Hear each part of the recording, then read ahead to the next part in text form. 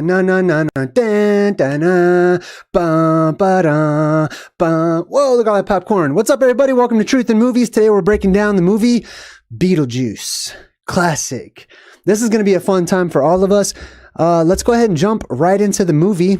If you're just joining us, you're going to watch this movie with us, and we're going to check out and look for the symbolism that's in the movie. What is the movie saying on a deeper level, right? So let's jump right into the movie and watch it together. Let's check it out. This movie's about Beetlejuice. Classic movie. Starts off with the company that brought you the film. And their logo is represented by the letter G. So that letter G typically is often seen, used by Freemasons, the Illuminati, etc. And it's an indicator in the old language, back when it was just a picture, and it indicated a destination, a place to get to, a place to go to. It was also the picture of a bent foot in the old times. This movie is a Tim Burton film. Tim Burton's done a lot of some of my favorite movies out there. But let's check out his name real quick. What does Tim Burton mean, right? Tim comes from time, or time, you could say, which in ancient Greek meant honor. So Tim, or time, means to honor. And then Bur, if we look at Bur, basically comes from the Proto-Indo-European word bars, which means a bristle. So if we check out bristle, it takes us to bars, which means a point, a bristle, or if you check out right here, it means a spike, right? So basically a beam, a column, a point, a spike, etc., right? So honor, spike, or honor, spike, column, etc., beam, etc. And then the end, ton, Burton. Ton, it says, is often used as a shortened version of town. So together, Tim Burton's entire name is a word picture that conveys an idea or a sense of an honorable one from the town of the spike or the town of the beam or beam town. It could also mean to honor that particular region or that particular place. So we start things off and it shows us a town. We're looking down on a town. This could be your average town or whatnot. And the focus of this town really is the church down there in the center. As you can see, it's got a beam or a spike or a point. Right at the top of it, we call those steeples. I'm going to come back to that particular architecture style in just a bit whenever we see the rest of the houses and stuff. Winona Ryder's in this movie too. Let's break down her name since we did Tim Burton. Winona comes from the Dakota language, and it means firstborn daughter, or a female who is firstborn. So we have this firstborn attribute or symbolism. And ride, or rider, just means a person who does ride, which means to be carried on, as in horseback, to move forward, to rock, to float. That's an interesting one, right? So firstborn of the floaters, firstborn of the riders, also reminds me of Riders on the Storm. Of course, that is an indicator of those who survive the apocalypse or those who enter in from another world during the depressurization of our world whenever we go through that polarity shift. All right, cool. So here is the steeple with the church and a graveyard right across the street. It looks like a real place, but this is actually just a tiny little model. They're showing us the microscopic scale. So it helps me out when I watch these movies to think of the symbolism in terms of scale. Are they representing something that is on the mesocosm, which is what we're normally used to, the macrocosm, which is much bigger and greater, usually above us descending downwards, or the microcosm, which is usually seen as like the microverse. Ant-Man is a good example for like the microverse. And you see the steeple on top too. Many people may have wondered, what is a steeple even for? What is it good for? You may have gone to church and asked some people. And I've asked hundreds of people just to see if they knew or even had an idea or something. Why is there a steeple on the church? It's because it's basically a gigantic lightning rod, right? So you'll often see this type of architecture during the times whenever our atmosphere was more energetically charged and there was electricity abundant all over the place. The ether was much lower down to the ground, and people would put these lightning rods or make their structure of their buildings more pointed, lots of points and spires and rods and beams and stuff. And that was in order to keep the massive thunderbolts of the gods from coming down and destroying that particular area. Now we go to the main character's house on this model. This is not a real city, it's just a model of one, but it looks like one, right? And you can see this house is on a hill. It's a huge house at the very top of a hill on this city. Symbolically speaking, this represents Mount Meru at the middle of the world, as we've talked about many times. The White House almost always represents our world on the microcosmic scale, symbolically speaking, right? Whenever we see the White House, basically it represents our entire world because the outside of the house is white. That's because our covering for our world, or the sky, is traditionally seen to be like a solid ice kind of a color, or a white color, typically. Also, this is what it looks like looking down onto these various worlds in the fractal verse. If you're on the outside, you would see white domes, or it could look like a crater depending on your viewpoint, but you would see white from the outside. On the inside, it's a dark city. On the inside, it's a covering, so you just see the blackness. So that's the black and white symbolism, which is going to come up in this movie too. Also, on the very top of this house, you see a spider. See that spider right there that's about to crawl up or crawl over the house right there? That represents grandmother spider. That represents the plasma that is sitting on the roof of our world right now. There's what they call in academics the plasma sphere, which is on the roof of our world, swirling about. And the only thing that's keeping that out is an electromagnetic force. It's magnetism generated by our world itself. Whenever our world goes through a neutral point in our polarity shift, that magnetic field goes down, allowing that plasma to come on in the form of spiders and other serpentine types of symbols. All right, so one of the main characters, he grabs the spider off of the model and he takes it over to his window where you can see the actual real place, right? So here was here's a little church or whatever in the model. And then he took the spider off and then he throws it right at the exact same place where it basically just was in the movie. This is funny to me just because they're like 3-4 stories up or something, just casually tosses it like he's saving it. But that's really interesting too, how far objects, or specifically insects and animals and stuff, the smaller they are, it seems like they can fall further without being hurt. You know what I mean? Which we'll talk more about whenever we go back into gigantism and how falling was a huge danger to the giants because they're so big. All right, now we meet our two protagonists. These are the lovebirds who are on vacation in this town, and they're sort of, spicing up the place or whatever. You can see the models in the background over there. And if you take a look, you can actually see their house on the top of this huge hill. This is the original house on Haunted Hill, basically. Let's see if I can get in there close enough. It's really hard. I can't really do it. But the model's up on this huge hill. This is their house right here, the White House, as you can see up on the hill. And it's up on top of that hill because it represents Mount Meru, basically. All right, now, they go out to get something, and they have to cross this red-covered bridge. Do you see there's a little dog back there? There's a little puppy. See him right there, that little puppy dog? So this puppy dog is going into the red bridge, and they're going to swerve off to the side to try to avoid hitting this dog, and they crash right into this red bridge. This bridge, symbolically, and every bridge in the movies, is a place of crossing. It's a place of transition. That's why they have to die on this bridge right here. It's a place where you cross over from one realm or one reality to another. It could be from the living physical world to the spiritual world, or it can be from a physical world to another physical world, to another realm, another place of existence altogether. Pardon me. And then specifically, this whole red part was a prop that they put over this bridge. They wanted the bridge to be red. It had to be symbolized by that red color, which represents the red plasma that swirls around over our world too. All right, so they crash through the bridge. They fall down. I think it's interesting that they have a yellow car too. Now I took a look at this car, and let me zoom in on this bumper sticker that they have. If we can read it, it's really hard to make out, but it says, it's upside down, and it says, "I brake for animals." And sure enough, they did brake for animals. This guy right here, who's totally fine, they crashed over and died basically. So they're instantly transported back to the front door of their own house, and they've got memory problems trying to figure out what happened, how did they get back home and stuff. But the first thing it shows you is this cuckoo clock, which is really interesting that they chose to zoom in. When they zoom in on stuff in the movies, I'm paying attention to what it is because it means they want your mind to remember this, symbolically speaking. The cuckoo, we'll just go over this real quick because we've talked about the cuckoo and the chicken symbolism and stuff time and time again, and how that represents the sound k, k, or cha cha, or ha ha.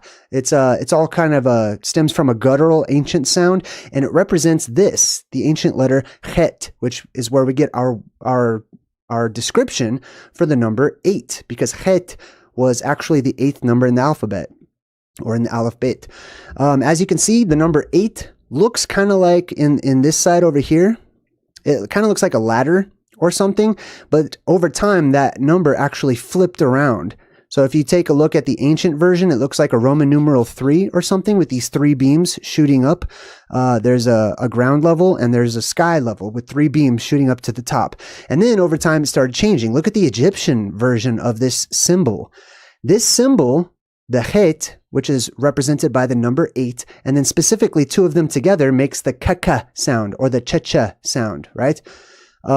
Which also gives us the number 88. And it's the 88 symbolism that represents time travelers or space travelers or people who are going from one reality to another reality, right? In ancient Egyptian, they actually drew it in a more true to form way, which is this way right here. And as you can see, it kind of looks like a double helix or a DNA strand or something. That's because this represents a boundary, a marker, specifically a boundary that is outside on the earth, an earth boundary. It's called het. You can also say chet as well. And it means a fence or a border or a boundary, specifically one that is outside. It can imply a wall and things like that. But the reason why this is important is because up there towards the lands at the North Pole, they saw these sky beams that were plasma basically swirling up into the sky. And those were the pillars of Hercules. Those were the markers. Those were the boundaries that separated some other type of realm, some otherworldly place to the mesocosm where we live, the place where we're used to living, right? So oftentimes the people, the animals, etc., that came from those lands were seen as strange and weird and different. So oftentimes they gave them that name, keke or cuckoo or cocoa or very similar things like that, right? All right, so we go back into the house. The fireplace is not lit, and then all of a sudden, fire just appears out of nowhere, right? Now, we're talking about Mount Meru and stuff, and we're going to see some plasma apocalypse symbolism in this movie as well. The gases are released up out of the earth whenever we go through these apocalyptic events, and because the air is electromagnetically charged, many of those gases catch fire. Even if for a few moments, they just have spurts of fire that come up out of the ground. Now, they come back into the house, and Barbara, which is the girl, the wife, she's sort of being sarcastic, and she's like, man, a perfect way to start our vacation, right, is jumping off of a bridge on accident. He says, well, you'll feel better when you're dry, honey. Now, this is us. This is us symbolically as we go through the apocalypse, those who survive, basically, and we make it onto the other side. We get a vacation. We get a vacation from the system, this crazy upside down world that we live in, and that is the year of Jubilee, where all of the slaves are set free. You will gain your independence and your true freedom and have to figure out what you really want to live for when you're no longer living in a system that insists that you run around in circles, chasing your tail, going into these loops every day. As a matter of fact, there's a song that plays during this movie that's about that. Now, she says that fire wasn't burning when we left. Symbolically, when they left, it was leaving the old world behind, right? There are also ghosts in the movie, okay? So there's multiple levels of symbolism that are happening. But when they left the old world behind before they transitioned through that red bridge, there was no fire burning in the house. Now there is a fire in the house. The fire in the house symbolizes Mount Meru, and the fire that is inside of that, or the pyramid, right? Whenever that blue beam energy shoots upward, that is like the chimney of the world, and the chimney is seen as being lit. The fireplace is seen as being lit. And whenever it's not there, when that energy retracts and it's gone, the world suffers through famines and sicknesses, and entropy is introduced into our world, and the life force actually seeps out of our world for a time as it retracts back down into the earth. All right, so they go to warm their hands by the fire. They're kind of cold, and all of a sudden this flame, just like we talked about, exactly like in The Princess Bride, whenever they went through that magic forest or whatever, where they got the flames shooting up out of the ground and stuff, and she actually catches on fire, but she doesn't feel it or anything. They're trying to imply that that's just because she's a ghost, right? I believe that, but we should I enjoy getting deeper than that. I enjoy figuring out how these things physically could happen instead of acknowledging that that's just what happens to ghosts or whatever, to really take a deep dive and figure out how that could physically work. How could that be possible if we have something like this? One reason is because of the nitrous oxide influx. There's going to be various elements that are created or recreated by the plasma itself, which I'm going to show you some sweet examples during this presentation of the types of things that plasma can do to restructure the physical world and change things into other things, right? Anyways, so yeah, the nitrous oxide clouds can keep you from feeling pain and stuff like that too. It's also said that these are attributes that the Anunnaki or the killer clowns from outer space or the fallen ones, the Nephilim, etc., that they had this sort of attribute where their pain threshold seems to have been much higher, almost to the point where they couldn't feel or they couldn't feel pain. Could because of that too. All right, it says, come on. So they're starting to walk away, and the wife, Barbara, says, come on, I'll make some coffee. I took a picture of this just because, like, it's another reference in the movies to just a subtle, hey, drink coffee. They don't care if it's Folgers, if it's Colombian, if it's any kind of coffee, like, you know what I mean? It's just like milk. They just put coffee in these movies, and they almost make it look like you should be drinking coffee. Why do they want us to drink so much coffee? That's just my question to ask in general. So he's walking around. He's like, do you remember how we even got back up here? So now, after they went through this cataclysmic event or dying, right? Now they're having memory problems. They can't remember how they got back home, right?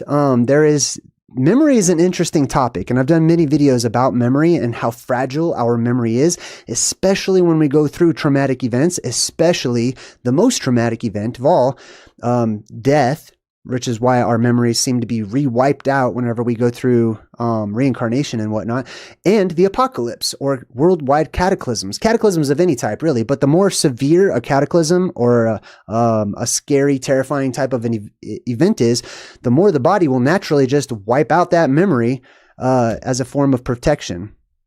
So he says, I'm going to go back. I'm leaving. I'm going to go retrace our steps. I got to figure out what's going on. So he walks outside and boom, falls right into some strange otherworldly desert place right outside of their house. Everything's gone. He's looking around, and check out the scenery in this particular desert, right? This place is literally called Saturn by Beetlejuice later on in the movie. We'll talk more about that. But I want to focus on this type of a desert. I've seen this type of a trope in many different movies where they have some sort of a mystical desert, a magical desert, an electric desert, a desert of, you know what I mean, a dangerous desert. But the thing that makes this desert so much different is, there's two things. One is the sandworms, which obviously we're going to talk about, but two is just these structures. Look at these structures that are growing out of this desert.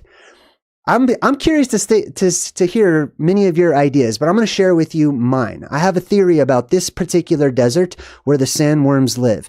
Do you see all these weird, strange, deformed structures that seem to be almost growing up out of the sand? They're all over the place. We have these in the world today, just not on such a large scale. Just growing up out of the desert or whatnot. We've become accustomed to this in many regions across the world. This exists in our world today, usually on a smaller scale, but I'm going to show you how it exists on a grand scale. It's just that we don't notice it. We just walk past and we take these things for granted. So here is a fulgurite. A fulgurite is what happens when plasma restructures sand and changes it into glass and other types of rock. So, for example, when lightning hits sand, you can see that it sometimes they have to dig into the ground to actually find these, but other times they're sticking up out of the ground, just like here, right? They stick right up out of the ground, and the reason they're pulled upwards out of the ground is because of that strong electric force. When that electricity, that negatively charged electricity comes down and it gets close to the ground senses it and it starts to reach up. The positive forces within the dirt and the sand and stuff, they start to reach up. And I've talked about many times how, various independent scientists and other people are starting to do tests on dust storms and dirt devils or devil, what do you call those? Devil cyclones or whatever, like the dirt tornadoes and stuff like that. And they're recognizing that there's a high amount of electric charge within those dust devils, right? And that the electricity itself, not the wind, is actually lifting up and contributing to the sand being pulled up into the air. Whenever this happens quickly, it hits it, it petrifies it, and it solidifies it, giving us these strange, otherworldly looking rocks that just grow up out of the sand. Here's another example of a huge fulgurite. And here's another example. You can see how these look very much strikingly similar to the desert ones. Now, I'll tell you this part. If you ever see a dirty looking one like this, on the inside, it's glass. Right? The sand is transformed by the plasma into a different substance. It's actually turned into a mineral, right? The outside is rock. The outside is just all the loose debris that didn't fully crystallize, which is also totally transformed. It used to be sand. Now it's a sand rock, or a rock that's a sand type. I forgot what that's called, sandstone or something. But anyways, on the inside, it's a hollow glass tube. Also, quite often, it will look like this because it's a mineral, just like salt is a mineral. Lightning can do this. Plasma can do this. Electricity can do this, which reminds me of the story in the Bible of Lot's wife, who was warned by the angels not to look back at the cities of Sodom and Gomorrah, lest she be turned into a pillar of salt or into a mineral herself. Now, we see this all of the time throughout the natural world, especially in the shape of these arches, these arcs, these rock arches that we've been told that this type of a shape is because some water went right through this particular area and just carved it all out or whatnot. I'm not super convinced by the water theory. Can water cause erosion? Yes. Does it? Yes, absolutely. But does it make these types of shapes across the board? Is water solely responsible for this happening? Or is this an electrical arc caused by cosmic plasma coming down to ground itself, and the sand reaches up, just like how you see whenever NASA shows you the pictures of the sun close up, how the sun has these little arches that go back and forth on it or whatever. Same thing, but imagine the sand or the mud went up, arches back around, just following the natural current, and then it gets hit by the electricity and petrifies into this exact type of a shape. There are many examples of these across the world where we have these rock arches. Sometimes this one's an arch too. Let's zoom in on this one real quick for a good example. Now, if you just take a cursory glance at it and you don't think anything of it, you would just say, oh, it's just a rock. Oh, it's just a hill. It's just some strange formation. And we don't think twice about it. But in reality, these things were created in a specific manner. Right? You can see the arches there underneath. Sometimes they look like animals, mushrooms, plants, all kinds of other things. Sometimes they might be. But other times, it's just a simple byproduct of what's happening. That looks like an alien head. Look at that one right there. That looks like a little elephant, little baby elephant and an alien head or something. But anyways, I want to help you to see these with new eyes. Instead of seeing like animals were petrified in place or an alien head or whatever, and instead of seeing millions of years of erosion, let's look at this as something that happened quickly when the ground was actually pulled up into the air, floating up into the air, was hit by electricity, and boom, just like the fulgurites, was frozen in time, giving us all of these amazing examples. I'll show you some more here. This one, many of these tend to look like creatures and stuff because we let our imaginations run wild and we're like, wow, that definitely was an elephant. Look, it looks like it has an elephant trunk or something. It could be. But look at the types of rocks that these typically are. Oftentimes they look like they're made out of dried mud, basically, right? Quite often you'll see them curving and making little wave patterns and stuff because they're following the electric current that is naturally abundant in the world. This one right here is really interesting. My imagination sees like a titan that's trying to like get up out of the earth or something with one of its arms. Even looks like it's got some muscle there or something. But these are just examples. Here's one from NASA where it says the Curiosity rover. Let me zoom in on this a bit. The Curiosity rover has found strange rocks on the surface of Mars. And then they show you this. They say that the twisted stone towers sparked the imagination of NASA researchers. So apparently this is a real, genuine picture of Mars. I feel like this is probably on Earth somewhere, but regardless, it doesn't matter. Look at these rocks just shooting up. into these little strange pillar shapes right into the air and then frozen in place. You know what they say? The official explanation for this is that that's just the strongest core of the rock, and that over millions of years, the rest of it just kind of just went away. It just disappeared. And this is a solid part, and it stood the test of time. I don't think so. This has happened the world across. We've got many different examples of places where you can see electrical scarring on the Earth, electromagnetic discharge, plasma discharge, where it looks like the Earth literally was just pulled upwards and then for some reason froze instantly in place, right? These ones are really good examples. They just look like, imagine all that was just liquefied mud, some huge plasma tentacle swarms overhead, and it naturally attracts it. It pulls it up into the air. Here's one in Russia where you can see along this riverbank. And also oftentimes right next to these huge mountains or cliffs or pillars and stuff like that, you'll see that there's rivers right next to them. That's because of how electricity acts whenever it discharges onto the Earth. It will pull parts of it up and the other parts will be made low. Here's another good example too. Let's check out this one. I want you to pay close attention to the top of this structure, right? The structure looks like it was pulled straight up into the air. Modern academics will have us believe that this was all solid all throughout, all the way to the top up there. And for some reason, over millions of years, the rest of it disappeared, right? I mean, even if it eroded and stuff like that, like where's the erosion? Where's the rest of it? It's not like it just disappears, it doesn't just evaporate. It just be piles and piles and piles that equal up to that height. You know what I mean? But anyways, these clearly were pulled up into the air. Look at the tops. They're singed, flat.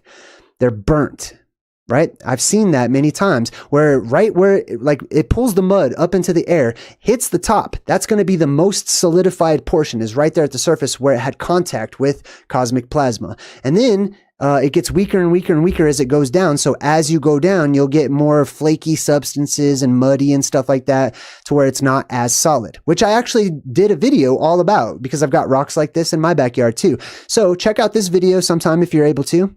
If not, I'll make sure to replay it again. But I went up to some local rock formations where you can see the tops of these are just burnt, right? And then as you go down, they're more muddy and flaky and stuff like that. Here's another top-down view of like a forest with all these different rocks shooting up. I think that one's in Russia too. Here's another one, another great example. Check this one out. This one's really interesting. They've got this Indiana Jones bridge thing that goes up to these weird spiky looking. Look at that. Does that look like erosion from the top down, or does that look like something was pulled up into the air and stopped at a point, right? I'm voting for pulled up into the air, but check that out. Just on the edge, it's just almost like it's floating there. Here's some more examples of rocks that clearly look like they were pulled up into the air, where the main story of this by academics is that this is just millions of years of erosion, and it just happened to erode like that in these pillars or whatever, right? Like rain doesn't do that. You know what I mean? I don't know. Anyways, here's another example from my own backyard. This is from the Garden of the Gods. I've actually seen this rock many different times. And it looks like this entire area, the Garden of the Gods, is just a place where that cosmic snake undulated its way across this city. And, in places it got close enough so that the mud runoff from those mountains and stuff in the Rockies, was lifted up into the air, and it petrified along the way. You can see a path of it when you look at a top-down view too. Now, this is going to come into play. This is actually a map from The Wizard of Oz. I've shown this map a few times. It's an exact mimicking parody version of our North Pole maps, where it used to show land at the North Pole with Mount Meru being right there centrally located. Around this area in the middle, which is Oz, by the way, right there in the middle, and we got like Munchkin land and stuff off to the side. These are the four lands at the North Pole, around the North Pole on the older maps. But on the older maps that we have, this all over here is actually water. But we go through cycles of apocalypses. One is a water cycle where all this fills up with water, and then it becomes a river, basically, or the Atlantic Ocean after a while. But then once that water is removed and taken away during the next apocalyptic cycle, this all becomes desert, electrified desert. So basically, this is where we are on the map whenever we see these characters if we were to put them into the same place as like with the Wizard of Oz and stuff, is the Deadly Desert, right? This is the Deadly Desert, the Impassable Desert, the Shifting Sands Desert, the Great Sandy Waste Desert, etc. Here is Return to Oz, just a little clip of it. When Dorothy goes back to Oz, she starts off in the Deadly Desert. She has to cross the Deadly Desert to get to Oz. And as you can see here, it's very similar to Beetlejuice and their desert, where they have all these strange rock formations all over the place, right? An electrified desert. Another version of this was seen in the Neverending Story, where Atreyu leaves the ivory tower, right? So he has to also cross a similar type of landscape. This one's got like crystals, like more of like a crystal land, and this one's got these strange pillars, rock pillars and stuff up here at the top. Oh, I'll make it smaller. There you go. So that's Atreyu riding his horse throughout the lands. In the Dark Crystal, there is a place called the Crystal Desert. Let me read this to you. This is really interesting. In the Dark Crystal, it says, the Crystal Desert was a desert in Skarit, located beyond the northwestern perimeter of the Endless Forest. The Endless Forest is a circular forest at the North Pole that goes around in a circle. That's the magic forest and stuff. So this is just on the other side of it. Its northern edge was lined by the Claw Mountains. That land at the North Pole also is said to be lined with these huge, huge mountains that just shoot up out of the ground. Quite actually shooting up out of the ground, right? Which were among the only natural source of shade in the area. It also talks about how they had shifting sands and whatnot, just like in The Wizard of Oz. All right, we go back to the movie Beetlejuice, and Barbara actually pulls Adam, that's his name, pulls Adam back in from that Deadly Desert area. And he's like, oh man, you saved my life. She's like, you've been gone 2 hours. So now we see that there is a time differential between outside of Eden, or outside of Hyperborea, or outside of those centrally located islands at the middle of the world. The places outside of there versus the places inside, right? Whenever you go into Mount Meru, you gain certain attributes that allow you to live much longer. When you leave, the further outwards you go, there's less energy, which means that things have shorter lifespans, more and more and more and more. All right, so she says, what? She says, that's how long you were gone for. So there's a time differential. Also, there's a time differential between living inside of these enclosed worlds like we do, and living outside of them in the heavenlies, or in the Elysian fields, or space, or however you'd like to see that, right? The conditions for living change, allowing people to live much longer. So it feels like time, which is sort of what happens during our lifespan, right? Time seems to change as well. All right, so they look down and see that there's this brand new book that says Handbook for the Recently Deceased. So they're opening it up, right? And he says, listen to this. They open up this book and it's just jargon. They don't understand it. They don't know what's going on. There's just a book there to help them out for being dead. He says, listen to this. Geographical and temporal parameters. Oh, I'm sorry, perimeters, right? Or boundaries, just like the het that we talked about earlier, right? That's exactly what this book is talking about. So when you study these things, you'll be more well-versed in them, and you won't get all fed up like he does in the movie and slam the book closed and be like, man, I don't get any of this, right? That's why we study these things now, so they may be useful to us in a time to come. Geographic and temporal perimeters. A perimeter is a boundary, just like that het, or that the boundary, the earth boundary. So we're talking about earth boundaries. Temporal basically means earthly, or limited. Functional perimeters, or boundaries, vary from manifestation to manifestation. These boundaries, these markers, change from their manifestations, right? From manifestation to manifestation. This is basically just a technical way of describing the anode and cathode mountains and other markers and boundaries that we go over here on my channel quite often.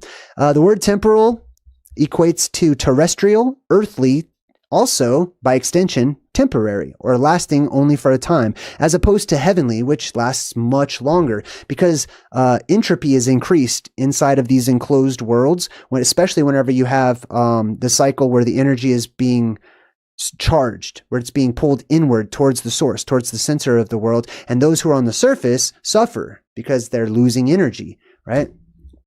All right, so they go back and lay in their bed. Check this bed out real quick. 4 posts, just like how we've been talking about those 4 creatures that surround the throne of God, which seems to be symbolic for Mount Meru, basically, where the presence sits or where that energy resides.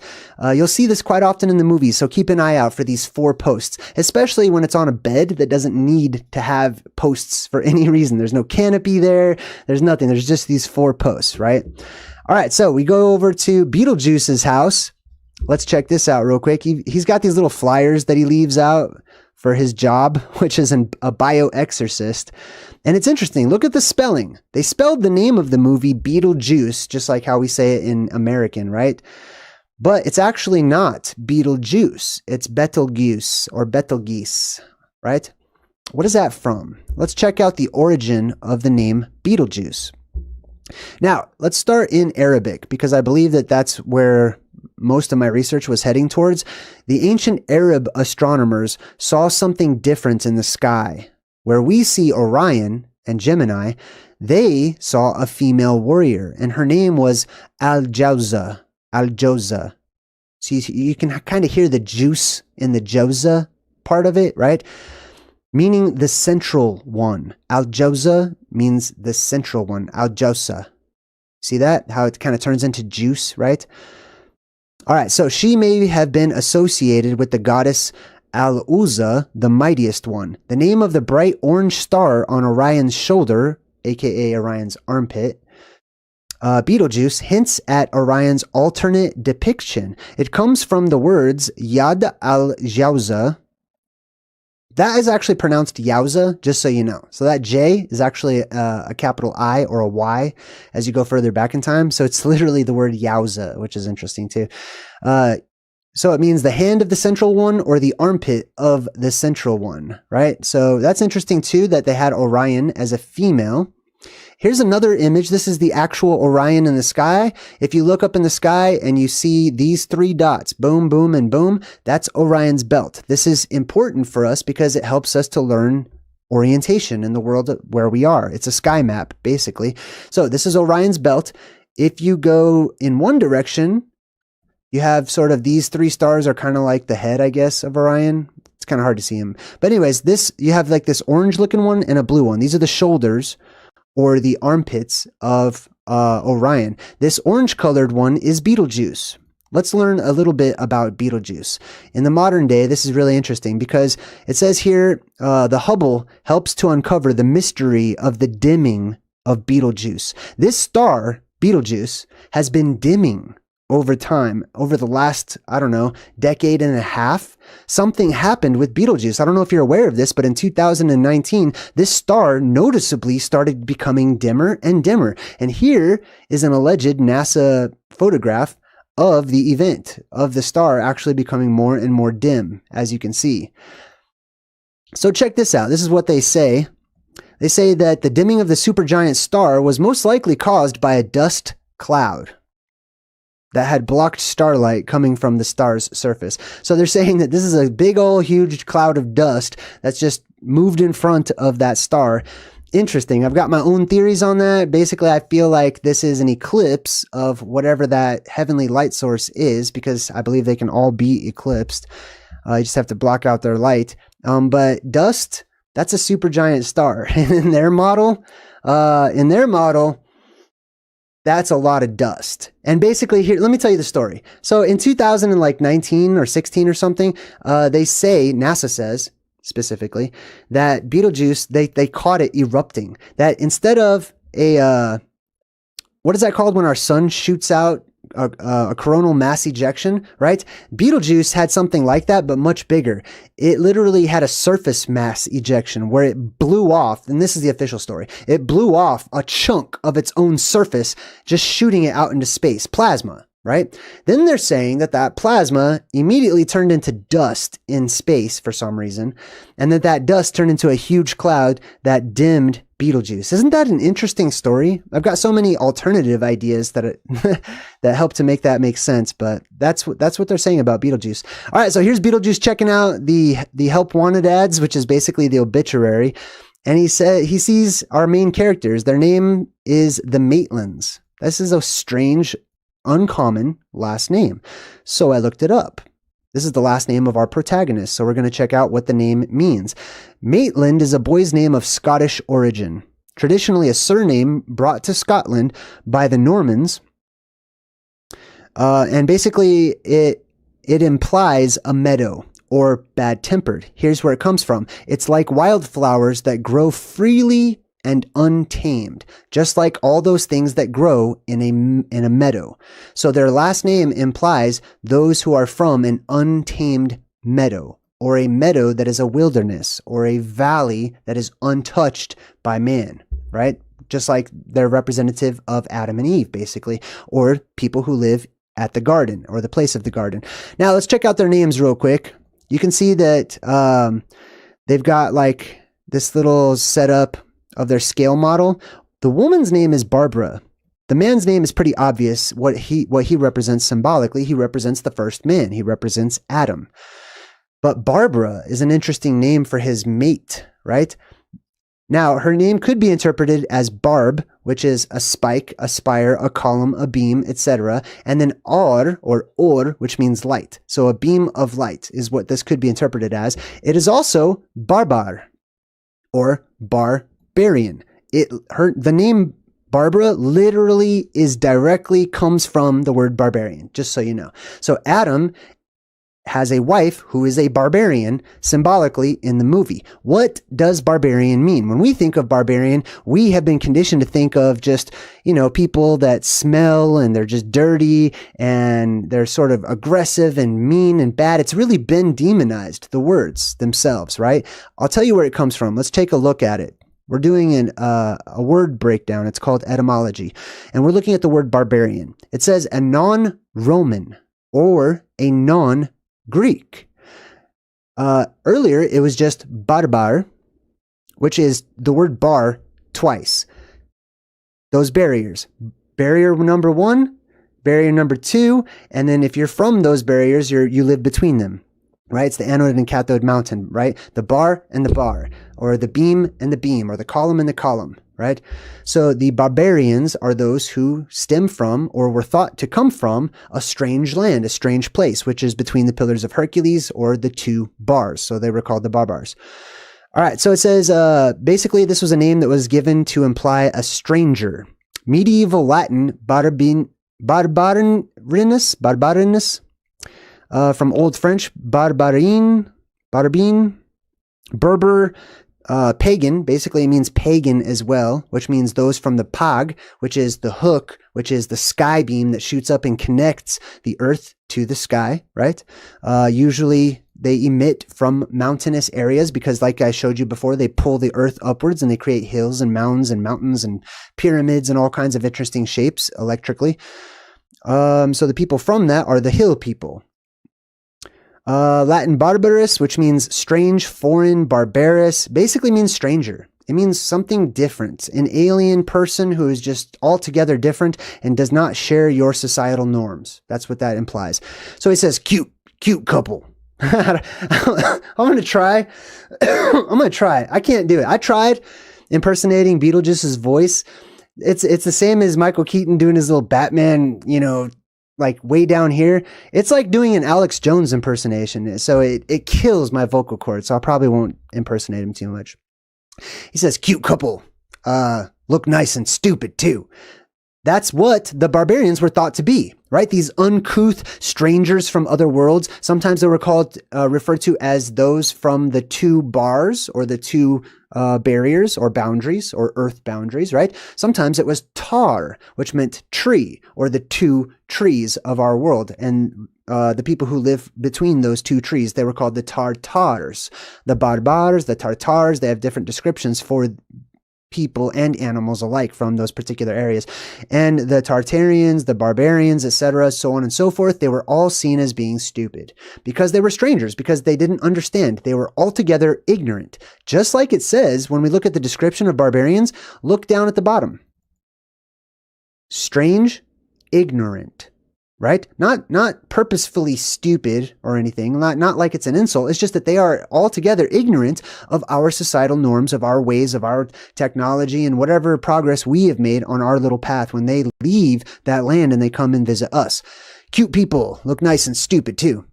All right, so now we meet, there's a new family that's going to move into this house since Adam and Barbara are dead now. We meet one of them who walks in right now. She's always has this red hair, very pale face. She definitely represents those beings who descend from space, and where they descend is out of that hole where the atmosphere depressurizes, which is at the top of our sky, which is directly above Mount Meru at the bottom. That is the holy mountain where these angels, these beings, these demons, whatever you want to call them, that's where they land. They land straight down. They come into the world, and obviously they're going to go straight down, and they're going to land on that holy mountain. And there is a battle.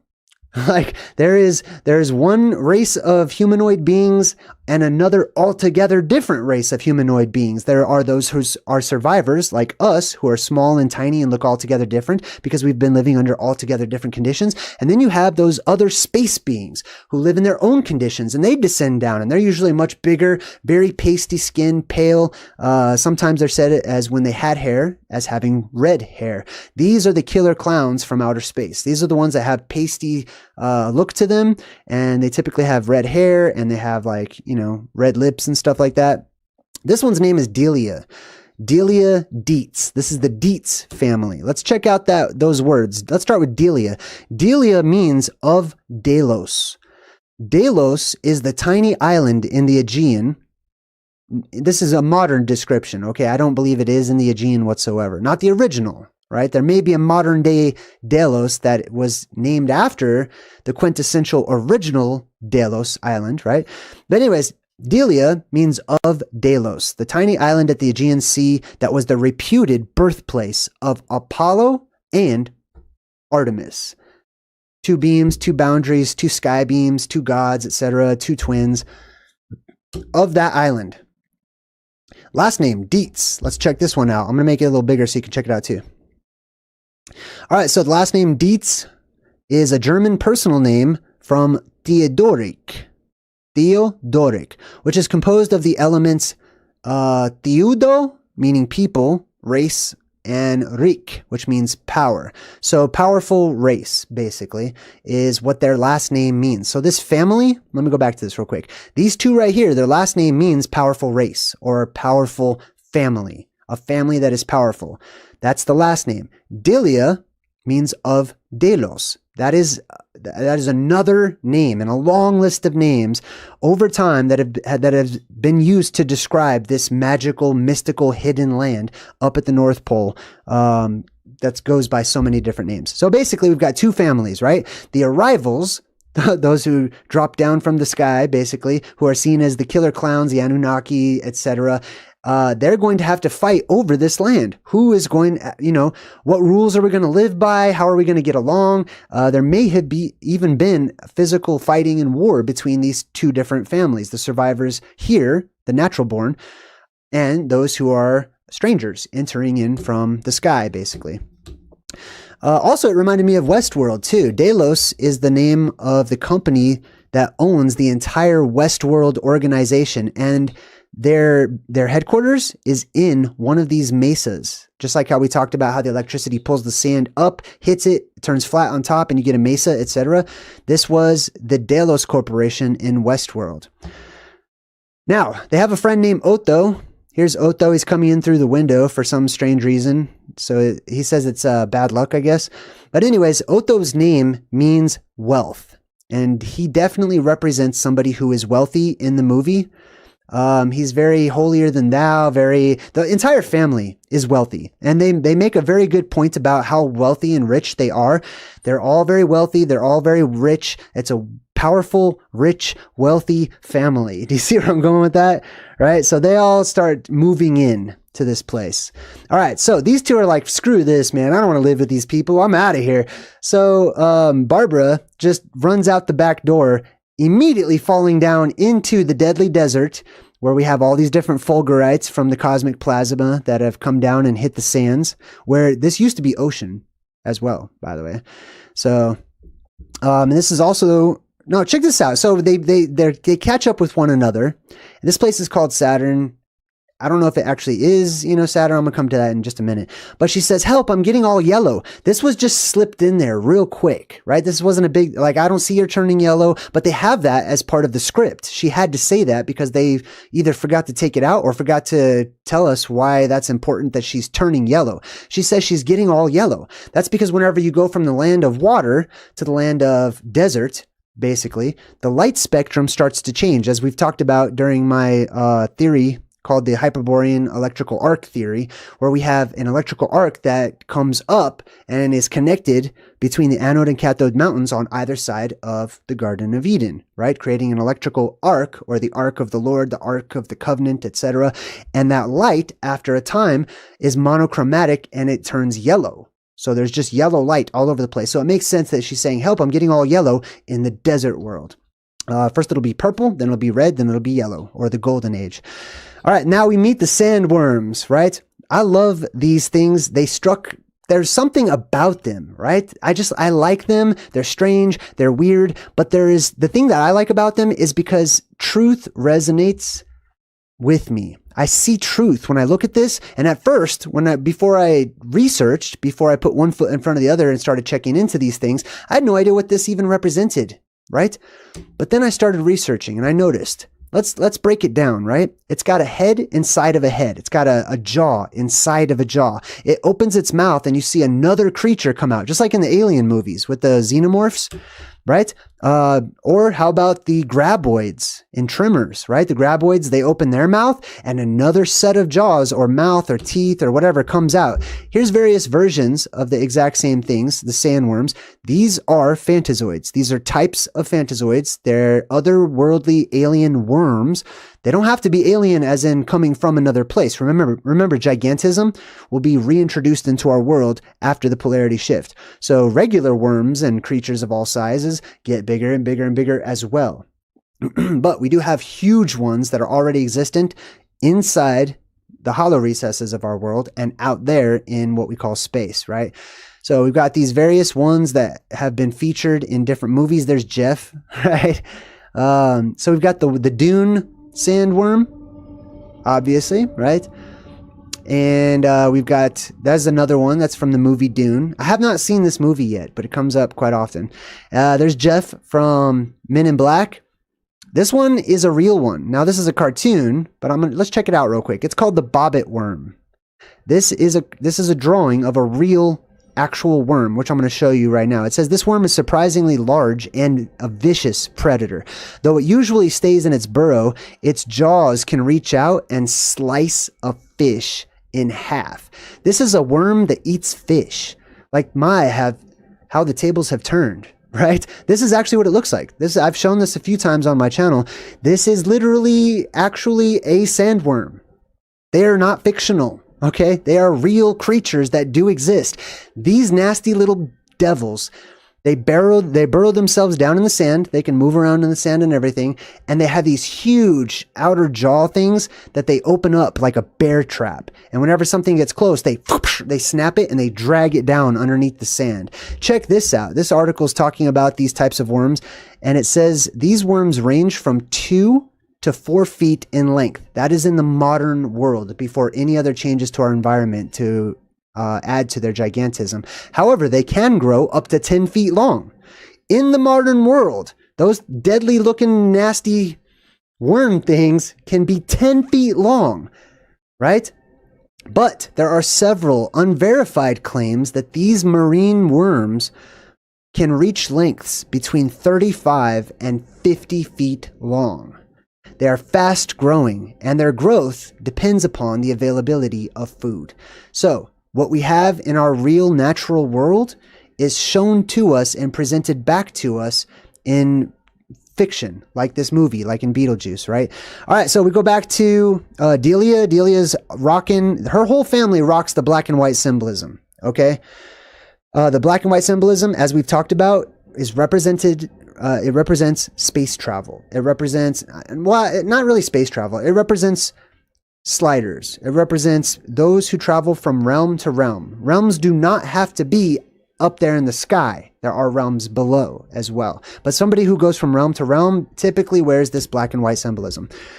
Also, that's the reason why Adam has this black and white shirt, while Beetlejuice has black and white. There's black and white symbolism all over this place.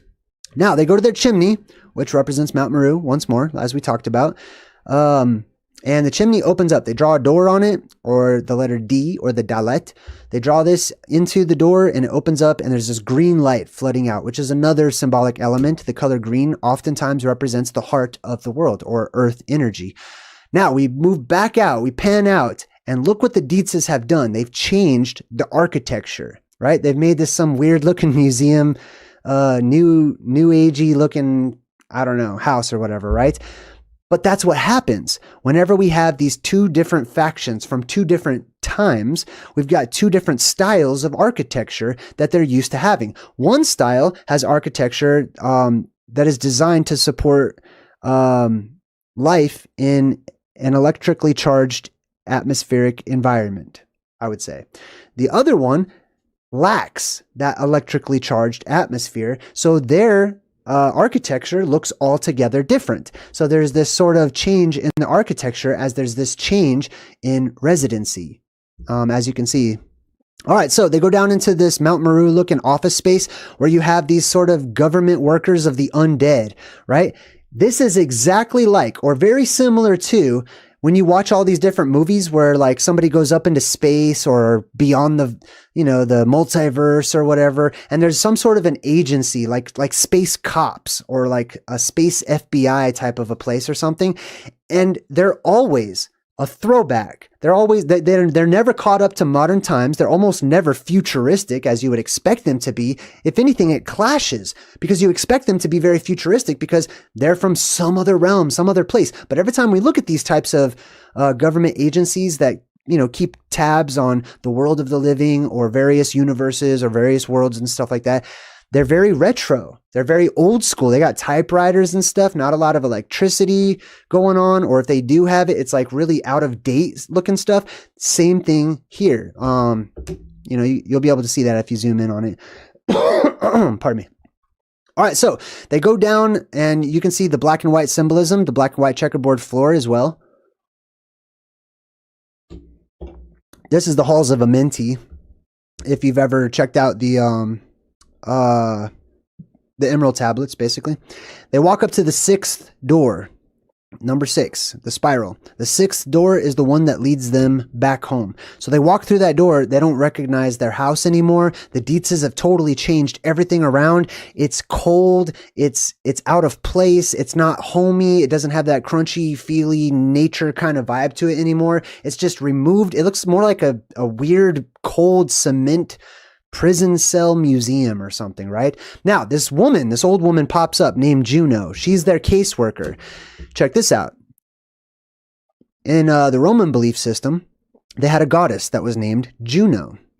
And it says here, the Roman goddess of adult women and marriage. So it's appropriate that she is in charge of these two newlyweds or these two this married couple. And she's literally their caseworker. She's the sister and the wife of Jupiter, and Juno. So I'm going to break that down real quick. I didn't take pictures of it because I already have it all memorized. But the root of Juno is actually gan, which is garden.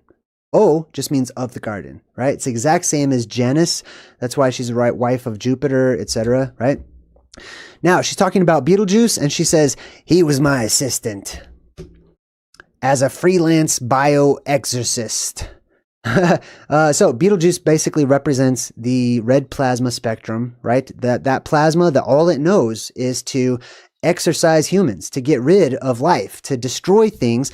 And it's not bad. It's not seen as being bad on a certain level. It's seen as being necessary. It's a necessary evil. That's what Beetlejuice is. He and that energy is here to destroy things, to tear them down, to tear them apart.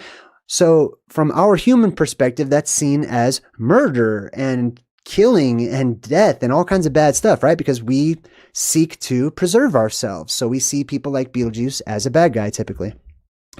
He claimed that he could get rid of the living, right? That's also the plasma. Now, we go to Lydia. Lydia, awesome character. She says, they're asking Lydia, how do you see us? Because she can clearly see the two ghosts or whatever, and nobody else can see them. And she read through that book, and it says live people often ignore the strange and unusual. I myself am strange and unusual.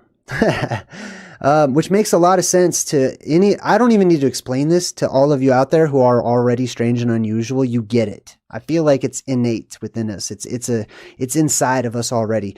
You are starting to understand, as am I, that we are able to tap into the esoteric, the fringe, the occult, the things that are just beyond the actual visual sight of regular people who are just walking around in their loops. We're able to see beyond those loops, because we resonate with that vibe.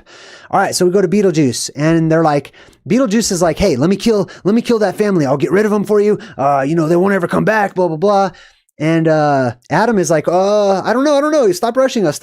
We need to know some stuff. And he's like, what do you want to know? He's like, I don't know. What are your qualifications?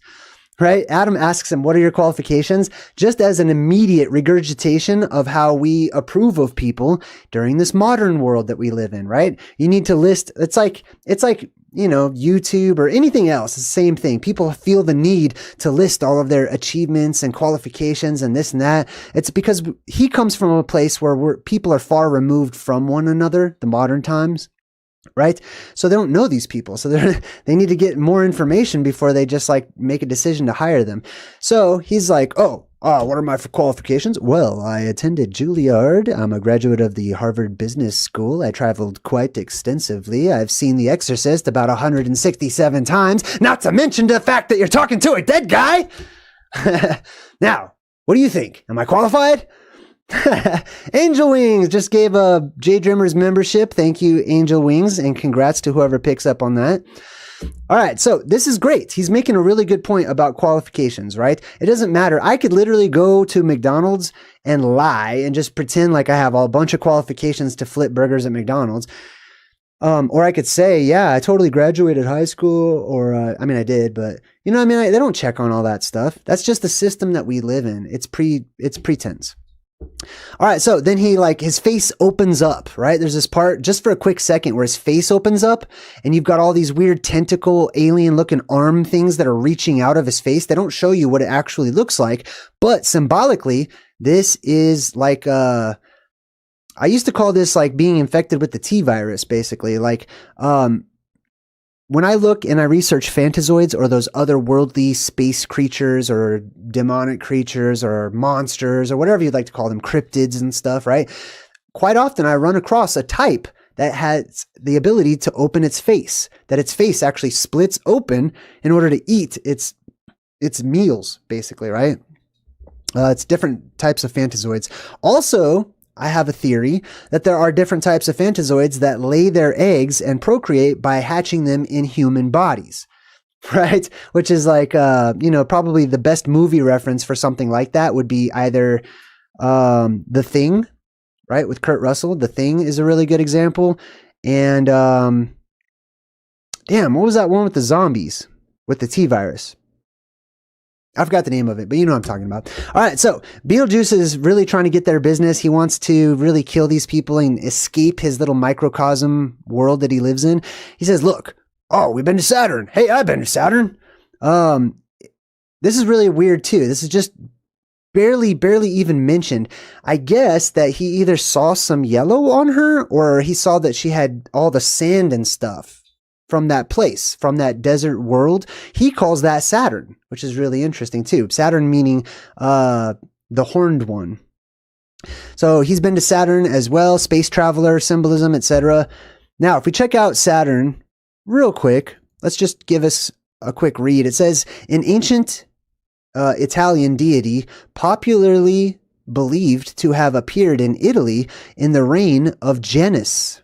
So during the reign of Janus, Saturn was apparently another godlike figure that popped up, and to have instructed the people in agriculture, gardening, etc., alleviating them from the barbarism, there's that word again, to social order and civilization. His reign was sung by the poets as the Golden Age, right? So that may be why she was turning yellow, right? Because she was entering into the Golden Age. The Golden Age doesn't mean perfect, just so you know. It's just a color description of the atmosphere, the sky itself, how everything turns more of a yellow color. Also, in general, things are better, right? But does that mean that evil is eradicated? Does that mean people and animals and stuff won't have any problems at all? That it's just a 100% complete utopia? No. It just means it's better by extension than the world that we live in right now, which is like not the Golden Age, basically. All right, so they take off. They're like, okay, this guy's way too much. And they leave, and he's like, you bunch of losers! Ah! And then the tree falls down behind him. He also lives on a little hill, on a little microcosm version of Mount Meru, and that tree falls down, right? Which represents the tree of life that comes up and it falls down. And it does that in the movie too, because Adam keeps putting the tree back up. Beetlejuice will kick it back down, and he's like, nice fucking model! He grabs himself. That's funny too, because of the models of our world that different organizations and people have, right? Obviously, Beetlejuice has his own way of describing other people's models, which I can relate to. All right, so now we've got all these rich guests that are invited to dinner, right? It's very hoity-toity. It's just not my style whatsoever. So they all sit down, and there's like this bowl of shrimp, and then they become possessed, and they start doing like what was that called? The mamba or whatever that is, right? And they're all dancing to this song, and the song is it's the Banana Boat song, right? When he's like, I can't know if I can do it. Day-o. I can't do it. Day-o. Day-o. Daylight come and me one go home. Anyways, the whole song is about this dude who's basically working slave labor all night long, stacking bananas, and all he wants to do is go home, man. He wants his loop to be over with. He needs a break. He needs a vacation from it all. And they play that song throughout the movie. So as they're eating, their shrimp turns into these hands or whatever, and the hands attach right to the face, and then they pull them straight down, sort of just rendering them immobile, right? Before it finally pushes them away and lets go. Walking Dead, hey, welcome to my channel. Thanks for subscribing. That's awesome. All right, so what this reminded me of with the little shrimp face glove or whatever stuck to their faces is what I call the dream crabs, right? Or the face huggers. I mean, that dream crab's actually from Doctor Who, but we see this time and time again in the movies. This one is an example. This is Starro. This is actually from the movie The Suicide Squad, but Starro goes back much further than the Suicide Squad in the comics. He's one of the huge, craziest bad guys in the DC world, even though he's one of the cheesiest looking ones of all of them. Basically, he's a giant starfish with an eyeball in the middle, right? But whenever he makes his appearance into Earth, there's many different Earths in the DC realm, okay? There's infinite Earths. So they don't have like, I mean, I guess you could say they have many different planets or whatever, but basically every planet is like a different Earth, basically. When Starro appears, he's a world eater. He's a world destroyer, a world conqueror, and all these tiny little versions of him, which are smaller starfish, they fly out and they look for people to attach to, and they attach right to their face. And when this happens, they become possessed. And now they do whatever Starro wants them to do, right?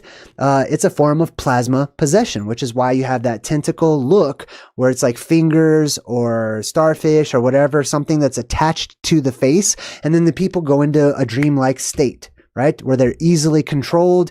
They can be, their mind is controlled. They can be given visions and stuff like that. The face huggers are a good example from Alien, right? And look at the color of them too. It's twofold symbolism. One is plasma that seeks to attach to your face. And it's probably because it's a data harvest. That's my guess on that right now, that they're actually like doing that purposefully to like download your mind or your information, which is data. But yeah, this is interesting too. With the blocking of the eyes, I'm also thinking of another movie. That one with Sandra Bullock where they had like blindfolds and stuff so that they didn't look at the monsters or whatever. Anyway, similar stuff. But it's also got Phantazoid symbolism too because of the colors of the Phantazoid, that Phantazoid white color. Now, this guy, Mr. Deetz, gets up and he says, people are going to pay big money for this, right? They were all just possessed. They witnessed ghost paranormal activity, and the first thing that this dude thinks of is, how can I make money off of this, right? Something real, something tangible that comes from some other place, instead of becoming a philosopher, he becomes a businessman about it. So people like this, I have a personal disconnect with, because they're consumers. That's all that they are interested in doing. They're interested in money, which is also known as currency or a current, right? Energy, and where energy flows from. So this is what this guy reminds me of. This is the exact same actor, but this is in Howard the Duck, which we also broke down in my Truth in Movies. That was one of my first ones. But in Howard the Duck, he's also a consumer that loves the currency or the current, right? Where he actually sticks out this weird tongue and he takes all that current into his body. All right, we go back to Beetlejuice, who turns into a snake. A rattlesnake, specifically. Remember that. I didn't grab a picture of his rattle, but remember that he's specifically a rattlesnake. That's going to come into play in just a minute. And he picks up Chuck, Deetz, and he's like, "We've come for your daughter, Chuck." Why is that interesting? And then he grows horns. So he came for the daughter, and then he grows horns, or he becomes horny, right? He's got all these horns all over him. He says, "We've come for your daughter, Chuck." Remember, he represents the killer clowns from outer space, or those Anunnaki, those beings, those angels or whatever that came down, and then they started to mate with the women of our world, right? Or this happened to them, right? Now, on another level, this right here is symbolic, not just of him being in the mood or whatever, but it's symbolic of, remember when we broke down one of those movies where we're talking about how like the origin for biker gear and how why they have spikes on their leather padding and spikes on their helmets and stuff like that, because they acted as little lightning rods to keep away lightning whenever they're moving about in this new environment that is an electrically charged atmosphere, right? It actually helps to keep that off, especially if you're moving at high speeds like bikers do, right? And then, of course, they turn on the red lights because he's now in the red light district because he's full of horns or thorns, right? And it's also symbolic of the sky itself changing to that red color, and therefore he needs these spikes so that he doesn't get zapped by electricity. All right, so now we go back to Lydia, which I feel super sorry for. Oh man, like I know the movie's funny and everything, but God, like I think a lot of us love this character. Not just because she's different and she's emo or she's gothic or she's whatever, you know what I mean? And we're into that kind of stuff. I mean, I wear black all the time, right? It's because I resonate with her energy signature, her frequency, her vibe. She is a good person, or seems to be, right? A good-natured person who is friendly, obviously, making friends with ghosts and animals and all that kind of stuff.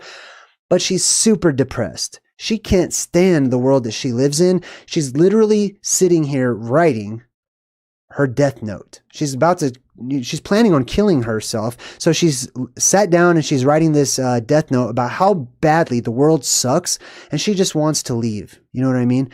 That is many of our conditions in the world that we live in today. The world's crumbling. It's falling apart. I just did a huge rant video in my Omens part 2 or whatever about that condition and how it makes me feel personally. So I can totally relate to Lydia's circumstance. Also, she represents those people who are not getting ready to kill themselves, but those who are getting ready to leave this world. Not through death, though.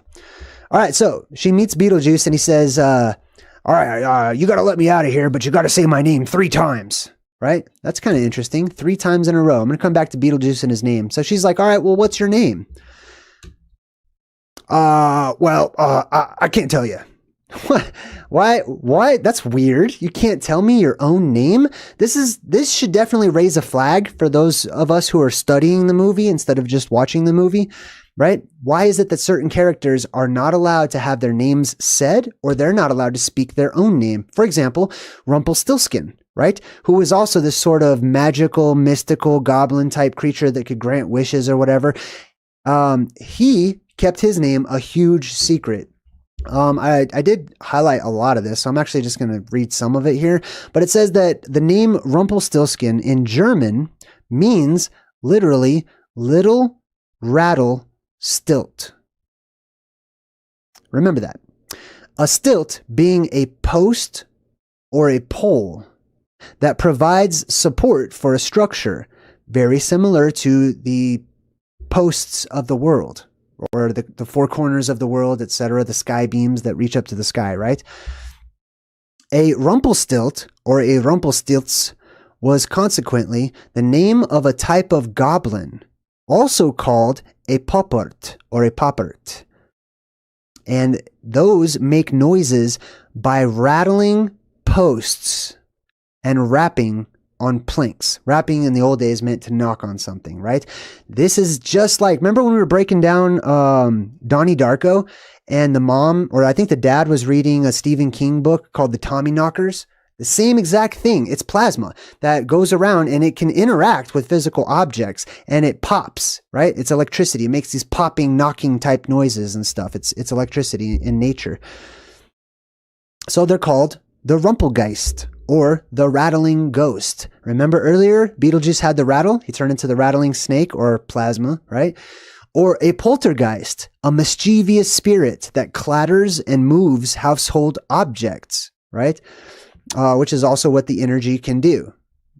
Paranormal activity, paranormal energy, plasma, electricity, etc.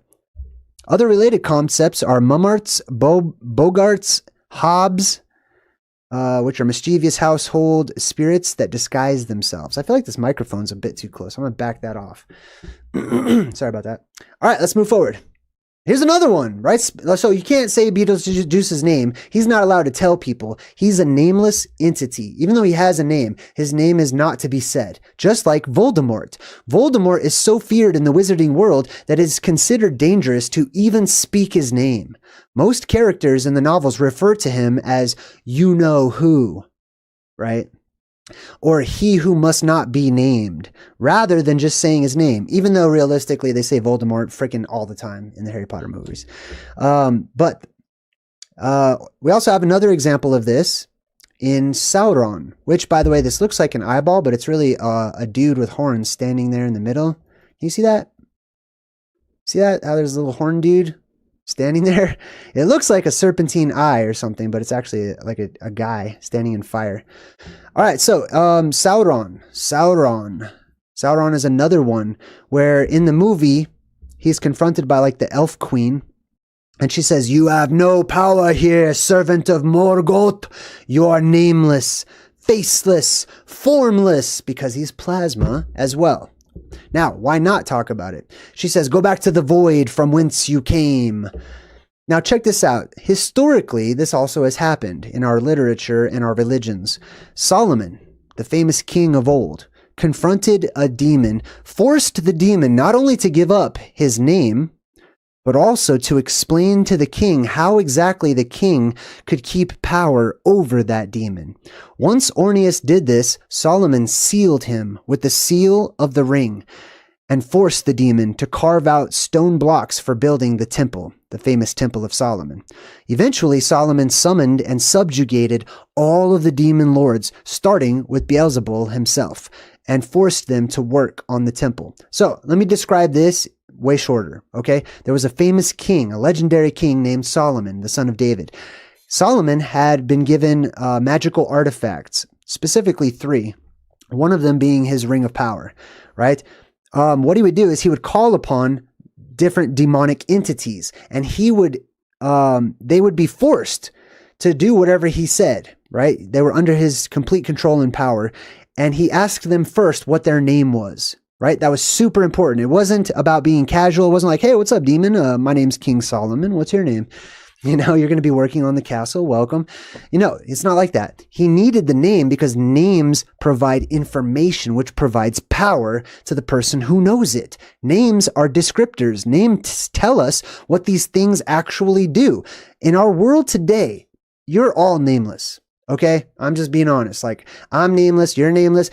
Because in general, names have lost their meaning. People just name people names because it sounds cool, and they have no idea what they're naming their kids. Some people go to such extremes in this fallen state that the world lives in right now that they purposefully name their kids vile and base and evil things, and then the world gets more and more evil. Go figure, right? Anyways, names are powerful things, right? So to know the name of something is to know its attributes, right? Which gives you a leg up. Now, that also reminds me of in the Bible, there is a commandment. The third commandment says, "Thou shalt not take the name of the Lord thy God in vain." Now, it's written in various ways, you know, in various belief systems, religions, cultures and stuff. "Thou shalt not take the name of the Lord thy God in vain." Now, if you break that down into the Paleo Hebrew or into the Phoenician and you reread this, see that word vain right there? Most people, they misinterpret that word. Vain or vanity means selfishness in our modern world. Back then, that was an implication, but it really meant emptiness. It meant to be worthless. It meant to disappear. It meant to not exist. So this commandment, whenever you rewrite it and retransliterate it back into its original language, means you shall not make the name of God disappear. You shall not bring that name to nothing. You shall not make that name meaningless, which is exactly what the Jewish people traditionally did in their culture. Is whenever they went into exile, the story goes that the pagan people, or the people who are not Jews, they heard the name of God being uttered by the Jews, and then they started making fun of it, and they called the Jews Yahoos, and they were using the name of God and stuff as a derogatory term, and the Jews didn't like that, so they made their own rule outside of any actual rules that existed, just sort of a tradition saying, hey, you're all going to stop saying that name so that it doesn't cross the heathen lips. And because they did that, they actually transgressed the very commandment that they were trying to uphold, forgetting the name of their God.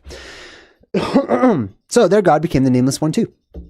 All right, cool. So we get back to Adam and Barbara, and they're trying to transform themselves into these scary creatures and stuff or whatever. They look like birds to me. They look like they made themselves some giant bird heads. So they're kind of like, that's the bird-headed God symbolism. Now we go back to the Deetzes, and they're having a seance because they want to make money. They want the ghost to appear so that they can charge people for it. They don't want to get to know the ghost. They don't want to know how that works. Nothing. It's very much all about money for them. So they lay out the wedding dress over there on the left and the groom's suit on the table, and they're going to bring the dead back to life. Another element that actually physically happens in our world that many religions and cultures across time have made reference to: the Day of Judgment, the day where the dead are resurrected, the day where the world will suffer a zombie apocalypse, basically. And it's because of the energy. All that energy comes into our world and brings things to life. It can't help it. It is its very nature to do this. All right. So, the clothing starts to fill up with energy. As you can see, it's that green inner earth energy. And Barbara fills up her wedding dress and then instantly turns old. She just starts, just like in what was that movie? Indiana Jones and the Last Crusade, where that one dude drank out of the wrong grail and just instantly started changing to turn super old. That's what happens to these two, right? Because they went from one condition, one atmosphere, to another atmosphere or another realm or another place where the conditions changed that do not contribute to regeneration of their cells and their growth and their health and stuff like that. But then this is the world we live in, just so you know. I just want to make a clear reminder. This super aging, fast aging world that they're showing us, right? Because before, when they were like this, that's them at Mount Meru. But now they've been taken out of Mount Meru, out of that underworld, and brought into a different realm, and they're starting to age super fast. They get old super fast. This is happening right now. The world is filled with entropy that is growing and getting stronger day by day, which causes people to age and causes the average lifespan to shrink and shrink and shrink, as well as physical stature. People shrink and shrink and shrink and shrink. It's just that we're the frog in the pot, and the water is slowly getting hotter. And once we get used to the water getting hotter, that water can get hotter even faster, exponentially, right? That's what's happening to us. We are all growing this old super fast in comparison to the way that things used to be and to the way that things will be once more. All right, so we go back to Beetlejuice. So Lydia's like, oh my God, I need to ask for Beetlejuice to help me out. He's like, yeah, sure, I can help him. But you got to help me. See, in order to do that, I got to get married. You know, and she's like, all right, fine, whatever. Beetlejuice, boom. And he goes, I like, actually, what he does is he sort of like fixes his like cuffs on his arms real quick. Just chill, just casual. It's showtime, right? So he leaves his microcosm. He pops up out of the middle of that model or whatever. And there's like an umbrella that's about to come up, and it's attached to Beetlejuice's head. And at the top of that umbrella if you look close, you can actually see one of the initial forms for Jack Skellington, for Tim Burton's Jack Skellington, for like The Nightmare Before Christmas and stuff. So that's actually at the top of this umbrella, which is pretty cool. Now, all of Delia's clay models or whatever, they all start coming to life, right? Because what you're about to watch, Beetlejuice has to get married. So there's some marriage symbolism. But on top of it, Barbara and Adam are both back in their wedding outfits, in the bride's and the groom and the bride's clothing or whatever. That's because this is the cosmic wedding that we're about to watch. This is the event that is the marriage between the sky god and the earth goddess, basically. So that's also whenever things start coming to life and all that energy comes into our world. Not only does it bring back the dead, not only do the dead regenerate and come back to life, but those things that seem to be inanimate now all of a sudden are animated because they're filled with life. They're filled with spirit. They're filled with electricity and stuff. All right. So then we've got Beetlejuice. Look at him. He's wearing his little purple, I'm going to get married kind of outfit or whatever. Real classy. And then he put Lydia into another one, sort of a red marriage dress. This was super interesting because I actually, a couple Halloweens ago, I dressed up as Deadpool. So this is one of my own personal pictures of me. I went to a costume contest on Halloween and I met Lydia. Like, she ran up to me and gave me a big old hug. That's me as Deadpool taking a selfie with Lydia. And also Beetlejuice was rocking out on the mic right there behind me. Let me see if I can zoom in on that. That was kind of a fun time. There's Beetlejuice in the background. There was like a karaoke or something going on. I don't know. I also met Donnie Darko too. Or actually Frank, I should say. It's not Donnie Darko. So I also met Frank and we had a beer together, just chilling, me and Frank. It was a good time. That's what that reminded me of. Thanks for a walk down my own memory lane there. All right, cool. So right before they're about to get married, Barbara comes in riding this phantazoid worm, riding this huge sandworm, crashes in through the house, just like in Dune. I haven't even seen the movie Dune, but I was able to see that there's some pieces that are connecting. I guess one of the characters in Dune, I could be wrong, but it seems that this is true, also jumps on top of a giant sandworm and rides it around. We will be able to ride certain phantazoids, certain types of gigantic otherworldly creatures. If we need their help to do work that is, that's more difficult for smaller people like us to do, like elephants, right? That's one reason why I believe that elephants have survived. They should be considered gone, right? But the reason that they survived is because they were so kind, because they were helpful. They were seen as a benefit to humanity instead of a detriment, or instead of, not a detriment, but instead of, hindering us, they helped us. So they survived, basically, right? So some phantazoids we develop certain relationships with, where if they help us, we help them. They don't go extinct. We don't hunt them down, etc. Anyways, this, and the sandworm itself is also black and white, which is this, symbolism of going from one realm to another. And at the end, we got Lydia, who passes her grades or whatever. She gets good grades in school. So Adam and Barbara made a deal with her that they will make her float up into the air. So she starts floating up into the air, doing this little like cha-cha or whatever, right? And that's exactly what we looked at at the beginning of this movie, when we looked up her name. It basically meant that she is the firstborn of those who float, which is very interesting how they have that at the end of the movie, and she floats up into the house or whatever. And that's the end of the movie. That was a quick one. Man, that went by way too fast. I fully enjoyed that. I love this. It's such a classic. So I'm going to keep it short and sweet and be graceful. Thank you so much for joining me tonight. I do this segment all the time. Go check out my playlist. If you like this, you'll probably like my other movie breakdowns. It's called Truth in Movies. And I've got a dedicated playlist of over, I don't know, we're coming up on like 90 or 100.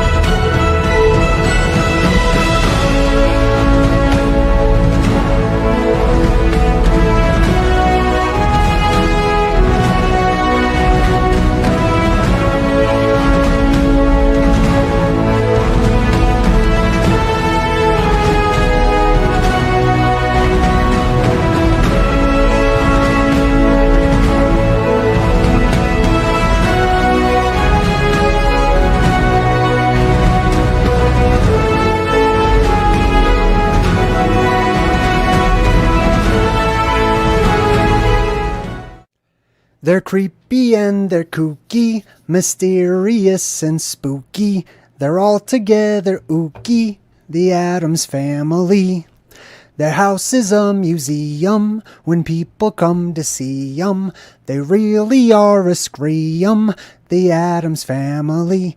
Do-do-do-do. Do-do-do-do. Do-do-do-do. Do-do-do-do. Do-do-do-do. Welcome to Truth in Movies. I'm JayDreamerZ. Today we're breaking down the movie, or decoding, I guess you could say, The Addams Family. The original, the first of the movies. And I'm pretty excited about this one.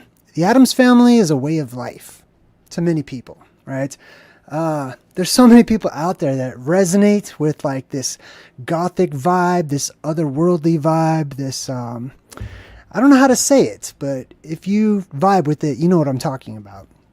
So today we're going to be talking about that. We're going to be checking out the family themselves and comparing them to the modern world. Some of us don't resonate with this modern world. We resonate more with the strange and obscure, anomalous and weird, like the Addams Family. So we're going to break this movie down. Why? Because we're Addamses. So let's start things off by checking out who brings you this movie. This movie's brought to you by Mount Meru, as always. The place of magic. The place where magic happens. The place where magic comes up out of this plasma volcano, featured right here, symbolically speaking. As you can see, they put the dome with the stars above it around the Mount Meru there. And it starts off at Christmas time. Believe it or not, this is a Christmas Day catastrophe movie. There are many Christmas Day catastrophes. There's also catastrophes that happen on other holidays or holy days or set apart times, another of which is Halloween, coming right up, which is how we will end this movie. But the Carol of the Bells is playing. You know, it's interesting too, this whole idea of caroling when Christmas time is here, right? People get in front of people's houses and they carol. Why? Why do they go around singing from person to person? Well, it didn't always start off as a Christian tradition, as you may have thought. No, actually, many of these songs, when people went to other people's houses, one, they were sang because people were hoping to get a treat in return. People were hoping to be fed. People were hoping to receive a warm drink or something from the people whose houses they visited. Much like on Halloween, the trick-or-treating, going house to house. But this time it was songs that would be sang. And another interesting one, speaking of carols, is many of the songs that were originally sang were actually pagan in origin.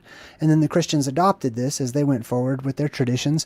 So, for example, one of the oldest songs is Hark, I believe it's called Hark, Hear the Velkin Sing, or Hear the Velkin Ring, which the Velkin is the sky, or the firmament, more specifically speaking. And then that turned into Hark the Herald Angels Sing. So these people are singing, Deck the Halls with Boughs of Holly. Isn't that awesome? Everybody knows that song, but what's it about? Why? Why deck the halls with boughs of holly? That's what I want to know. Where do these things originate? Where do they come from? So this is holly. You may have seen it before. It's a little spiky leafed plant with little toxic berries that you should not eat attached to it. So why is this associated with holidays like Christmas? And it's also, if you go back even further, the holly leaf or the holly branch is also associated with fairies and sprites and pixies and things like that, little people, brownies, etc. Well, to get the answer to that, we have to do a little deep dive. It says here that people brought holly into houses for other reasons aside from just decorative. Sometimes it was to protect the home from malevolent fairies. It was also to allow fairies to shelter in the home without friction between them and the human occupants. So this holly was, they would deck the halls with holly or branches of holly. And it was their hopes that they would be able to keep separate the fairies that might enter the home from the humans. Interesting. What is a fairy anyway? It goes on to say, however, the folklore of the holly is not solely connected with the Yuletide festivities. So holly didn't start off just representing Christianity and Christmas. It goes on to say, like several other native trees, people believed that it had protective properties. There were taboos against cutting down a whole tree, and so they were often left uncut, and hedges were brought in that were trimmed. So people would pull off the branches, and they would decorate with the branches of the trees instead of cutting down the entire tree to begin with, right? Of course, there's the tradition that people ended up cutting down the entire tree and bringing it inside. Holly trees were traditionally planted near houses to offer protection from lightning. European mythology associated holly with thunder gods, such as Thor and Tyrannus. We now know that the spines on the distinctively shaped holly leaves can act as miniature lightning conductors, thereby protecting the tree and other nearby objects from electricity. Science occasionally catches up with the explanation for what may have previously been dismissed as superstition.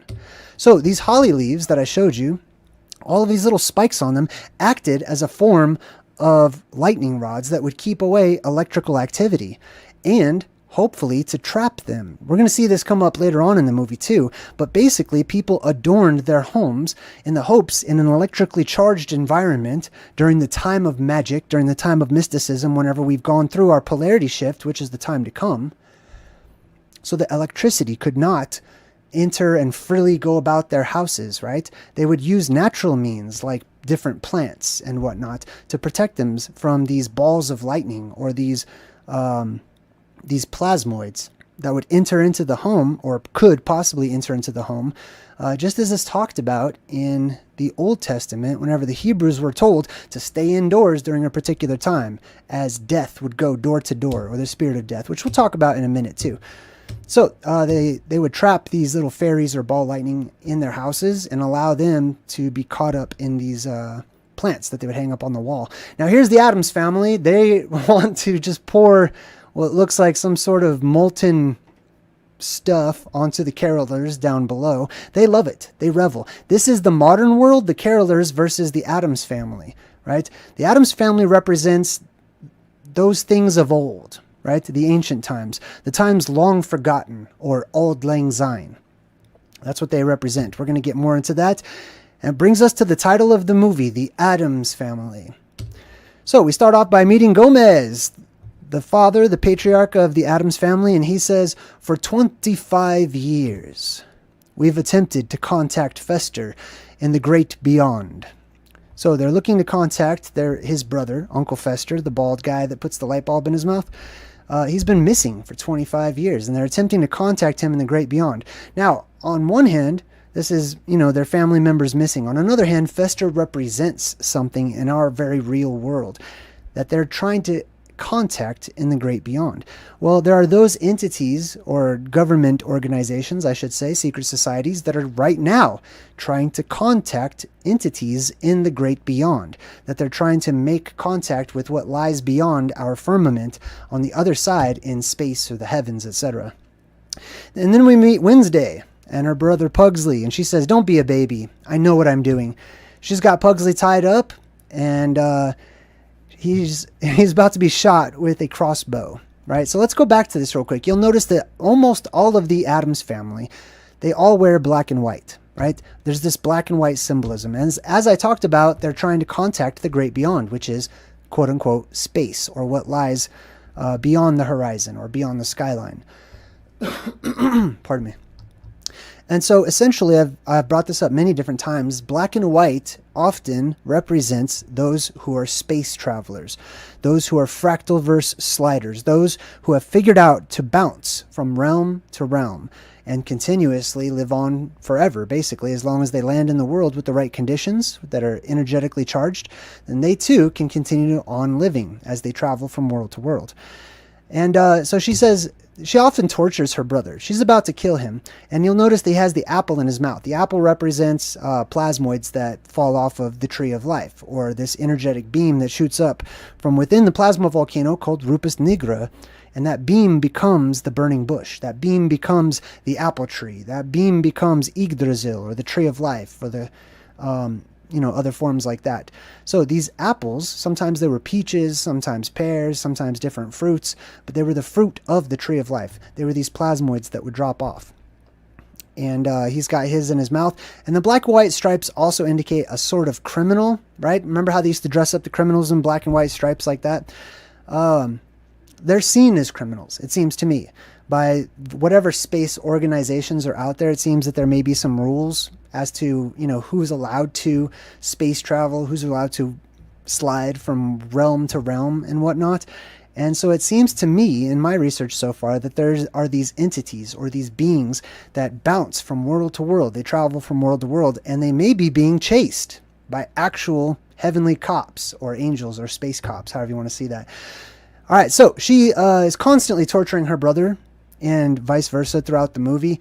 They do things that would normally kill regular people, right? All throughout the movie. The Addams family represents superhumans, basically, or humanoids with superhuman abilities, regenerative abilities to regenerate, and they can't die, or it's very difficult for them to die. This is whenever our world goes through this depressurization event and energy fills this world once more, and there's like an influx of energy, terrestrial energy, and energy from the cosmos above. It fills our world with so much energy, and the atmosphere is so energized that our spirit resonates with that, and we become energized too, as does our body. I call it the time of no death. So those people who are alive during this time tend to be known as the immortals, the people who cannot die, or it's very hard to kill them. Oftentimes the only way that was possible was to do severe damage to the brain or the nape of the neck, back here where the spinal cord is. So they're basically immortals. That's why they can do these things. That's why they can drink poison and walk around with hatchets and play with knives and all this type of stuff, because they can't die. And as you'll see in a bit, they don't feel pain either.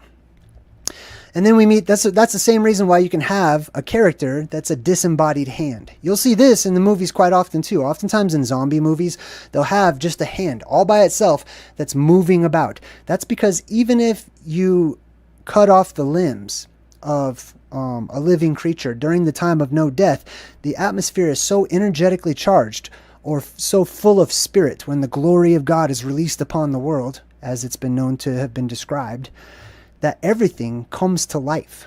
Energy or spirit is running throughout all things, including, even if it's not connected to your body or whatnot, that hand will be able to move about and act all on its own as the heavenly plasma comes down into this world, and our world is filled with terrestrial plasma as well that brings inanimate objects to life and even restores life to what was once considered to be dead, as we'll see. All right, so Gomez goes before his sleeping wife and he says, "I would kill for her," which is appropriate, right? Let's take a look at Gomez's name, and then we'll take a look at his wife's name. Gomez derives from the word gome. It's gome and then os at the end of it. Gome is derived from the Visigothic word guma, which means man, also related to the Latin homo. Gomo, homo, gomo, etc. It all means man. So gomos or Gomez means strong man, right? The strong man, the superhero, those people who had superpowers. Also known biblically as the mighty men or the men of renown. People who had survived apocalyptic events, and therefore, because their environments changed so drastically, so did their character, right? So they were much different than the world that they were thrust into. And then we meet his wife, Morticia, right? So the man, or the strong man, is in love with Morticia, which basically means death, right? Comes from mort, which means death. Morticia is another name for an undertaker. Somebody who is an undertaker was somebody who was supposed to take you under, down into the hollow recesses of the world after you die, down into what's known commonly in the biblical world as Abraham's bosom, or Tartarus, etc. Now, he goes to wake up his wife, but there's sunlight that's coming in through the windows, and he says, "En garde, Monsieur Solier," and he fights the sun, right? That's because these immortals, these beings who are actually just survivors of their own apocalyptic modern world, there are those of them who are not used to the sunlight, right? So, like for example, we're used to the sunlight, but if you survive this next cataclysm, and then we have an altogether different light source in the world to come, you won't be used to this shining, bright, white ball up there in the sky and it will burn. It's called photophobia. And these are where the stories of the vampires come from. The vampires had photophobia. Not that they were afraid of the sunlight, but it's that they were sensitive to it. Their skin and their body had not adjusted or hadn't had enough time to adapt to sunlight, so direct light. It would actually burn their skin. Just regular old sunlight would burn their skin because they weren't used to it whatsoever. They were pale people, as are vampires and many other of these types. All right, so Gomez goes up and he plays some golf on his roof, as he usually does, just whacking balls out there into the neighborhood. But he specifically aims for this guy's house as the ball comes flying in and crashes through the window and lands in his cereal bowl. This guy is a judge. And the judge is sitting there eating his bowl of balls, and he starts choking on his balls. And Gomez, he comes out and he says, "Damn you, Adamses," which is funny. So you'll see a huge clash between the modern world, represented by the judge, and all of the laws that they bring forth, right? And the Adamses, basically, who don't really go by these types of laws, right? They don't do that. They have their own real actual magic. They don't need to implement laws. But I think it's funny because the spheres and the balls and whatnot tend to be associated with modern society. And the judges can all choke on their, Anyways, let's check out what the word Adam means, right? It comes from Adama, from the Hebrew, which means ground or earth or soil, you could say, right? Also related to the word homo, which means man, or that word is related to homos, which means the earth, the ground, and soils. So Adam Oz means strong man, right? So we got the strong men symbolism once more from the mighty men of old, the men of renown, the people who had superpowers, basically. And you'll see all of the Adamses have basically superpowers, right? They have super strength, they have regenerative qualities, so that they regenerate, their cellular structure regenerates and stuff, so they can put up with much more than we can today.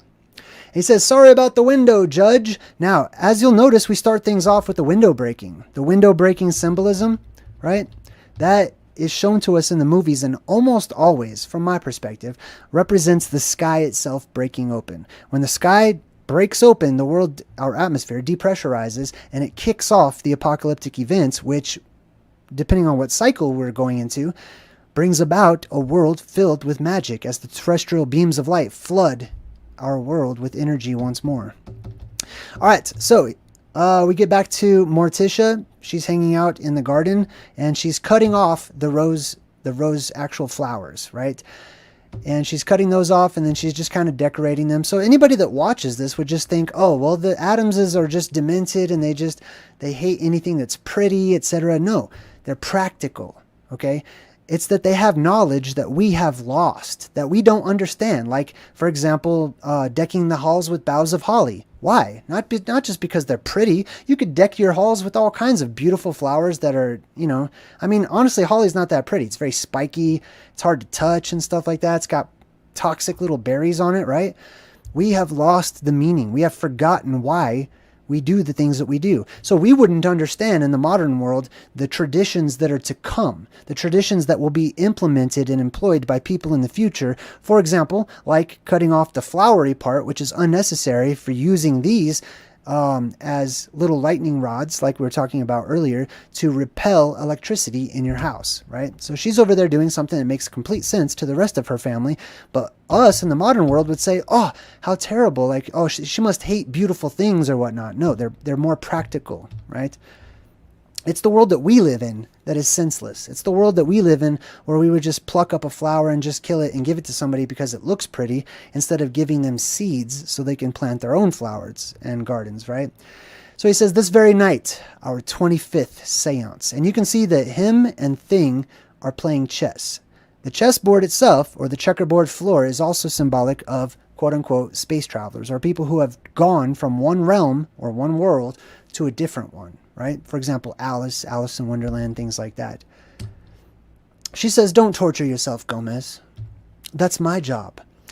So, another witty, funny joke. Oh, they're into some sadomasochism, right? And it's supposed to be a joke or whatnot. But let's think about the reality, right? If you lived during the time of no death and there was an influx of new chemicals in the atmosphere and your spirit and your body was electrically charged and amplified, right? You might not actually feel any pain. And the only way that you could feel some sort of physical sensation, right, was to actually do things that today would hurt. That today, might injure your skin or whatnot. But remember, if they lived during the time of increased atmospheric electrical energy, right, it's running throughout their bodies as well. They're becoming energetically amplified. And that electricity has the potential to actually relieve pain or to cut off the sensors that tell you that your body's being hurt. Now, if the body knows that it can regenerate very quick and therefore heal, and therefore if you cut yourself for something minor, that it's not that big of a deal, it might not decide to send any signals to your brain saying, hey, be careful of that because, it's a minor injury. It doesn't really hurt that much, right? Because your skin's going to regenerate extremely fast. There's something called electrotherapy for pain relief that people use now. It's this exact same thing. People run electricity through their bodies. Also, during the depressurization of our world or during the apocalypse, many different gases are released and created during the process, the alchemical wedding between the earth and the sky. One of those is nitrous oxide, right? The nitrogen in our atmosphere mixed with the bombarding ionized oxygen that shoots up from plasma volcanoes. And it creates nitrous oxide. So you can imagine huge pockets, huge gas clouds of nitrous oxide that just pass through certain neighborhoods or areas. And if you breathe those in, one, people will laugh a lot, like the Joker type characters who are also pasty, pale-skinned, people or whatnot. Also portrayed as sort of the clowns, right? The killer clowns from outer space symbolism and all that type of stuff. The Anunnaki type beings. It will cause people to laugh a lot. They cause them to not feel any pain as well, as it is used today. All right, next up we meet these two characters. This guy's the lawyer for the Addams family, and I think this is his wife. He says, I'll get the money. I'll get the money. I have a plan. So there are those people who are trying to befriend the survivors in order to try to figure out how to get to all of their wealth, right? The survivors naturally inherit wealth if they're from a certain area. That area is the North Pole or the Garden of Eden, which is said to have and be filled with various types of precious gems and rubies and emeralds and gold itself, as well as other elements too. Possibly radium and some other things too. So his whole goal is to try to get into the vault inside of the Addams' house. The Addams' house represents Mount Meru, where the gods land, right? Where they all convene, Mount Olympus, etc. And we'll get to the vault, and we'll talk more about that in just a second. But first, he says, the old business. Now, these are the people who will basically inherit the world, the survivors of the apocalypse, even those who arrive from other worlds that arrive here during our depressurization cycle, right? They can land here too. So we've got two factions represented in the movie The Addams Family. We've got one, the survivors who are native born, those from here, like us, who survive, right? We inherit superpowers and whatnot. But then we also have those who come in from other places, right? So for example, let's say that we go through an apocalyptic scenario and you see all of NASA just launching all their missiles. Elon Musk and his crew, they all leave. They go to some other world. Well, they're going to represent the modern man who acts as a god in some new realm that has just suffered a catastrophe. But then you have those who have already survived in that new realm. These are the two types and two classes or families of gods that typically war against one another for territory and rights and things like that. And you can see that he's fencing too. So that also represents putting up fences, an actual fence or boundary, right? The boundary makers, the people who put up the boundaries and establish lands and territories and things like that. And of course, business, right? Bankers, dealing with bankers and talking about business, and the people who pretty much kind of own the world as they produce offspring after offspring, and their offspring produce offspring, and they all get like a portion of that basically. So they become very rich. All right, so Morticia gives the friend a finger trap She's donating it to charity, which she will later on buy back. And she says, a finger trap from the court of Emperor Wu. That's really interesting too. So I looked up Emperor Wu, and it says that the Emperor Wu, or the dynasty that he ruled in China, he worshipped a divinity called Tai Yi, which is interesting too. It says the emperor even went so far as to construct a house of life where he could call on this god or this divinity named Tai Yi, which is interesting. So he created this house of life where he would call on these particular gods to come, and he would bathe in the presence of those gods, and it would restore his health, basically. It would rejuvenate him as a type of impromptu fountain of youth, right? And it says here that Tai Yi means life energy, or life energy flow, or the flow of life energy, aka plasma, aka energy, like actual energetic electrical qualities. Supreme movement also means supreme health. So this god Tai Yi was some form of god that was associated with supreme health. So he would build these houses where he could go and bathe and get his health back, basically. All right, so this guy, Tully, the lawyer, he's looking through the books. He knows there's a secret passage he has to pull out, and he's trying to find the vault, the Adams' vault. He pulls out this one, and it's gone with the wind. He pulls it open, and of course, all the wind, the book comes to life, just like in the Neverending Story. What the movie is telling me, the breadcrumb that I've picked up here, is that all of the books are real. All of the stories are true. There's no such thing as fiction. Fiction is just comparing the modern world with worlds that we've forgotten about, or worlds yet to come that we have not experienced yet. It's all true, and it's all repetitive. It's on a cycle. So everything that we read about and talk about, especially here on this segment, stems from substance. It stems from true stories, right? Not just completely made up gibberish and lies. There's truth to this. This is what attracts us to these types of movies. The more truth contained therein, the better the movie is. So he opens it up, Gone with the Wind. Another reference to the apocalypse and, the dome cracking open, and then the atmosphere depressurizing, which creates, supersonic type wind speeds. All right, so he comes in and he goes back to his office and he meets his new partner in crime. She calls him Mr. Alford, and her name is Mrs. Craven. So if we look up these names real quick, his name, the lawyer's name, is Alford. Al just means God. That's all it means. It means mighty leader, right? Not the God, but a strong leader, somebody who is basically a type of survivor or superhero or somebody with some kind of power. Ford comes from the Proto-Indo-European word pertos, which means crossing. So the crossing of the gods, or the crossing of the El. So that's another reference to Nibiru. It's another reference to these portals and stargates, or terrestrial doors, where humanoids like us enter in or leave and go to other worlds.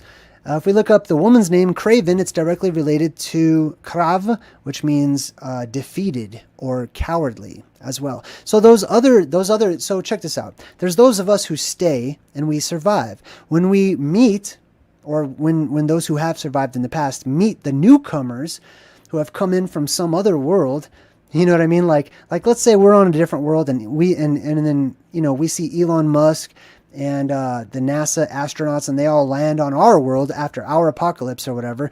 They would be considered chickens and cowards because they ran away from their worlds to, they didn't want to face the ultimate bad guy or the ultimate evil, which was the apocalypse. So oftentimes they're sort of referred to in the movies as cowards and chickens and runaways and things like that. Now we meet his mom, and you'll notice, or we'll meet Uncle Fester's mom, basically, or the woman who's pretending to be Uncle Fester's mom. Everybody's looking for Uncle Fester. She had found him many years ago, but he had amnesia. So this woman with the red hair and the pale white face, by the way, she represents royalty. She represents the other class that has left, and they didn't live during the red sky. They lived during the blue sky. So they haven't grown to be gigantic in stature. They're not really the giants or anything. And typically, you'll see that they're in nobility or the noble class all throughout history, oftentimes with pasty white skin and blazing red hair. all throughout history, right? These people are related to the nobles and have noble blood or blood from the survivors for a reason. That's why we often see this in our cultures, that the red-haired people tend to be in charge and related to those beings that looked kind of clownish to us, the survivors. These people came from space or the heavens, right? Where they don't have a point of focus that is changing the pigmentation in their skin constantly. They just become pasty white, like many other creatures out there in the heavenlies that drop down. Also, the mother symbolism, too. I'm going to get into that here in just a second. But, like, for example, the Queen of Hearts and the mother symbolism and the red, the color red, right? Not just for their hair, but for something else we'll talk about here in a minute. You can see Uncle Fester, he was called Gordon, right? She gave him the name Gordon before they realized who he really was. He's got super strength. She cannot do this. None of the regular humans could do this. They took him by the neck and he flips him upside down with one hand. That's super strength, right?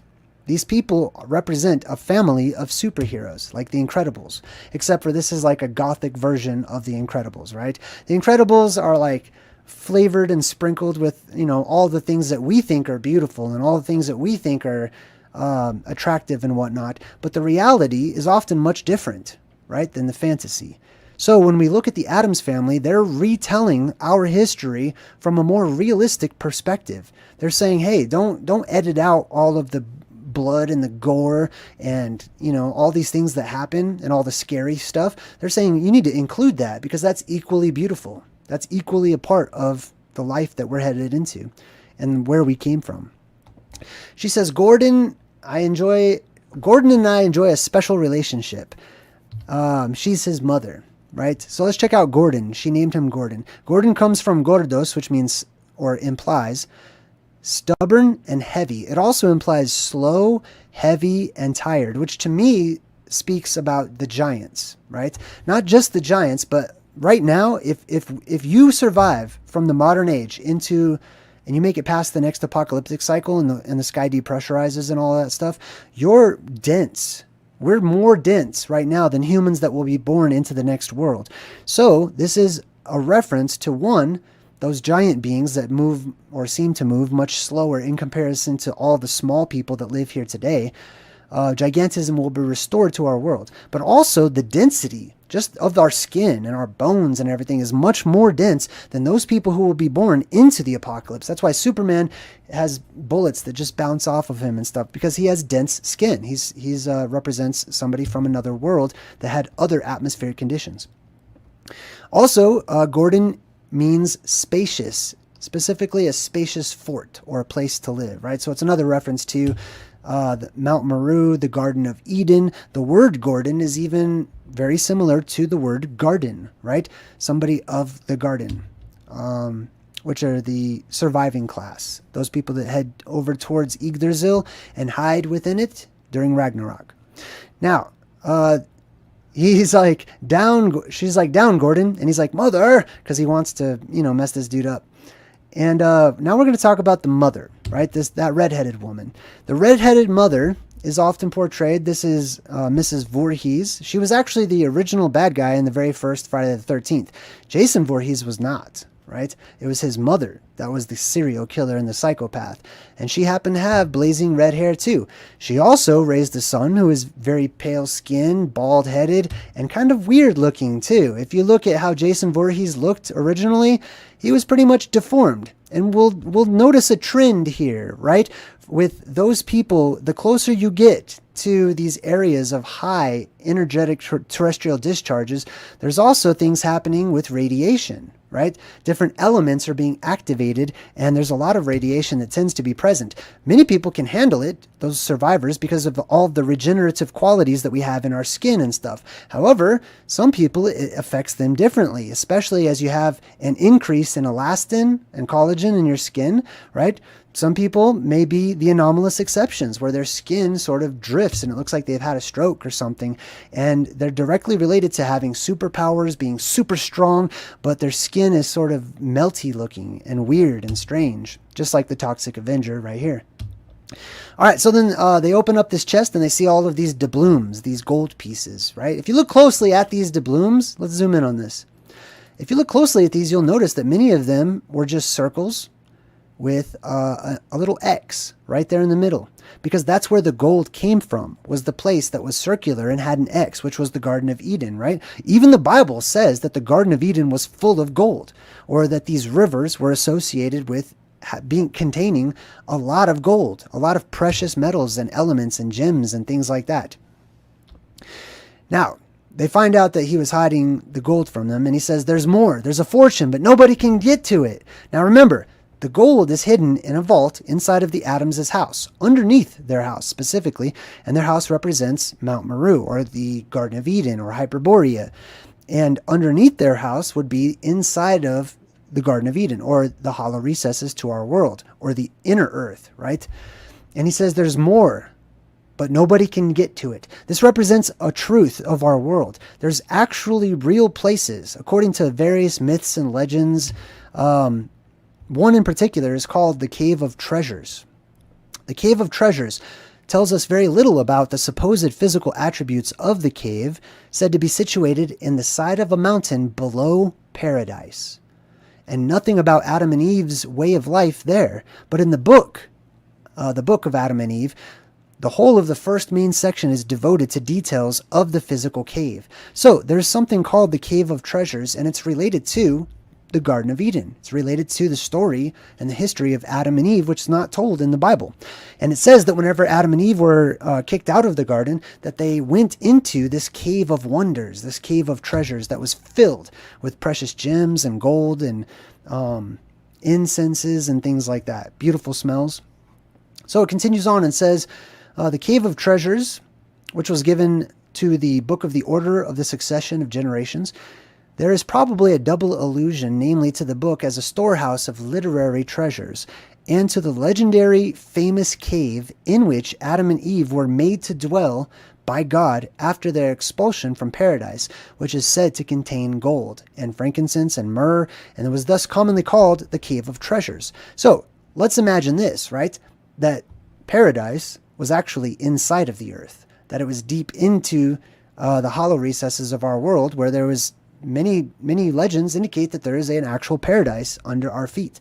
So when they were kicked out, they came up out of the earth, and they went out and spread out there, right? So they came up out of this mountain. Now, if we read in this book called the Book of Adam and Eve, it says here, and to the north of the garden there was a great sea of water, clear and pure to the taste, like unto nothing else. So something related to the Garden of Eden was this great sea of pure water, crystal clear. This, I believe, is that sea. The sea right here in the middle of the world that surrounds Mount Meru. This is said to be, this is the great Mara, or Mari, or Mary, Mother Mary, that gives birth to this rock, this light that comes up out of their world. And this is Camp Crystal Lake, where Jason resides too. And it was said that whoever washes in these waters would actually, the waters would give them regenerative, just in that lake alone, would regenerate their skin, and it would act as the fountain of youth. In the book of Adam and Eve, it goes on to say, through the clearness thereof, the clearness of this crystal clear lake, this crystal clear water, so clear that you could see through it, one may look into the depths of the earth. And when a man washes himself in it, he becomes clean, and the cleanness thereof, and white of its whiteness, even if he were dark. Well, that's interesting too, especially with the Addams family being so pale and pasty skinned and stuff like that. It goes on to say, talking about God, it says that he made our father Adam dwell in the western border of the garden, because on that side of the earth was very broad, or flat. And God commanded him to dwell there in a cave in a rock, the Cave of Treasures, below the garden. Below the Garden of Eden was where this Cave of Treasures existed. It goes on to say, command thy sons, so he's talking to Adam, command thy sons and order them to embalm thy body after death with myrrh, cassia, and stacte. And they shall place thee in this cave, wherein I am making you dwell to this day, until the time when your expulsion shall take place from the regions of paradise to that earth which is outside of it. And whoever shall be left in those days shall take the body with him, and shall deposit it on the spot which I shall show him, and in the center of the earth. For that place shall redeem, and that place, in that place shall redemption be effected for thee and for all thy children. So in that place, according to the book of Adam and Eve, there was a mountain with a cave at the top of it where Adam was buried. He was embalmed purposefully to be left there next to an eternal flame, basically, so that when that flame of the earth, or whenever that plasma or that energy reversed and comes up out of those cavernous areas, that he would be rejuvenated, that he would return to life, that his cells would regrow from his very bones. And it also mentions the location at the center of the earth, right? So in our world, that's in the middle of the earth, or the North Pole, the top of the world. Goes on to say they took Adam's body up to the top of the mountain and buried it in the cave of treasures. So they buried all of the patriarchs in this particular cave. It's exactly the same cave as the Cave of Wonders that's portrayed in Aladdin. When they go in it, they say, touch nothing, because it's full of treasure, right? This is the Adam's basement. This is the Adam's house, right? Touch nothing but the lamp. The lamp is symbolic for just the light itself. It's the light of God. It's the light of the earth. It's the terrestrial beam of energy that shoots up through these caves. Touch nothing. Why? Well, it's cursed. If you want to say cursed, it's electrically charged. If you touch it, you could get electrocuted. It's protected, right? So if we take a look at Aladdin in the Cave of Wonders, it's basically Mount Meru symbolism with the beam shooting up out of the top of it, right? Here's little Aladdin way down here. He has to cross the waters, which is where this magnetic mountain is resting in the middle of this crystal clear lake, crosses over the waters and gets to the top where the beam of light comes out. And of course, when he gets up there, he's surrounded by the blue beam. And that's where the genie is that grants him wishes and stuff like that. All right, so we come back to the Adams' house. There's an electrical storm. Oops. And about the electrical storm, they say this is seance weather. So they're going to perform a seance to try to contact the spirit of their dead brother. They think that he might be dead. Either they want to reach out to Fester and contact him. It's seance weather. So why is this seance weather? Why is this good weather to bring about the spirits? Because of the electricity, because of the what do you call it whenever there's like a lot of water in the air? Precipitation?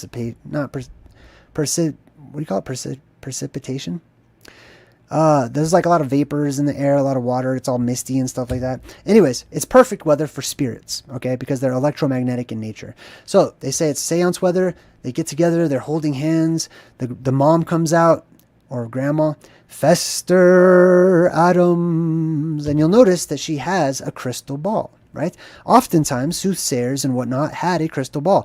What is the crystal ball and how does it work? How do people scry? How do they look into and determine the future and prognosticate and predict and stuff like that? How do they divine from a crystal ball, right? Well, here's an example of lightning in a jar, or plasma in a jar, right? This is a sealed off jar. It's got a little bit of wire wrapped around it, and people ran an electrical current through it and created actual entities inside of the jar. Pixies, you could call this, sprites, spirit, wisps, etc. And sometimes, if it's focused, it'll create a little ball, a little self-contained plasmoid. When it's less focused, then it'll create a toroidal field, or a little donut type shape, right? And it's caught in the jar, lightning in a jar, basically. And it can move, too. So you can see this guy's holding this little electrical device. When he moves it, it follows it, right? It follows these electrical fields, these electrical paths. Now, this one right here, it actually moves around in a circle right around those wires. It becomes trapped. Just like whenever you deck the halls with boughs of holly or whatnot, right? They talked about trapping or keeping separate the fairy people from the human inhabitants of the house, right? This is old world technology, you could say, right? These are things that have been lost to us today because we don't have that much electricity in our world today. We have to generate it artificially instead of it just being abundant everywhere. All right, so there's your spirits. There's your catching your fairies and dreams in a jar, like from BFG and stuff like that. We go back to Morticia. and the seance. And they say, if you're here, knock 3 times. Did you hear that? 3 knocks at the door during this electrical storm, right? With the crystal ball, the plasma ball, etc. Which reminds me of Stephen King, the Tommyknockers. There's a poem from the book. Late last night and the night before, Tommyknockers. Tommyknockers knocking at the door. I want to go out, but I don't know if I can, because I'm so afraid of the Tommyknocker man. Right? There was these entities known as the Tommyknockers. Now, the Tommyknocker comes from actual legends, not just Stephen King. He didn't make that up. The Tommyknockers were said to be something along the lines of like dwarves or elves or leprechauns, things like that, that lived down in the cavernous openings of our world, in the caves. And miners would talk about the Tommyknockers all of the time. They would be known to knock on things, or it would sound like a knock. Okay, I believe that it's combustion. I believe that it's gases that are igniting and becoming ionized, then they combust, right? So they make a pop, they make a sound. And of course, if they're right next to a solid object, they'll knock as they combust. But these were the Tommyknockers, and the legend has it from the miners that they would hear these knocking sounds or popping sounds, and they would either lead them to veins of gold or other precious metals, because obviously this is where you have that electrical energy that's going to be attracted to those types of metals. Or they would be precursors to cave-ins, right? Whenever there's earthquakes and stuff, because all those gases are being released and it shifts the earth and stuff, and there's cave-ins down there inside of the caves. So they hear another knock. Dun, dun, dun. 3 knocks at the door, which reminds me of actually the 3 booms that I expect people will hear that come from the Anode Mountain, the Cathode Mountain, and Mount Meru itself. 3 explosions at the top of the world that signify the arrival of the apocalypse, basically. It says, he's at the door! He's at the door! Just like death, right? You ever wonder that? Why does it always have death knocking at the door? I mean, I know it's symbolic, like, hey, death's coming your way, or whatever, right? But where does that come from? It comes from the Tommyknockers. It comes from the spirit of the Lord, or the spirit of death, or however you want to call it, just like in the Old Testament, where the Hebrews, right, they were told by God that there would be a great killing of all the non-believers. And the Hebrews were told, hey, during this set-apart time, stay in your houses, stay indoors, lock your windows, shut your shutters. Do not allow the Spirit of the Lord to come in. As a matter of fact, paint your door with something that would repel it, which is, in those days, the blood of the Lamb, right? It's all about energy and repelling energy or attracting energy. This was dangerous because if you went outside and there was a Tommyknocker right there, you could get zapped and become electrocuted to death, right? Whenever the spirits are flooding around and there's plasma flying all over the cities and stuff, right? And a huge ghostly apocalypse. So people would try their best and use different methods to repel electromagnetic forces. For example, that's the origin of this good luck horseshoe, right? Putting this horseshoe over your door. This was the same as painting your door with the blood of the Lamb and other things, and decking it with different spiky plants acting as lightning rods. They would put this on their doors, but this was not just a horseshoe. It was just the shape of that, right? What it came from was the horseshoe-shaped magnet, right? It was the magnet that repelled the plasma that was self-contained and wandering and floating about, attracted to different things in our world, right? So it would come to the door, but it would skip these particular places that had things like this on it, right? It would be repelled by magnets, or some people, especially if you think about this, right? Especially whenever the world depressurizes, the atmosphere becomes very vaporous and wet, right? Very vaporous and wet. So if you were to pour salt across your door, it would act as a conductor because it would become wet and it would become damp and stuff like that, and allows electricity to pass through it and flow through it. So people can actually create electrical circuits using salt, which is why salt is used to try to redirect the path of evil spirits, to keep them away from your door. People pour salt, or they'll pour a protective circle around themselves, etc., with salt and things like that. Or they'll create little circuits on their door, which became wreaths, right? And then little boughs and stuff like that. All of these acting as little energetic barriers to keep out the plasma that was knocking at the door, or the Tommyknockers. They said that Fester was found in Miami, tangled in a tuna net. So Fester, who you'll see later on, is electrically charged. Okay, matter of fact, all of the atoms are electrically charged. Or it's implied that they have a strong spirit, as we've talked about before, right? So Fester specifically represents tubes of plasma or tentacles of plasma that come down into our world, electricity that gets caught in circuitry or trapped in various forms of circuitry, which is where the Dreamcatcher comes from, right? So they would create these little circuits, especially when the air was vaporous. Keep that in mind, right? Because whenever you wet things down, it will allow the electricity to travel through it much quicker. As long as there's, foreign elements in there, not pure water, but any type of, contaminated water or string that's wet, stuff like that. It'll act as a circuitry. So these ghosts or these electrical entities or phenomenon would come across something like this, be attracted to, typically they'll put like some sort of a domed or spherical object right there in the middle, which could attract the electricity, because electricity is attracted to domes. It'll attract it and then it'll spread out and get trapped in this little circuit.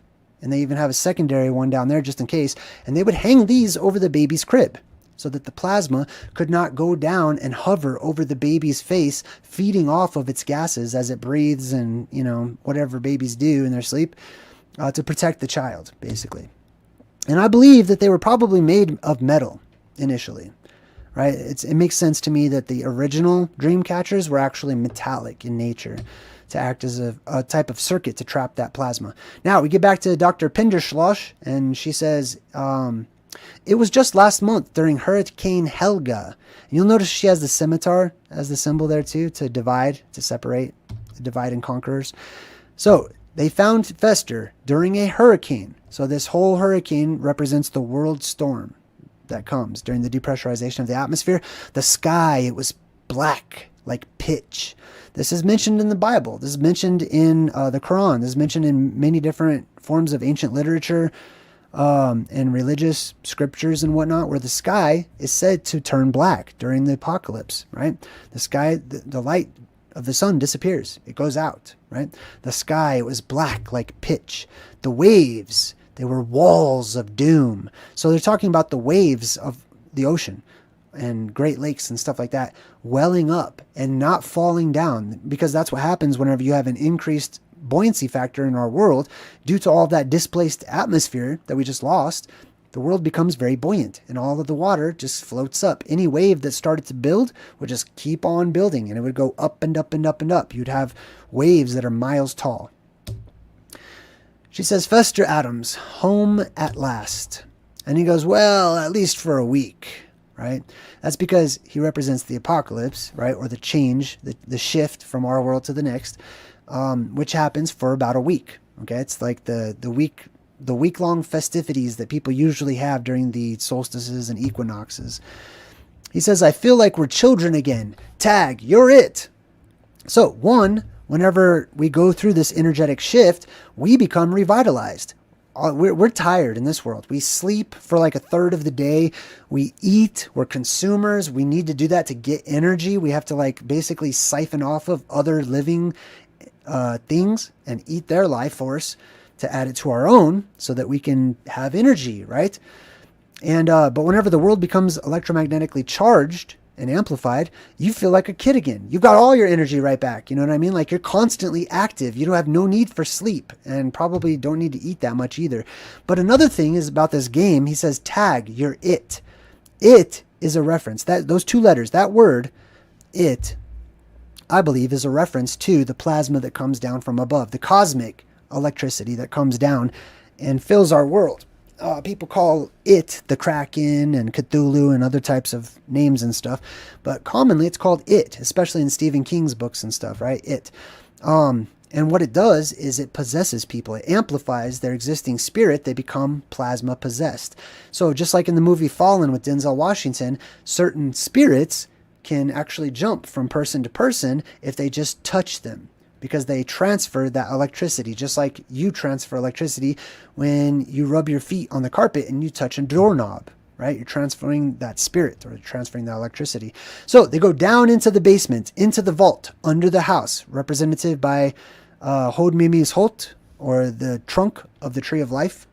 They go down underneath the Adams' house. As you can see, in their house, they have all these tiny little lights, little fairies, basically. Little balls of light, little flickering plasmoids is what that symbolizes. Because that's what you can expect to find in a cave that's electromagnetically charged, is all these little balls of light wandering about. All right, so they go all the way down to the bottom. There's fog everywhere as well, representing the pressure differential, right, between the surface world and the underworld. And he says, it smells like a tomb. It smells like a tomb. And he purposefully says a tomb because this is the tomb of many of the ancient gods, okay? Many of these various gods that were symbolized by the light, okay? This was their resting place. They died. They were born in a cave and they died in a cave, okay? Just like Adam. All these people were born in caves and died in caves. I mean, I don't know if Adam was born in a cave, but he definitely died in a cave or was buried in one. Anyways, my point is, this is the cave of like Osiris. This is the cave of Zeus. This is the cave of Jesus, etc. And it's also seen as the tomb or the entrance into the underworld where Gomez acts as the undertaker or the person who would be the ferryman, the person who ferries you or acts as the ferry or the great world ferry, who ferries you across the undersea waters. There's a whole ocean down below us, basically. The sea, your second home, right? So there's waters down below us. Now imagine if there's another world down below us and it's hollow and there's all these other worlds and all the legends are true and there's water below us, and then it means you have to pass through those waters to get to their world, which means they have waters above. Right? Just like the ancient legends talk about us having waters above. The sea, your second home. Electricity can thrive in salt water. Okay? It can thrive in salt water because there's all those little particulates in the ocean water and salt and all that stuff that allows and acts as electrolytes that allows the electricity to flow through the ocean. So the ocean can have ghosts. The ocean can have spirits. The ocean, people can see and have, and there's many reports of people having seen strange lights, gloomy and anomalous looking strange, different types of lights and different colors of lights that just rise up out of the ocean or various lakes and stuff too. But if it's pure crystal clear water, electricity cannot pass through it. There's no particulates in the water for it to sort of jump from grain to grain or whatever. So that lake in the middle that I was showing you earlier, Camp Crystal Lake, right? Any of that electricity would dance upon the top of it or would look to be walking on the water. It can't go down. It cannot sink down into that crystal clear lake because it's pure. It's totally pure. So the electricity cannot go down into it. So they're underneath the catacombs of the world, where the pillars are, the earth pillars that support and hold up the surface world. They're going down deeper and they find the vault. They go into the vault and Fester looks around and there's these 3 hallways. To me, this represents the Cave of Treasures, but specifically underneath Yggdrasil. Yggdrasil, or the Norse Tree of Life, is said to have 3 main roots or root systems, right? So if that beam of light retracts, the tree disappears, the roots also disappear, they go down into the bowels of the earth, you would be left with 3 caves, 3 paths to take. Which one do you choose, right? You'll see this in the movies a lot, where they're under the world, or they're in the earth, and there's these 3 different tunnels, and which tunnel do we choose, or whatever. All right, so they show us the graveyard. They have a graveyard in their backyard. And he says that their house contains, or their land contains, the primeval ooze, quicksand, fumes, toxic waste. And they're saying oh, it's so beautiful, this is great, right? Because these are the things that they associate with the world that they're from, or the world conditions that they're from, which is something we are going to have to get used to once the conditions of our world change, right? The primeval ooze is in reference to a couple of things. One, the plasma itself is sort of like an ooze, but plasma or electricity can give off a viscous type of material dependent upon what type of atmosphere or gases it's passed through, right? It can actually bleed. It can leak off viscous liquids and create liquids too. Quicksand, that's when the world's shaking, right? Worldwide earthquakes create quicksand as the waters below rise up. Fumes are all of those gases that are released, right? I mean, people know this in the modern world. They talk about the permafrost releasing gases and stuff. Well, the rest of the Earth contains and keeps gases down too, especially the magnetic barrier or the electromagnetic barrier that runs around and down into our Earth. That's repelling a lot of gases, pressurizing the inside of our world. And toxic waste, just like we talked about the Toxic Avenger and stuff like that. So they go to the school. The school's having this little talent show. And Morticia's walking with one of the teachers who's very concerned about Wednesday. And she says, this month our theme is heroes, people that we love and admire. So they show you this example of modern heroes, right? She says, look, see, Susan Ringo has chosen the president. And she's supposed to be impressing Morticia, who looks over and says, have you spoken to her parents?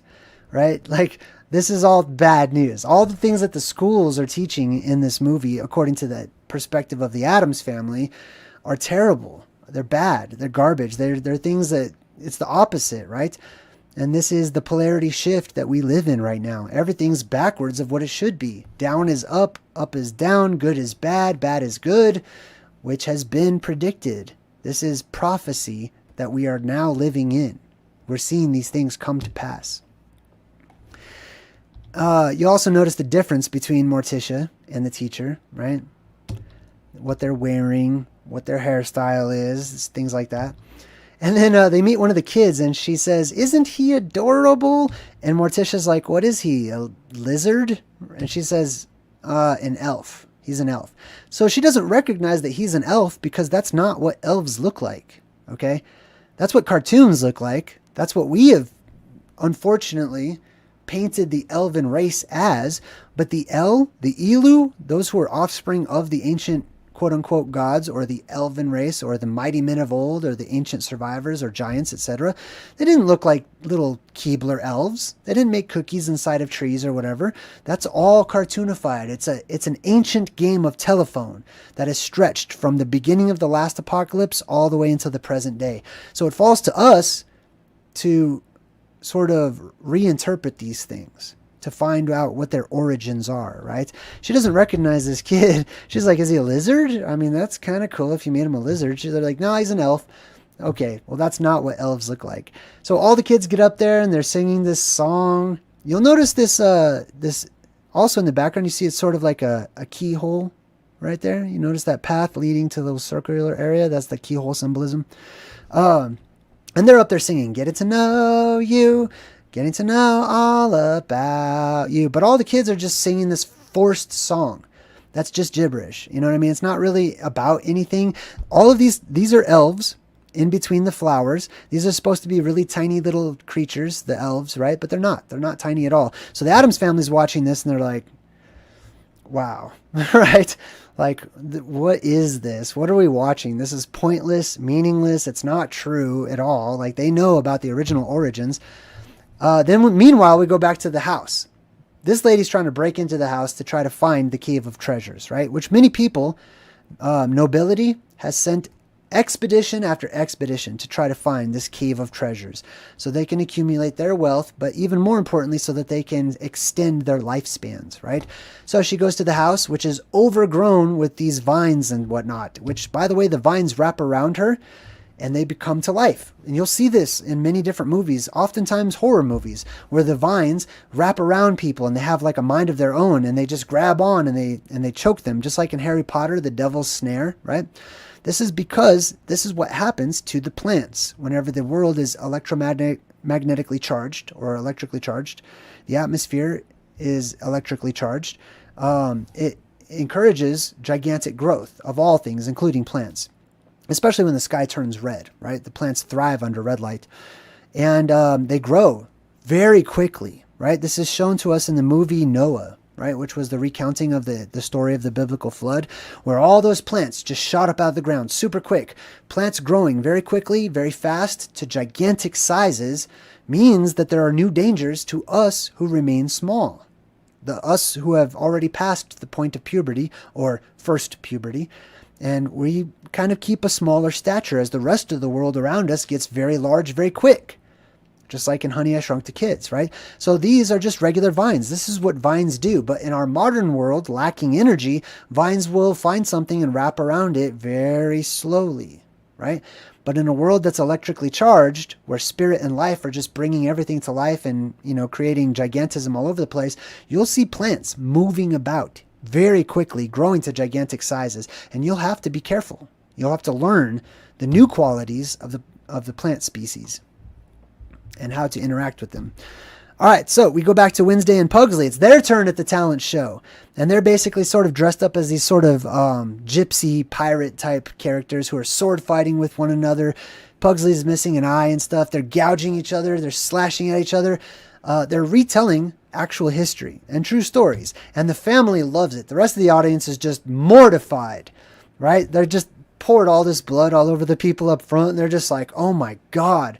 They don't even know how to process what they're watching. And this is true history, okay? This is not. This is a cartoon. This is fanciful, okay? This is how we retell it. This is what our actual history, we change it into this type of stuff. But the real history is more realistic, I'll say. Survival implies that there is an element of death, believe it or not, okay?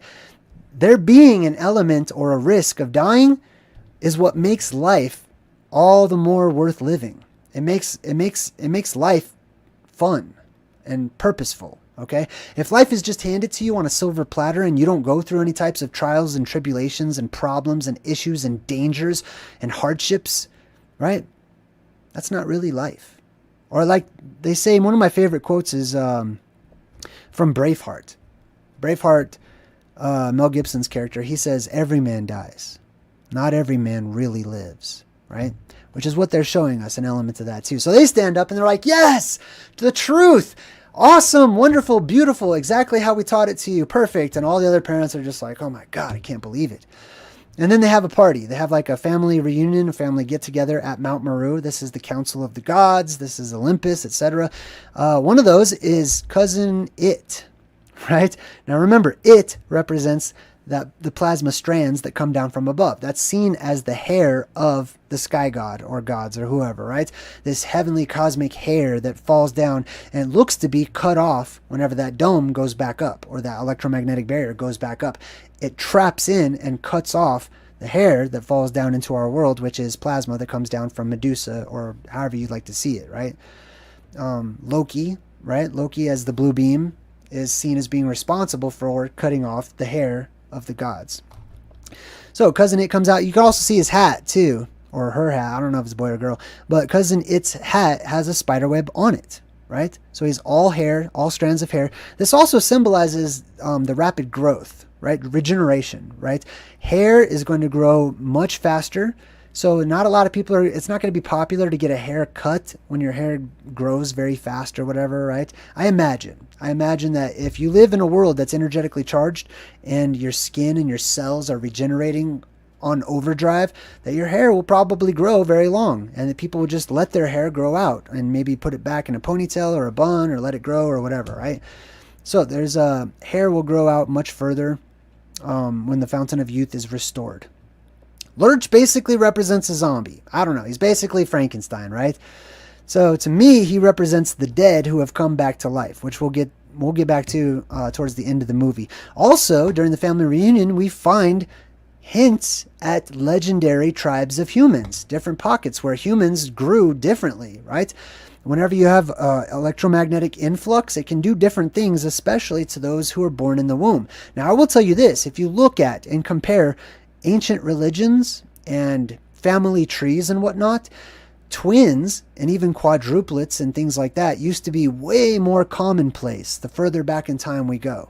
There were way more twins being born. It was uncommon, I believe, at a certain point in our ancient history for a person to just give birth to one child. Oftentimes it was two.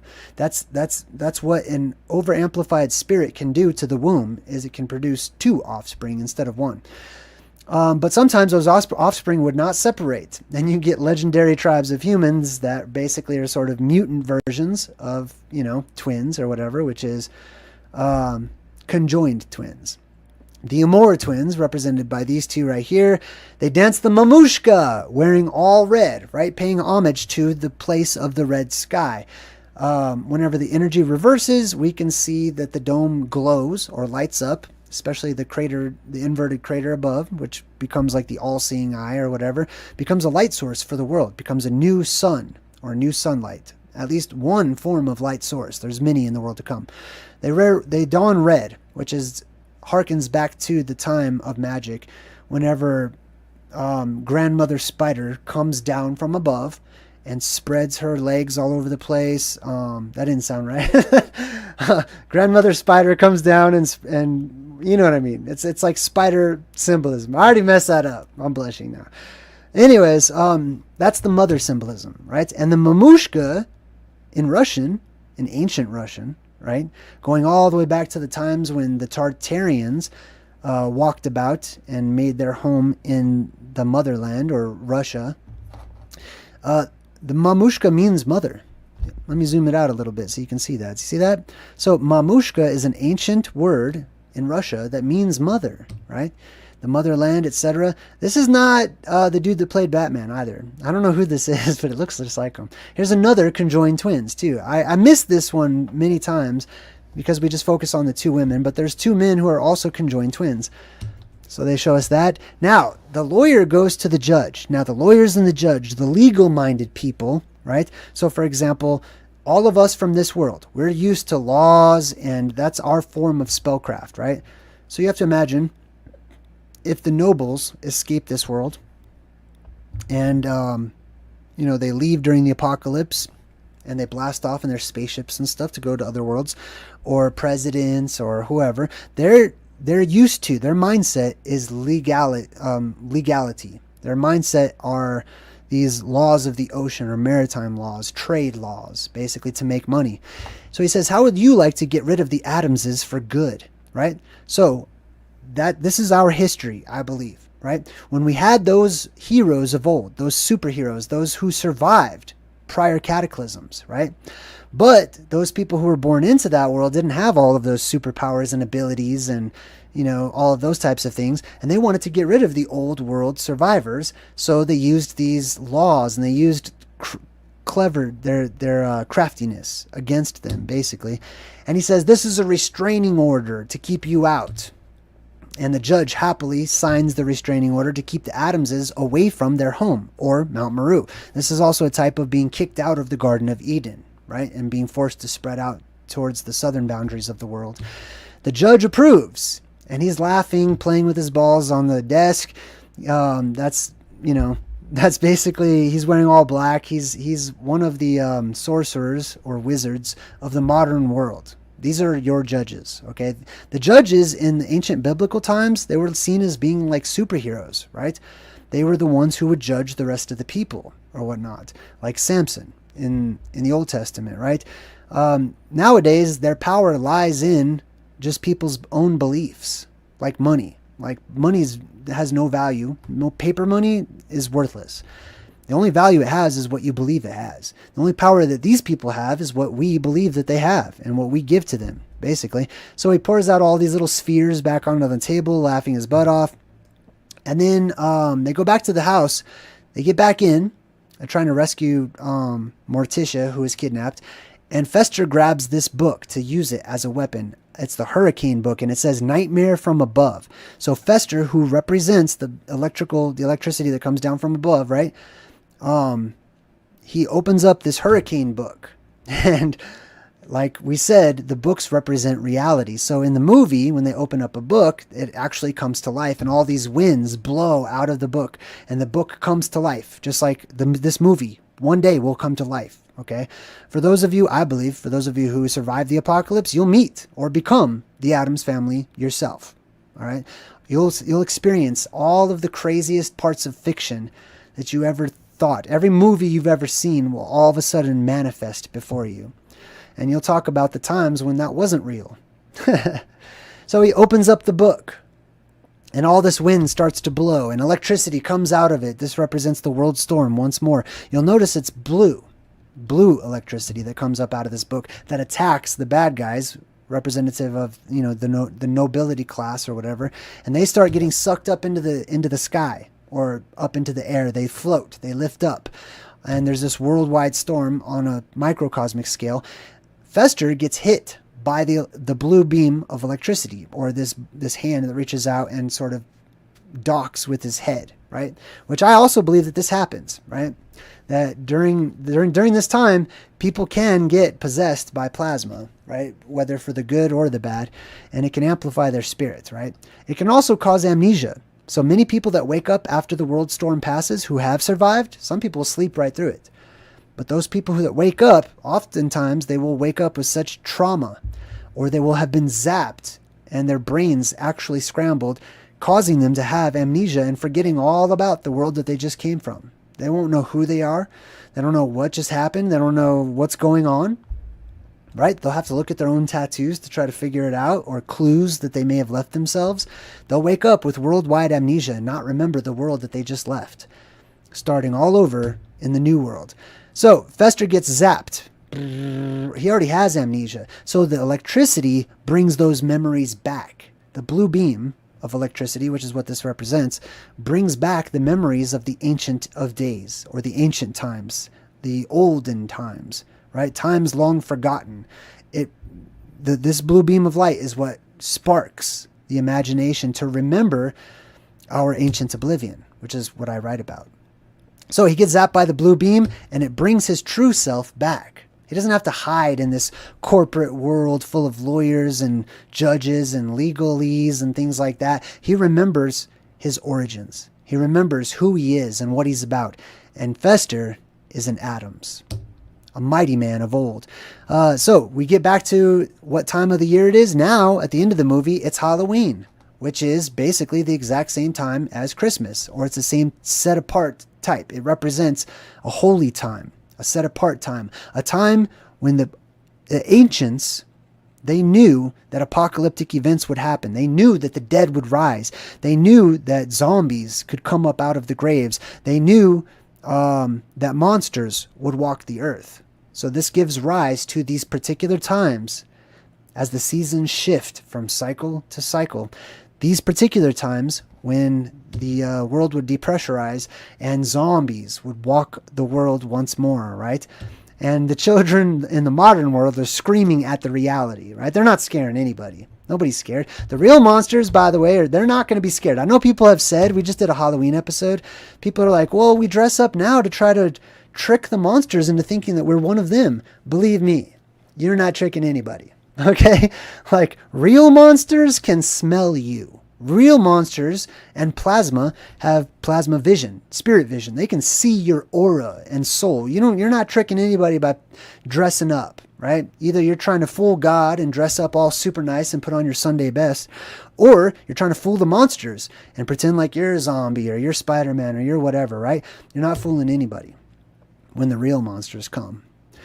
So, Uncle Fester poses for a picture with Pugsley, who dresses up like Uncle Fester. He puts the light bulb in his mouth, and it turns on because he is his spirit is amplified, right? Just like ours will be one day too. If your spirit becomes amplified to this degree, it's very likely that your eyes would also shine and emit beams of light whenever you open your eyes in the dark.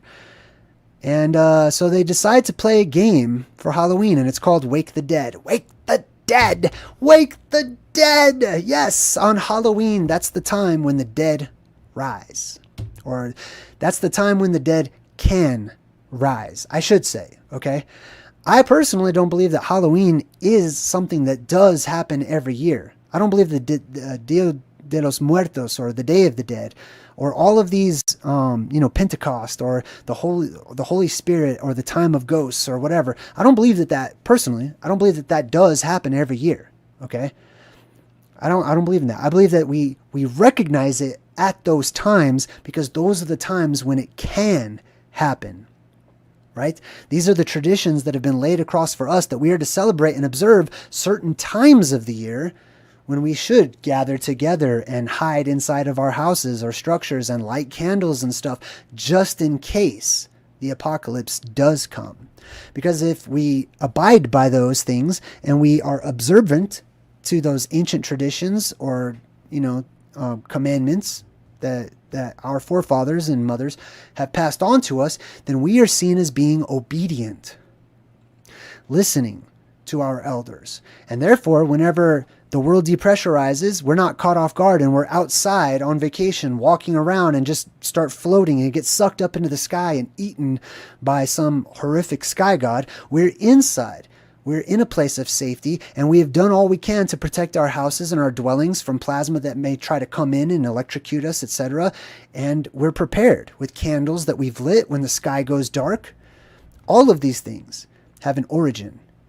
So they go around trying to wake the dead. She says, Uncle Atlas, wake up.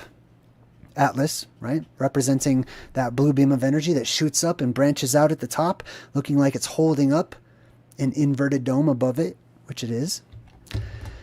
And everybody knows that Morticia, all throughout this movie, Morticia and Gomez, they cannot keep their hands off of each other. And it's not just because, they vibe with each other so much, or, they just really like each other. That's a part of it, okay, which is awesome. I hope that many of you can find something like that, because it's a beautiful thing. And it's rare in this world that we live in, during these times that we live in.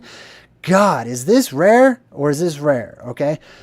But I will say this, that whenever we go into this shift, remember where I said your souls are energetically charged and your body is regenerating and you feel like a kid? You're rejuvenated. Your vitality is restored. So imagine sex drives, right? That's why the gods, I'm just telling the truth. That's why the ancient gods and heroes of old are seen to be so promiscuous. And, sex seems to be a normal part of their world. And the world that they're from is because that was a normal part of their world. They're energetically charged, you know what I mean? So they're all over each other.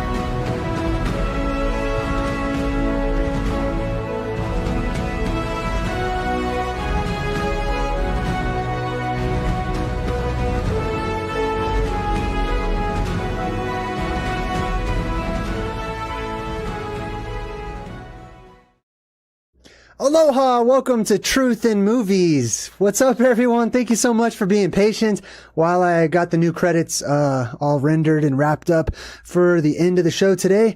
And man, this is a sweet flick. Okay, man, I'm becoming a Nick Cage fan so quick. It's cheesy. It's a cheesy movie like a lot of Nick Cage's are, but it's good. And it's packed full of esoteric breadcrumbs. We're going to jump right into this movie. Thank you so much, everybody in the chat, for all your support and friendship with one another and good vibes. All right, cool. So this is called Renfield. And if you didn't know already, this is actually based off of Bram Stoker's Dracula, the original book. In the book, he had a thrall or a slave, somebody who's his familiar, and his name was Renfield, somebody that worked for Dracula. So the whole movie's about his, it's not about Dracula, but Dracula is played by Nick Cage in it. So let's jump right into this movie, Renfield. This is awesome. Now, we meet Renfield at the very beginning. He's sort of in this, sort of self-help group, right? He needs a little bit of help because he doesn't like his position. He doesn't like being a thrall. He doesn't like being plasma possessed and working for the enemy, for the bad guys. He kind of got suckered into it, just like a lot of us do, actually. So this movie is going to resonate with a lot of real life events that we go through and have gone through since the world is starting to fall and get worse and worse and worse, right? So he says, I am in a destructive relationship. So he's in this little group, right? And you notice right away that there's this sort of bluish green glow to everyone in the group, right? You'll see this a lot, especially, it's a lot of North Pole symbolism, Mount Meru symbolism, and the Aurora Borealis, or the Northern Lights, which indicates, an actual physical location in our world. And it also indicates like, the good energy, like that good vibe energy, that green heart chakra energy, right? So he starts off, he's in this group and he's talking about how he's in this destructive relationship with Dracula, we're going to talk about Dracula a lot in this one. And then we go back and it shows you, he sort of flashes back to when he first met Dracula, and it's this old movie style right here. And you can see this is Dracula's castle right up here. And up on Dracula's castle, there's this lightning. And I noticed every time in the movies when they show the place where the bad guys live, especially if they're a vampire or Dracula, they'll show you that there's always some kind of a storm, a lot of lightning, a lot of electricity symbolism, which is appropriate given what Dracula represents in the movie, which we'll talk about. All right, so he goes up and he meets Dracula. He's up there on top of the stairs and he says, "Mr. Renfield, I bid you welcome. I bid you welcome." And he goes, "I am Dracula." And that's Nick Cage. He does a pretty decent Dracula in this movie too. It's a little different than the traditional Dracula, but it's spot on. He's pretty good at it. Now let's check out the word Dracula. What does Dracula actually mean, right? We know who Dracula is, the cartoonified version of that. And it says that it means in the Romanian, son of Dracul, which literally means the dragon. So the son of the dragon is what it's implied, right? So what does dragon mean? Well, if we look that up, it says it's directly from the Latin draconem. Now, well, it says draconem and it's a nominative of Draco, which means huge serpent or dragon. The serpent symbolism, as we've discussed many times, is that plasma, the red plasma usually, that swirls on in from above during the electromagnetic neutral point of the polarity shift that we're going to go through and that we do go through, right? And nim, draconem, we've already discussed what the word nim means time and time again. Maybe someone in the chat can throw it out there, what the word nim, the root word nim, actually means, right? I'll go ahead and leave that to you guys to discuss. All right, now, also we look it up and it says it's from the word drak, right? So drak is the root of drago. Drago just means of the drak or of the dirk, as you can see here from the Proto-Indo-European root word derk, which sometimes is pronounced with a T, terk or Turk, which is going to come into play in this movie in a bit when we learn about Vlad later on. So from the Proto-Indo-European root word derk, which means to see.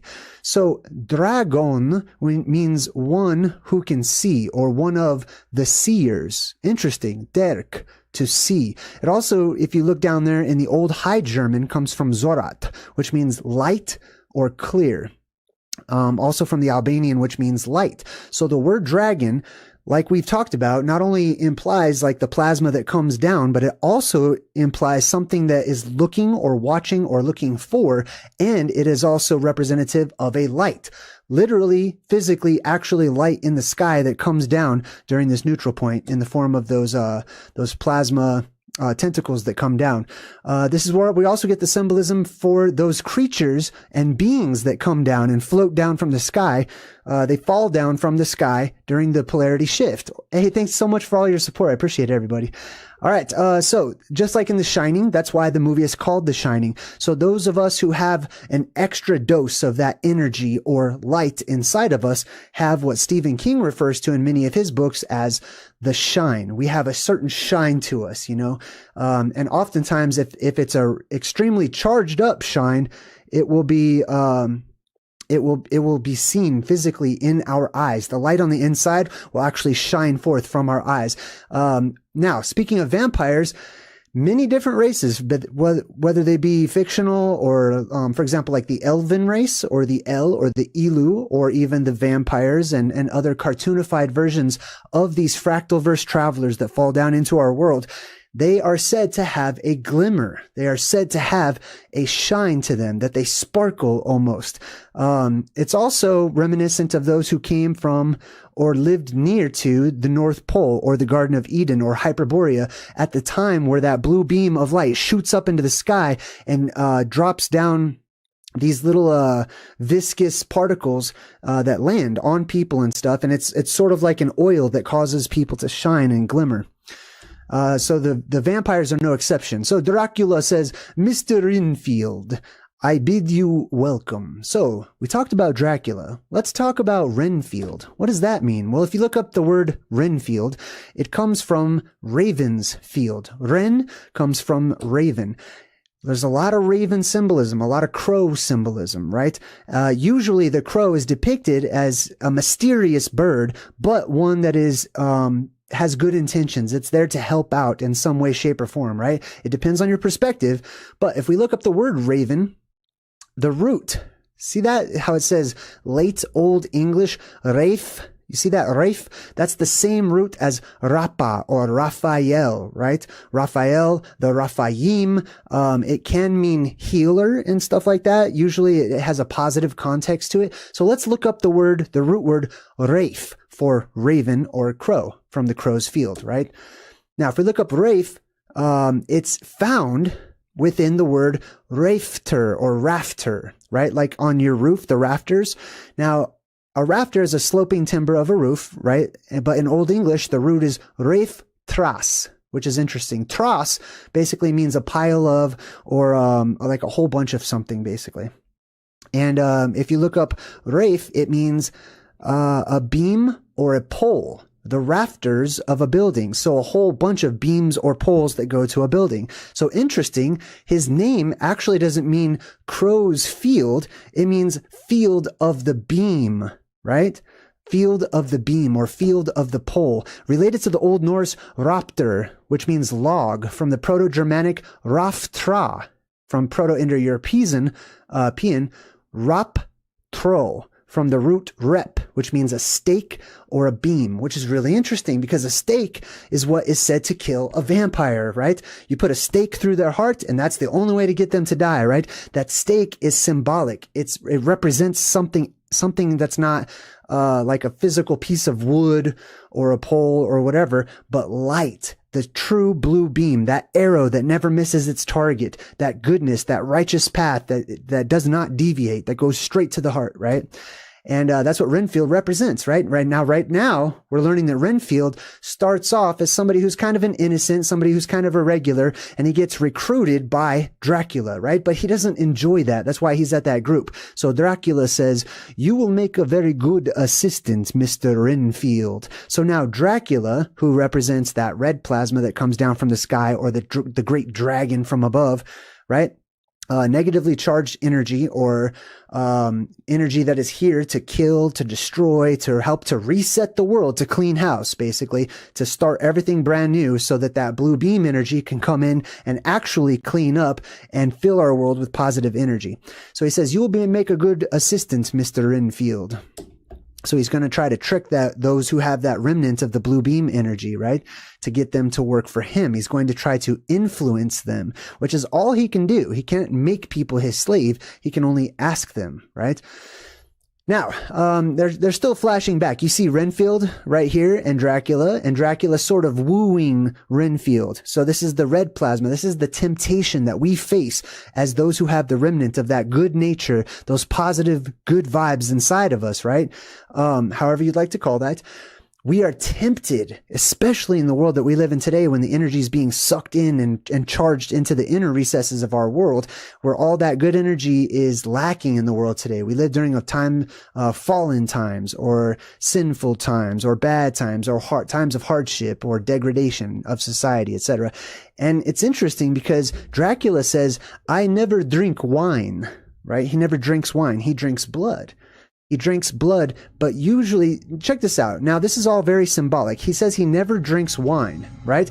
And they often portray vampires or Dracula or whoever as like, he wants the blood of like virgins and good people and stuff like that, but we'll find that it's not really good people, okay? It's not really that. And oftentimes, I've seen this in a lot of horror movies, that the bad guys don't really attack innocent people, oftentimes, right? They actually, the people that they attack, they'll clue you in on the movies that they're attacking people who have, gotten drunk or been sexual in nature with one another, or just traditional things that are considered sinful or bad or whatever, right? I'm not saying they are or aren't, but that's what the movies portray, right? He says, "I never drink wine." So what does wine represent? I'll tell you in just a second, but check this out. That's interesting. In the background, they have, he's got one of those knights in shining armor, that knight's armor, right? Full metal, which is used as a sort of walking Faraday cage whenever our world is electromagnetically charged in the atmosphere, so that people don't get zapped whenever they go into places that are electrically charged. But he says, I never drink wine. So what does wine represent? Well, if we look it up, it comes from vin, which is basically vine, or the fruit of the vine, or from the vine. Also fin, or Finn. So if you ever see characters in movies that are named Finn, usually they represent good people, right?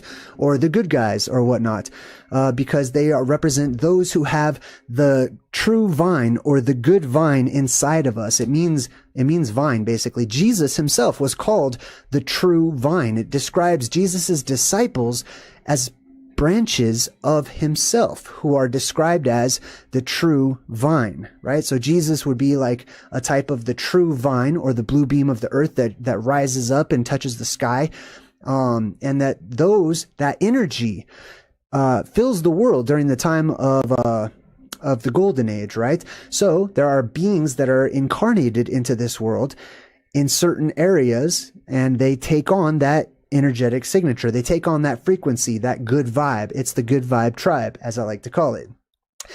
So we are the remnant of that blue beam that is no longer in the world today. That's why we are called the remnant, right? But the times are about to flip, and the times are about to change whenever it will be the red plasma and the bad guys who will be a remnant, and we will be the ones to populate the world, leading us into the good times. This is just a picture that I sort of put together from some other pictures that I had found. This is an example of what you could imagine in your mind, what it looks like when the plasma at the North Pole bursts out of Mount Meru, shoots up to the depressurization point up there in the sky, that's basically a hole up in the sky that reveals that red eye, or that all-seeing eye, and that beam shoots up and it creates little eddies as it goes, and that is the world tree. That is the vine. That is the true vine, or that is the vine of the world, the spine of the world, Osiris's spine, etc., and so on and so forth. All right, so we get back to Dracula, and Renfield's talking, and he says that he introduced me into high society, right? So this is one of the temptations that red energy comes in, and I'm just using these as general, I'm wearing red right now. It doesn't mean that I'm evil or anything, right? It's just symbolic, right? Red versus blue. And those things can mean or symbolize different things based on the context, okay? So take it with a grain of salt. By the way, we're going to mention salt later on in this presentation.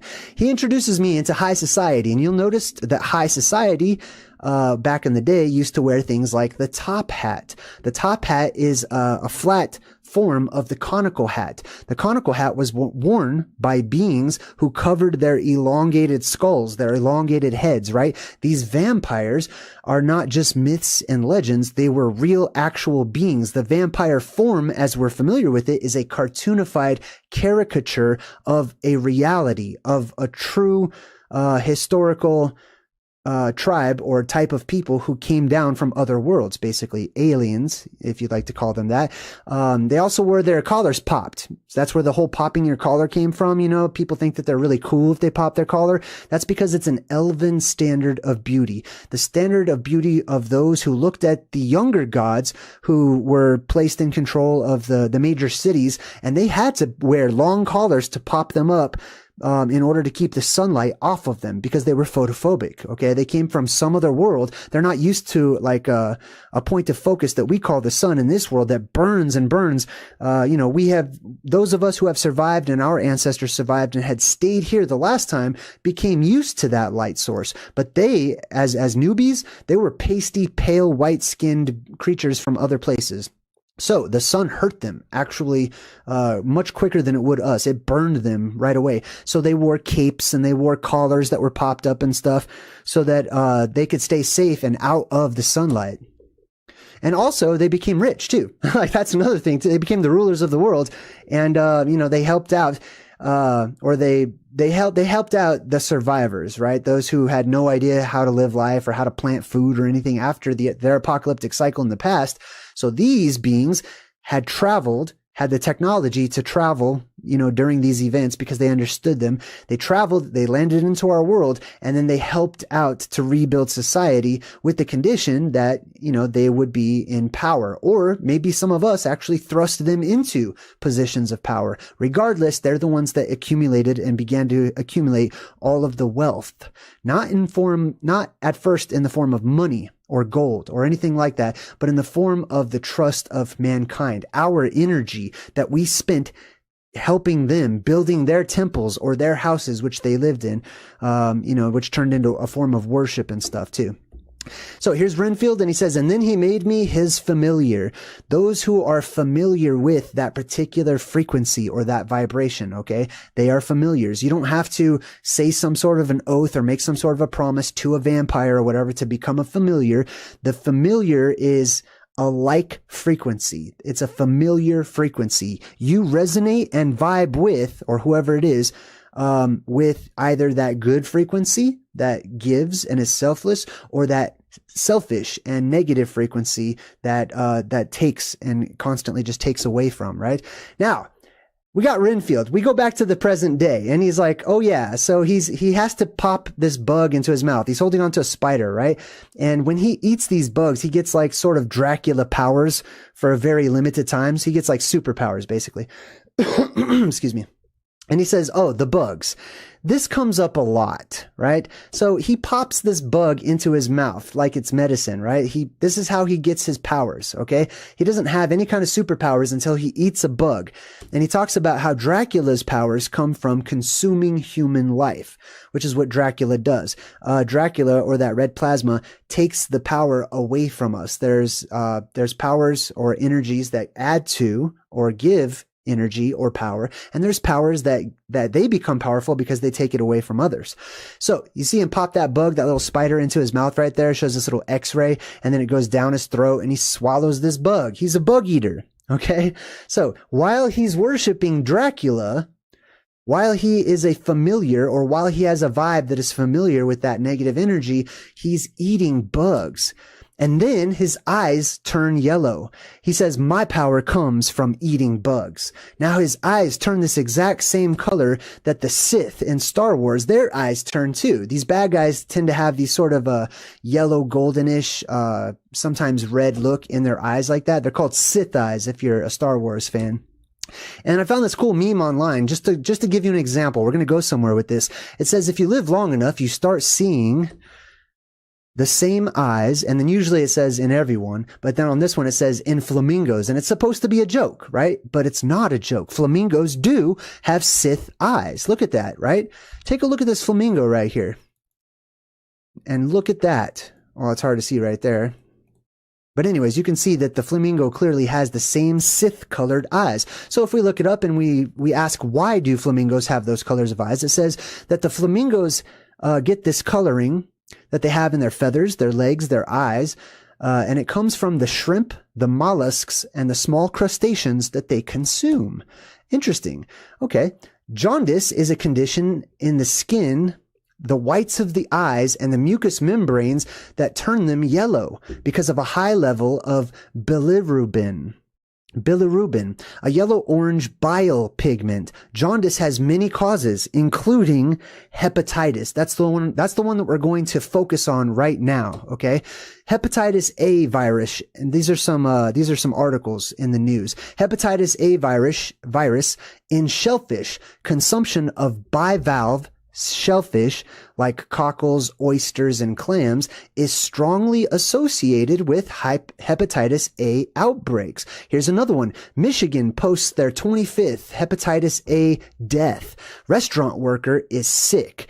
And you can see it says anyone who ate or drank anything from the implicated Red Lobster restaurant in Oakland County, and there's lots and lots of articles like this from different seafood, especially Red Lobster, but different seafood restaurants across the United States and probably across the world.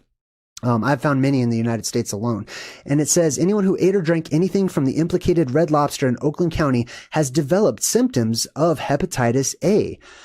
Here's another one. Red Lobster employee in Pinellas County tests positive for hepatitis A.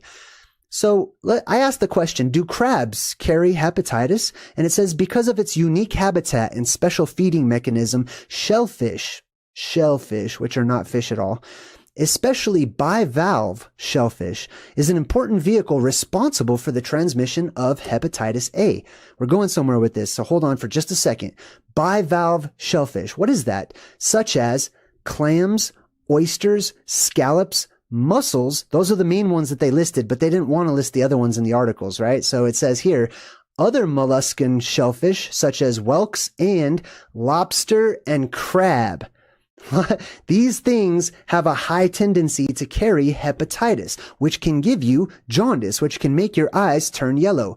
I did a whole video, a couple of different videos about how what we consider to be seafood and shellfish are actually giant ocean bugs. Okay. They are bugs. I'm not saying they look like bugs, so I'm just going to call them that. They are bugs. Okay. This is huge. This dude in the movie is a bug eater, and I believe the movie's trying to tell us something. Now, if you like, the crab and lobster and all that stuff, I'm not judging you. I'm not saying that you're a bad person. I'm just saying the movie is implying to be cautious about eating insects. Crawfish or crayfish, lobsters, crabs, and shrimp are crustaceans which come from the arthropod classification, which are invertebrates that have an exoskeleton, a segmented body, and a paired jointed appendages like bugs. Right? This is a bug on the land. This is a bug that is underwater.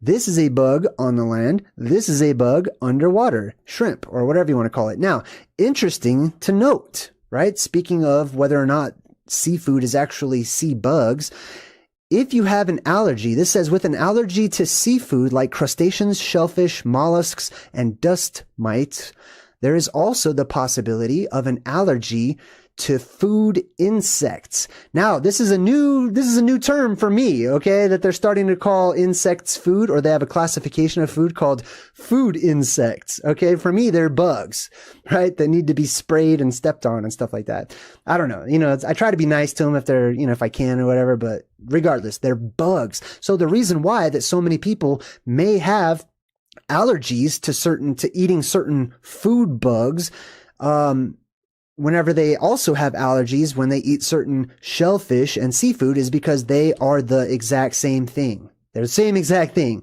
right? Now, they would never make us eat bugs. It's my choice, right? No, be careful, because there's many articles that have come out just this year that say that the European Union officially put bugs onto the menu. They officially made it, or I'll just read it here. It says that the European Union ruled that the maggot-like larvae of lesser mealworms, a type of shiny black beetle, and house crickets can be ground up and added as an ingredient at all of your restaurants, in all of your food products, etc. And who knows how they're going to label that on the actual ingredients. Maybe it'll say natural flavors. I don't know. But I do know that it's time to be careful if you're not a bug eater. I'm not a bug eater. So it's time to be careful about the things that we're consuming and to be a little bit more picky about those things. It says the edible insect revolution has arrived in Europe. If the thought of worm burgers with cricket crisps on the side makes your mouth water, you're not alone. Bugs and creepy crawlies are now available on the menu to eat in the European Union. Now, I know that there's other areas around the world and different tribes and cultures that have always eaten different kinds of bugs. I'm not, like I said, I'm not judging anybody. I'm just saying it's not for me personally to eat bugs. Bugs are bottom feeders. Okay. It says that it might surprise you that the following fish and shellfish are classified as bottom feeders. Okay. That means those things that feed on your bottom. I mean, basically it's the bottom of the ocean, but all the stuff like poop and pee and whatever kind of nasty stuff falls to the bottom, right, is eaten. Even if it's not on purpose, even if they're down there trying to find actual food, they're scooping up all that extra crap as they eat. So if you eat those things that eat the bottoms of other creatures, basically, then you're eating that as well. These are the types of bottom feeders. Just examples: halibut, flounder, sole, cod, haddock, bass, carp, snapper, sardines, anchovies, mackerel, squid, octopus, catfish, shrimp, crabs, lobster, crayfish, snails, and shellfish. You'll notice jellyfish are not on that list, by the way. They're actually eaten by the bottom feeders quite often. So, if you would like to get real quick jaundice powers or whatever, jaundice super Sith powers, then by all means, you know, you may, if you continue to eat giant sea bugs or just regular insects that are now being added into the ingredients at your local restaurant. If you want to look like a Simpsons character, by all means, continue to eat your bugs, right? And I'm not saying you're a bad person. I'm just saying I'm trying to caution people. I'm trying to just give you the information. If you still want to go to Red Lobster and chow down after this presentation, fine, totally cool with me. I will pass and I'll hang out after. You know what I mean? I'm not going to be there. All right, continuing on in the movie. So, there's a scene whenever Dracula, is fighting, you know, a long time ago, and Renfield's supposed to try to help him out. And there's this Pope guy who holds up the cross. The cross. Why does the cross hurt Dracula, or that red energy, that red plasma that comes in from the sky, right? Well, if we look at the original word in the Bible, because that's where the cruciform really became popular, was whenever it was added as a translation, or a mistranslation really, to the New Testament about how Jesus was hung up. Okay, originally, if you look at the older translations, it does not say on a cross or a cross beam or a cross section whatsoever. It was a pole. The word that was used is stauros, which happens to be my Dungeons and Dragons wizard name. So when I do play I don't always play Dungeons and Dragons, but when I do, I use the name stauros. Stauros is a Greek word for a stake, another stake through the heart reference, right? To kill the vampires. A stake or an implement of capital punishment.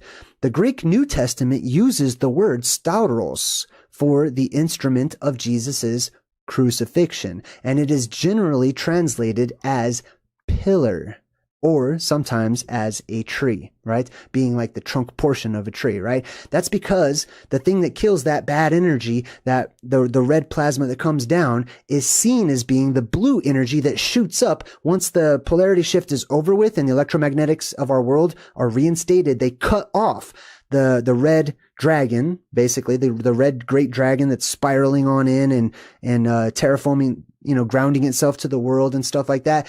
That gets cut off. The fingers of God, or the fingers of the sky god, or however you want to see it, they're cut off by the magnetism, the strong electromagnetic force that goes back up, right? So all that plasma gets cut off, and at the exact same time, Mount Meru's blue beam, boom, explodes and shoots up to the sky as that arrow of righteousness, right?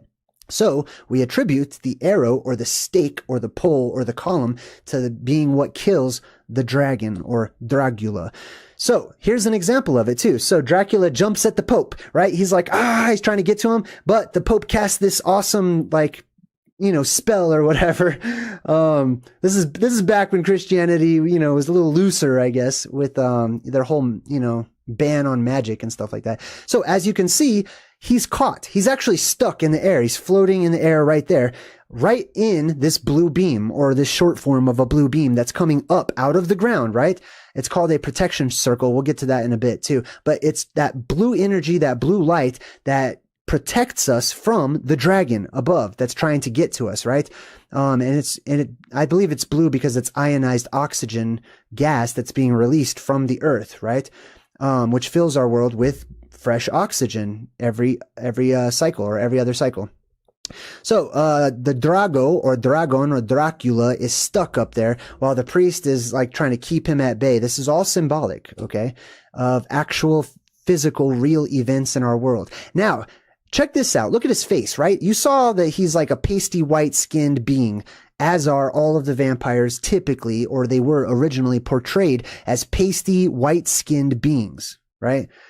And, but when they are near to that blue light, when they are close to or live in, close to Mount Meru and the island that was once portrayed on many of our maps in the Arctic Circle, then their skin will reflect that blue light, giving them blue skin, or what looks to be blue skin, which gives us the blue gods of old, or various fantastic creatures that we have in our modern society that are portrayed as being these blue god type of creatures or alien types of creatures that just have a reflection of the blue light because they're so close to it, right?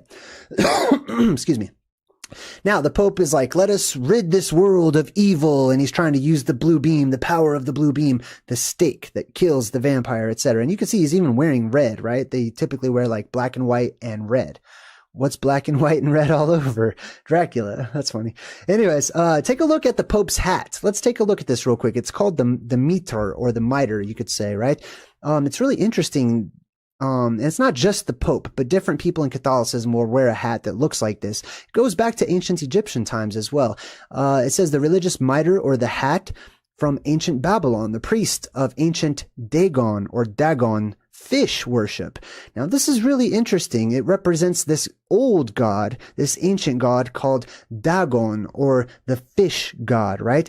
Now, I know in Christianity, because I was in Christianity for quite some time, it's just shunned. People don't really teach who Dagon was, or, why he's a fish god or anything like that. They just say, oh, it's evil. That was an evil god, You should have no other gods but the Bible God or whatever. And they don't talk about it. They don't educate a lot about it in general, from my experience. So that's what I'm here to do. All right. So if we have an example of this, in like ancient Assyrian, Sumerian, Babylonian types of, picture forms that we have, this right here is Dagon. So you can see he's wearing the fish head, right? The scales sort of as a cape that flow down from his back. This spiky little bush thing in the middle is the tree of life. Okay. It's shown to you as being small so they could fit everything in here, basically. So it's not all the right size. It's not all to scale, but this is the tree of life that shoots up as that beam, right? And then it spreads out and creates little eddies and torrents and ball lightning and plasma balls and stuff like that surround it, giving you the fruit of the tree of life. Right above that, you will always find the all-seeing eye, which is, and sometimes it's in bird form because the plasma shoots up and it branches out and it creates these auras up in the sky that look like the feathers of a bird, right? So this is one thing of Dagon or Dagon. Now let's look at the root of dag. The on at the end just means of thee. That's all it means, right? It means somebody who is of, or of thee. So of the dag. What is a dag? Well, if you look it up in Hebrew or even Phoenician, it means fish. That's interesting. So of the fish, why would this guy be called of the fish? Why would there be a god that is a giant fish, right? Why would this god be associated with fish? Well, let's break down this word fish in Hebrew. We're going to start right here. I'm actually going to teach you a couple of Hebrew glyphs, okay? This one right here, straight over and down, is a door, okay? It's supposed to represent a door that is open, basically, okay? So you walk into the house this way, and this is the door. This right here is the Gimel. Hey, Max Collins, thank you so much. I appreciate you. All right, so the Gimel, we've talked about quite a few times. It's the letter G that is also used by the Masons, the Freemasons, etc., as the letter that represents their god that they worship. The Gimel is a person in picture form that is walking. Okay. So that's why it's split at the bottom, because it's supposed to be legs. Okay. And what it implies, it's actually supposed to be a foot, technically. All right. So this is supposed to be like a shoe or a foot. And it kind of looks like one too, like with heels or something like that. So door and foot. The foot implies destination, somewhere to go to. Okay. So they would put this foot, to sort of mean to provide context for like, hey, this is the destination. This is the place to go to. This is the place to get to. Okay. So that's why they put G in the middle of the map sometimes, because that was the place to get to. So the door to get to, or the door of the destination, or you could even say the door of destiny. So what does that have to do with the fish? Well, that's interesting, because there are creatures that come out of the inner earth. There are creatures that are born from the earth herself. There are creatures that live beneath our feet in another world, in the upside down from us right now, right? And from time to time, they are released up into our world. Water comes up from the inner earth. Water comes up straight out of, around Mount Meru. There are these indrawn seas that suck in and then they flush out and they push out. So fresh water actually comes up from within the earth herself as well, because it's created down there too, just like it can be created up in the skies. And if you take a look at this ancient god, known as Enki. This god right here is often portrayed with this sort of arch of water or fluid that goes from one side to the other and meets at his middle. Enki means basically On-Ki, or the Lord of the Earth, right? And what this is, I believe, is it represents the electrical arc, but you also see all of these fish that are inside of this current, right? The god that you see like some corn and stuff right here. I think that's corn. I can't tell. But he is the god that was responsible for bringing life back to the world after we went through the times that we're in now, which is the cataclysms that pulled those blue beams of energy or that ionized oxygen back down into the hollow recesses of our world, brought about famines and plagues and sicknesses and stuff like that. So when Enki returns, or when that blue beam returns or whatnot, you have these electrical arcs that happen, and that's also whenever portals are opened from the inner earth, and all of this fresh supply of fish and sea creatures and stuff, they can come up out of there too, which the old legends talk about how there are sea monsters, or there were sea monsters in the Arctic Circle region, within the Arctic Circle, close to the North Pole, that there were many different sea monsters. Where'd they come from, right?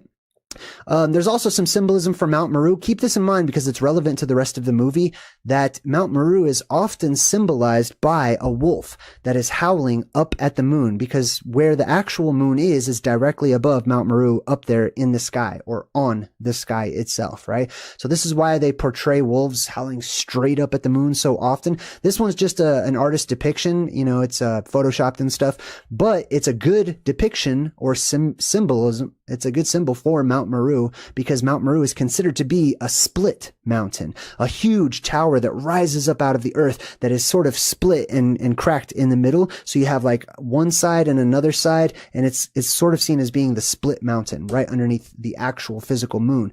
Now, the wolf is a dog, basically, right? If we look up the word wolf, I did a really good video about how vampires are actually related to werewolves, and that's why they're shown in the same movies so often, because the werewolves are just what vampires or the elven race look like as they go through puberty, and they live for like 1,000 years. They start growing hair all over the place. Their noses get longer. Their ears get longer. You know what I mean? They basically start looking kind of like wolfmen after they go through puberty. Some of them were proud of it. Some of them hated it, and they disdained looking so ugly. They didn't want to get old, and they didn't want their bodies to change and to grow horns and stuff like that. And so they did a lot of, cosmetic things to themselves to try to retain that youthful elven glow, or that youthful elven look, or the beauty of the gods that we were used to seeing in the public eye. The werewolf class, or the older ones, were not in the public eye because they didn't want to do all that work and deal with humanity. So they would have the younger elves, or the elven race, the younger of their species, go out and become, the pharaohs or the gods or the kings or the queens or goddesses or whatever. So dog, also related to the wolf, right? Just like right here. The word wolf is directly related to Laika, like the lichens, or lupa. Both of those in the original Proto-Indo-European as root words imply light or shine, just like we talked about earlier, right? So let's check out dog. Now it says here, dog, its origin remains one of the greatest mysteries of English etymology. That's a kind way of saying we have no idea what dog means or where that word even came from, right? Which is interesting, because the reason it's interesting to me is because we have a correlation with the fish and the fish god, and Mount Meru in the middle of the world, and the blue beam, and coyotes or dogs or wolves or whatever that look straight up into the sky and howl at the moon, even though they don't do that, okay? You can research that, and you'll find the same thing that I have found, I believe, that they don't howl at the moon, okay? So where did that come from? This is where it comes from. There is an actual quintessential root and a truth to that. So dog is the same as dag, like dagon, right? Or doggone. People say doggone it or dagon, same exact thing. Dog and the Hebrew word fish that we just looked at are the exact same word. Sirius is seen as being the dog star or the dag star. Interesting, right? Great mystery. They have no idea what dog means. Well, I'm telling you right now, it means the door of destiny. These animals were not always named after what they looked like or how they acted, but where they came from or where they were found, what regions they were found. And many different animals come up out of the hollow recesses of our world, and they will be named for those places. So keep that in mind. Now we get back to the movie, and Dracula is they opened up like the window and let the sunlight in or whatever. You would think that he would just nail his like curtains, right? They never do that. But they let the sunlight in and he catches fire. So this is an example of the killer clowns from outer space, or the albino looking gods that float down or whatever. The Fractalverse travelers really, as being photophobic. Okay. It sets them on fire, but you'll also notice that the light that is coming from outside is blue light, which is interesting. That is the Antichrist light. The Christ light is the true blue beam, which is cold plasma that you can actually just stand in, like he was in earlier, that blue beam that came up out of the ground. When the light comes up from the ground, it's safe. When the light comes up from the ground, it's healing, and it gives healing properties, and you can be inside of it and it won't burn or anything. But the blue light that comes down from the sky sets things on fire, because the sun is going through a spectrum shift, a color spectrum shift, and it's getting hotter and turning blue. So when it gets hot enough, this is a prophecy right here, just shown to you as truth in the movies, that the sun will begin to burn many things that are on the surface world today. And for more information about that, go ahead and check out my Plasma Apocalypse Advanced playlist. So here's Dracula. He's burnt to a crisp. Looks up over at Renfield, who's supposed to help him out. And Renfield's like, the good guys show up. They do their thing. This is the clash between good and evil. This is the Great War. This is so many different things. Renfield comes and he's like, the good guys do their thing. They show up. And then it's up to me to clean up the mess. Now remember, Renfield, we've translated that into meaning the field of the blue beam, the field of dreams, right? This is the field that is that land at the North Pole that I've shown you so many different times that has Mount Meru in it, right? It's a huge field. There are no mountains. It's a flat land except for the mountainous areas all the way around it, kind of like a pizza, basically, which is a lot of the pizza symbolism too, with Pizza Planet and all this other stuff too. But the crust of the pizza would be the huge mountains that wrap all the way around that North Pole continent, or that island continent that is shown on these ancient lands. The rest of the land is a valley, basically. So it just goes down in, acts as sort of like a crater, and it's said to be very flat and, full of lush vegetation and stuff like that.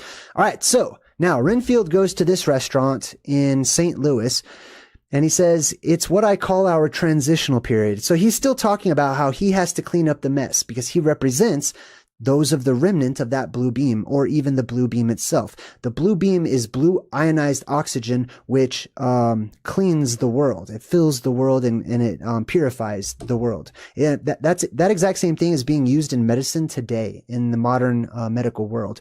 They will use plasma in order to sterilize things and clean things out. So our world also does that on the macroscopic scale. You can see all the little blue beam symbolism and stuff, and then the red plasma is underneath. This is sort of symbolic of the times that we go through, right? There's like this fight. There's an energetic fight for Mount Meru and the subsequent Septentrion, or the other mountains or other plasma volcanoes that are at the North Pole area. That is a huge antenna that shoots out a frequency. It shoots out a vibe the world across. Some people call it the Schumann resonance, or resonance. Resident evil, basically, right? Whenever the red plasma goes in and takes control of Mount Meru, and the blue beam is not seen like as in today, then we have resident evil. Something that is living in Mount Meru, or sitting in the throne of God and acting as a god, right? Which is what Dracula does in this movie. He says, it's what I call our transitional period. A transitional period is a reference to the polarity shift. It's a transitional shift energetically in our world. And that's when we have the apocalypse. So inside of this, he says, I take him to a new city and I nurse him back to full power. So the red energy goes somewhere each cycle, okay? During this cycle, it rules the world. That frequency rules the world that we live in today. Is everything good in the chat? I just want to double check. I just want to make sure. Give me a thumbs up if you don't mind. If the audio is good, the visuals are good and everything. I just want to double check and make sure. All right. Thank you so much. And inversely, the blue beam will either be on our world or the underworld underneath us, right? And if our sky is blue, their sky will be red. If their sky is blue, our sky will be red, right? So he takes them to a new place. All right. Next up. It says, until the world or until the whole cycle starts over again. So even Renfield calls it a cycle, right? This is an apocalyptic cycle, the plasma apocalypse cycle, or PAC, right? This dude is the Pac-Man. Basically, it's plasma apocalypse cycle. Dang, I keep on clicking on the wrong thing here. All right. Oh, thumbs up in the chat. Thank you so much. I appreciate you guys. Everybody, thank you so much. All right, now we go back to his little group, right? This is the leader of his little self-help group or whatever, right? Now, he's holding on to a book. Check out this book. Can you read that? Let's zoom in a little more. It says, How to Defend Yourself Against Narcissists. This is something I have heard so much. Like, God, the world we live in today has taken so many ancient words and stuff like that and just turned them upside down from what they used to mean and what they used to be. So let's talk about this word narcissist, because I feel like people are just throwing that word around all over the place when they have no idea what the origin of that word is or what it actually really means. High five to Max Collins for the random memberships in the chat. Man, that's awesome. Hooking it up in the chat room today. So let's check out this word narcissist, right? Now, if we look it up, it will say a person who has excessive interest or admiration in themselves, right? They're typically portrayed as like someone who just only thinks of themselves and stuff, right? Which does exist in this world today. You can see it all the time. Like, watch that channel Joey B versus the World, and you can see examples of that kind of narcissism in our world today. But this is interesting. It says narcissists who think that the world revolves around them. Huh, interesting. Who does the world revolve around? Right? If not us individually, right? Who does it revolve around? And also, here's a question. Is it so bad to be enamored with yourself or to enjoy yourself or even to look in the mirror? When I was a kid, I looked in the mirror all the time because I wondered at my own appearance and why I looked this way and why I had certain mannerisms and why I spoke the way I did and why I acted the way I did. And oftentimes I would pretend and act differently just to just to see why I come back to this personality, to this persona. I could act anyway. I could have a different kind of voice. I could inflect my voice in different ways, but I'm not. I'm JayDreamerZ. I'm me. I have this frequency right now. And that I always wondered at that. Does that make me some selfish, self-absorbed narcissist? No. But does it make me a narcissist? In the old context? Yes. Because in the old context, that wasn't actually a bad thing, right? If you go back to the original root. This story comes from ancient Greek mythology that talks about the god Narcissus, right? And the story typically goes that, he was wandering. I'm going to give you the short version. He's wandering around, saw a pond, looked down into the pond. Some stories say that he scooped up water to drink. Okay. I don't believe he scooped up any water to drink, because this was a pool. This was stagnant water. Okay, he's not going to drink. Anybody like that has a halfway decent, reasoning ability is not going to drink out of a stagnant pool of water. So I don't really go for that one. But it's just a cartoonified story, right? So Narcissus sees his reflection in the water and stares in it, and he falls in love, and he's just so in love. Like he couldn't find a frequency that matched in the world that he lived in. He couldn't find a match, basically. And then he saw himself, and he loved that frequency. Just like I'll be honest, my channel is my favorite YouTube channel. Like, does that mean I'm self-absorbed and terrible and a bad person? No, it doesn't mean that at all, right? It just means that we find our vibe, right? We own ourselves. We find out who we are. It's the old axiom or whatever. Know thyself, right? Know, as in the biblical know, like love thyself. Know yourself truly. Accept who you are. You know what I mean? Be that person. Excuse me.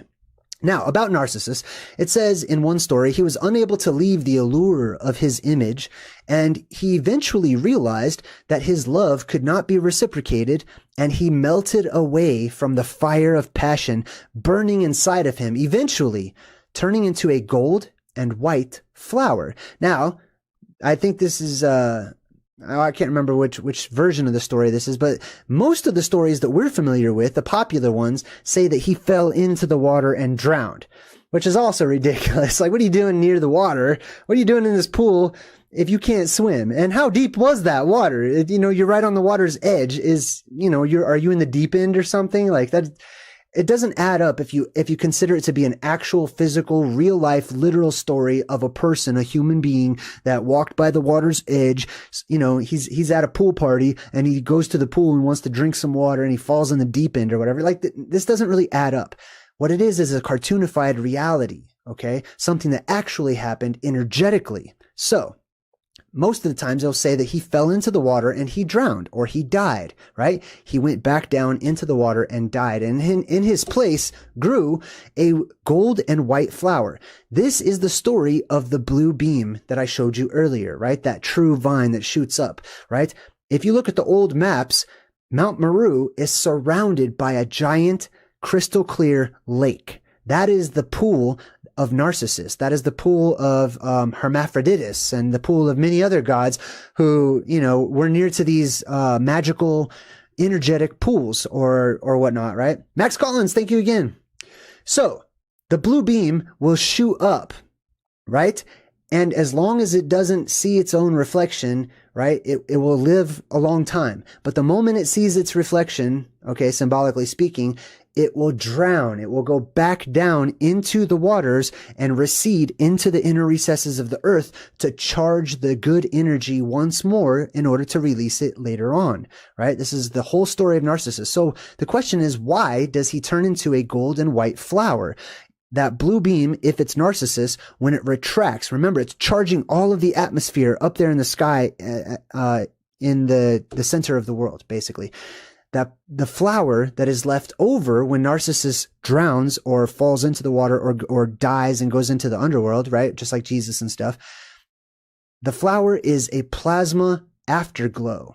And it says here, a plasma afterglow, or just afterglow, is the radiation that is emitted from a plasma after the source of ionization is removed. What that means is that the electricity that shoots up into the sky charges everything around it, and when it's suddenly just sucked down back into the earth, the air is still charged, and the air still has plasma in it that is called an afterglow. So it creates not a solid beam or anything like that, but a ghostly image or leftover residual energetic properties that are afterglow, or a glowing neon plasma light, basically, that looks like a flower. This is also represented in the game Fortnite. Fortnite has all these huge live events that are happening and stuff, and right smack in the middle of Fortnite's map on this fictional island, okay? Fortnite's all about like our ancient hidden history and stuff. That's why I like playing it. Is this huge flower that grew up, and they call this spot where this flower grew up, in Fortnite, the 0 point, right? The 0 is at the middle of the world because it's two things, right? One, it's the depressurization hole up in the sky at the middle of the world. And two, it's also a portal, being the conical top of Mount Meru's, the plasma volcano, which is an entrance into the world. The 0 is right there in the middle, right? All right, let's move forward. Actually, hold on. I want to actually talk about the afterglow of the plasma real quick. It says that there are different types of plasmas. This one's called a remote plasma. Remote plasma refers to a plasma that is spatially separated from the external electromagnetic fields that initiate the discharge. So basically, if the discharge comes from the hollow recesses of our world, right, it is spatially separated once it gets to the surface level of our world. In an afterglow is a remote plasma if the plasma is channeled or goes through cavernous systems away from the original plasma source, right? It also says here, it's kind of hard to read, but it talks about temporal plasma, which is temporary plasma that is only affecting for a time, or on the macrocosmic scale for an age or for an eon, right? And it says here, an advantage that temporal plasma has over remote plasma, and I believe this is actually acting as both, is that it can be contained in a closed system, and thus makes controlling the temperature and the pressure easier. Temporal plasma is often used to replicate ionic reactions in atmospheric conditions in a controlled environment. So they use this type of a plasma in order to predict the weather, or to set up weather pattern guesses as to what the weather is going to be like and stuff like that, because the plasma at the middle of our world controls our weather. It helps to influence our weather, especially the closer you get to the Arctic Circle. That's why, Enki's brother is the wind god. Enlil is the wind god, or the god of the zephyr, the earthly wind that comes out, right? All right, getting back to the movie, we see Renfield and he's like, oh man, he starts choking. He's like, no, I swallowed a bug, which, that's probably the first thing he thought of, because he is a bug eater. And he's like, unintentionally, right? He starts to get nervous. So he's like, just to let you know, I just swallowed it unintentionally. And then the girl says, what other way is there to, right? So even the movie is saying, like, wait a minute, like, why would anyone purposefully eat a bug? That's what the movie is saying, right? The movie is basically saying, don't be a bug eater, okay? If you want to be a bug eater, totally fine. That's your choice. It's your decision, all right? But Renfield, while he is under the influence of the dragon, is a bug eater. He'll pop a bug in his mouth like it's a candy or popcorn, and he will get his jaundice superpower eyes or whatever, right? He'll get his, what is it called? Not jaundice, but, I forgot what the other disease is, but you know what I'm talking about, right? Yeah, he gets his jaundice superpowers. Anyways, now he goes in to fight these drug dealer dudes in this little warehouse type deal, and look behind him. What is that? Does anybody recognize what this particular animal? There's all these props in this warehouse where he is, right? He goes to kick some butt, pops a bug in, he gets his hepatitis superpower or whatever, right? And, right behind him, you can see one of the many props that are actually in this warehouse. So, what do you think this is? I'll tell you right now, it is a dog type creature, right? There's another reference to the dog, like we talked about earlier, right? Now, this is a specific dog. This is a famous dog in the old world. This is the mother to Romulus and Remus. As you can see, it's the exact same creature, right? This is the wolf that is said to have fed the founders of Rome. Romulus and Romus or Remus, right? Rome. Basically, it's life that was created by these electrical arcs that happen at the North Pole, okay, in the Garden of Eden area, right? So Romulus and Remus are said to have fed upon this wolf, which is symbolic of Mount Meru, right? It shoots up that blue beam, that plasma that charges the atmosphere, that creates a viscous liquid that falls down, and then it can dry out into wafers, and that's the manna of the ancient Hebrews and Phoenicians and whatnot. They eat this electrical particles, or they can even drink it as goo, which is like electrical byproduct. Whenever you have a strong electrical charge, ask any ghost hunter. They'll tell you that there is electrical discharge in the form of goo, from ghosts. They'll just say it's ectoplasm, or, I'll just give it, some word or whatever. But what it is, it's a viscous substance that is electrically and energetically charged so much that when you eat it, it instantly has an effect on your body that rejuvenates you. And this is the food of the gods. This was the liquid of the gods, the drink of the gods. This was Mountain Dew. This was Frosted Flakes. This was, the original food of the gods. So here's the drug dealers out in their warehouse. And, they say that the drugs that we stole from your boss, so they think that, anyways, there's a standoff. But what I really want you to check out is, like, what's behind these dudes. You see this little statue over here? There's all these props, right? This is like an ancient Babylonian, Mesopotamian creature, or caricature, I should say, that you can see it's got like two horns up there. You zoom into it just a little bit here. It's got these wings, and it has the body of a bull and the face of a man, oftentimes. But originally, it was actually a goddess, and this creature was called a llama. So now, if you're wondering about all the llama symbolism, right? We've talked about the llama symbolism in the movies. Even in Fortnite, they have a llama. There's all this llama. A llama is an esoteric symbol, okay? The word llama is related to the word lamp, and by extension, the word lamb, as in the Lamb of God, which also means lamp or light, basically, right? So if you check this out, this creature in the background right here was called a llama or a lamasu, Okay, su is just a suffix.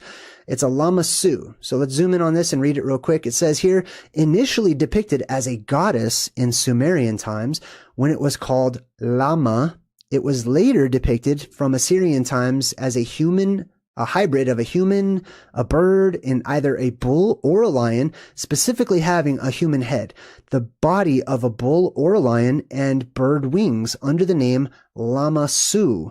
So you'll see these things. These were often placed as a pair at the entrances of palaces, at the entrances of cities. They were sculpted in colossal sizes, and they were placed as a pair, a duo, right?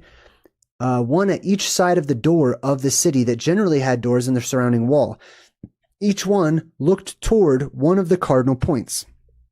The reason why they faced the cardinal points is because they were electromagnetic in nature, I believe, right? And so they would naturally face, they would work with the magnetics of our world. So they face these cardinal points. There's two of them specifically because these are a type of anode and cathode energy that is on either side of Mount Meru itself, right? So these are guardian energetic forces. These were in the Bible, these would be described as like strange looking angelic creatures that, are an amalgam of different, humans and animals and birds and stuff like that, right? So this is a caricature drawing or a caricature carving of an energetic entity, right? This is really interesting to note too. Check out how many legs they have. No one really ever points this out, but if you count how many legs they have, I'll zoom out a bit, right? If you look at these legs, there's two in the front, there's two in the back, and there's another leg sticking. They have 5 legs. This is so interesting to me. I don't know why they have 5 legs. Also, this is interesting too. I'll teach you something about ancient, like when the Anunnaki are portrayed, or the ancient Sumerian gods or whatever.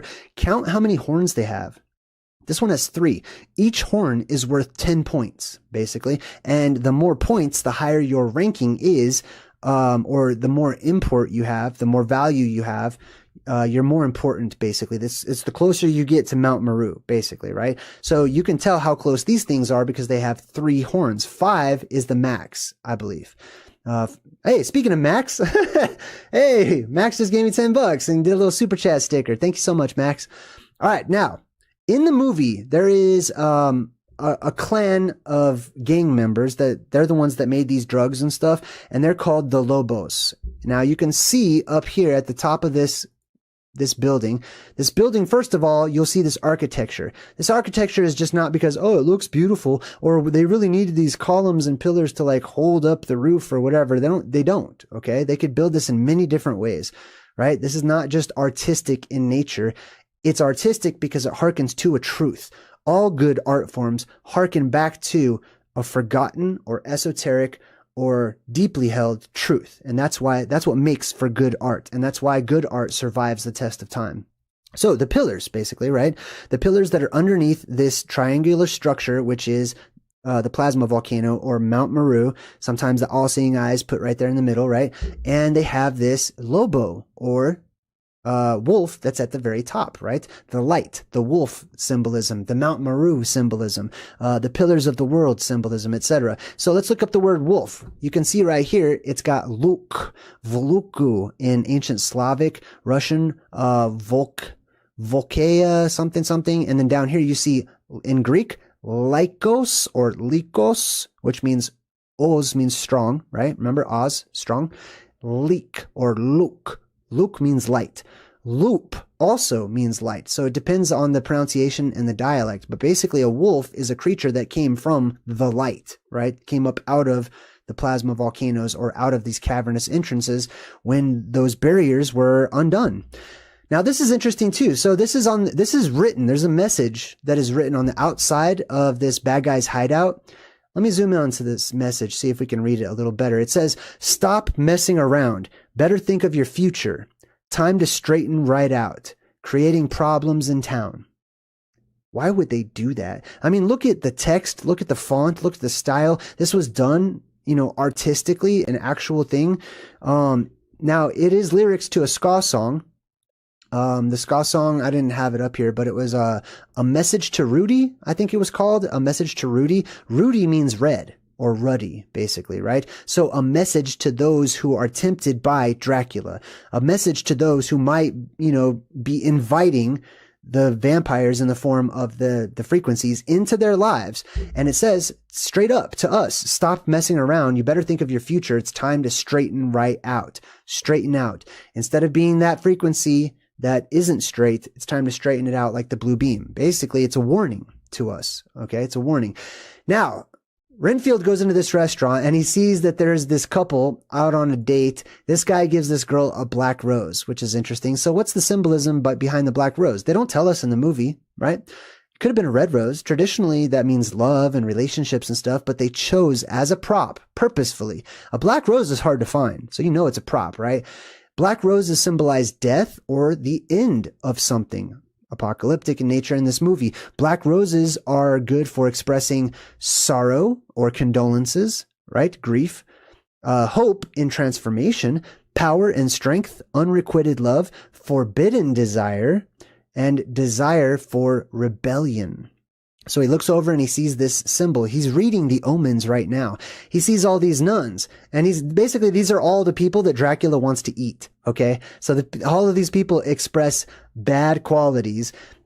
Now, there are infiltrators. Okay. So you might look at a group of nuns, and it depends on your perspective. You might see like, oh, they're religious. They're supposed to be nice. They're supposed to be kind. They're supposed to be chaste and pious, etc. Well, they're supposed to be. Okay, but those of you who actually have had experience going to schools where you were taught by nuns, especially if you're older, nuns are oftentimes bad news, okay? And also they wear all this black and white symbolism. Like the name of that restaurant it means black and white. So there's a lot of black and white symbolism in this movie too. Black and white is the color for space travelers. Okay. So the dark worlds, or the black squares on the chessboard, is our worlds, the covered worlds, the dark cities, and the white is the whiteness of space, the brightness of the heavens. So he sees them, and then this bus full of cheerleaders go by. Also, if you've ever been a cheerleader or stuff like that in school, like that's not the most pious energy, is, being like involved in football or cheerleading or stuff like that. Okay. So anyways, now we get those gang members, the Lobos, they actually wear these wolf masks. You know what I mean? And then the leader actually will take his mask off. So it's not like they needed these masks or anything. It's not like they're trying to conceal their identities. But what they're showing you is that there's always a correlationship between vampires and werewolves. Just like I talked about on a few of my different videos, that werewolves are direct descendants that they are not ancestors. They're related, basically. They're in the same house. All right. It's the Montagues, the Capulets, the werewolves, the vampires. They're all the same. All right. Now, Robert Montague Renfield is what his full name is, right? It's not just Renfield, that's his last name. So let's break down that full name, because the movie was so kind and felt it was important enough to give us his entire name. Let's break down his entire name. Robert, we have broken that one down quite a few times, right? It comes from Hrod, which means famous, and then Bert, or Bert, you could say, which means bright, right? Famous light, basically, is what it is. A light that is of famous notoriety, not just any old light, but a famous light is what Robert means, basically. Max Collins, thank you so much. High five. It'll probably show up here in just a second, but I saw you in the chat. All right. So Robert means famous light. Montague. What does Montague mean, right? Remember there was the Montagues and the Capulets, right? All the same story over and over again. The name Montague means hill or mont, and agu, which means pointed. So a pointed hill, Mount Meru symbolism, the plasma volcano, the pointed hill, right? So we've got famous light, pointed hill, and then of course his last name means the valley or the plain of the crow, which is also the plain of the beam, right? So a famous light from the pointed hill in the plain of the beam. This dude full on represents those people that come from or go to the sacred island at the middle of the world, which is an island of protection, which is a garden of paradise, which is Eden, which is Hyperborea, and many other names for it, right? All right, so he meets this cop. She's a good cop, believe it or not. Like, she's a good one. She's a part of the remnant. She just got, somehow she got tricked into joining police force and all that stuff. And she's going to start questioning, just like he questions who he works for. Right? He's a thrall. He's a slave of the devil. He's a slave of that satanic energy, or that bad energy, or that dragon energy, the Dragul energy. She is the exact same thing. She is also of the good vibe tribe in the movie. It's just that she doesn't like her bosses. She hates the people that she got tricked into working for, right? So he makes this mention. He's like, oh yeah, I am a veteran of the Great War. And he kind of lets it slip, which reminds me of that Great War reference that was in Cabin in the Woods, right? The Great War is the Titanomachy. It's a 10-year war between the new generation of Greek gods and the older generation of the Titans, right? Or those who have superpowers versus the giants themselves, who don't tend to have superpowers, but they are giant in nature, right? Then Dracula shows, what was the dude's name? Oh yeah, Renfield. Dracula shows Renfield his plans. Bad guys always tend to show people their plans. They always, instead of just killing the good guys, they always like go over their whole plans and stuff like that. That's because they want to instill fear. They get off on telling people what kind of bad things to expect instead of just killing them, because it's really they're vampires. They're energetic vampires. They want people to be afraid. They soak in that energy. They want to transition your energy from a good vibration to a bad vibration. That's why the bad guys are constantly just giving away their plans, because they're trying to scare you, because they feed off. They don't want you dead. They want to transition you into something else that they gain from, that they benefit from. Killing you is just a last resort. You know what I mean? Like, they don't gain much just from killing people. But if they keep them alive and the person produces like a crop negative energy, you know, because they're so scared or whatever, then yes, then they keep you alive and they tell you all their messed up plans. So these are Dracula's messed up plans for world domination. And we can zoom in on this for just a bit. You can see there's all this different writing. Like this one says, remove all art that depicts man's accomplishments. That's interesting. So these are all parts of his plans and stuff. Remind them of their shortcomings. Break down security. What does that one say? Make them feel worthless.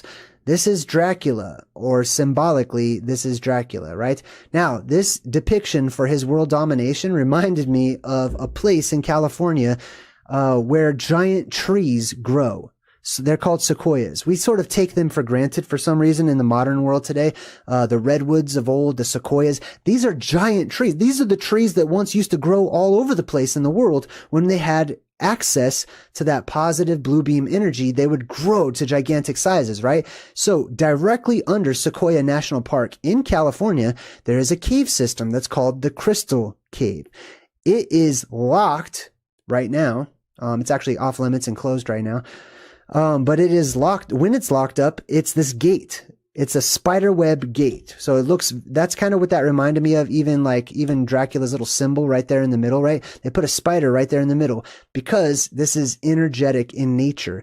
You go through into the cave systems and, there's energy down there, which is why all these cave systems are off limits. They don't want you and I, the general population, to have access to the earth energy that can help you to live longer, that can heal you, that has so many different byproducts.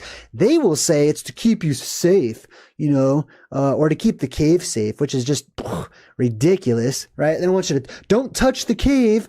Your fingerprint might just destroy all of this thousands of years of God's work or whatever. That's garbage. It's a cave. It's a rock.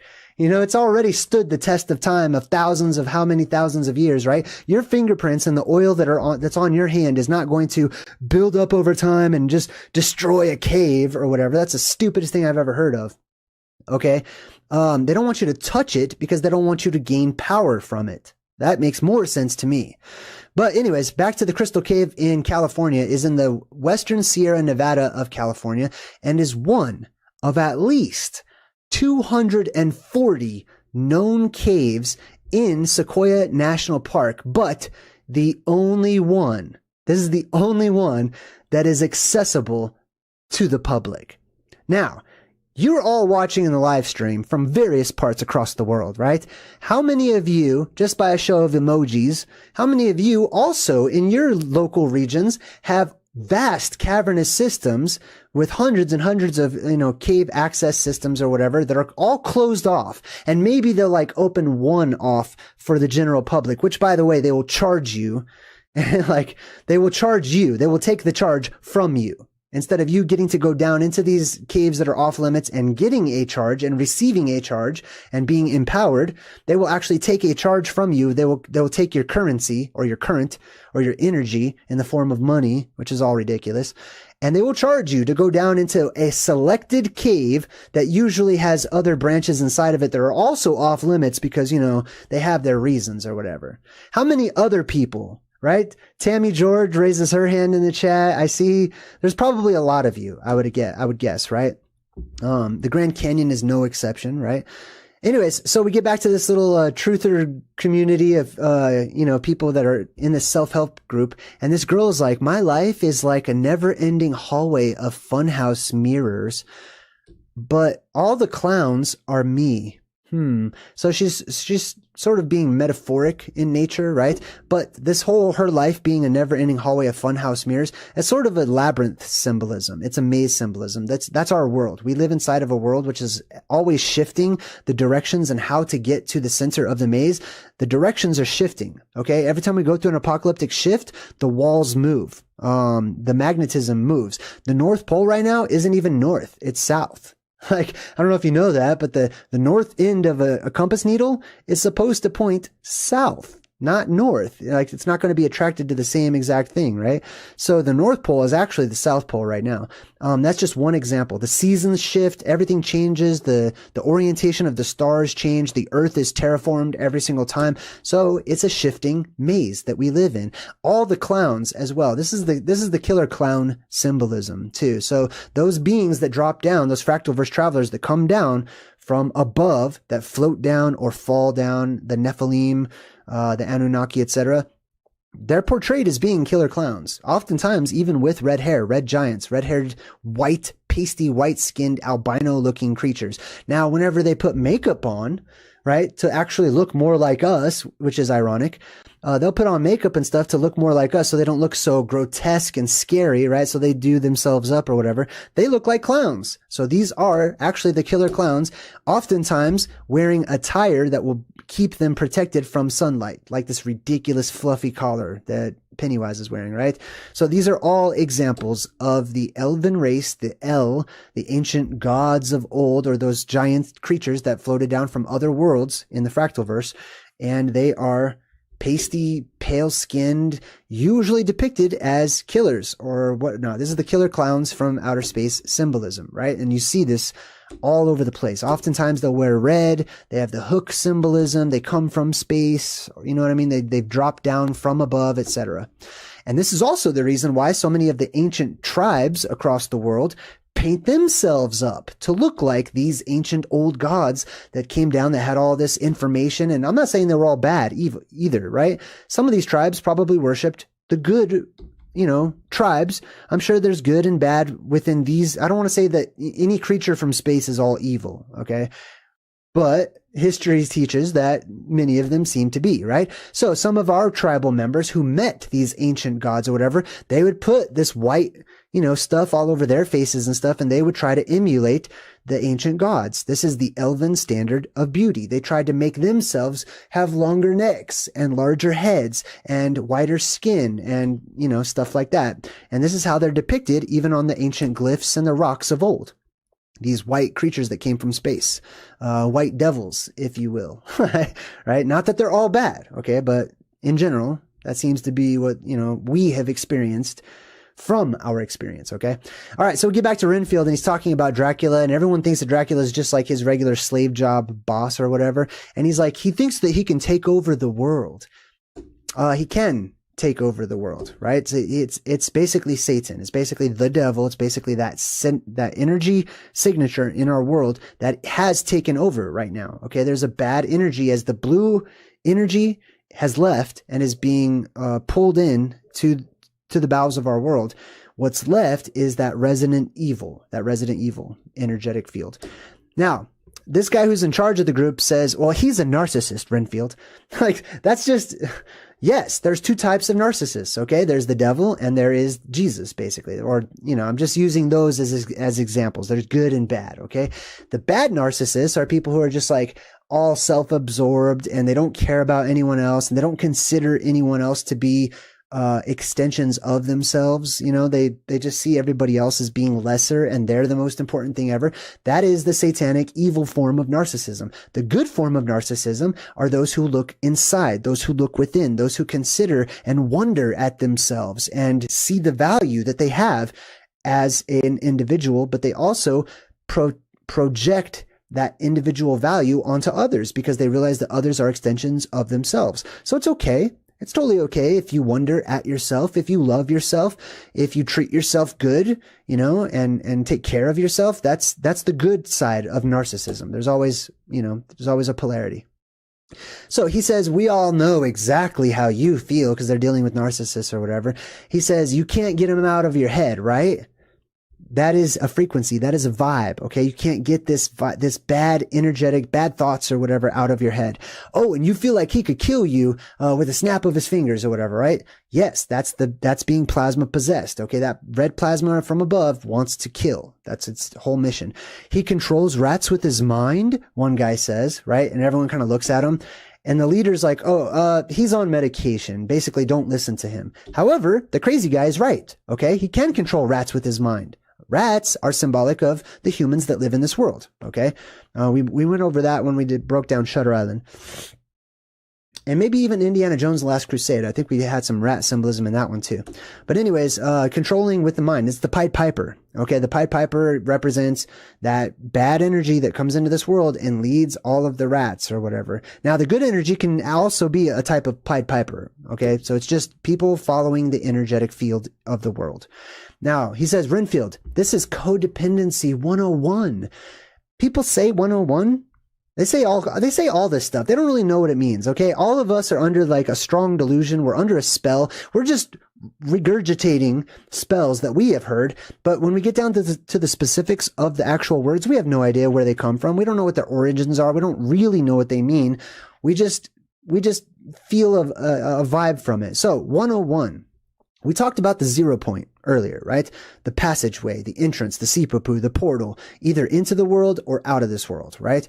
That's the O in 101. The 1 on either side are the anode and the cathode on either side of that entrance. It's the 101. It's the beginning. That's why beginning classes are called 101, because that's the beginning of the earth. That's the middle of the earth where life begins and where life ends as well. Okay. So it's anode, entrance, cathode. That's the 101, the beams that shoot up on either side that create an electrical arc or the arc of the covenant, etc. All right. So he says, I'm going to grow to full power, right? So he represents those of us who are the remnant of the blue beam. He also represents the blue beam itself, who needs to grow to full power. That's what it's doing right now. Okay. That blue beam is not in the world right now. It's not at full power. Once it does get to full power, once we get to full power, then, we'll go through a polarity shift and the world will change for the better. Now, right after he says he's going to grow to full power, what does he do? He goes to the tower, or a place called the tower that has a form of a symbolic blue beam shooting straight up, and it says tower on it, right? It couldn't be more obvious to me that this is Mount Meru symbolism. So if you want to grow to full power, get to Mount Meru, okay? Survive and get your ass to Mars, like it says in what's that movie with the Terminator dude? Anyways, you know what I'm talking about. All right, so he goes to the tower, which is just his apartment complex, and he buys all this stuff to start cleaning. He also buys those exact same type of narcissus flowers. They're in the family called narcissus, basically, which are white with like yellow in the middle, right? So he buys those exact same type of flowers that represent him anyway.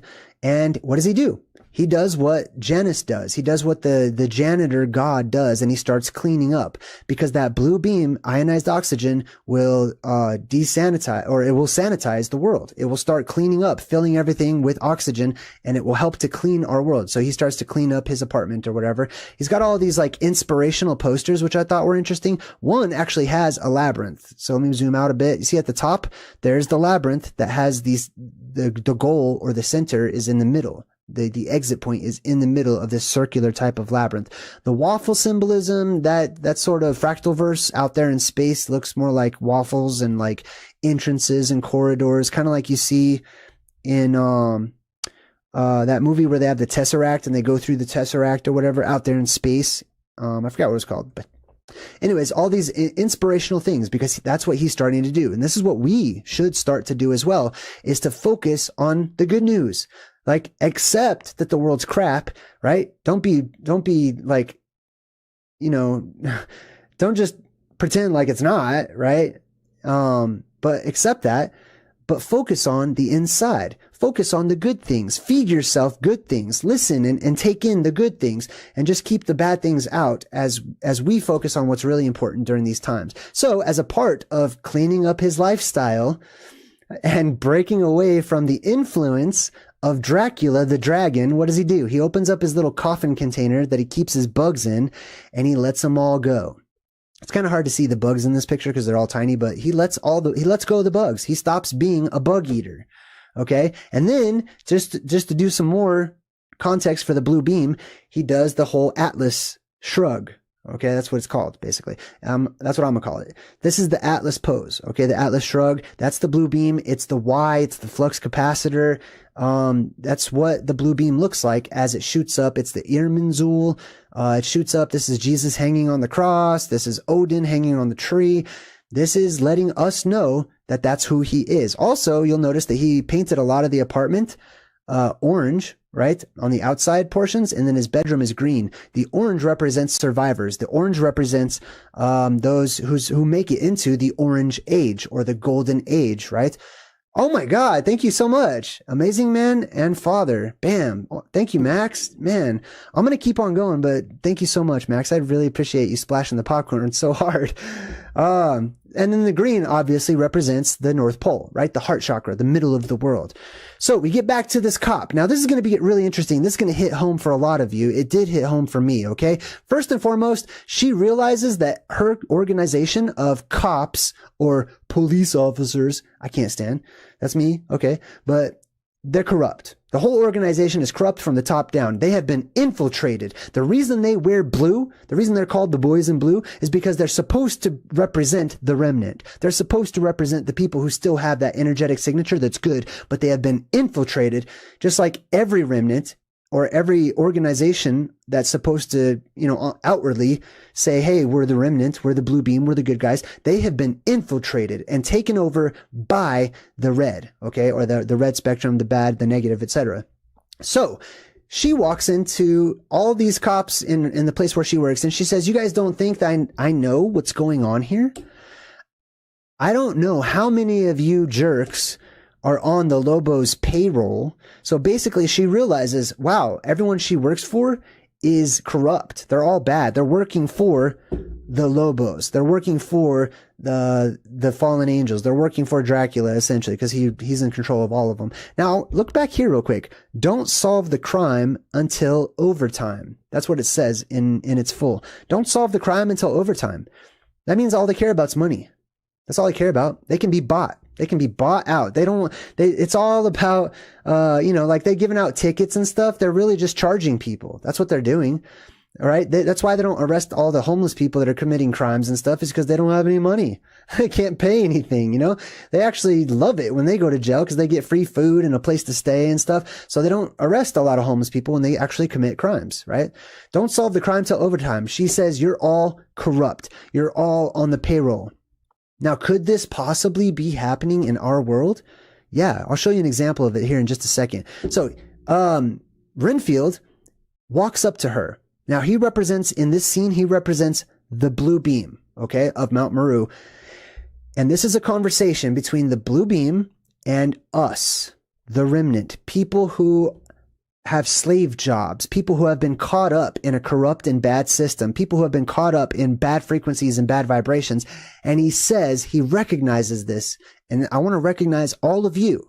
Okay, I'm looking in the chat. I'm looking into you, future people who are watching. You need to be recognized if you're a good person. You need to be recognized when you contribute, when you do good things, when you help people out, when you act and do things that are acts of heroism. Okay. He says, you stood up for everyone who's ever lived in fear of the powerful forces that are shaping their lives. You stood up. You stood against that. That's not easy to do these days because we become targets. You know, we get humiliated and we suffer. And that's not easy to do, to stand up when most of the world is evil and upside down. He says, now it's important because when people like you stop, then that's when the monsters take over. Okay, so that's internally, that's whenever everything just gets bad, there's no hope left. Okay, but physically, that's when actual monsters come into this world, because the world has had enough. Mother Nature has enough. There's no more good people. There's no one righteous. No, not one, as the Bible would say.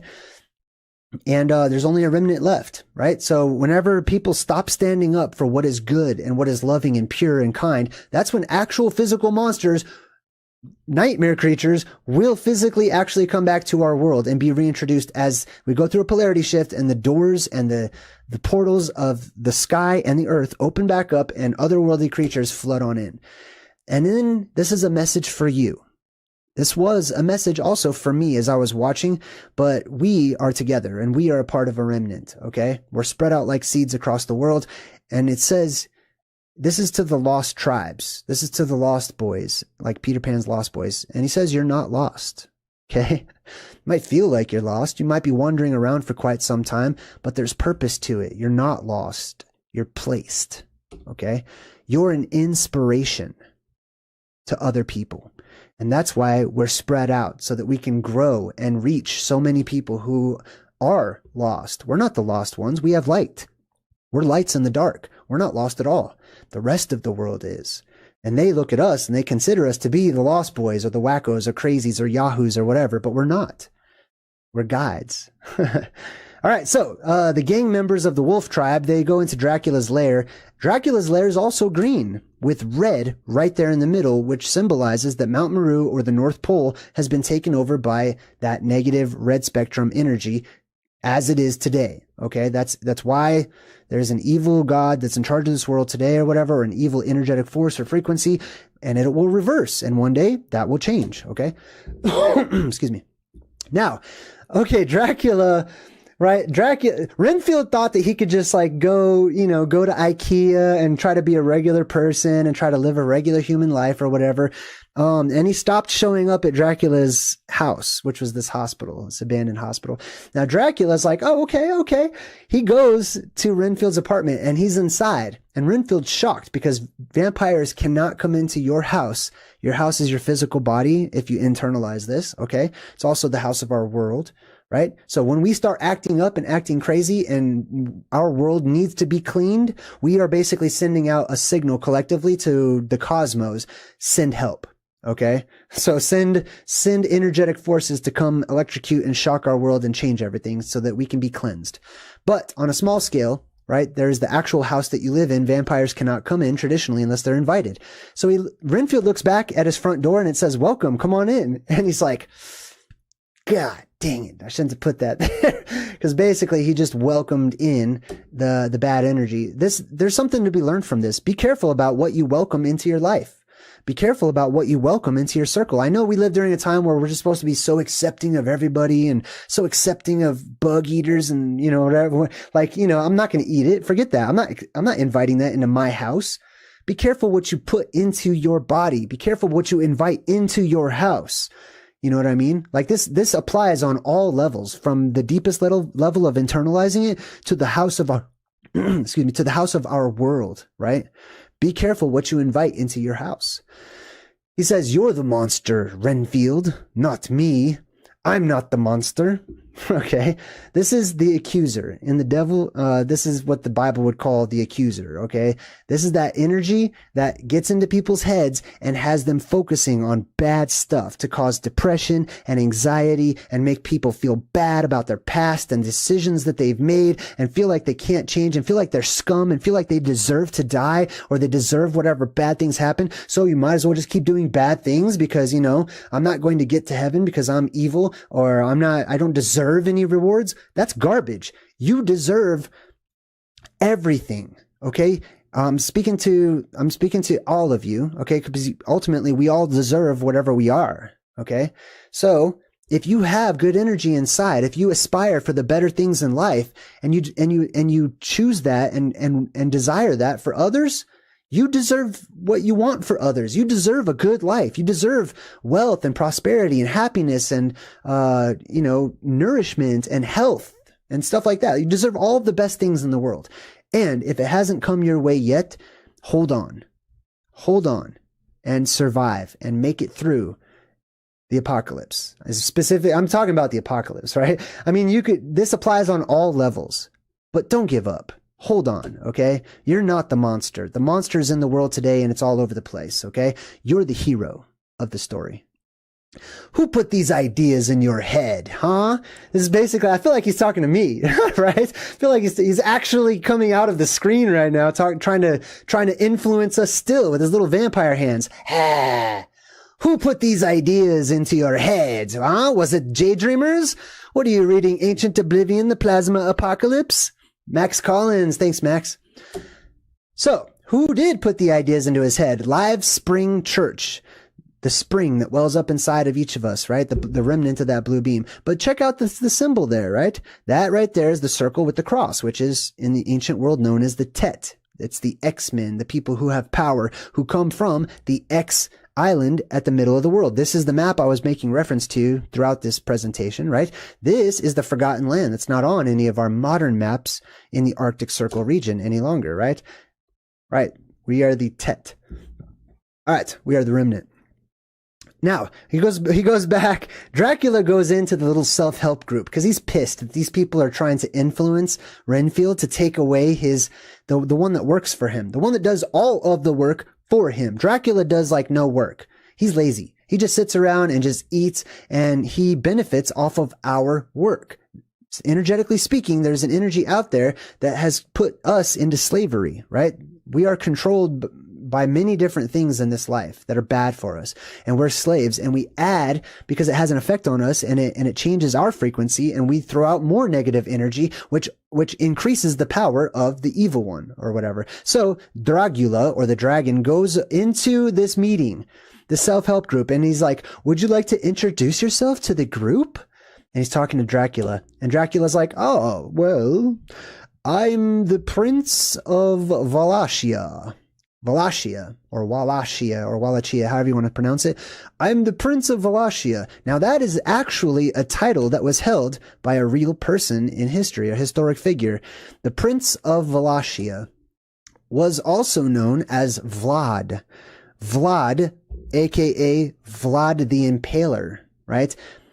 Who took the title of Dragul from his father. His father, this is Vlad III, represented right here. He was known as Vlad the Impaler, who actually put stakes. Now, he's supposed to represent a vampire, right? But he's the one who is putting stakes through other people. Now, the stake goes through the heart of the bad guys. Do you see how the paradigms are all flipped upside down and messed up? No wonder so many people are enamored with vampires, right? And you know, things that most people would consider to be evil or gothic or scary or bad, or, you know, horror movies and stuff like that, because the world's upside down. There's a lot of truth to these things, right? Vlad was a hero, okay? At least to his people, okay? He fought against the Ottomans. Otto means rich people, basically.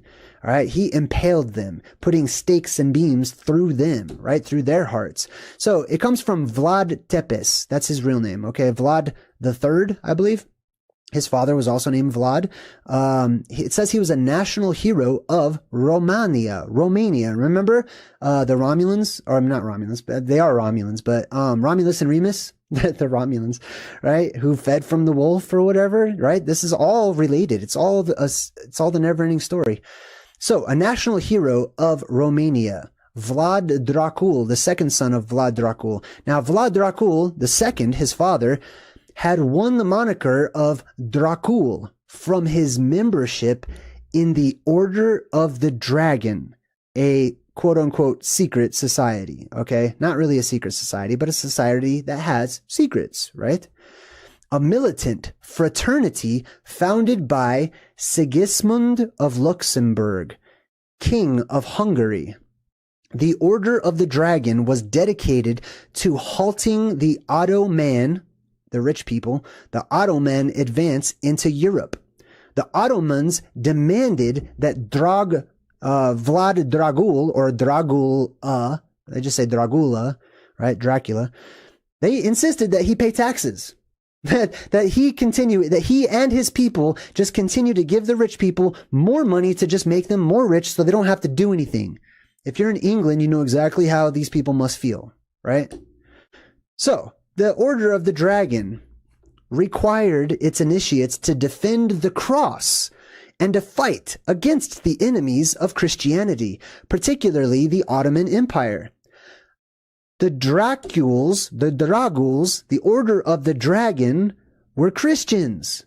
Like, can you imagine? The people who are portrayed as vampires and so afraid of the cross, and you put the stakes inside of them, they're the ones who are actually Christians and loved the cross and staked other people. Bad people. Isn't this interesting how upside down things have become? And then he says, let's eat. His eyes get all plasma possessed and stuff. Now, there's truth on both sides, just so you know. Okay, so I'm not saying that vampires are all Christians and good people or anything like that. I'm just saying there's balance. Okay, there's two sides to every story. We should consider that. So he says, let's eat, right? He plays a pretty good vampire. He says, all right, now, he tears up all those people, kills all the people in the self-help group, and he's talking to one of the gang leaders in the Lobo family, the wolf family, right?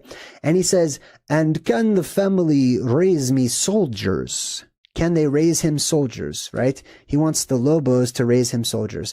He says, and the impalement of all who oppose it. So this is another, Vlad the Impaler reference, basically, right? And he looks up, he's like, yeah, we can. I can make a couple calls. We can raise you up an army, So the energy that's in our world is spreading, okay? It's recruiting. It's strongly influencing anyone who is in this world, and it hates anything that opposes that energy because its goal is collection. It wants to create a collective energy, right? I mean, that's the goal of both sides, really. So this guy stands up. He's like, yeah, I'll help you out. Please don't kill me, Dracula. And then he's like, He does this crazy Nick Cage psycho laugh. And then the bad guy's like, are you happy or are you going to mess me up? Like, I can't tell what's going on here. And then he's like, and he's still laughing, but he looks pretty Nick Cage crazy, right? So this dude's not sure. Like, is this good or are you about to eat me, right? There's a super funny part in the movie. All right. Anyways, now check this out. Let's hit home for a second. Okay. Let's shift gears. Let's hit home. The cops in the movie are corrupt from top to bottom. There is only a remnant. There's only a few of them who are still good, which is represented by that female. Now, the cops are called on the female because the female tried to tell on all the cops, and she's telling all the cops, you're all corrupt, you're all bad, you're the ones who deserve to be in jail. And guess what they do? All units, you have the green light. The green light. They're given the green light to commence attack on one of their own. So, because one of their own was going to blow the whistle on all of the rest of their department or whatever and tell everybody like, hey, they're all corrupt, they're all bad, they're all working for Dracula and stuff. It's portrayed as if this is fiction, right? Here she is, trapped in an apartment complex or in a house, surrounded by cops who are all corrupt and out to kill her, right? Here they come pulling up and they have this huge firefight. This has happened in our world and does happen quite often, right? Whenever one of their own rises throughout the ranks and decides to report the rest of them for being corrupt individuals, they go out on manhunts to try to basically just kill and murder these people. They don't want to bring them to justice because if they bring them to justice, they'll talk. They'll have something to stand on so that people can listen. And they don't want people to listen to the truth that these people are spitting about how corrupt these organizations are and how about how they just blatantly hurt people. They break all of the laws. They are above the laws. And whenever one of their own comes out and says, hey, I realize this, man, I feel bad. I want everyone to know, they go out on manhunts. This has happened in the past. And actually, when it did happen, this is just one example, okay? It says here that the sheriff has asked all members of the press to stop tweeting immediately. It's hindering officer safety. Like, yeah, please stop telling everyone what we're doing, right? They basically start issuing out these ordinances and orders and stuff to stop information, stop talking about what's really going on in these places, right? It says, here's an example of a guy. I won't say his name just because I don't want my video flagged, but it says he was a former LAPD officer who was fired after filing a report of excessive force against a superior in 2007. So basically, one of his higher ups, he went to go tell on, I had this exact same experience in the military. Okay. So this is why I'm so passionate about it. Okay. This happened to me, not this exact same thing, but similar circumstances happened to me in the military often, all the time. And it just, it irritated the hell out of me. I hated it. I couldn't stand it, man. And they're all in the little, boys club or whatever. They're all rubbing elbows with one another. They all protect one another because they're all corrupt and they don't want to lose their power. They don't want to lose their privilege. So they fire people. They set people up. They make people look bad. They will, and if none of that works, they get rid of them. Now, here's a little clip from that particular individual's manifesto, which could be real or not. And he says, they terminated me for telling the truth of a Caucasian officer that was kicking a mentally ill man as being disgusting. Like, he was just disgusted. They were beating people up for no reason. He says, those of you who go along to get along, right? You've heard of those people who are just cowardly, people that see other people being beaten up, taken advantage of, spit on, killed, murdered out in public, and you stand by and you just record it, or you watch, or you laugh, even worse, right? I've seen videos of people doing that, like on airplanes. People are acting crazy in the background and people are like doing a little selfie, trying to act all slick, like we don't know you're just sitting there doing nothing, sitting on your butt, just recording it all, right? Doing nothing. He says, those of you who go along to get along have no backbone and destroy the foundation of courage. You are the enablers of those who are guilty of misconduct. You are just as guilty as those who break the code of ethics and the oath that you swore. Basically, if you're doing nothing about it, you're enabling the people who are acting badly, right? This little part also is from the manifesto. It says, I am here to correct and calibrate your moral compasses to true north. Whew. This particular individual, they chased him. There was a manhunt. Okay. They weren't trying to bring him to justice. They didn't want to arrest him or anything. It was, there was a call put out to murder this individual. And there's many stories like this across the world. Okay. They cornered him up in Big Bear, up in the mountains in a cabin. And then they threw a bunch of incendiary devices into that cabin and basically told him, if you step out of this cabin, we will shoot you anyway. So you can burn to death in the cabin. Does this sound like positive energy? Does it sound like blue beams to you? Does it sound like anything that's good? Like the remnant of the good energy? Christian, Christ-like, Buddha, anything? No. No, this is bad. These are the infiltrators. Every picture of this dude's face was all over the news. And I was so upset when I saw this story, especially how it was being portrayed and twisted on the news. You know what? The one thing they could not hide was this dude's smile. They could not find a bad picture. Usually they try to find the worst picture of the people as they can to try to make them look really horrible, right? Every picture of this dude, he's beaming, man. He's so full of goodness and good energy. Like, every picture of him looks just like this. They cornered this dude and they set this place on fire, having no idea if there was anyone else in this cabin or not. And this is a trend. This is what the governments of your world do when their backs are against the law and they're facing somebody who might have an alternative lifestyle, alternative opinion, a different mode of living, right? And they try to just leave the system alone and live on their own. They don't tolerate that. They burn it down. Okay. So that's a big fat, be careful, from me to you. Okay. All right. Anyways, now we go back to this dude. Remember, he was he becomes the new familiar to, he basically made a deal with the devil. All right. He becomes the new familiar instead of Renfield. Renfield decides he wants to cut ties with Dracula. So this is the new familiar. And there's this like centipede that comes out of his sleeve. And instead of eating it, he's a drug addict. So he snorts it. And then this bug, he's basically a bug eater. Okay. And his entire gang devoted themselves to Dracula. So they all become familiars and all eat bugs. Do you see a trend of the symbolism that the movie is trying to convey to you? Right? you might, if you consider changing your diet, good, great. A lot of people have said, hey, Jay, I appreciate that video you made about giant ocean bugs. Totally changed the way I eat.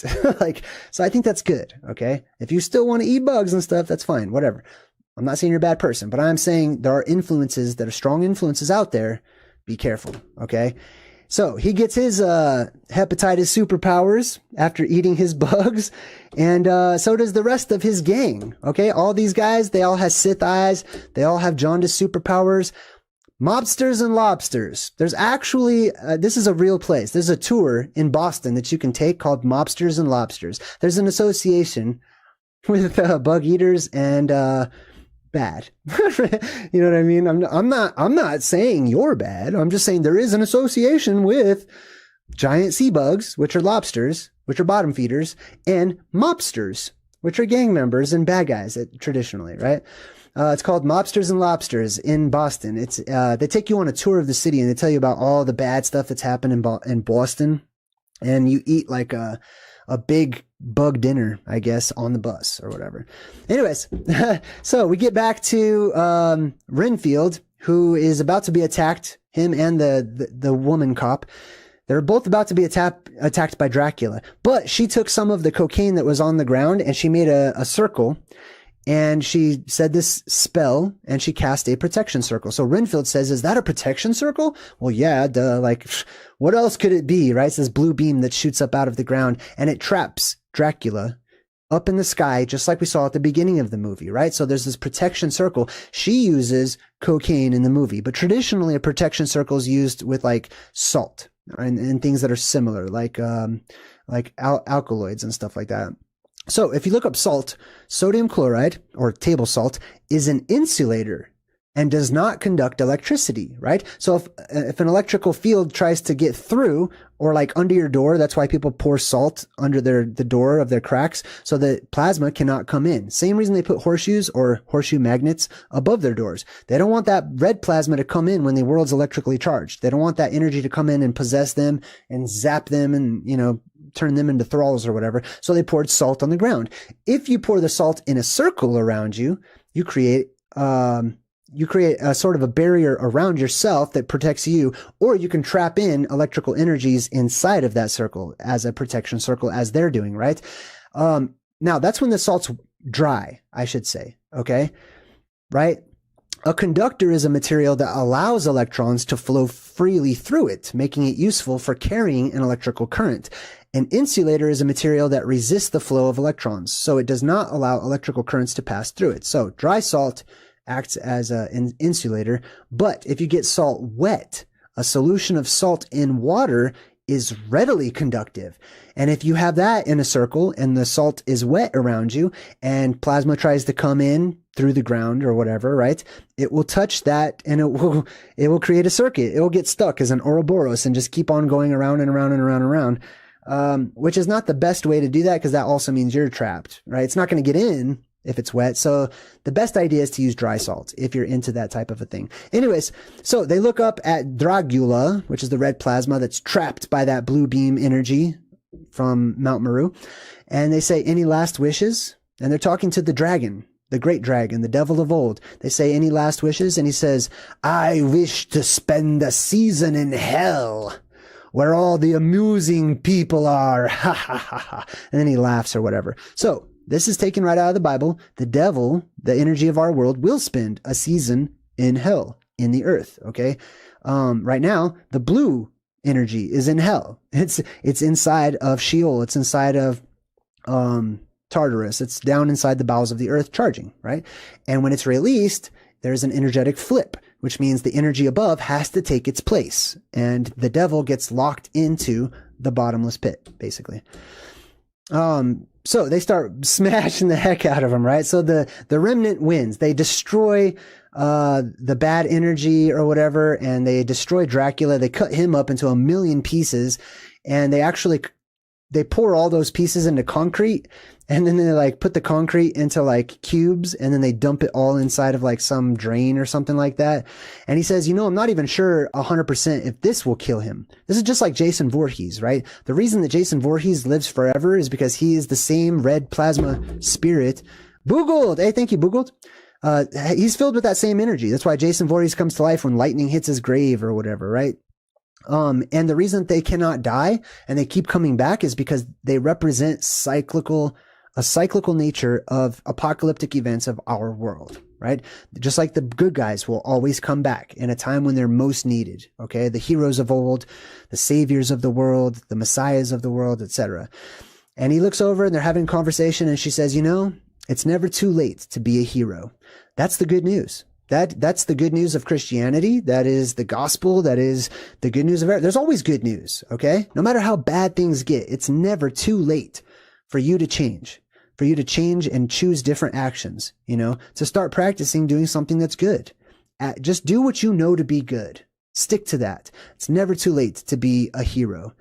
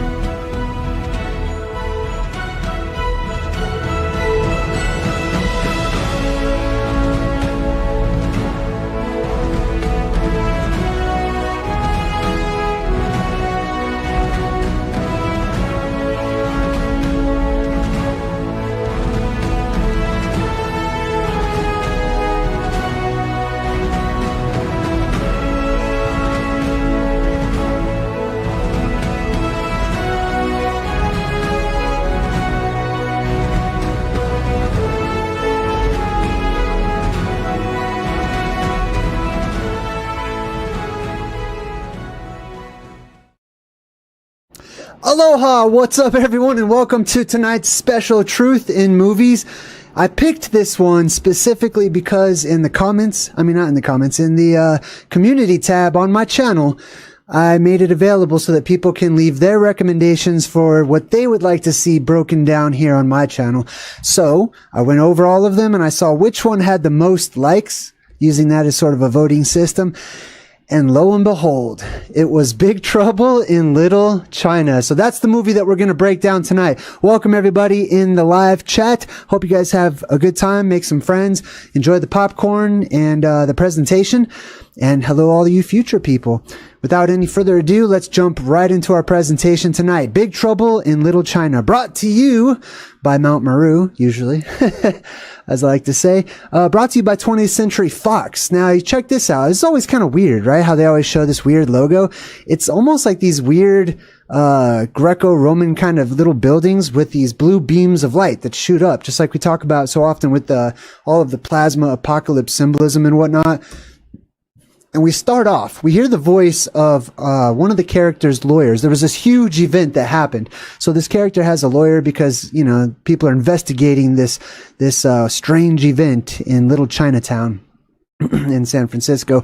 And the lawyer says, what I'd like to do today is to get your version of what happened. So I'm going to give you my version of what happened. NT Dreamer just gave me $100 off the bat. Wow. Big thank you to NT Dreamer. Thank you so much. All right. I'm going to give you guys my version of what happened today. So he says, I want to get your version of what happened today. And this guy named Egg Shin, he says, oh, you mean the truth. Right? My version of what happened, our version of what happened, looking into what happened in our esoteric past or our hidden history or what I call ancient oblivion. We're going to give our own version instead of just accepting what academia would have us to believe, whatever's scripted and written out in our books for us. And he says, oh, my name is Egg Shin, bus driver. So this guy right here is one of the main characters and his name is Egg Shin. He's a bus driver. Let's check this out. So egg is just like an egg, like a little egg that things hatch out of, right? But if we look up Shin in Chinese, it means spirit or divinity. The Shin are associated with the yang, like yin yang, right? The bright and active aspect of the cosmos, and with the higher spiritual component of the human soul. So it's akin to Qi, basically. Qi meaning life force energy. And also the side of that energy that is additive, the side that gives energy, the side that is here to add to the world instead of just constantly take away. The good guys, basically, right? Which reminded me, this whole egg shin, the egg life force, the egg aura, that many people have seen when they read auras, reminded me of this book by Carlos Castaneda. It's called A Separate Reality, and in it, Carlos Castaneda, the author of the book, actually speaks with this Mexican shaman named Don Juan. Highly recommend this book if you're interested in stuff like this.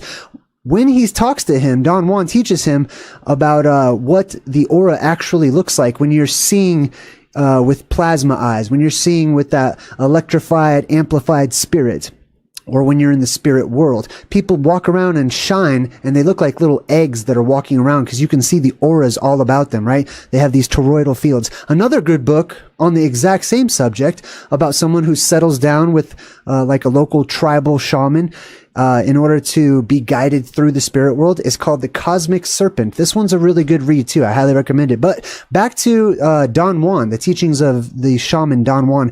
It says that Don Juan instructed Castaneda that when he sees like a sorcerer, people appear to be luminous eggs. There's different ways and modes and methods of sight, right? It just depends on your energy and your body physically and your power that lies inside of you, if you're able to see beyond, right? Which is what we try to do. I try to build a bridge to help people to learn how to do that with our Truth in Movies segment that we have right here. Now, this is an example of the egg-shaped auric field of the body. It's really a toroidal field that shoots upwards. It shoots upwards out of the head. It comes back in towards the heart, makes like a sort of figure eight, and shoots back down underneath the body as well.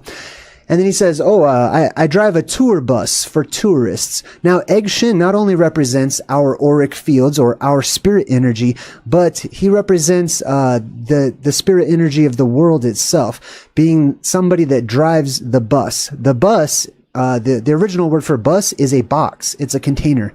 That's all it is. And the ultimate bus or the ultimate box symbolism is the box that we live in, which is the box of the world. It doesn't have to be a cube shape. Remember, just any kind of a container is a box.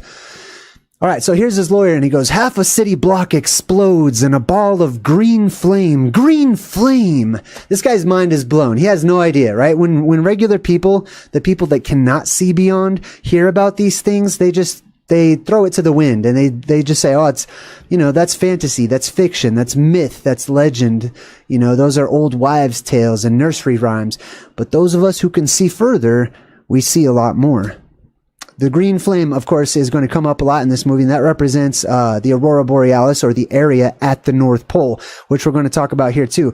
As with many movies, this one is an age-old tale of an expedition to the North Pole, or getting to the North Pole and the polarity shift, as you're going to see. And he says, all hell was breaking loose here. And that's exactly where all of hell will break loose. Hell is considered to be the underworld, or the hollow recesses of our world. Now, one of these days, there are barriers and boundaries that keep those entities and spirit energies and stuff, they keep them trapped down there in Tartarus, or the underworld, or Sheol, and the upside down, etc. And one of these days, whenever we go through an electromagnetic shift and we hit the neutral point, those electromagnetic barriers that keep out living beings like us, and creatures and monsters and gigantic animals and insects, they will disappear. They will go away, and the doors will open, allowing them to come up from the underworld, as well as releasing all of the plasma that's kept down there, and we'll have like sort of a ghost or spirit type of an apocalypse as well. All hell breaking loose, coming up, erupting, bursting forth from the center of the world at Mount Meru. He says, now, if you're protecting Jack Burton, and he's like, you leave Jack Burton alone. We're going to learn more about Jack Burton right now. Now, we've talked about the name Jack a few different times, right? And I'll give you another origin of the name Jack, but let's check out Burton. It comes from two words. Bur, which we've looked up a couple of times, comes from the Proto-Indo-European root word bars, which means a bristle. You see that right there, a bristle? So let's check out bristle. What does bristle mean? So bur comes from bristle, and bristle basically means a point or a spike, a beam, a pillar, a column, etc., right? So Jack Burton, Jack of the spike being the nail or the vav or the tent peg or the column of light that shoots up from Mount Meru, giving us the Atlas symbolism, the squatter man, etc., right? The holy arrow, the holy spear, the spear of destiny. Now, Jack comes from Jacob or Yaakov, and the name Jacob in ancient Hebrew means supplanter, somebody who takes the place of somebody else. This is, by extension, it implies those who survive the apocalypse. Those of us who survive the upcoming apocalypse, we will take the place of those who are in charge of the world right now. We will inherit the earth. We will be the ones who make it and live and get to establish a new world however we see fit. And our stories will be the ones that are written about. We'll be the patriarchs and the matriarchs of a future worldwide civilization as we grow and develop our own families. Now the lawyer's like, do you really believe in magic? Right? And he goes, oh, absolutely. Right? And he says, and monsters and ghosts as well, I suppose. Oh, sure. Yes. And sorcery, actually. And he's like, well, why should I believe it? You might believe all that stuff, but why should I believe it? And he says, because it's real. Now, this is how the movie starts off. We establish that the following events, although cartoonified, although put into story form, are not fictitious. They're factual. They're evident. If you look across our time and history, our documentations of our myths and our legends, and we use comparative mythology and we compare all the different religious stories and texts and the ancient scriptures and writings, we can see that a story starts to appear. That they all have the same exact similarities and characters and events and stuff like that. We can see that there is a hidden history, something that we have forgotten about. It's our ancient oblivion. So he gives them a little taste of the magic, right? One of these days, we'll be able to just do stuff like that whenever the atmosphere is more energetically charged. Right now, the atmosphere and the energy in our world is retracted. It's going down into the earth to charge up within the bowels of the earth in order to be released back to us. And that will take us back into an age of magic, into a fantastic age, into an age of magic and mystery and all of the things that we write about and watch movies about and we're so attracted to now.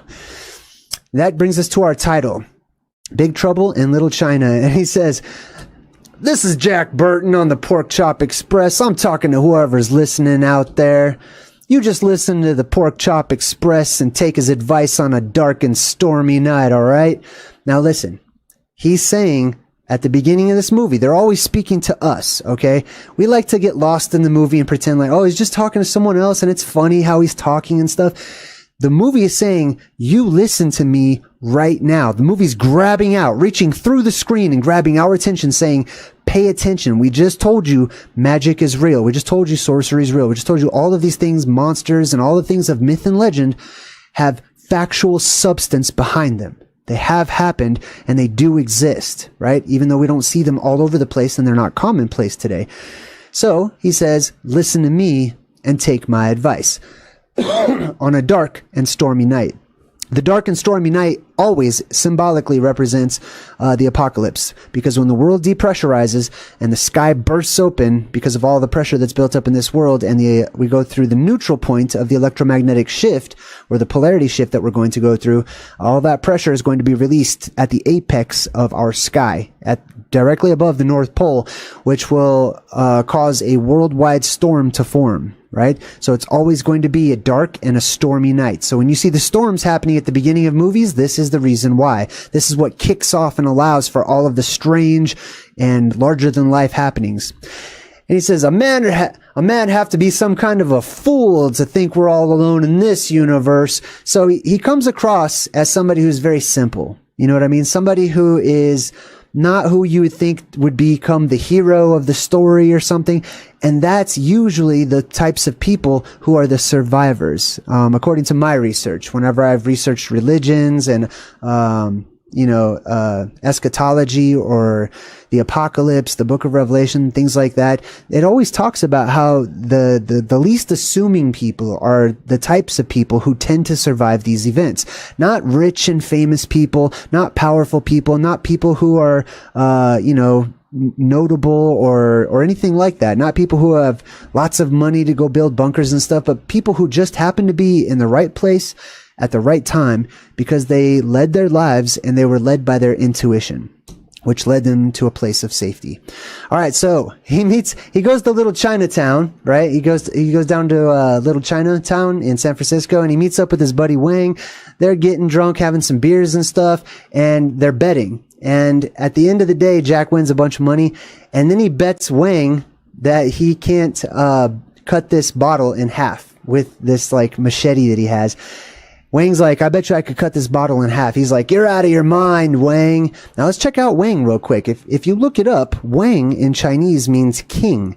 So Jack, which is the survivor who lives in the town, Burton or Birdtown, the town of the spike, the town of the spear, the town of the column, right? Which is that long lost island up at the top of the North Pole that's on many ancient maps, right? Check that out. I'll show you an example here in a bit.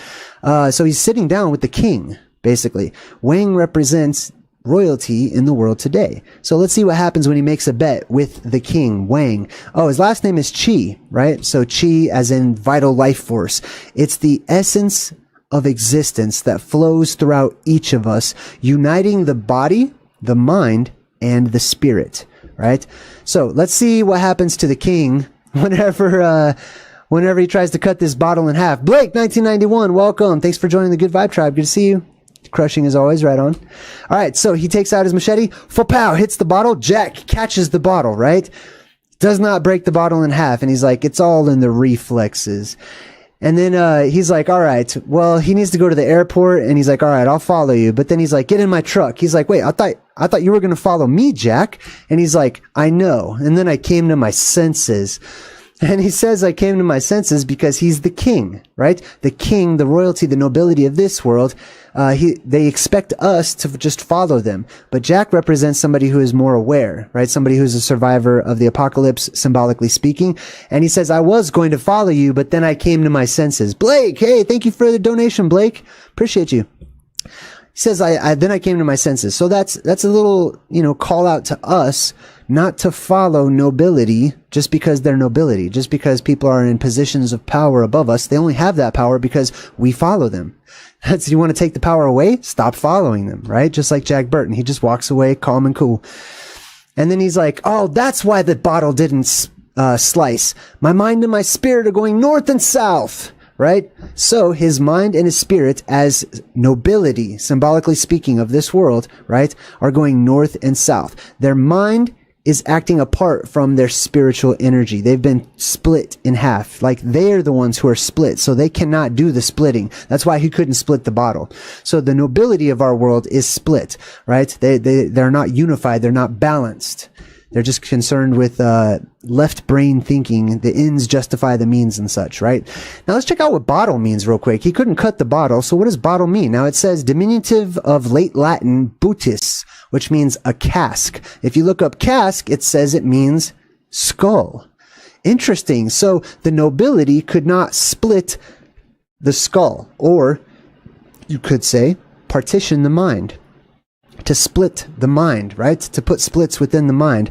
To put splits within the mind is these forms of spell casting that they do to their subjects and to their people, so that they're not of one mind, right? So that they can't think clearly. Now, if you look up, they're looking for a girl, so he has to take them to the airport to go pick up this chick named Meow. So if you look up the word meow, this is the word meow right here. It's kind of like how a cat says meow. This is meow. This is the glyph for meow at the very least. And if you look it up, it says that it means a fruit, reality, truth, and actuality. So the girl, who we're going to find out has green eyes, this girl Meow that they're going to find, they're trying to look for her, right? She's the treasure. She's the lost treasure. She's the stolen treasure. She represents like Sophia, or the inner earth energy that is retracted and is being kept within a tower or a castle or whatever, like a princess in video games and stuff, right? Or even in the movies. They're looking for the truth. They're actually truth seekers seeking out Meow, and her name means truth and reality, right? They're looking for these things. So they're truth seekers. And this is the truth seeker's path. Now, it also means feminine given name, which means wonderful, clever, ingenious, excellent. In other words, wise, wisdom. This is Sophia. It's the goddess of wisdom, symbolically speaking, which is represented by these two girls that you'll meet, both of them here in just a bit. Now, is Yin the black one? Because she also represents the yin of the yin and the yang. Now, in the symbol, yin is represented by the black color. Now, that is the castle color that spirit is hiding in, or has been kidnapped and is being held captive in a black castle or a dark building or a dark tower, because it goes down into Mount Meru, which is called Rupus Nigra, which is the black, high and lofty cliff, or high and lofty tower or mountain, which is affectionately called by myself the plasma volcano. And he's like, she's got beautiful eyes like creamy jade. Her eyes are green. That's really interesting. We're going to check out what green eyes mean here in just a bit. But we check out Meow Yin, and she's at the airport. She picks up her only package, which is baking soda. Of all things, a big box of baking soda. I don't know how much you all know about baking soda, but it's one of the best things that you can use to cleanse things with, right? I brush my teeth with baking soda. I will drink some baking soda every day, sometimes a few times a day. It's very good. It's an alkaline part of the earth that helps to balance out and neutralize acids that build up, right? The acids are the things that eat away and degrade the body and other physical objects. So here she is. This is Miao Ying.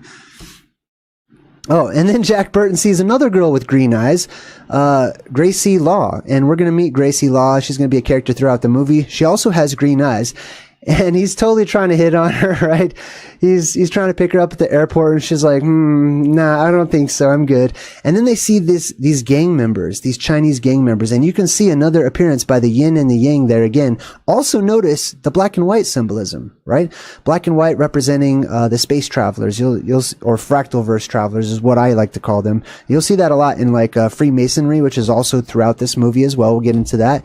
And she's like, don't mess with them. They're the lords of death.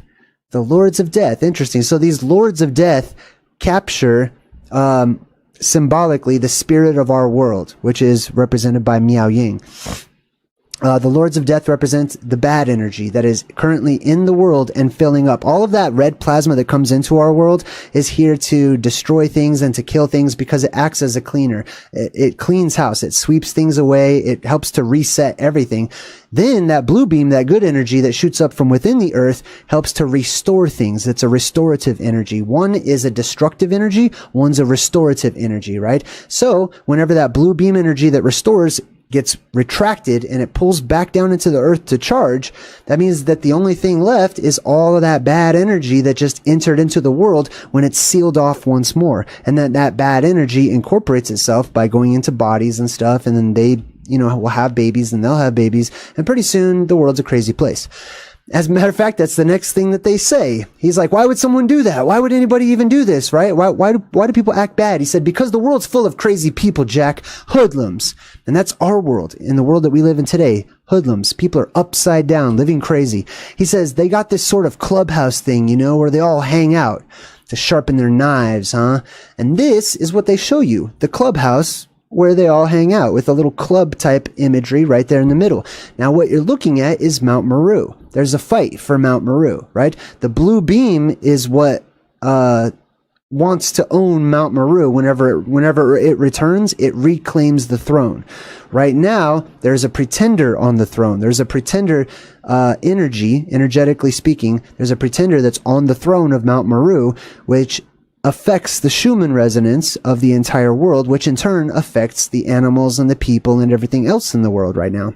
So what you're looking at, symbolically speaking, is Mount Meru, the eye in the sky, or the opening at the top of the firmament, the top of the sky, and then the anode and the cathode on either side that create an electrical arc around Mount Meru. All right, so now we get back to Mr. Egg Shin. He drives this bus. This is his tour bus, right? With the little dragon on top. The dragon symbolism is plasma. That's why dragons in the old world, dragons aren't, like lizard looking. They undulate. They're plasma, basically, right? Even further back in time, they didn't have legs. They didn't have arms or anything like that. They were just skyworms, right? Now check out the name of his bus, Egg Foo Young Tours. This is really interesting. They could have named this tour business that he has anything, right? So what is Egg Foo Young? Let's just check that out, because the movie was so kind to share that with us. I feel it's worth looking into. Egg Foo Young literally means hibiscus egg. This is a dish that you can get at many Chinese restaurants, but it means hibiscus egg. Why would they put hibiscus egg on there, right? So if we look up the word hibiscus, it means marshmallow. I say mellow, but it's mallow, right? Marshmallow. A mallow from the marsh, a flower from the marshes, or that flowers that grow up around muddy, marshy, swampy kind of areas, typically tropical type of areas, right? So the marshmallow plant, this is what it looks like. This is actually a really popular tattoo at the moment. A lot of people are just subconsciously getting the same tattoos, just like you're all subconsciously having the same dreams and drawing the same pictures and coming up with the same ideas and stuff, because we're coming to a point where everything crashes back into itself before the next apocalyptic cycle. But this is the marshmallow plant. This is what marshmallows typically are made out of. And, of course, that harkens back to the Marshmallow Man, right? The Marshmallow Man from Ghostbusters. Now, the Ghostbusters, we did a whole breakdown on this, but after they destroyed the Marshmallow Man, he exploded, and there was all this white goo, which is marshmallow stuff or whatever, that dripped down on top of the people, right? Now, if you look up the word mallow, as in marshmallow, they don't really know the origin of it. There's a lot of grasping at straws and guessing, so I looked it up. And I can see that it's related to the word lava, L-V-A, or lua, or louis, or lua, or lu. Just like we've broken down quite a few times, which is the root of the word love. It's the root of the word lava. And basically, I believe it means to flow.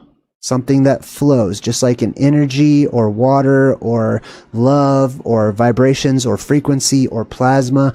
It means to flow. Ma, the letter M, or mem in the ancient languages, means out of the water. Okay, so this mellow essentially would mean out of the water, flowing out of the water. Just like Mount Meru comes up out of a crystal lake that I'll show you here in a bit, and it flows upwards, just like the god Enki always has those two rivers that flow on either side of him, and you can usually see some fish jumping out of the rivers and stuff, right? So basically the marshmallow symbolism is it is symbolic. I'm just going to put it simple without getting too detailed into it, but it's symbolic of ambrosia. Okay. The marshmallow symbolism is symbolic of that substance that comes down and rains down from that blue beam as it shoots up and smashes into the other elements and gases and vapors that will be up in the atmosphere. And it will collide with those things, which will create little particles that will rain down in the form of ectoplasm, basically, which is why this is featured in Ghostbusters. That ectoplasm, or that gooey type of a substance, that Mountain Dew, right, as we've talked about, is charged. It's charged up energetically. So the gods, or the mighty leaders of old, or the survivors of old who lived around that blue light of the world that shot up, it would look like a giant stick figure up there in the sky, Odin hanging on a tree, Jesus on the cross, etc. And it would bleed on the people down below, or it would cry on the people down below, or it would sweat on the people down below. There's many different stories that talk about this, and it would come down, and it would be charged energy that comes up out of the waters or out of the river of life or whatnot, right? So it's a form of ambrosia, or the food or the substance or liquid of the gods. Now, back to the egg symbolism, because we're talking about egg shin, right? I want to read this to you real quick. This is an origin story from China.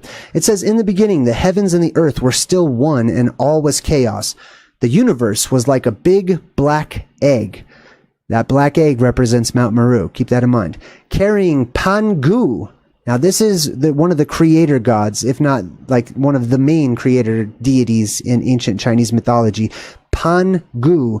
So this black egg carried Pan Gu inside itself. After 18,000 years, there's also the relationship with Pan, right? The god Pan. After 18,000 years, Pan Gu woke from a long sleep, another sleeping god symbolism. He felt suffocated, so he took up a broad axe and wielded it with all of his might to crack open the egg, so Mount Meru splits. The light, clear part of it floated up and formed the heavens. The cold, turbid matter stayed below to form the earth. Pan Gu stood in the middle, his head touching the sky, his feet planted on the earth. The heavens and the earth began to flow at a rate of 10 feet per day, or began to grow at a rate of 10 feet per day. I like that it says that the earth grows, because I also believe that the earth grows. And Pan Gu grew along with them. So the bigger that the earth got and the sky got and everything, Pan Gu, which is the blue beam that shoots up, and Atlas that holds up the sky, etc., also grows and got bigger and bigger and brighter and brighter. And that is one of their creation stories. Now here's a little statue of Pan Gu. As you can see, he's the squatter man. He's squatting down, right? One leg represents the anode, the other leg represents the cathode. At the bottom of Mount Meru, the blue beam shoots up, and then it spreads out at the top, and he's bursting forth out of the egg, the black egg of Mount Meru, which is the split mountain, or split mountain symbolism. Here's another picture of Pan Gu holding up the sky, just like Atlas did. His weapon, these weapons of these types of gods are usually hammers or axes or something that has a beam and then a fulcrum that goes, that allows, to split off at the top, because it's a small symbol of themselves, basically. It shoots up the Irminsul, the tree of the world, the tree of life, etc., the cross, the crucifix, the cruciform. Here's another representation of Pan Gu holding up the sky as he stands on the ground as he broke out of the earth. So he says, now we call Gam Shan the mountain of gold. See? Now he's giving a backstory. He's a little tour guide. He's giving all the people a backstory on Chinatown and San Francisco, and how, back during the days of the gold rush, that these Chinese men had gold fever and they were trying to come out and find this mountain of gold in California, which is actually what California originally was called at that time. It was referred to as the Mountain of Gold to try to get more people to come out west, basically. So this Mountain of Gold symbolism is really interesting. It's actually, there's a prophecy in the Quran, or maybe not in the Quran, but one of the Hadiths, which are sort of like the book of Proverbs. If you're a Christian, then the Quran also has their version of like Proverbs and things like that. So it says, the messenger of Allah said that the hour will not come to pass before the river Euphrates dries up, to unveil the mountain of gold, for which people will fight. People will fight over this mountain of gold, killing each other, and only 1 out of 100 people will actually survive and make it. I'm not sure if that's because they're killing each other, or if that's because that mountain of gold is electrical and it zaps and shocks, anybody that tries to touch it, which is one of the reasons why, like Aladdin and all these types of stories where people go into like some kind of cave of treasures, they're always told like, don't touch any of the treasures, don't touch any of this stuff, because most of it's metallic and most of it will carry an electrical charge. And if it's connected to the earth, which is highly electrically charged in that particular location, you could die, so they say, don't be selfish, don't try to take the treasure or whatever, right? Now, let's take a look over at the old Pork Chop Express, huh? The old Pork Chop Express. This is what Jack Burton drives in. They could have named his truck anything. They could have not named his truck at all, and then the story still would have been awesome, right? It's pretty awesome, though. Why is he called the Pork Chop Express, right? He delivers pigs to Chinatown so they can chop them up and eat them. This is very interesting to me. So let's take a look at the pig symbolism and how it's related to the people who are eating them. Now, here's an article that's a little bit older, but it says the first human-pig hybrid embryo has been created in the lab, and you are looking at it, right? Some scientists out there who are publicly known have already created a human-pig embryo. And what they say is they allowed it to grow to about 4 or 5 or 6 weeks, and then they killed it. Right? They just killed this little pig human embryo or whatever. Now imagine what they don't tell us. Imagine what they're not telling us. Now another question is, how is it that you could even do this? How is it that pigs and humans seem to be so compatible when we can create our own chimera, our own crossbreeds of humans and pigs? Also, pigs are often used to tattoo. We practice tattooing them because their skin is extremely similar to our skin. So we use them for that. We also can grow human organs inside of pig bodies because their physical composition is extremely similar to the composition of our own bodies, from body dimension to cardiovascular system. Their pancreas, their circadian rhythm is the same, their eyes are the same, their gastrointestinal tract is the same, their kidneys are the same, and their skin is the same. Now, there are many myths and many legends that refer to animals being changed into humans and vice versa, and humans being changed into animals. Pigs are no exception, and we find this across the board. Especially, we can see it, popping up in our fiction and our fantasy in the form of like pig-faced orcs or human-like pigs or whatnot that are shown to us and portrayed. Oftentimes, they're colored green as well. You'll notice that too. A lot of times when they show you these sort of pigmen, they're green in color. That indicates that pigs are not green, obviously, like not the ones that we have normally, right? But maybe they're reflecting a green aura or a green color that is up there in the sky, green plasma. So here's some examples. Sometimes they give these orcmen, like, which rhymes with pork, which is interesting, orc and pork. Mork and Mindy comes to mind. Anyways, they give these guys, sometimes they give them a pig nose, sometimes they give them like a wild boar jaw with tusks and stuff like that, right? Here's a pretty popular image of Donald Trump's eye versus a pig's eye. You can see the similarities between the two there. That's pretty interesting. There's a biblical story. Now this gets really interesting and deeper. There's a biblical story in the Bible. Jesus is walking, and there's a couple of different versions of it, but basically he's walking and he sees a possessed guy, or sometimes a couple of possessed guys, and they have all these evil spirits inside of them. They're possessed by these evil demons. So he calls out to these evil demons. They have this conversation, and the demons are like, oh my God, don't take us out of this body. They still want to be inside of a body. This is what spirits desire, right? Like they want to experience the physical world, but they can only do that by being inside of something that's physical themselves, so they can drive it around like a machine or a car, right? So Jesus casts out all of the demons from within the human body and puts them into pigs. So what was once the spirit of a man, or the many spirits that lived inside of a man, now lived inside of a huge flock of pigs that went and jumped off of a cliff. Now there's an esoteric and hidden story about Jesus and pigs that many people don't know about. It says, and then Christ turned the children into pigs. A curious miracle in the late medieval period in England. So there is a story about little boy Jesus. Remember how we were talking about how like the Bible doesn't really get into like the childhood of many of its main characters like Moses and Jesus and whatnot, right? Well, the story goes, and this is found in many ancient medieval manuscripts, right? Even a Bible that was made, a picture form Bible that was made in the 1300s. The picture of the boy in the middle with the halo around his head is thought to be Jesus, the little boy Jesus. And what happens is in this scene over here on the left, he's asking if he can play with the Jewish kids, but the parents are like, oh, go hide. And they put their kids in an oven, and they shut the oven, and Jesus comes up and he sees the oven, and the parents are trying to hide the kids in the oven so that they don't play with Jesus. And he's like, well, what's inside of the oven? And they're like, oh, it's just pigs. We're just cooking some pigs. And Jesus says, so be it. So be it. And the second he says that, he takes off, he leaves, and when they open up that oven, their kids, their children, are pigs now. They're pigs in the oven. And here's some more examples of this that you can see. Here's little baby Jesus, or not baby, his little kid Jesus.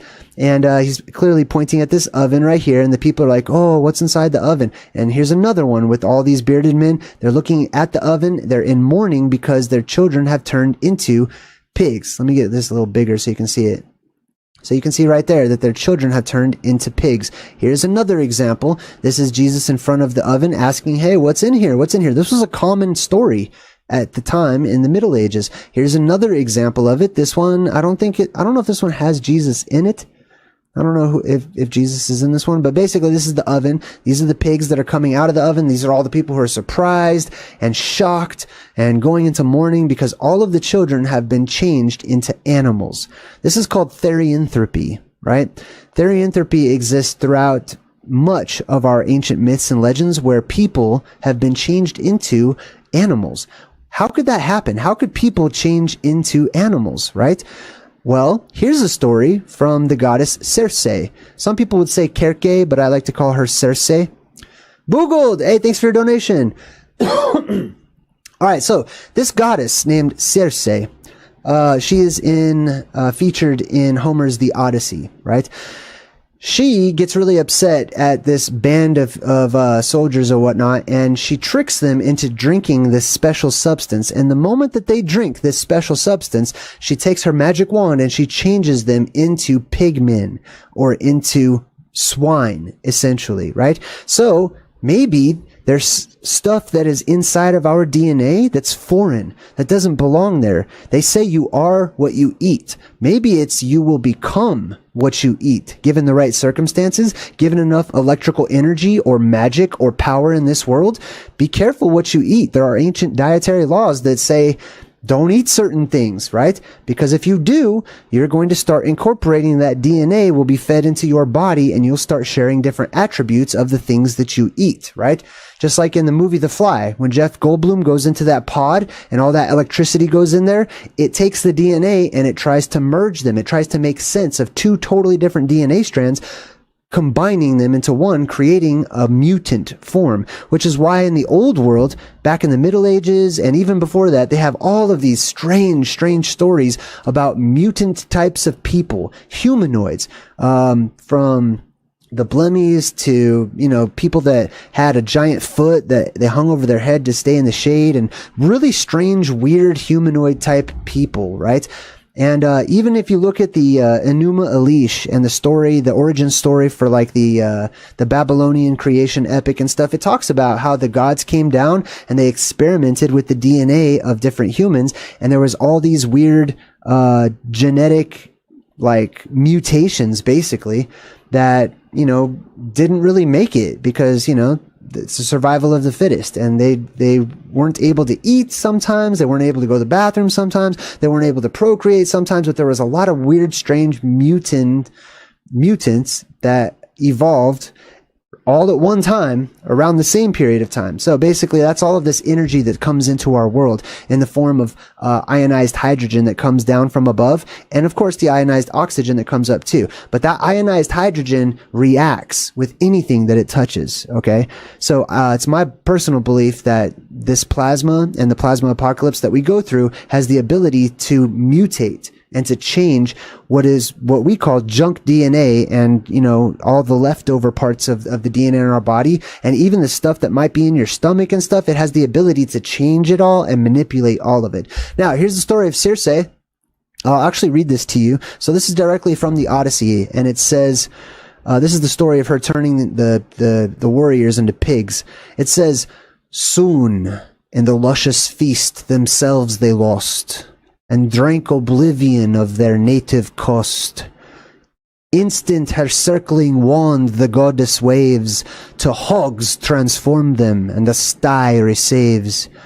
No more was seen the human form divine, head, face, and members bristle into swine. Still cursed with sense, their minds remain alone, and their own voice affrights them when they groan. Meanwhile the goddess in disdain bestows the mast and acorn brutal food and straws. The fruits and kernel of their feast around, now prone to groveling on unsavory ground." So that's, excuse my accent, okay, I don't know if you can understand me, but basically she turned them all into pigs after they were being pigs at a feast. They were stuffing themselves, you know what I mean? They were acting like pigs, and guess what? They turned into pigs. That was from Homer's The Odyssey, which was written, around around 3,000 years ago, basically. Now, here's a prophecy from Nostradamus, which is really interesting, which talks about pig people. It says, at night they will think they have seen the sun. When they see the pig half-man, noise, screams, battles seen, fought in the skies, the brute beasts will be hard to speak. This is another prophecy of Nostradamus that mentions people seeing half pigs, half humans at a time when the sun seems to come out at night, which is not the point of focus that we call the sun today, but it's the red eye in the sky that illuminates the sky, which is the depressurization point in our atmosphere up there that allows us to see that ionized hydrogen that will come down in snake form. And that's from Nostradamus, from 1503 to 1556. Also, let's see what else we have here. Oh, this is, this one's actually in the Quran. So this is in the Quran 560. It says, then say to them, shall I tell you about those whose retribution with Allah is even worse? They are the ones whom Allah has cursed, and who incurred his wrath, and some of whom were changed into apes and swine, and who served the false deities. So this plasma that comes down, right, the ionized hydrogen, has the ability to mutate things, to change chemical bonds, to pull bonds apart, to put bonds together, to loosen bonds or to strengthen bonds, right? And oftentimes that means putting two things together, right, into one, mutating them. All right, so here's another example, classic from Willow, right? In Willow, there was this evil witch, and she comes out and she changes Mad Mardigan, or whatever his name was, changes him into a pig person. And all right, back to the movie. So Jack and his buddy, Wang, they turn down this alley, and you'll notice that there's a lot of fog that's starting to pop up in this movie all over the place. That's the depressurization symbolism, right? When you see all that fog, it's a low pressure system or whatever. All right, so you see all this fog, and these bad guys that are wearing red, they symbolize the red plasma, the ionized hydrogen from above, right? But notice his weapon, a butcher's knife, right? He's an animal killer, somebody that chops up animals to eat them. That's really interesting because, like I said, if you have that animal DNA in you, right, it's all running all throughout you, there's a chance, you know, if you're close, you could get turned into an animal. Theanthropy. All right, so Wang looks down. He says, these guys are animals, Jack. Isn't that something? The movie actually calls these people animals. Now, he is saying that they're wild or they're savage or whatever, but he's also telling us they are animals. And they're saying this from the Pork Chop Express. All right, so the guys in red, they're about to go to war with the guys in white. It's actually the guys in yellow. The guys in white are at the front. The guys in yellow are the warriors in the back or whatever. The yellow color represents, yellow will look more white whenever we go through a color shift or a color spectrum change, and we get into the golden age. When the sky is golden, anything that is along that red spectrum will change. The colors will change in our world. So yellow will be more of a white color, which is why they have the guys in the white up front. And then red will look very red. Now, there's this green burst of fire, and they're like, oh my god, what is that? And they look, and there's all this weird, sort of a liquidy type of a green stuff, and then these weird ninjas, these three ninjas pop out, right? There's the lightning ninja, who's basically Raiden from Mortal Kombat, and he's controlling the lightning. All of these are symbolic of the elements themselves, and what the elements begin to do during the polarity shift that we go through. So this guy's shooting his lightning out, and you can see his eyes light up too. So we've also mentioned that when we talked about Moses, right? Did Moses have horns in that last video presentation we did? We talked about how it might be that his eyes actually lit up because his spirit was energetically charged and amplified from his meeting or his encounter at Mount Meru or Mount Sinai or whatever, the plasma volcano. So his spirit is charged and he's able to shoot light out of his eyes or whatever, right? Then we got this guy who's got some weird funky ninja weapon, which basically when you look at it, it says 101. And he puts them together like that. He could have put them together any kind of way, right? But they purposefully wanted to show you this. This is the anode, the Mount Meru, the hole in the world, or you could say that's the hole in the sky. Either way, as above, so below. And the cathode. Okay, so this is the 101 symbolism. This is the beginning of all things. This is the Garden of Eden. This is where everything starts. Hyperborea, this is where things begin in our world. So 101, and then this guy is like the back scratcher ninja. I don't know. He's here, in case you got a really bad itch or something. I don't know. I'm not too scared of this dude. He's not super intimidating. All right, now we meet Lo Pan. Now Lo Pan is standing there. You'll notice a lot of nail symbolism with Lo Pan. Lo Pan represents the imposter who is now sitting on the throne of God in the form of that bad energy, that negative vibe, or that negative energy, which is changing the Schumann resonance of the world. That energy does not want to go. Okay, that energy wants to stay and rule the world for as long as it can. That's why he has the nail through his head. It's the Vav, or the nail symbolism as well. And he's daring him to run him over. So he smashes right into Lo Pan. Pow! Knocks him down. He's like, oh my god, I think it was Lo Pan. Let's check out Lo Pan. Lo Pan is a real entity, a real character in China. They actually have a temple dedicated to Lo Pan. Now, his original name was probably closer to Lu Ban. Lu Ban. Now, if you look it up and you check this out, it says Lu Ban is revered as the god of carpentry and masonry. Interesting, just like Jesus was the god of carpentry, or a carpenter, in his human form or whatever. Hey, Charlie, thank you so much. Just donated $50. Thank you so much. Cheers back to you, Charlie. I appreciate you. Right on. All right, so Lo Pan is an imitation Jesus. Okay, he's the Antichrist version of Jesus. Okay, he's trying to imitate Jesus. He's the carpenter or whatever. Whoever sits on the throne gets to shape the world. Basically, whoever sits at Mount Meru, whatever energy is in charge at Mount Meru, is the house builder. Gets to build the house. And masonry. Oh, I don't know if you can see that. He's the god of masonry as well. You see that down there? Lo Pan, or Lu Ban, is the god of masonry and carpentry. Here is a statue of Lo Pan, or Lu Ban, in China. As you can see, he's doing the spread eagle. He's putting his arms up just like Atlas, or just like Jesus on the cross, or just like Odin hanging from the tree. But look right behind him.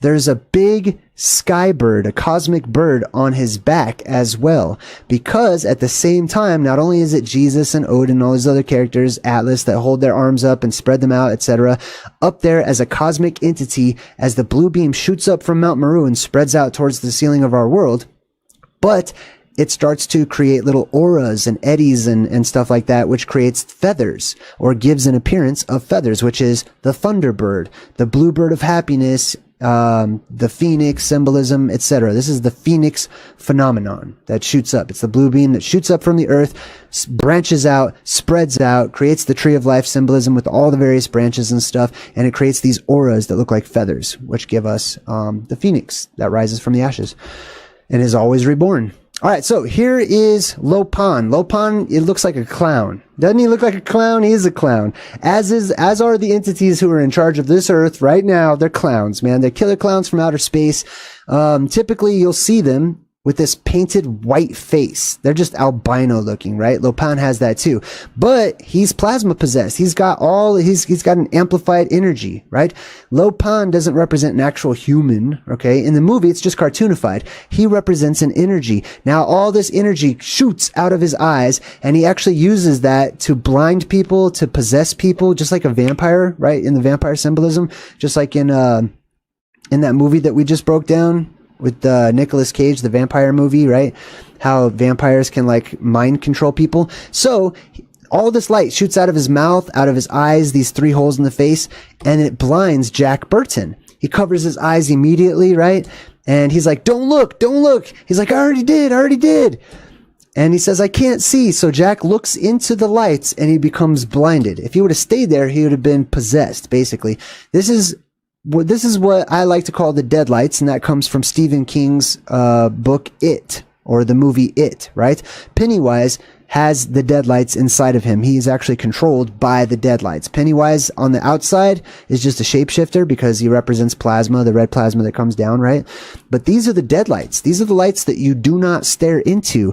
When the sky opens up, there will be lights that come down from the heavens that you should not look at, okay? If you get a glimpse of them, whatever, I don't blame you. People are going to be curious, or they're going to try to look or whatever, but don't stare into them, because those lights will come down. They'll break off strand after strand, getting smaller and smaller, and they're coming down to possess things. They want to experience this world. So they will come down and attach and possess people, going through the eyes and charging the body and sending information into the body, as well as taking information out of the body.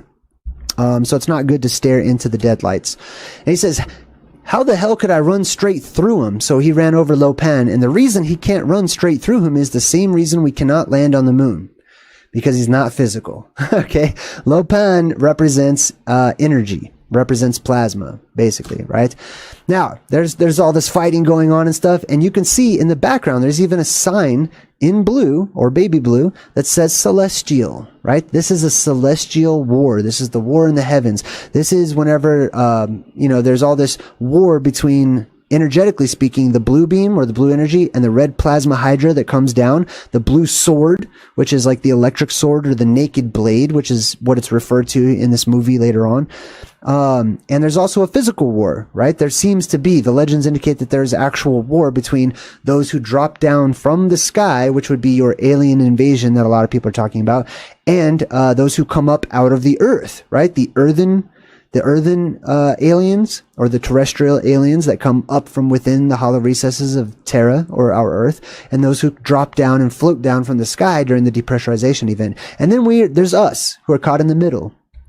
We're the ones who are sort of caught in the middle of all of it. They have more knowledge than we do, it seems, so they know what's happening, and they immediately start to fight each other over territory at the North Pole, Mount Meru, the Arctic Circle. All right, so they're asking about those three ninjas, right? The back scratcher ninja, the Raiden ninja, and the 101 ninja, whatever he was. The blowing up ninja, the Cabbage Patch Kid ninja. He says they're called the three storms. So these three ninjas represent three storms, or three areas of high energetic interference in our world, which is the anode, the cathode, and Mount Meru. Boom. Those three storms right there.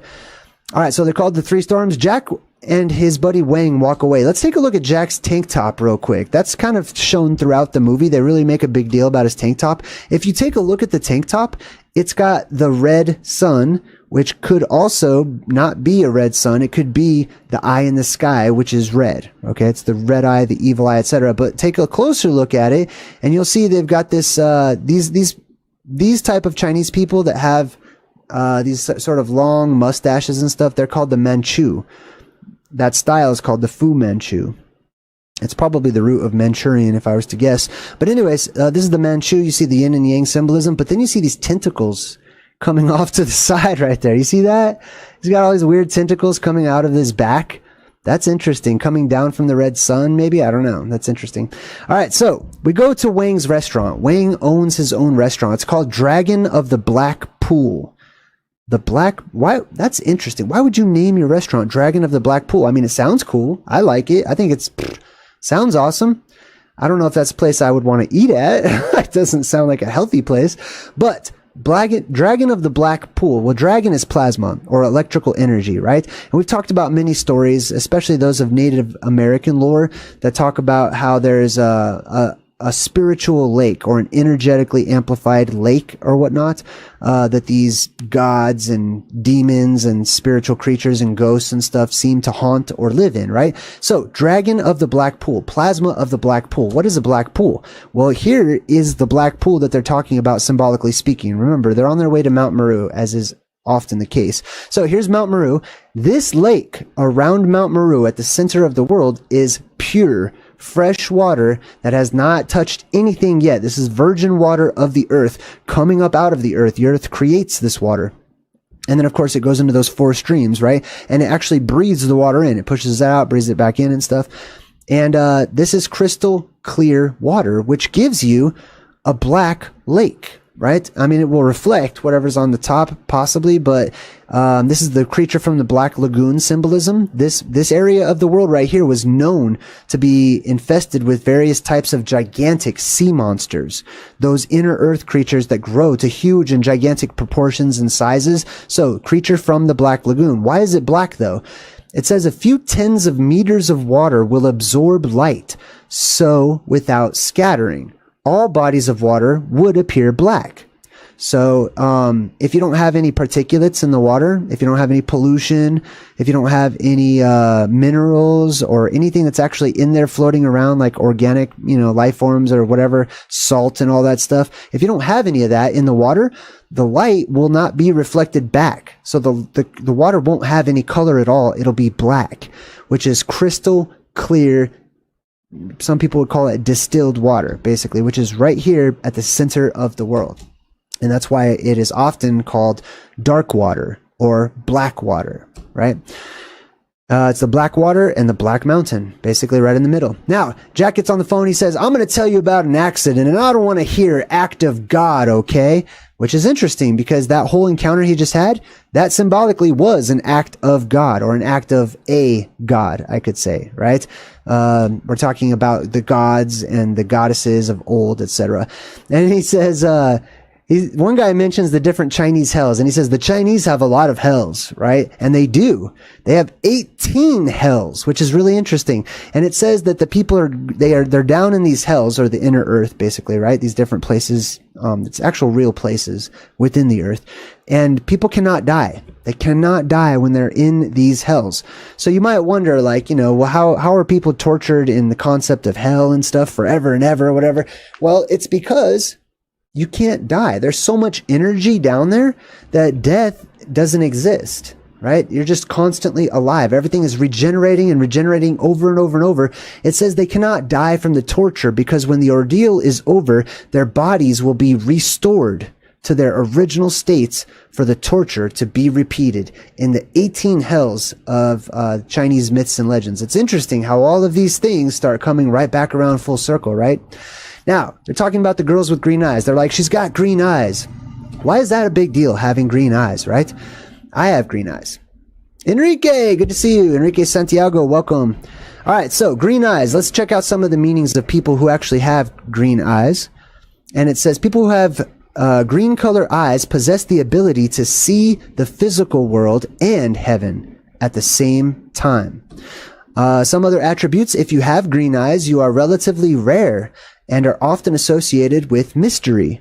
People with green eyes are curious, very passionate in their relationships, and have a creative outlook on life. How many people in the chat have green eyes? I'm just wondering.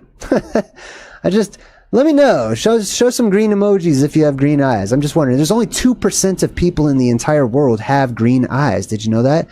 Mine are actually probably more hazelish, I guess. I'll show you here I'll show you a picture here in a minute. So, fascinating and unusual facts about green eye color. People with green eyes typically can be egocentric, competitive, skeptical, curious, cautious, intelligent, great leaders, passionate, mysterious, creative, devious, and jealous. Those are some different things about people with green eyes. I got a few donations in the chat. Big shout out to Ty Magwa. Thank you. And Cat14, thank you too. I appreciate both of you. All right, so how about hazel eyes? Hazel is basically mostly green with like a dash of gold, right? And it says if your eye color is hazel, then your eye color personality reveals that you are imaginative, determined, adventurous, and open to trying new things. You have a thing for taking risks. You're filled with strong and active energy, and you're also a deep thinker.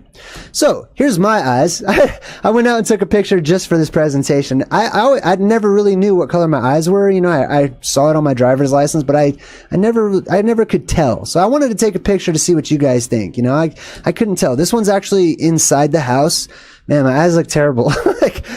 These are my eyes inside the house, and then I went out into the sunlight so you can get a lot of good light in there.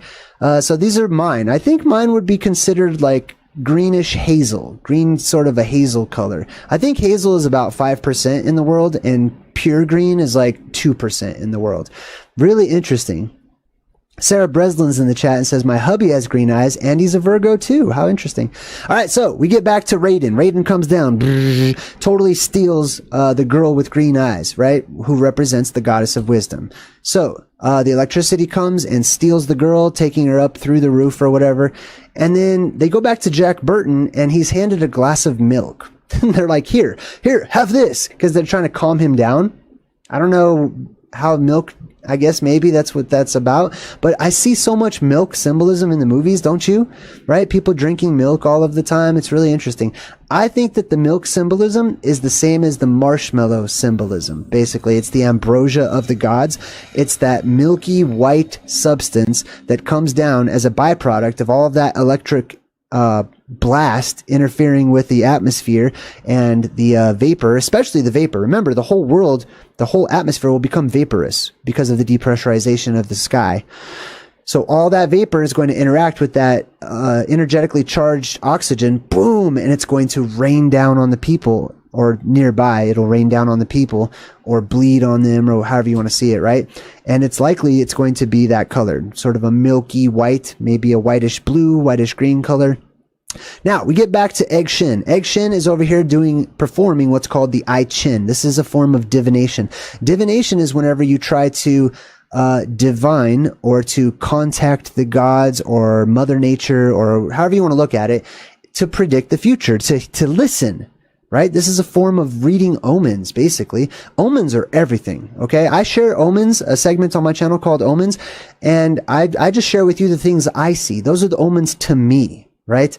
Okay? They don't have to be omens to you. That's fine. I'm just sharing my piece of the puzzle, okay? If it fits with your piece, awesome. That's awesome. We made the puzzle a little bigger. If it doesn't, go find a piece that does fit. You know what I mean? Anyway, so he's practicing the I Ching. They use 3 coins for the I Ching. Basically, there's different methods of divination. You know, you get these things and you toss them down and you read them. You can read from the way that they land, to how long they move for, to what direction they're facing, to what they're closest to, like which one of these bones. Every single one of those bones, every single glyph on this picture, it all represents something. I don't know if he knows this or not, but even this beer bottle that's on the table also represents something, and all the other things that are nearby, which hand he uses, all of it is reciprocating an energy that comes from the earth. The earth herself collects and contains and remembers all information, and therefore all of that information is always available. It's just that, you know, we live in an age where people have stopped being able to be in tune with that song. They're not in tune with Mother Nature any longer. So we live in the age of division and separation. So it's very difficult for people to see the connectedness and the oneness so that they can read the signs and the omens. And even a lot of people, you know, they're into like the Bible and stuff like that. They might be like, oh, it says in the Bible, you know, not to practice magic or divination or whatever. However, it seems a little contradictory, even though there are no contradictions, okay? Just what appears to be contradictions, right? Everything's made of truth. It's just that maybe that truth has been tied up in a knot and you need to untie it to make sense of it, right? Everything can be reconciled, I believe. Now, what you're looking at right now are the ancient Hebrew. These are just examples of these forms, these tools that they used to divine or to practice divination. They were called the Urim, this white one right here, and then the Thummim. Okay, so actually it would be like Orim, which I believe would mean lights, like aura means lights, and then the Tamim or the Tumim or the Tamim. Now, tam means like perfection or completeness. So this would be like beginning and end. It actually starts with the first letter in the Hebrew alphabet, Aleph, and the last letter, which is Tav. So the beginning and the end. And they used these, they would cast these stones out and they would read them because they were in tune with God and they were able to read the signs and the omens, right? Now remember, it doesn't have to be a sign and an omen to everyone else. If you see a black crow circling above, that might be a different sign and an omen to you than it would be to somebody else. And they might not even care about it, right? But let's check this out. It says right here, the Urim and the Thummim, ancient stones of divination. The Urim and the Thummim stones were used by the Hebrew high priest for divination. The act of seeking knowledge through indirect means from God, the Urim, the white, translates to curse, fault, guilt, or no, and the Thummim, the black, translates to light, truth, innocence, or yes, which is interesting because that seems kind of like they're reversed, right? So this is really interesting. People that will say like, oh, the Bible says don't practice divination, they'll be like, oh, except for this. Like, because this is actually God's power, you know, like they'll make excuse for it. So listen, It all depends on your intentions. It all depends on the energies that you're playing with or that you're messing with or that you have inside of yourself. Okay? Like attracts like. So is it a good idea to use Ouija boards and stuff like that?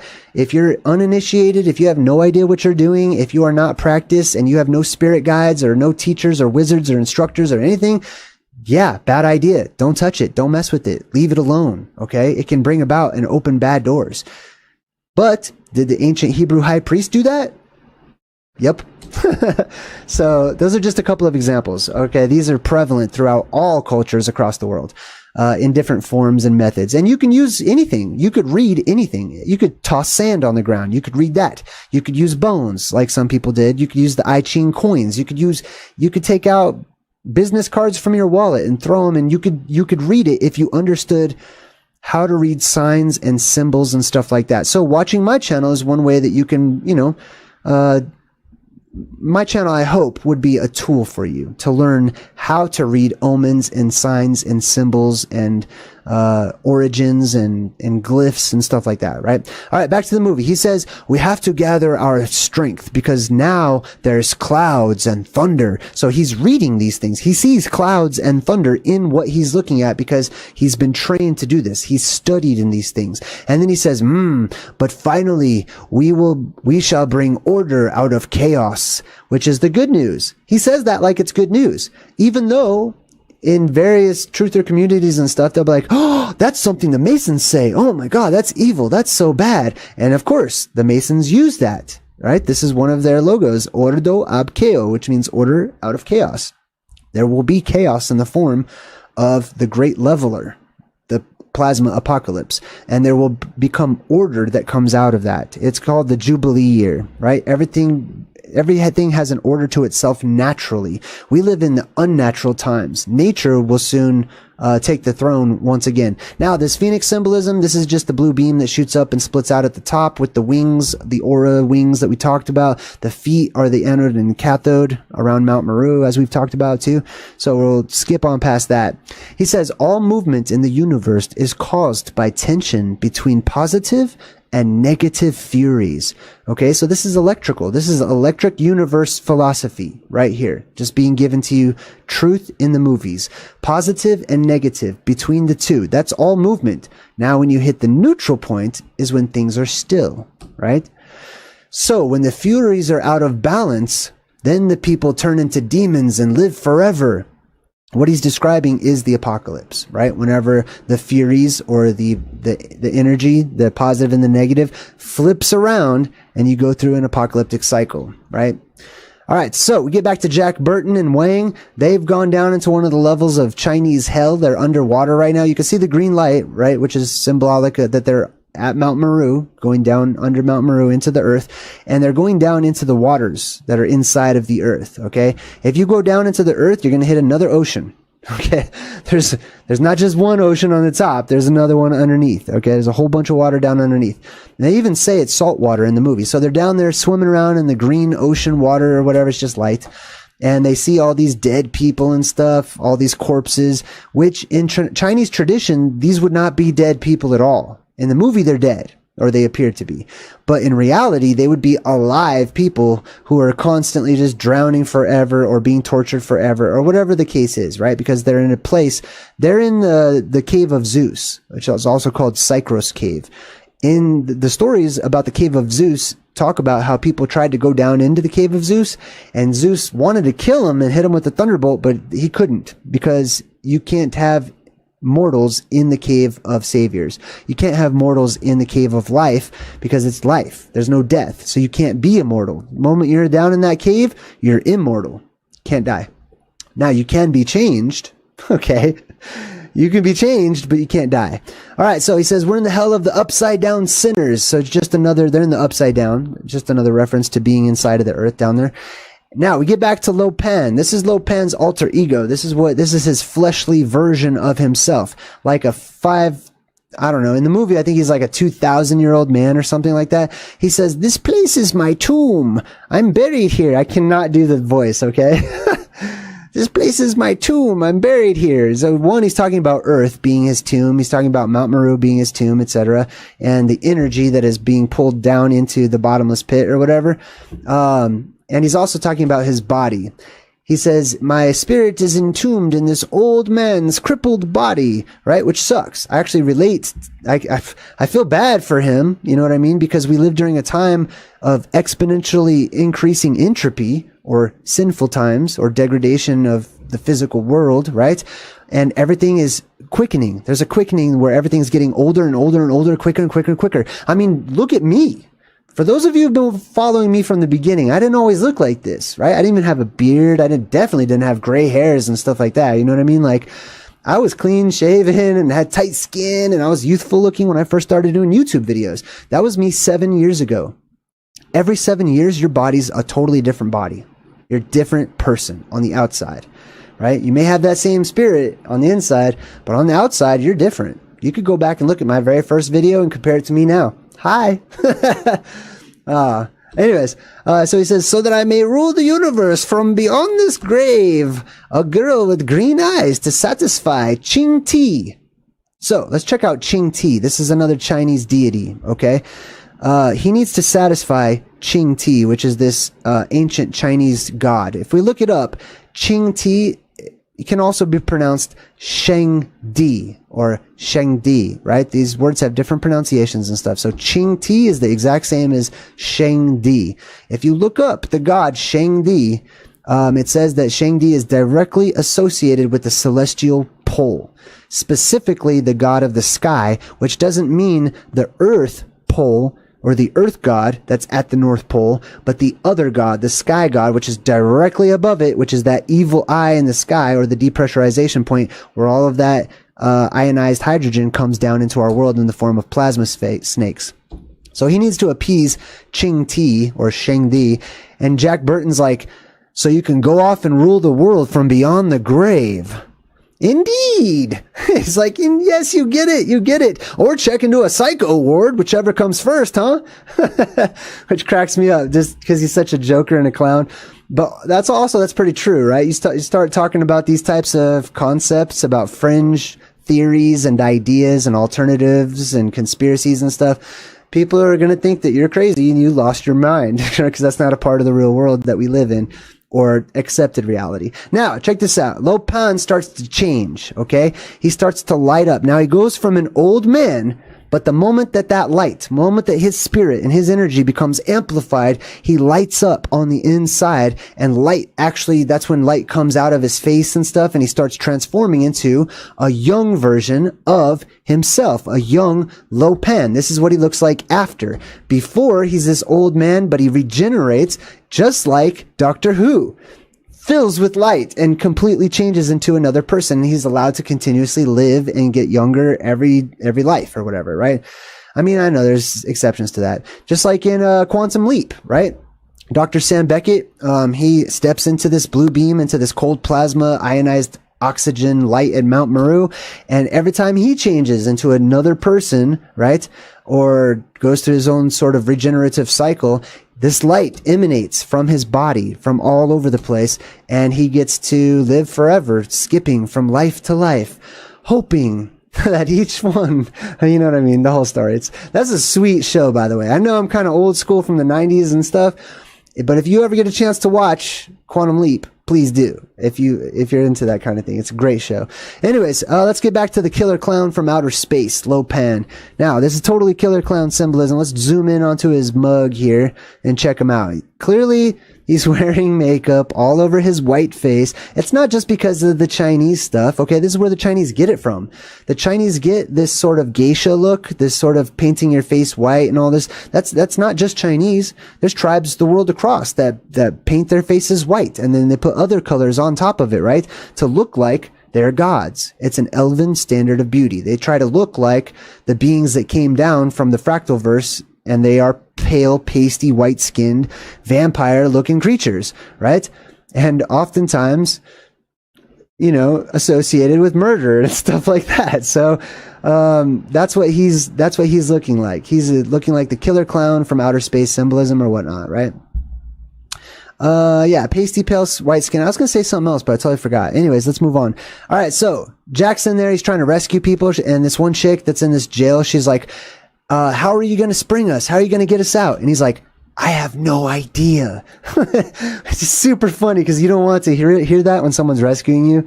You want to hear that they have a plan, right? But this is what makes the best heroes. This is what makes the best explorers. This is what makes the best experiences in life, is going off of your intuition, right? Going with the flow, seeing where life takes you, right? Following your chakras, following your energies, following your intuition, which I feel is the best idea, right? So all these doomsday preppers that are out there, like checking off their little backpack checklist, like, oh, I got this, I get this. I'm way better suited to survive than my neighbor. Says who? Like, you know what I mean? It can be indiscriminate. Not only that, but if you don't have good vibes, the odds, I think, are against that. So go with your intuition. That's always the best form of magic. All right. So now Jack and Gracie Law are swimming through this sewage pipe, and he's totally flirting with her more again. Now, there's a lot of flirting and a lot of sexual tension between these two, and one of the symbols in that, since we're talking about the truth in movies, the truth there is that whenever we go through this energetic shift, right, like the sexual energy in our world is just getting degraded. Like, can you agree? Can we agree on that, right? Sex has just become degraded. It's not a holy thing. It's not a special thing. It's very fleshly and animalistic and hardly ever happens, for a lot of people anymore. But if you look at the old stories about the golden age, the gods and the people that lived at that time, they were doing it all over the place. They were very sexually charged, you could say. Okay, they had a lot of mojo, they had a lot of energy, and they were amplified in their spirit, in their energy. And that's what happens when you get a lot of energy and a lot of amplification, right? That's one of the things that happens. So anyways, he's flirting with her and she's like, what a pig you are, Burton. I mean, really? Now that's interesting because earlier they called those dudes animals. We're talking about the Pork Chop Express and the possible relationship between pigs and humans, and how pigs might actually be, or have once been, humans that were changed into pigs. And there's other animals too that the legends say that they were humans and then they were changed into different types of animals like monkeys and stuff. So maybe, it's not that, maybe the whole evolution story is backwards, right? Maybe monkeys were just punished humans or something. I don't know. But anyway, she says, you're a pig, Burton. Right? So that's another reference to humans being pigs. And then she screams because she sees this phantazoid straight out of Teenage Mutant Ninja Turtles Part 2. I think it's Razor, right? Well, some sort of mutant phantazoid, hairy, Bigfoot looking creature from the underworld, right? Which these things do exist. So he picks her up, takes her into this little thing, kidnaps her because she has green eyes too. So they're kidnapping all the green-eyed people in the world. And then her buddy's out there and she says, this is like some kind of radical Alice in Wonderland. That's exactly what they're telling you. This movie is Alice in Wonderland. It's the same story being told over and over. Alice in Wonderland is about a transition. It's about a shift from one world to another, just like Coraline, just like John Carter of Mars, just like so many stories where we shift from one paradigm to a brand new one, right? It's not that you have to leave this world and travel millions of miles to get to some crazy world. No, this world, you stay right here. I promise you, it's going to change. You'll wake up one day and it'll be a different place, an alien world, a wonderland. It'll be like Neverland, right? Totally different place. So he's talking about the girl who can tame the burning blade. So he's looking for a girl who can tame the burning blade. The burning blade represents Excalibur. Okay, so if you want to learn more about Excalibur and the Excalibur symbolism, I did a really great breakdown when we did our Truth in Movies, Monty Python, and the Holy Grail, which is a total Mandela effect because it should be Monty Python and the search for the Holy Grail. But I guess that never existed now. That's weird. Anyways, the burning blade is Excalibur. Okay, it is the blue beam. It's the sword of truth that shoots up out of the earth, and that's in its beam form. Or when it goes up and it splits, then it looks like it has a handle splitting at the top, and it's like a sword in the stone or in Mount Meru, right? In the rock, stuck in the rock. All right, so he says, I need to find the girl who can tame the burning blade. Miao Yin or Grace Law. Grace. So these are the two factors that can tame the burning blade. These are the types of energetic frequencies you should want to have if you plan on making a trip to Mount Meru to go into the Cave of Saviors and hunker down for the apocalypse and to enjoy the byproducts that the blue beam gives to people, like ambrosia and longer lifespans and regenerative qualities and stuff. There is a frequency. There seems to be an energetic field or barrier, right, or wall that is in place to keep out opposing energetic forces, right, or bad guys, basically, evil people, right? So you need to match that frequency to pass through. All right, so they're going down inside of the hollow recesses of the world, and he says, black blood of the earth, which is, Jack thinks he's talking about oil, right?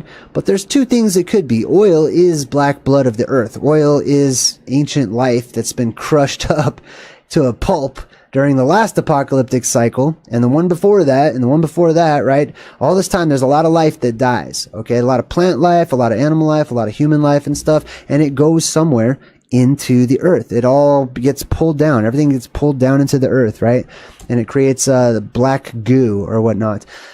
1,000 years ago, huge earthquakes turned the world upside down. And he's telling this story about the last apocalypse 1,000 years ago, an eon, an age, right? And the world was turned upside down. The people that witnessed the last depressurization event, or even sometimes the last, Phoenix phenomenon, Phoenix event or whatever, it doesn't have to be a depressurization for the beams to come out. I just want to remind people that. But the people who lived during the last plasma apocalypse cycle saw the earth turn upside down. Or at least to them, it was turning upside down. The sky itself looked like it fell down closer to from the heavens as the optics in our world changed, as the light spectrum shifted, and it looked like the heavens or the sky was way closer than it would be. Also, as physical parts of the sky actually fell. And the waters, the ocean waters, floated up all the way up and got sucked up out during increased buoyancy during the depressurization of the atmosphere. So the ocean goes up, everything's upside down, just like in Pirates of the Caribbean when they show you like Jack Sparrow and his ship goes upside down. Same exact apocalyptic symbolism. Many normal people were killed. So don't be normal. Don't be normal. He says many normal people were killed, so be abnormal, be different, be special, and revel in that. Many unnatural people roam free to commit great offenses against the gods. And then, this monster phantazoid giant bug thing with plasma-possessed eyeballs comes screaming out from a cave, snatches up some dude, and pulls him into it. And he's like, there's a funny part, I didn't record it, but he's like, he throws this like flashbang grenade at it or whatever. And he's like, you will come out no more. And Jack Burton's like, what? What will come out no more? What the hell was that, right? Listen, inside of the earth, inside of the hollow portions of the earth, there are weird, monstrous, fantastic creatures and beasts, okay?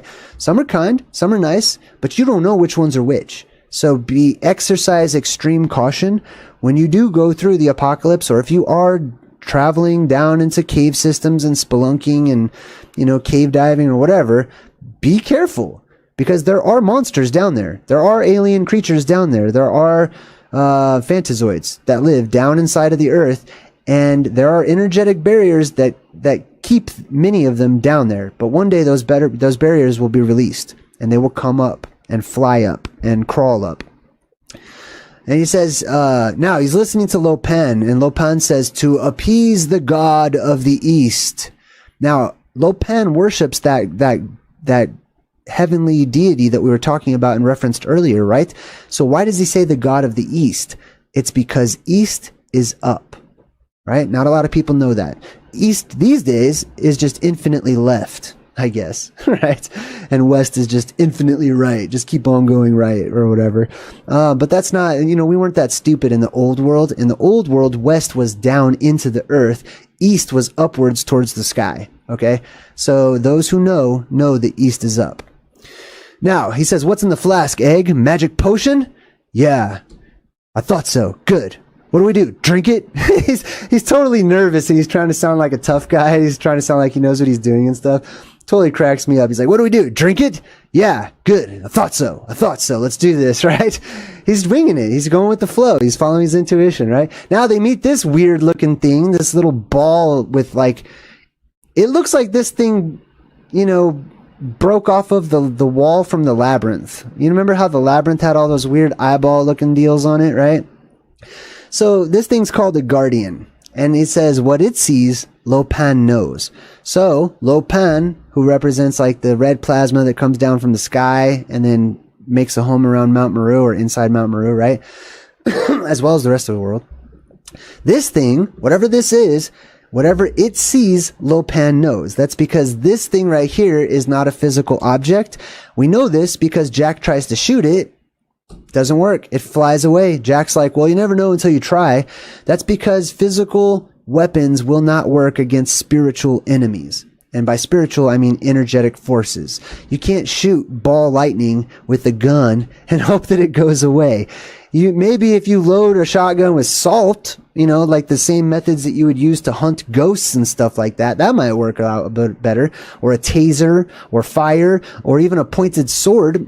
Actually, a pointed sword would work much better than bullets and stuff, because a pointed sword acts as a lightning rod, but it's not like you could slice it or anything like that. Okay, you just want to keep the point end pointed at it, which will repel it. But you don't want to just try to slice it or anything. You just keep it pointed at it, right? Anyways, and then it shows a close-up of the Phantazoid Beast Man looking Teenage Mutant Ninja Turtles Part 2 monster, whatever it is, right? I don't know if that's supposed to be like a version of Bigfoot or what that's supposed to be. I'm not sure. But I don't know. It's got pointy ears, so that's kind of interesting. This could be an aged elf that has the T-virus. I don't know what that's supposed to be, but something that lives inside of the earth. What do you guys think? Bigfoot? Beastman? Toka and Razor? I don't know what that is. All right, so he picks up this potion, and he says, this does what exactly again? There's all this little steam coming up out of the cup, and he's like, huge buzz. Huge buzz. So this is the ambrosia that they're about to drink, basically. Okay, this is the energized ectoplasm that is a byproduct of the blue beam that comes out, which is Jesus's blood. You know how like when people say bless you, the word bless means blood. And specifically it means the blood of Jesus, not just any blood, okay?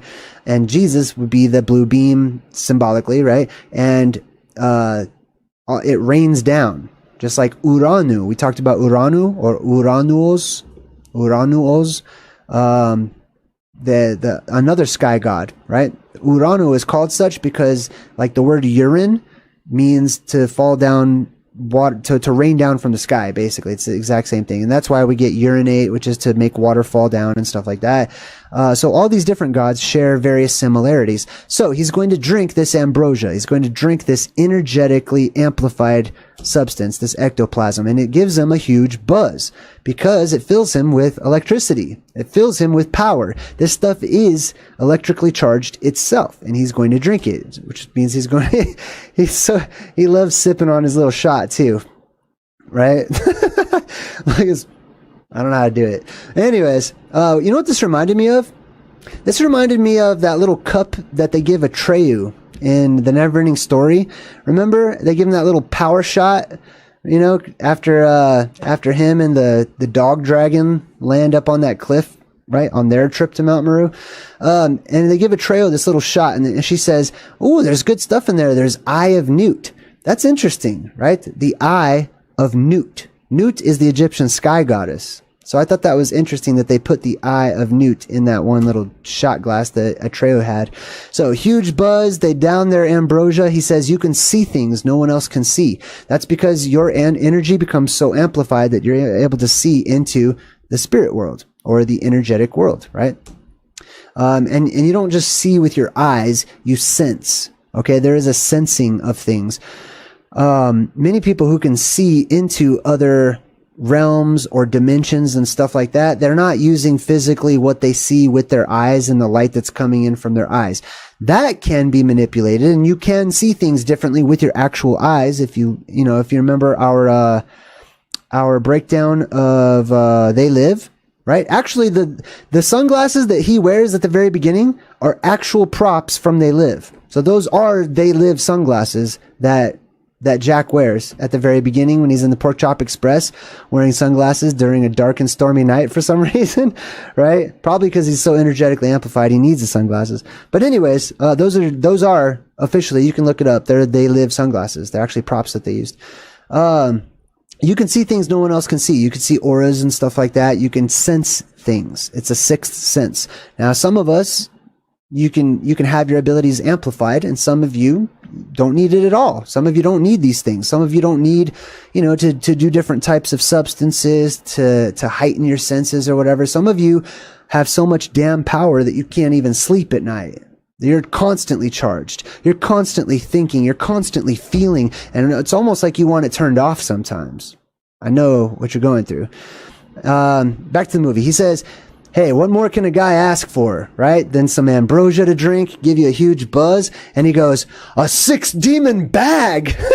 He's so excited. It took him super seriously, right? What more can you ask for? Terrific. Okay, 6-demon bag. Great. He's like, didn't want to know the answer to that. It's got wind and fire and that sort of thing. So, once again, the weapons that you fight against spiritual forces are not physical weapons often. There's always exceptions and anomalies, but you want to use spiritual things in a spiritual war against energetic opponents. Now, they down their ambrosia, they're in the elevator chilling, and he's like, I feel pretty good. Right? I imagine you would after doing a shot of, the drink of the gods, as it starts to make its way throughout your body, right? So he's like, yeah, I feel kind of invincible, right? And then he says, I got a very positive attitude about this. You see how they're all smiling and they're filled with good vibes and they're very happy, right? They have no fear. Fear has been eradicated after drinking this shot of ambrosia. Right? Or you could call it whatever you want to, right? There's many different words for the drink of the gods, the nectar of the gods. I'm going to actually take a drink of this right now. This is my naked drink, green machine. I don't know what's in it, but it's got veggies.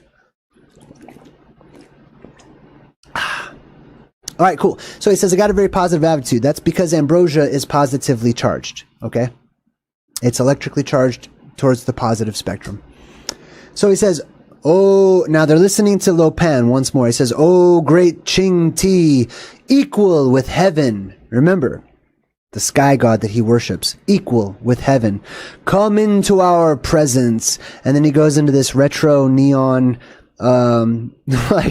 synthwave hideout or whatever. Come into our presence and witness this holy matrimony. Now, we've talked about this before too, the cosmic marriage, right? Oftentimes in these apocalyptic types, or at least symbolically apocalyptic types of movie, there's some sort of a marriage that's happening that you have to prevent.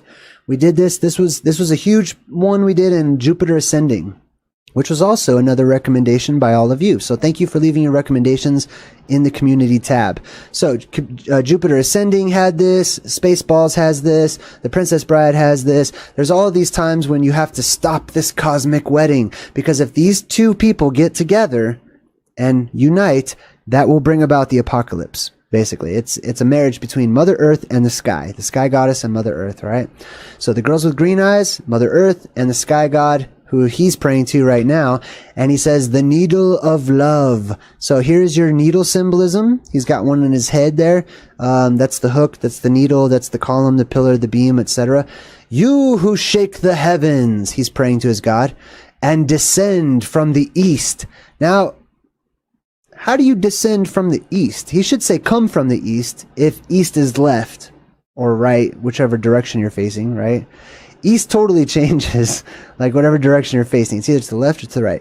But east is up. So that's why this god descends from the east, because east is up.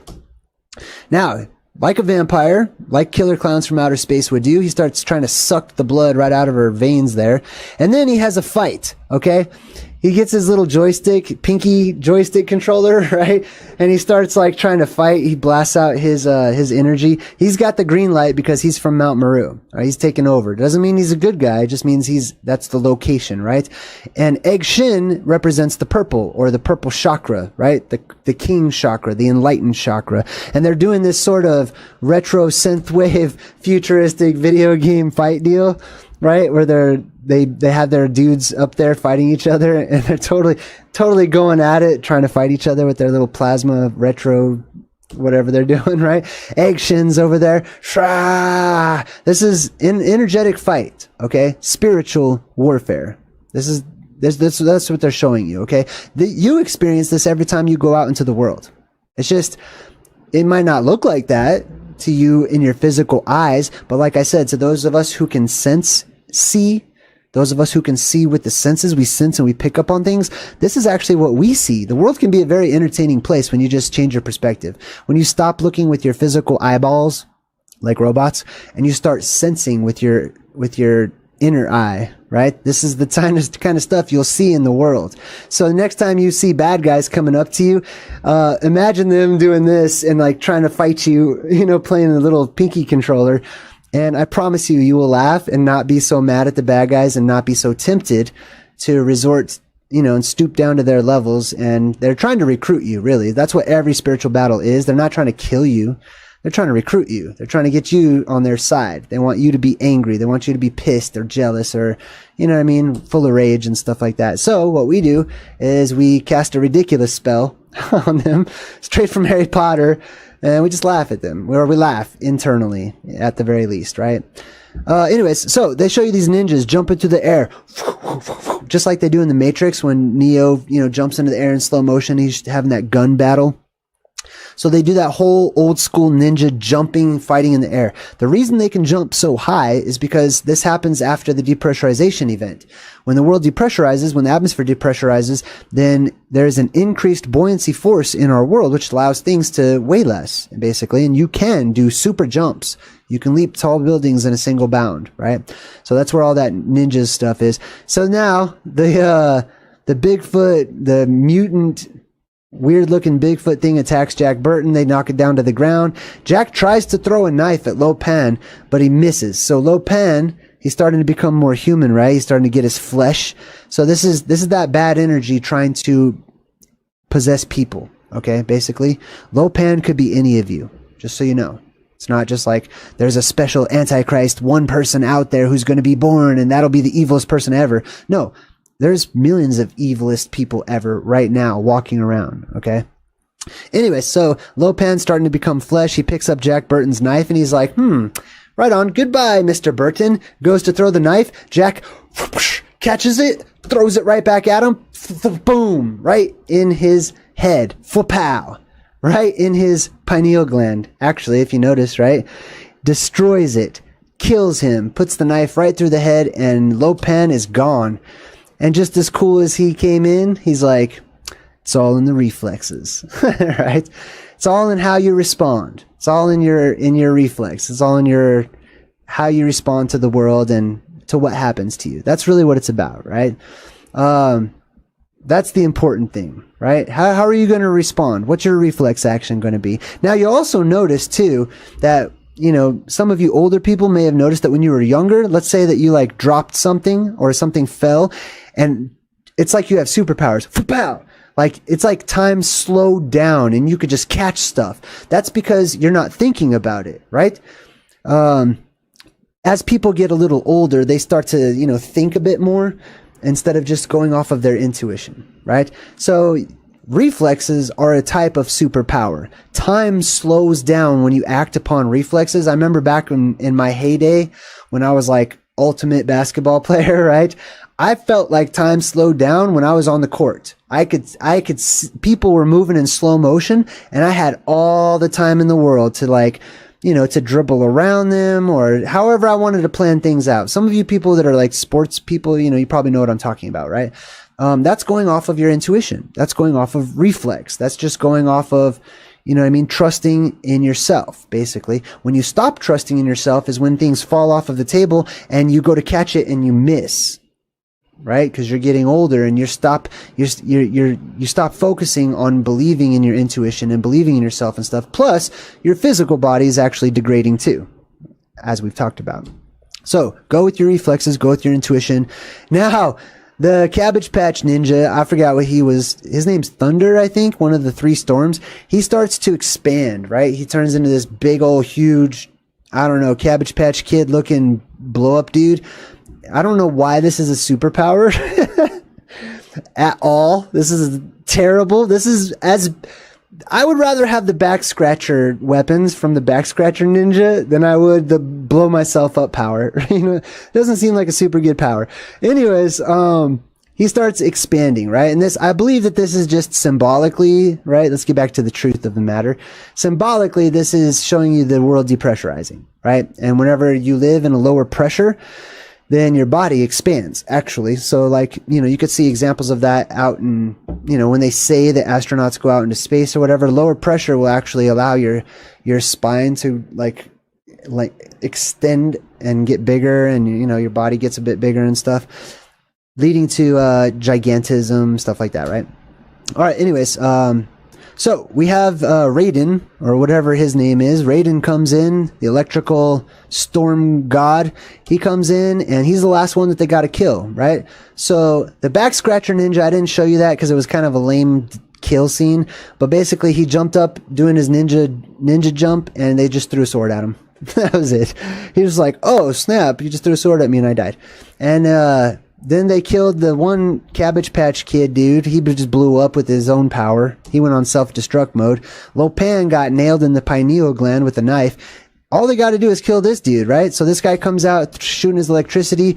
They jump up into the ceiling, into this hole. And then there's this Buddha statue. You see this dude right here? See, there's a Buddha statue and another Buddha statue or whatever these are. And they basically just drop it onto him. Kind of a weak, kind of anticlimactic, I would say. But anyways, they take off. They killed all the bad guys. They get back into the Pork Chop Express. They're leaving right as the cops are showing up, right, to clean up the mess because, maybe they want to write some tickets and make some money or something. I don't know. So they take off. They say goodbye to Egg Shin. And he's like, "Are you going to go back to China, visit the motherland?" He says, "Well, China is in the heart, Jack. Wherever I go, she is with me." So China is in the heart, okay? Not just the country, China, but the word China is Chi Na, which means our life force, okay? Your life force is in your heart or your heart chakra. Your life force is always with you. Whatever you resonate with is always going to be with you. So Jack wants to say his goodbyes to everybody. Gracie Law is, giving him the eyes. She totally gives him the eyes, and she's like, "Hey, want me to come with you, and I'll shack up in the back of your truck with you?" And he's like, He starts walking, and her friend's like, "God, aren't you even going to kiss her goodbye?" He's like, "I'll think about it, He's like, "Aren't you even going to kiss her goodbye?" And he's like, "Oh." And he looks over at her, and she's giving him serious eyes, and he's like, "Nah." Super smooth, super cool. He takes off. He's like, "I'm good." He takes off. He's a loner. And you can see the fog's still right behind him. And he says, "We really shook the pillars of heaven, didn't we, Wang?" Well, they did, right? The pillars of heaven are those beams that surround. Mount Meru is one of the pillars. It's the main pillar. But there are subsequent pillars around Mount Meru. There are other plasma volcanoes, other earth entrances, and they shoot their beams of light up too. And they all seem to be pillars or columns that hold up the sky. And when those pillars are shaken, that's whenever the apocalypse comes in. So he puts on his They Live John Carpenter sunglasses from Rowdy Roddy Piper, walks off into the fog like a cool glass of water, and he gets back into the Pork Chop Express, and he says, "You just listen to the old Pork Chop Express here now and take his advice on a dark and stormy night when the lightning's crashing and the thunder's rolling and the rain's coming down in sheets thick as lead. Just remember what old Jack Burton does when the earth quakes and the poison arrows fall from the sky and the pillars of heaven shake. Yeah, Jack Burton just looks that big old storm right square in the eye, and he says, 'Give me your best shot, pal. I can take it.'"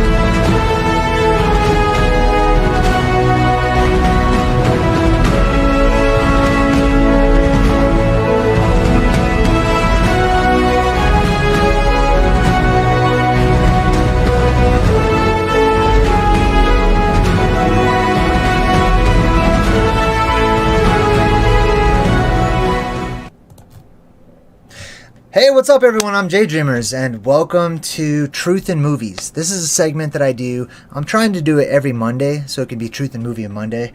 But basically we break down the esoteric symbolism in some of my and your favorite flicks. So let's jump right into it. I do want to give a heads up. I'm going to give some updates towards the end of this video about my channel, what to expect going forward. We're going to do a lot more videos every week. I'm really excited about it. So without further ado, let's check out this movie. Now, it's not really a movie per se, okay? This is on Netflix. It's a series, and there are little shorts, okay? Seemingly unrelated to one another. Kind of like The Twilight Zone. Remember how like The Twilight Zone had unrelated episodes? They're all weird and strange, and they had their own flavor. But they all seem to kind of have like a similar theme all throughout, tying them together as if it was part of a larger story. Now, I've got, what's up to everybody in the chat? Hey, good vibes. So I just wanna say, I do believe that every movie, every television show, everything that we see on in the media is essentially telling us and retelling us our story over and over again, whether it be a forgotten past or a forgotten future, or a past or a present that we don't acknowledge any longer. So let's talk about love, death, and robots. Okay, what I'm gonna do, I'm gonna do a little screen sharing here on my side. I've got Netflix pulled up here. I'm not gonna play them, but what I'm gonna do is I'm gonna bring up the episodes. And normally what I'll do on Truth in Movies, Truth in Movie Monday, is I'll actually have lots of different little screenshots and pictures of the movie. But because this one has so many different television shows, I'm actually just going to start at the beginning. And I'm going to kind of give a brief synopsis and description as to how these are all related. Now, I'm going to cut right to the chase and just let you guys know every single one of these is our story. Okay? Now, it's written as if you're watching somebody else go through something. But if you look with esoteric eyes, if you're able to make these connections and put the pieces together and follow the trail of breadcrumbs, you'll start to notice that they have this theme all throughout. For example, in Netflix, on this particular movie, cats are a theme that runs all throughout. Not just cats, but cats like being something to be feared, something to be afraid of, something that could take over the world. We'll get to that. So let's jump right in, and let me get the chat pulled up here too, so I'm going to go ahead and bring up the chat so I can see everybody. What's up to everybody in the chat? Thanks for all your support, by the way. And I do want to give a shout out to a couple of people who just left something that's kind of brand new. Well, we'll do that at the end. All right, so let's get to this movie here. Let's see. I just want to make sure you can see what I'm seeing. You can. Okay, sweet. All right, so what I've done is I pulled up every episode. There's 2 seasons so far. The first season has way more episodes. So all of this, every single one of these episodes are essentially about some point in the timeline of our timeline, or what I call the plasma apocalypse, because our world is, to me, an apocalyptic world. We go through and suffer these resets every now and then. It's not something that I'm afraid of, or that I would like you to be afraid of. It's something that I study and research so that I can be better prepared for when these things happen. Now, not only do I study the ancient world and old texts and modern academics, etc., and so on and so forth, in order to get a better understanding for our long forgotten past, which is now turned into what I believe is called fantasy, extending all the way out into prophecy and our future, which repeats itself. It's like we're on a loop and time repeats itself. So by understanding our forgotten past, we can better understand and know what to expect in what lies ahead for us. So without any further ado, let's start with the first episode. This one's called Zima Blue. I'm going to go through these kind of quickly, and I'm going to bring up the chat here so that I can check. If you have any questions or comments, type in the @ symbol and JayDreamerZ, and I'll try to get to you. For example, Christopher Artiga in the chat says, JayDreamerZ, you have to watch M. Night Shyamalan's Old and The Green Knight. A lot of hidden symbolism in the Plasma Apocalypse and Titans. You have to watch them. I heard it from you first. I will, actually. I think I heard about that through the grapevine, and he is one of my favorite movie directors. I love him. Most people can't stand M. Night Shyamalan, or however you say his name, just because his movies are so hard to comprehend or grasp for your average person. So, but not for me, and not for many of you, I'm sure. Zima Blue is the first episode. This is really interesting. Mostly it's talking about this guy who's an artist, and he's got this particular color of blue. He stretches his artwork to the furthest limits of his imagination and his own mind. So far to the point where he just sees that essentially, like, life is art. His life is art, that he himself is art. And I think it's really interesting just because of the blue concept and the blue gods that we've talked about before, how we have this period in time where it seems like there were these gods or these beings from other worlds that came down into our world, and they were often described in certain cultures and areas around the world as being blue in tint and color. The blue gods. Now, I just want to throw this out there. I'm not sure if they were actually blue. I believe that maybe there's a good case to be made that they were more of like an albino pale white. However, because of the light spectrum in the world, or their location and proximity to the blue beam that comes out of Mount Meru, it may have made them look like they were white. Much like if you wore a white t-shirt under a black light, your white t-shirt would turn bright blue. Alright, so next we go to, I'm going to skip Blind Spot and Lucky 13, even though, you could obviously talk about the Lucky 13 reflecting the families that have come down from above, and they created their 13 families, etc. I'm going to get to the good stuff. Alternate histories. This one says, want to see Hitler die in a variety of comically fantastic ways? Well, now you can. Welcome to Multiversity. So this one right here is about the fractal verse, what I call the fractal verse, and how out there beyond the limitations of our dome or our sky or the firmament or our atmosphere, however you'd like to see it, in what people commonly call space, there are these other worlds out there. I'm not talking about Venus and Mars in the way that it's presented. I'm talking closer towards the cosmology of Yggdrasil of the Norse. How they had this sort of cosmological tree that branched out and had these other realms sitting on all the branches. I believe, so far, that those other realms, at least some of them, are possibly alternate Earths, that they're just like our world in every single way. Maybe the geography is a little different. Maybe their timeline is a little different because, their last reset, they went further or less further in their technological advancements, right? So whenever we see these shows that look like they're about time travelers going through these portals and landing in like a different time on Earth, my theory is maybe that they're not actually time traveling. Maybe they think that they've traveled through time backwards or forwards, because when they go through that portal, they land on an alternate Earth. Everything looks and feels just like home, but the events are a little scattered, right? Different timelines. All right.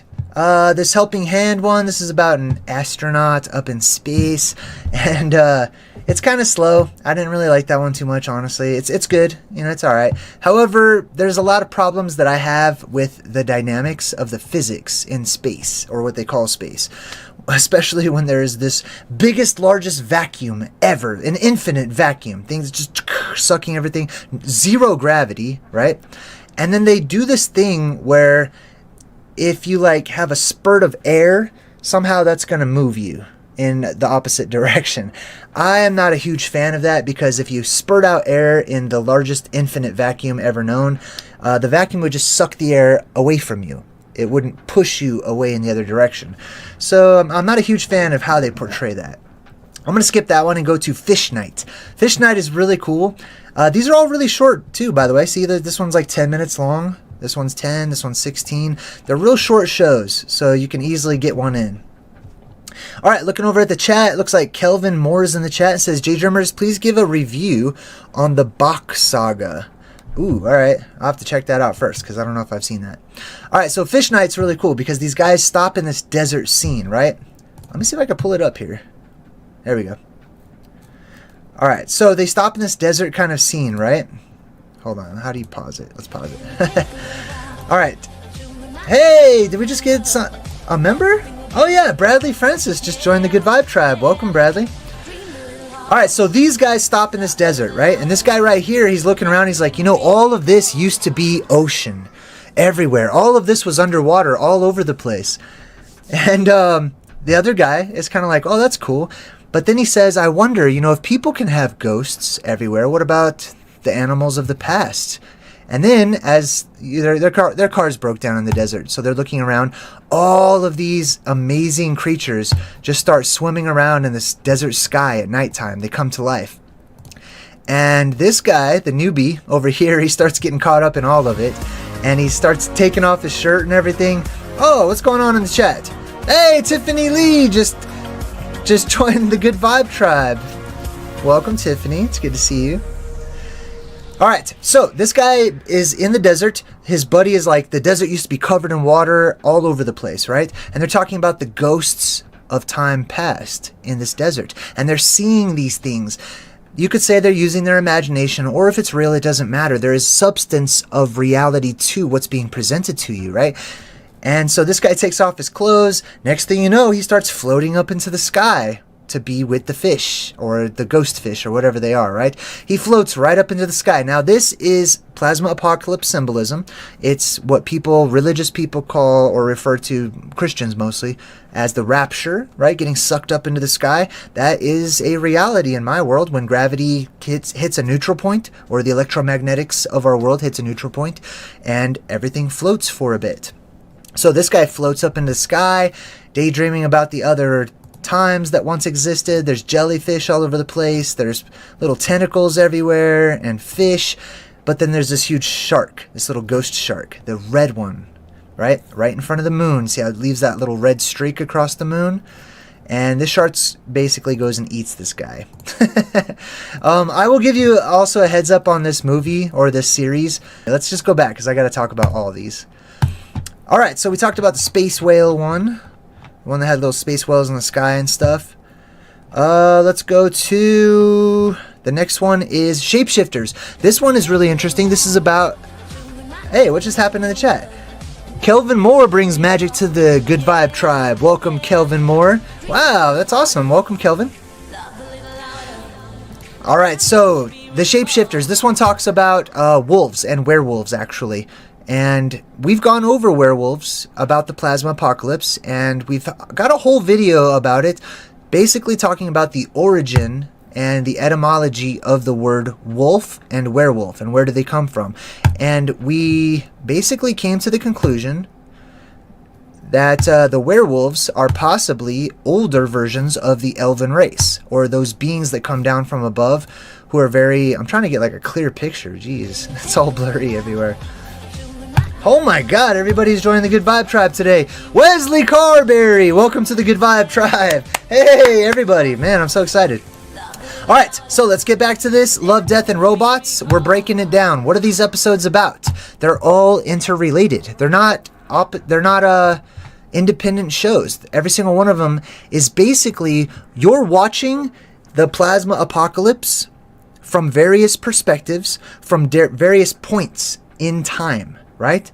So that's the key for me. And I see this not just in Love, Death, and Robots, but anytime I watch television or movies or whatever, I can see how they're all interrelated. Kind of like the Pixar theory, if you guys are familiar with the Pixar theory. The next one is called the dump. The dump is pretty cool. So this one, remember how okay, hold on, let me get a good picture here. Now, remember how I was talking to everyone about what is it called? What is that called whenever it's like, God, I'm forgetting the word for it. When it's, steampunk. Okay, so steampunk is very popular, right? It's kind of come up in the last few years or whatever.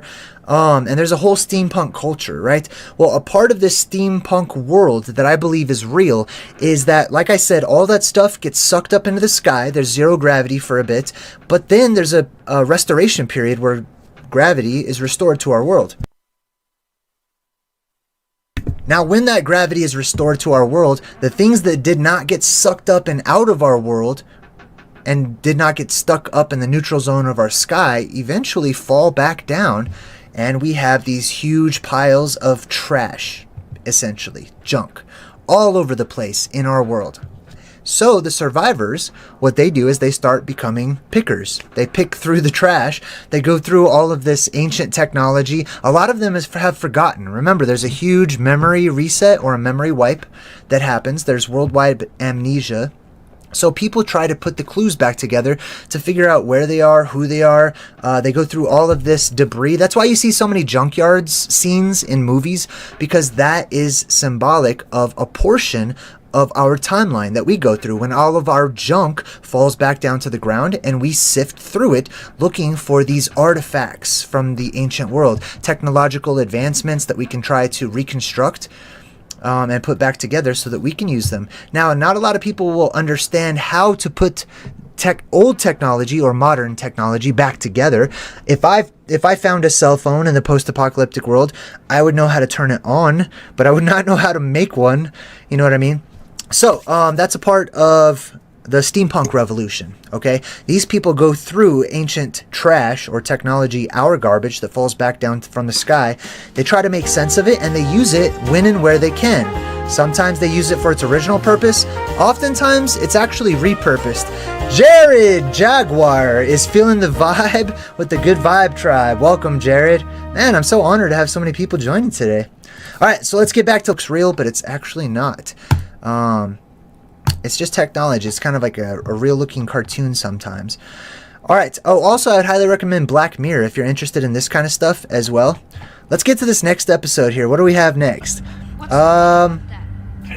Hey, what's going on? What is going on in the chat today? This is insane. You guys are blowing my mind. Wait a minute. It was Anu Alalu. Anu Alalu says, greetings from the SFV 818. Great show. Bad thing about technology is that the more it progresses, the less we do for ourselves. Bring shop classes back to public schools. Cheers. Hey, I love that. I think there's a lot of things, and thanks for your donation too, Anu Alalu. I appreciate you. I think there's a lot of things that should be brought back to public schools, but I'm going to save that for another time, probably when I'm venting. All right, so the dump, we talked about that. Oh, the dump. I got to get back to that. Hold on. So in the dump, not only were there these huge piles of trash, but there were these monstrous creatures that found homes within the garbage in these dumps or whatever. So this guy actually, this old man right here, he befriends a Phantazoid, essentially. If you don't know what a Phantazoid is, it's a term that I made up to describe these otherworldly animals and creatures that come down into our world from the heavens. They're heavenly creatures, they're monstrous, alien-looking creatures, whatever you want to call them. That doesn't mean they're all bad. That doesn't mean you should just kill an alien creature if you see one, you know. I know we're kind of conditioned to do that. However, this guy right here, he has a pet. He has a friend who's basically a Phantazoid that lives inside of this dump. And you'll notice that too. What? Davey818 just donated $5. Wow, and he says, hey, keep it going, dude. History has a way of repeating itself. Just ask the League of Shadows.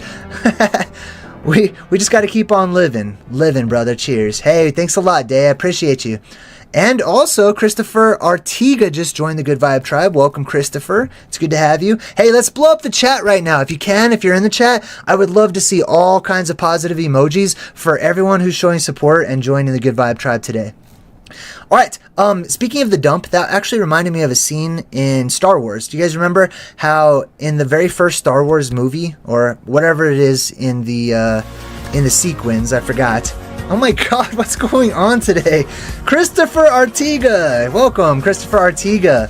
Okay, but remember in Star Wars how they like jumped into the trash chute? There's always some sort of a scene with like a trash compactor, a trash truck, right? Like in Teenage Mutant Ninja Turtles, Shredder falls into the trash truck, etc.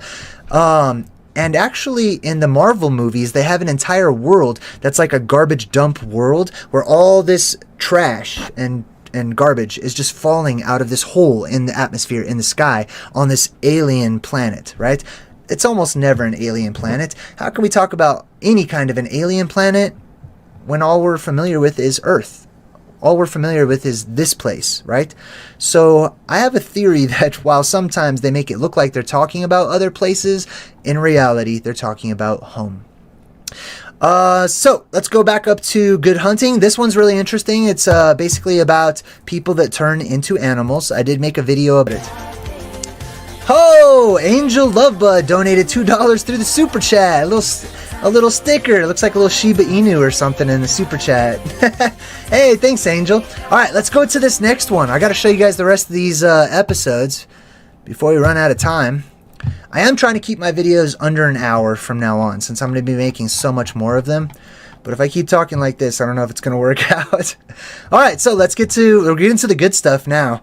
All right, so, this one right here, Suits. Oh my god, this is one of my favorite one. Okay, so this episode is our world, okay? At the end of this, I'm going to bring this up. I got to show it to you, actually. Okay, so they start off showing you this little world, this little country world or whatever it is. It looks like you're on Earth, right? And it's just got like your average farmers and stuff like that, and they're going through, getting ready to plow the field and whatnot. But occasionally, they have these huge exosuits, these mechanical exosuits that they use, and they go out into the field where their cows are, and they protect the cows from what? From these little portals that open up, as you can see right here. Let me see if I can catch it here. So this portal opens up. Perfect. Oh my god. This portal opens up, and these phantazoids literally come out of the portal, which is basically the edge of their world. These portals are attached to like some sort of a wall that goes around their world, or a dome. White Knight donated $14 through the super chat. And a cool sticker. Look at that sticker. All right, so if you know what I'm talking about, in the chat, there's actually stickers that people are putting in there, which is pretty sweet. Thank you. So these phantazoids pop out of this portal, and they start to eat the cattle. Watch, let me play it for a bit. They jump out of there and they start to eat the cattle, right?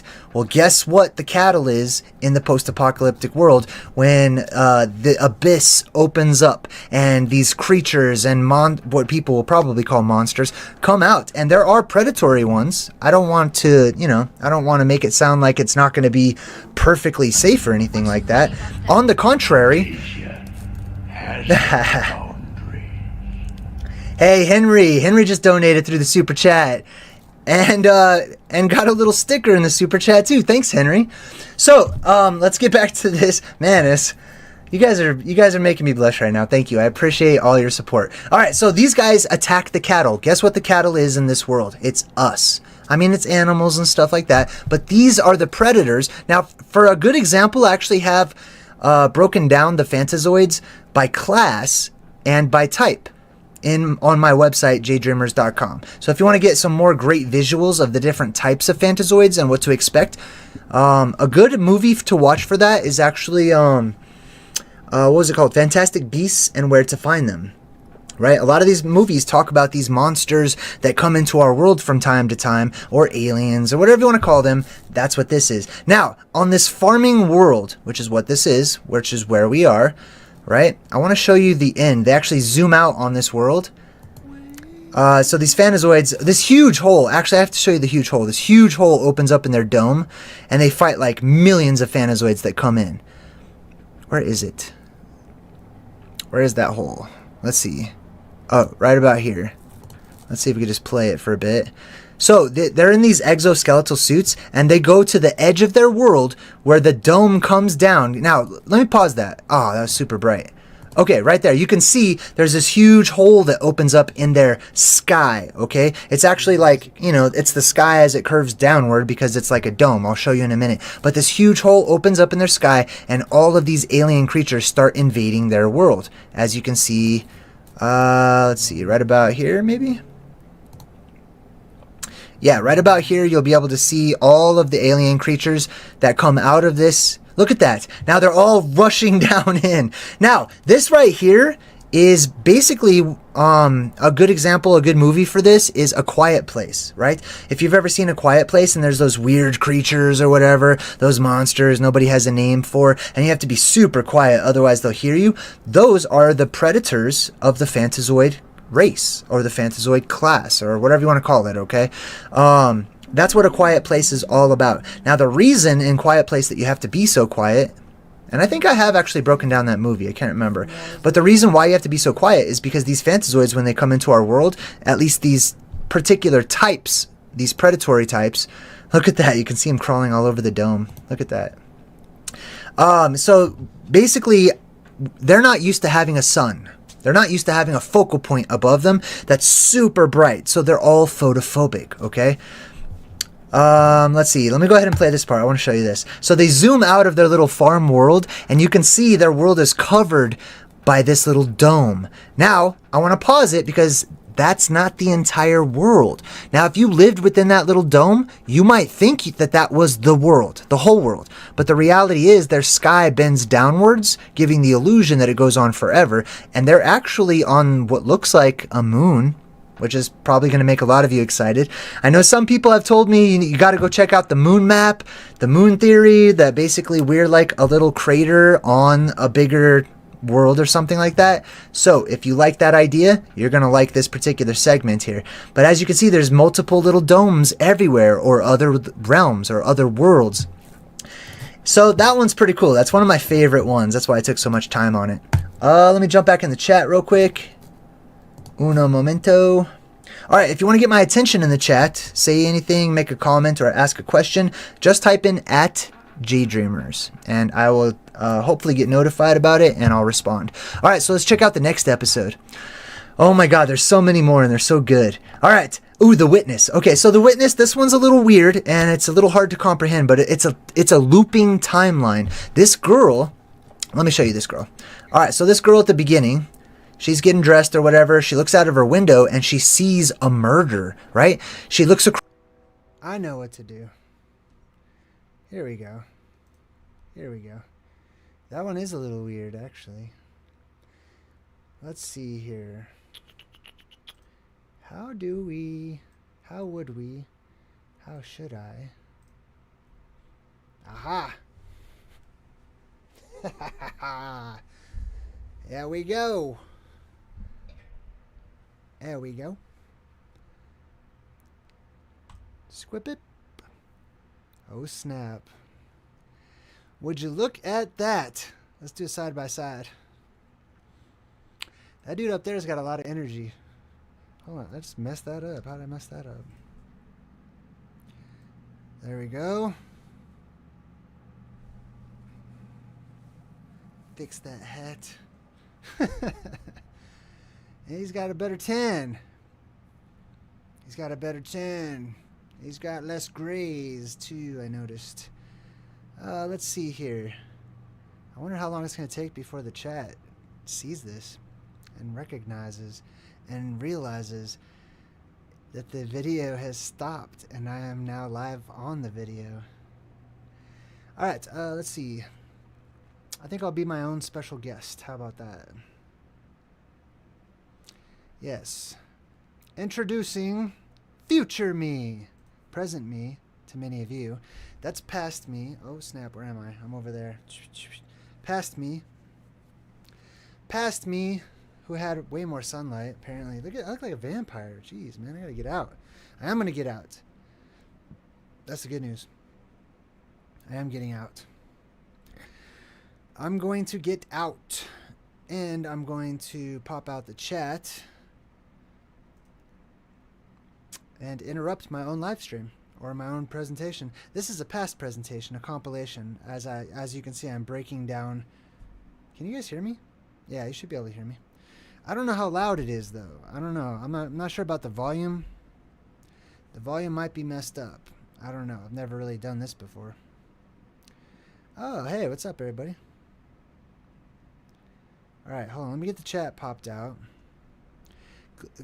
Clearly, you can see that I'm breaking down. Like this is Truth in Movies before I even had the new setup. This is an old Truth in Movies when I first thought of the idea.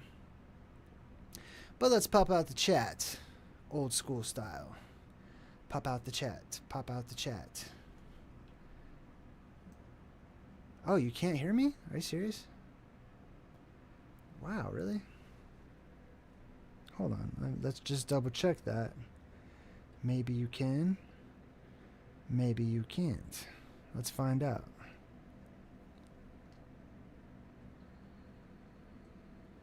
Oh, you can't hear me? Yes, you can hear me. Uh-oh. Somebody said something not true. Let's Just double check that. Somebody said something not true. Florida Sunshine. No, not you, Florida Sunshine. Anoso Stoned Zorro. No, we can't hear you. Oh, you're being sarcastic. Oh.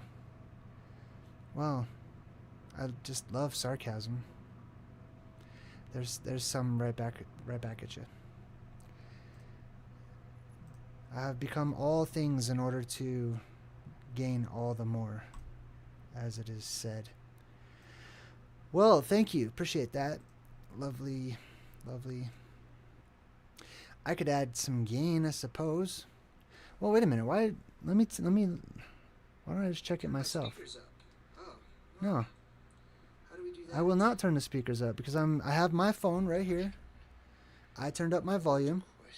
I can hear myself perfectly fine. So no, I'm not turning my speakers up. I'm not turning the mic up. I'm not doing any of that. One person. See, this is crazy. Well, I'm just gonna roll with the punches.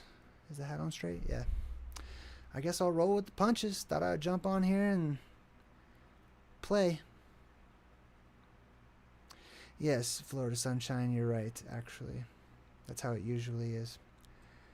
But yeah, let me put the chat on the screen, see if you guys would like to have any conversations about anything aside from technical support. Let's see. Let's get that chat thrown up on the screen. It's 1:10 in the morning where I am.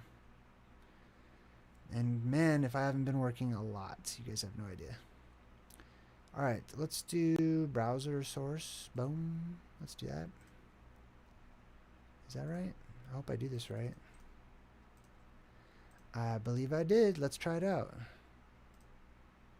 Boom! Shakalaka. There it is. Alright, let me make it wide enough. Alright, cool. Now, I know people are not used to seeing me this late at night. Let's do... Alright, oh, that's way up on my face. Alright, let's get a big comment, see how much it takes up here. Okay, cool, that works. That'll work. Alright, sweet. Now let me switch sides. There we go. I think I like being over here. I'm uncomfortable being over here. I'm not used to that. I tried being over there. It's weird to me. I like being on this side. Because I like looking at the action, which is now that way. Why am I reversed? I'm reversed. Hold on, let me unreverse myself. Fopow. There we go. So now if I pretend like I'm looking at the action, I'm actually looking at my bedroom off into the corner. It's like I'm participating. You know, all the weird things that I take into consideration. All right, so let me check my volume again just because I'm a perfectionist. There we go. It doesn't sound too bad. I don't think that sounds too bad at all. I like it. All right. Did you know that Batman was inspired by Zorro? Wow. Interesting. Let's see. Oh, it sounds a little low. Let's see. I like it. All right. Did you know that Batman was inspired by Zorro? Wow. I guess I could turn it up a little. Did you guys turn up your volumes? Oh, it sounds. God, I hate it when we get in the loop of audio problems. You know what I mean? Listen, the reason that it sounds different than my normal live streams is because I have to add a brand new audio file to this special scenery that you're looking at. If I take the video down, as such, there's nothing there. It's not my normal like scene that I have that's all set up and the audio is perfect or close to it and stuff. I have to add all those elements individually, then I have to go in and adjust them and test them out individually. So for not being adjusted, I think it doesn't sound too bad. I can put the mic a little closer to my face. Oh, did that just start the Truth in Movies all over again? Even though I told it not to? I told it not to. Let me see. If I take it away and I put it back. Yeah, there we go. It should stay. All right, cool. Let me jump into the chat and see where we go.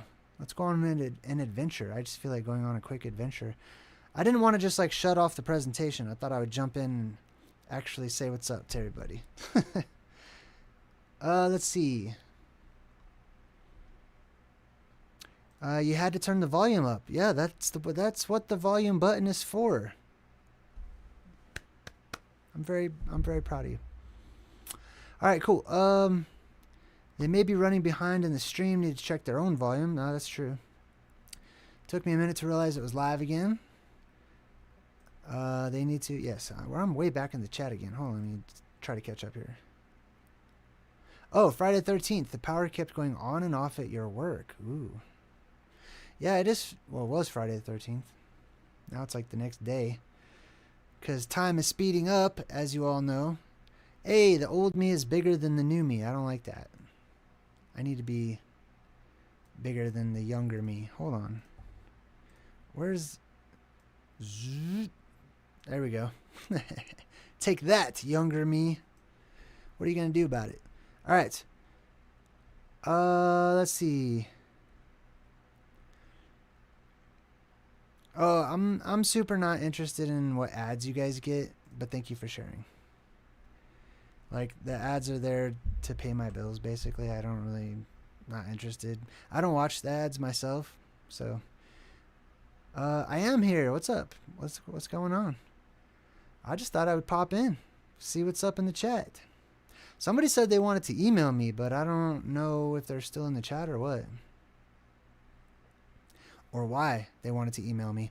A lot of people want to email me, and somebody was saying, should I email him? I didn't read the whole conversation. I just popped in. But the email that you see is just supposed to be like a business email. It's supposed to be like, hey, here's a professional business offer or inquiry or emergency or problem, or, you know what I mean? Something like that. Like, hey, do you want to be a guest on my channel type of deal? I don't have personal emails for the public. You know why? Because the public ruined it. Sorry, that's the truth. I used to have all that. I used to talk to everybody, but the public ruined it. You know, people flooded my email inbox. They've signed me up and put me on all of their little email lists, and they were flooding my inbox with all their little, you know how like you can mass email people and stuff? I was getting all that.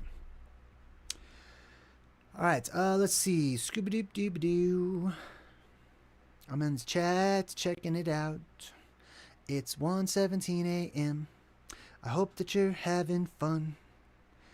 Maybe we'll do it again. Warning, this magnet may interfere with pacemakers, implantable defibrillators, or other magnetic sensitive medical devices. Sweet. Now I got the comments way too close to my face. I don't like that. I'm going to have to scooch the comments over just a bit. So there we go. There we go. That's the Virgo in me. I just learned about Zennials. I guess I'm a Zennial, whatever that is. I just heard about it. So the people that like transitioned between the time when we can remember before the internet and technology, that blows my son's mind when I tell him I was born before the internet. And the time after. So we can remember what it was like before without technology and the internet in mass. And we remember and when we adapted, you know, some of us, to the changing times or whatever. It's an interesting concept. And it's a very short window. It's not even like a whole generation, I guess, is what I just heard on YouTube.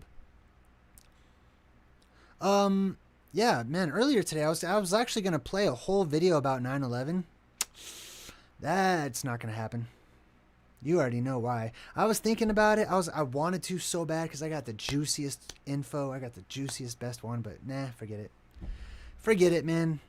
Like, it's easier to go to Antarctica than it is to talk about 9/11 on certain platforms. I'm compiling something. Oh, what are you compiling? Let's talk. I don't like surprises. I do sometimes, but you could be compiling all kinds of weird stuff. You know what I mean? I don't know what you're doing. It's late at night, so I'm like super direct. You'll have to forgive me. I'm in super direct mode right now. People, you get ads based on your own preferences. That's right. The algorithm sees what you're into, it spies on you, and then it shows you what it thinks you like based on your own search history and stuff. Check your YouTube settings. You can block and select what you prefer. That's true. I pay for YouTube Premium, so I don't even have to deal with it. I don't even care. I mean, you guys are, some of you guys like donate to me, or I make money from ads and stuff, and I use that money to not have to watch ads. So I know not everyone can afford that, but I'm thankful that I can afford that. So forget it. I can't watch TV. I can't watch ads. They give me a headache. I can't. I don't even like, even muting it. You know what I mean? Isn't that a wonderful thing to say? Oh yeah, I'm gonna make a lot of money on this video. You know what I mean? Like, they'd probably demonetize my ass. All right, what else? Oh, here we go. Shoop Puff Lovin says, Jay, speaking of all this mail, do you have a favorite item you received from your P.O. box? Ooh, I like that question. I've had a lot of interesting, cool things. I had a zombie freaking movie. I had a zombie weapon someone made for me. That's kind of interesting. A couple of sweet maps. The Urbano Monte map is probably up there, one of my top favorite things. Some sentimental letters, handwritten letters. I love all of those. They're touching. They really touch my heart. I don't know, knickknacks, a lot of knickknacks and stuff. I'm not good at thinking of all of them. I mean, most of them are over on my shelf, but the green screen is blocking it, so I can't really look over them and recall at the moment. But probably the map. I'm gonna say Urbano Monte map. It's pretty cool. It's been hanging on my wall ever since I got it. And I show it to my son all the time. Okay, let's see. What else we got? Oh, you guys got to check out my brother's new video. I've been gone all night, basically, and working all night and all day, but I didn't have time to check out his video. I felt a little bad, but I just watched it. Dang, that's a good one. He makes a lot of good ones, but he's talking about the apocalypse, so hit me right there, and he made some really good points. Let's see, a lot of AI videos in the ads on Rumble. The AI videos are everywhere. Better get used to that. AI's taking over. Now is the time when you can act surprised, and it's okay. Okay, so it's okay. That comment is acceptable right now, but the time will come when that comment will no longer be acceptable, because everybody already knows everything's AI. All your YouTubers are going to be AI. They're all going to be replaced, except me. I'm going to dip before anybody can copy me. Nobody can copy me. What am I saying? AI can't copy this? Are you kidding me? I got way too many technical difficulties. AI is too perfect. Anyways, it's okay. I live at night like a vampire. I go to sleep as the sun rises. I can relate to that. Sweet Asylum was also born before the internet. My 6th grade class was the first year to even have computers. Was it those green computers with the green screen? That's the original green screen. Was the freaking green Apple computers. You know what I mean? With cheesy animations. I had those too. Florida Sunshine says, JayDreamerZ, do you think the Aurora Borealis is the plasma field showing what the magnetic vortex is doing? Like the colors representing the strength variation. That's what I'm digging into. Do I think the Aurora Borealis is the plasma field? I'm not sure what you mean by the plasma field, but let me try to process it.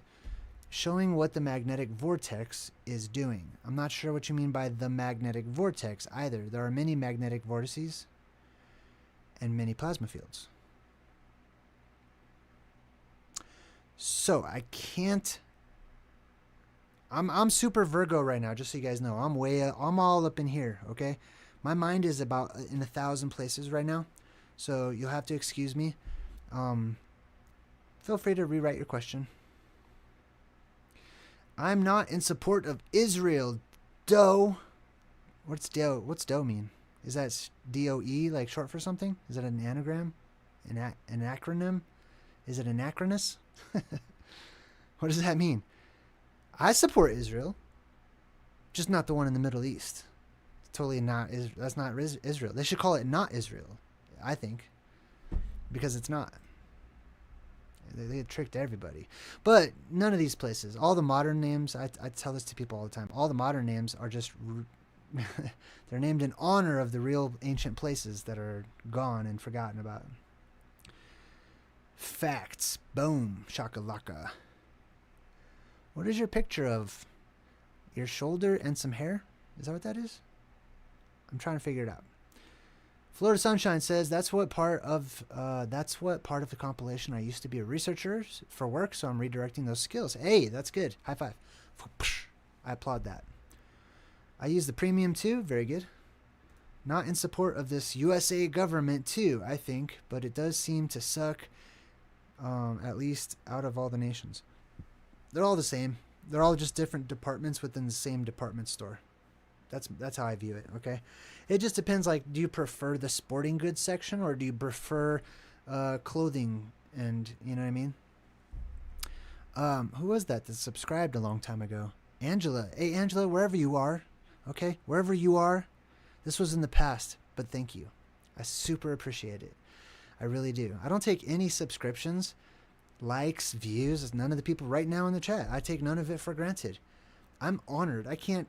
It's mind-blowing that anybody wants to listen to me talk. You know what I mean? Anyways, I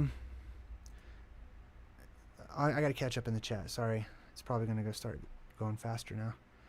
Grand Rising. London. What's up, bro? You're awake. Oh, my God. Good for you, buddy. I'm glad that some people on Earth get to sleep. Getting ready for work. Bro, why are you working, man? Quit that. Quit your job, bro. Just a little friendly advice. Quit that job. You know what I'm saying? You know. You already know. Quit your job, buddy. Come work for me. If you want to work for somebody, come work for me, buddy. Okay? I'm just kidding. Sort of. But you already know. Born in 89. I don't remember having a computer in the house till I was like 12 or 13. I remember my teachers had computers and they would print out little clever notes and tape them onto the classroom door to let everyone know what page to turn to or what they were doing, what the curriculum would be for that day, with really cheesy graphics that came with like every computer. Well, my parents also got a computer, so I printed out my own little notes for the class and switched them out with hers because I was a class clown. What else? You never know. Well, better that you go to sleep before the sun rises. Okay. What's your interpretation of the 7-year tribulation? Damn, we have an actual real question. Hold on, let me highlight that one. Look at this. Jailbroke Spirit. High five to you for asking. Actual, good, solid question. I love it. I'll tell you right away without any sugarcoating. My interpretation of the 7-year tribulation is that it is the same exact 7 years. Oh, I don't want to. Hold on, let me back up. It's the 7 years before the apocalypse, in short. That is my interpretation of it. Now, what will happen during those 7 years? All hell's going to break loose on Earth. Okay? It will be the worst time to live on Earth. If you survive that time, you will be rewarded. Okay? It will be worth it, I promise. And that's in short my thoughts on those 7 years. Now there's another 7 years too, because we go through 2 cycles. Okay, the cycle we're coming up to right now is the 7 years of the world getting hotter and hotter and setting on fire. The 7 years in the cycle before was the world getting colder and colder. That's called the Great Winter or Fimbulvinter.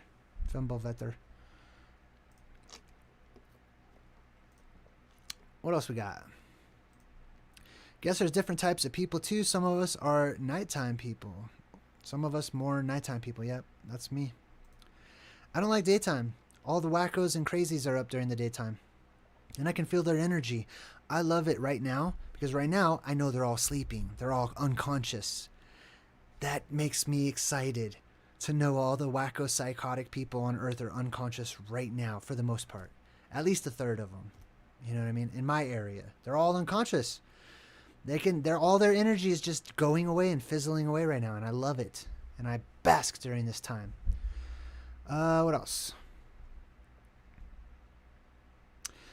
Florida Sunshine says the vortex surrounding... Does it sound better now that I put the microphone a little closer to my mouth? Or is it too close? If it's crackly, let me know. I don't want it to be crackly. Hold up. I got to fix the comments here so that we can read it all. Oops.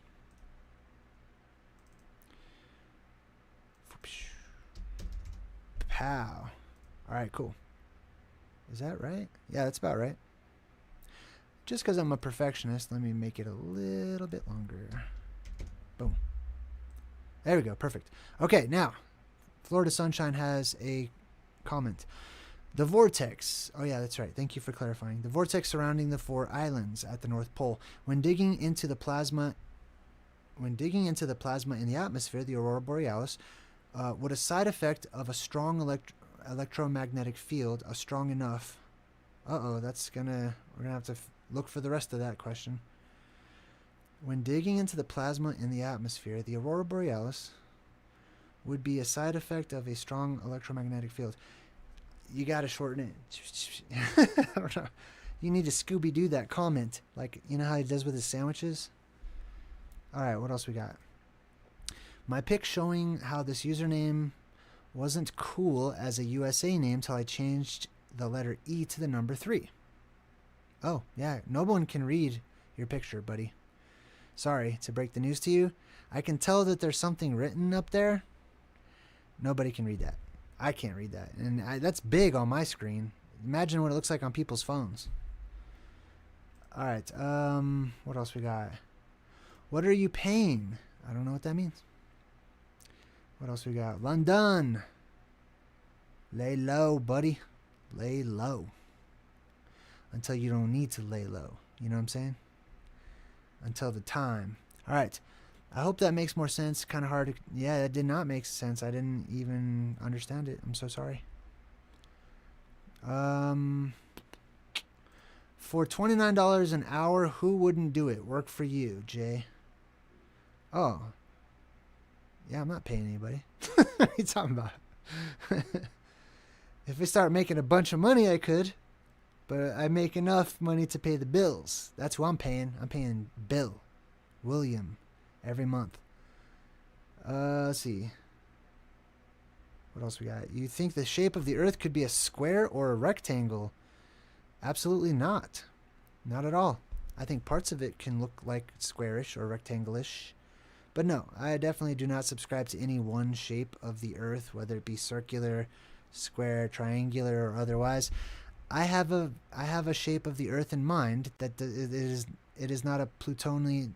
What do you call that? Plutonian solid? Is that correct? Or is it too late and my brain doesn't work?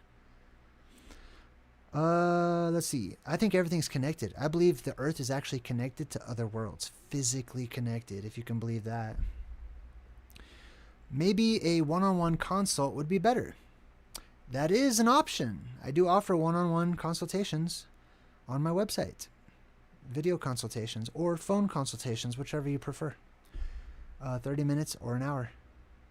The long winter. Yes, Fembovetter. You're super welcome. Josh Drag Race says, LOL, if I survive. Or hold on. LOL, survive. If you die, you wake up in another reality, like you wake up from a dream. Hey, that's actually, I tend to believe likewise. Either until you age out and start over, or another birth, or you ascend and leave this realm. Hey, yeah, I think we're close to be like on the same path. That right there is a Fulgurite, by the way. Okay? This is from Beetlejuice. So what I'm talking about here in the movie is these deserts. These deserts of Saturn shown on Beetlejuice. And there's these huge weird rock formations that shoot up out of the ground. Those are Fulgurites. They're where electricity has struck the ground And see, that's it right there. And it petrifies the sand and stuff. I mean, it doesn't really petrify it. It vitrifies it. It turns it into glass. Petrify, vitrify, tomato, tomato. It's quite calming, says Sweet Asylum. JayDreamerZ, can I pick your brain on consciousness? For sure. Yeah, do it. Let's go. Give me the hardest question you got. In your opinion, is it internal or external? Oh, that's easy. So I'm just going to be literal. Consciousness is conscience, basically, which means with knowledge. So you have your knowledge in your brain, contained within your mind or whatever, right? And that is your consciousness, is your knowledge, basically. Okay, it's not, I'm aware that I'm alive. Oh my God. Like animals are aware they're alive. Plants are aware they're alive. Everything has awareness, but that's not consciousness. Consciousness is your knowledge that you have developed and built up, and it's your memory. So it's everything you have saved up. That's my perspective. Okay, I know everyone has different ones. Consciousness. Personally, I think everything is conscious. Everything has knowledge. Everything is connected to everything else everywhere, all at once. Movie reference. So ultimately, like individual consciousness, you have to look at that through the lens of separation and division, or Maya, the veil of division, which is all a trick. It's all a dream. So that's fun too, though. That's it's here for a reason. You'll work for hugs. Oh, that is the best. My son works for hugs too. Actually, he doesn't really work. So here at my house, I don't like give him chores because I'm lazy or anything. I teach him how to be self-sufficient. That's why he works. You know what I mean? Because I'm teaching him things. I just want to clarify. This is also a type of fulgurite, by the way. This is electrical arcing, where the electricity comes up from the earth and goes back down, just like you see on the sun. The sun does this in the pictures that they traditionally show you of the sun, right? Now imagine the dirt goes with it and it petrifies, or the mud, I should say, goes with it and it petrifies, right? It's shooting up. All right, what else? Let's see, anything else? Life is but a dream. I totally agree. Within a dream, within a dream.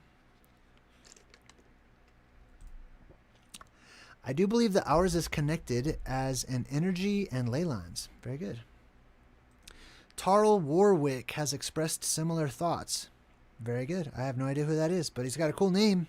I like his name. The Earth and the globe are two different things in my opinion, says London. You're wrong, London. You're wrong, buddy. Let's debate, okay? Just kidding. Let's debate. I'm just kidding, buddy. You know that. The Earth and the globe are two different things in my opinion. Okay. The Earth and the globe. The Earth and the globe. The Earth and the globe. The Earth and the globe. The Earth is just, from what I recall, the ground. You know what I mean? Like, that's Earth right there. The sky is not Earth. The dome is not Earth. Like, none of that's Earth. This is Earth right here. That's what you're looking at. The globe, or spherical, whatever, globular. It's really probably closer to globular than it is spherical, if I was to guess, because it's biological. You know what I mean? Even the eyeball itself is not spherical, right? Neil deGrasse Tyson would say the eyeball is pear-shaped. It's a little chubbier on the front. It's pear-shaped. Wacko Neil deGrasse Tyson. Hey, buddy, if you're watching, step up. I challenge you. I don't want to debate your ass. You're lame, Neil deGrasse Tyson. I don't like you, okay? I don't like you at all. If you were on I wouldn't even have you as a guest on my channel because you don't have honor. All of my guests, I honor them until the time when I don't. And if I don't honor them, you will not see the video of them on my channel. Some people have been honored guests and fucked that up. Excuse my language. So I go and delete those videos because they lost my respect. They lost my honor. What else? If you type in my name in the chat, remember, it will highlight just like Florida Sunshine did. JayDreamerZ, you were talking about green eyes a bit earlier. That is correct, which I have green eyes. A girl with green eyes. 2 girls with green eyes. What was that dude's name? I always forget that guy's name. Yao Chin or some wacko Yao Chin? No, what's his name? I keep thinking of Mortal Kombat characters. Anyways, he gets way too excited about 2 girls with green eyes. Do you think it relates to the red sky? Green eyes and the red sky? That's a good question. No, I don't. I'm just going off of intuition at the moment. I can't explain it, but I don't believe it's the color of the sky that makes people's eyes green. Photosensitivity. That's a possibility. Could have more to do with like where you're from and stuff. Any ideas on yellow pigment that exists in the green eyes? In the green eye shade spectrum. I have some of that yellow too. I have no idea though. I have no thoughts on that at all at the particular juncture in life. Check these out. Look at that. That's shooting up from the ground, man. That's not millions of years of weathering and what do you call that? Erosion. Or like the black sheep researcher would say, erosion. I love how he says gravity. Erosion. What else? Josh, have you done DMT? Jailbroke Spirit needs to know if you have done DMT. What is DMT? I don't even know. I'm not a drug kind of person. Let me look it up. If it's not natural, I'm gonna boo you. Maybe. But let me see. I don't even know what it is. Dimethylchlorolictitrine. Let's see. What is DMT? Boom. Come on, internet, hurry up. This is like the 90s, dude. When I typed in an inquiry when the internet first came out, you can go grab a snack and come back like cuz the page has to load.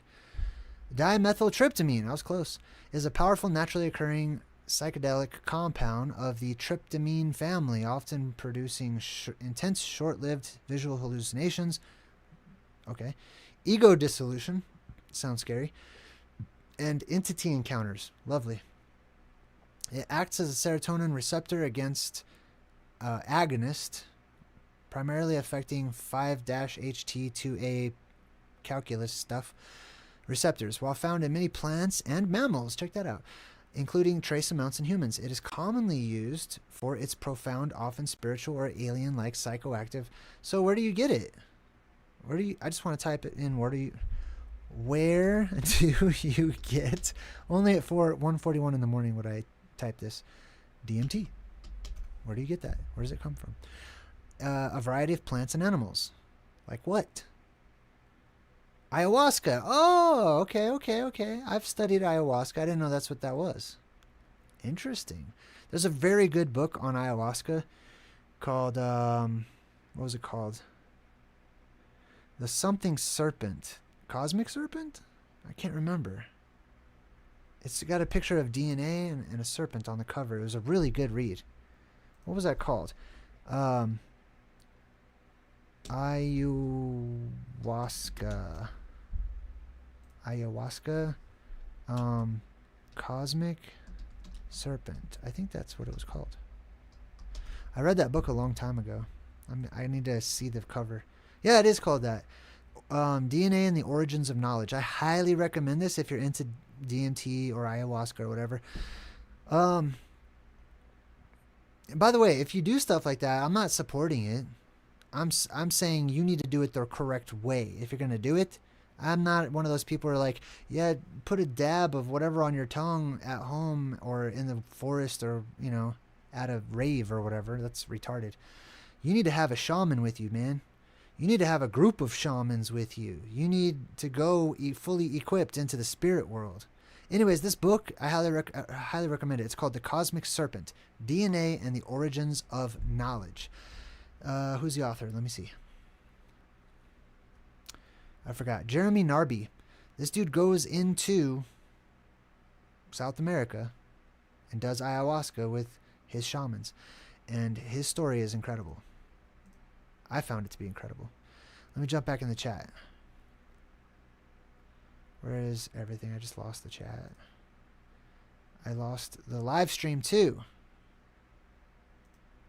Crap. Licking toads? Oh my god, dude. That's disgusting. Don't lick toads. Ugh. You'll get warts on your tongue. You can take natural DMT. You could, but your body produces it, right? So just produce some more. The Yaqui people. Yes, that's ringing a bell. While the story's main theme is Django realizing that slavery isn't exclusive to black people. Oh, you guys are talking about some other stuff right now. DMT is the chemical in ayahuasca. Thank you. Where is my deal here? Hold on. There we go. Okay, cool. Okay, we're good now. All right. Yeah, licking toads. Don't do that. Painkillers. Okay. Where is... Hold on. I keep losing... Oh, there it is. I gotta sneeze. That was a good one. Okay. Josh says, I never done anything but cannabis and some prescription drugs. Prescription drugs are worse than cannabis, in my opinion. Those are real drugs. Those are actual drugs. That's sorcery. That stuff is sorcery, dude. They're terrible. I'd rather pick a leaf off a tree and chew it or whatever. You know what I mean? Personally. But, you know, that's the world we live in right now. Oh, Big Trouble in Little China, Jack Burton. You're right. What was the old man's name? I always forget. Yao Ming? No. Fudge. I always forget that dude's name. I mean, I only forget the name when I'm live streaming. Because, like, I'm on the spot. You know what I mean? It's hard for me to remember certain things when I'm, like, on the spot live streaming. If I was just hanging out talking with my brother, I would know immediately. If he was listening right now, he would tell you automatically who that dude's name is. Mr. Button. Love that dude. He's a wacky old Chinese dude.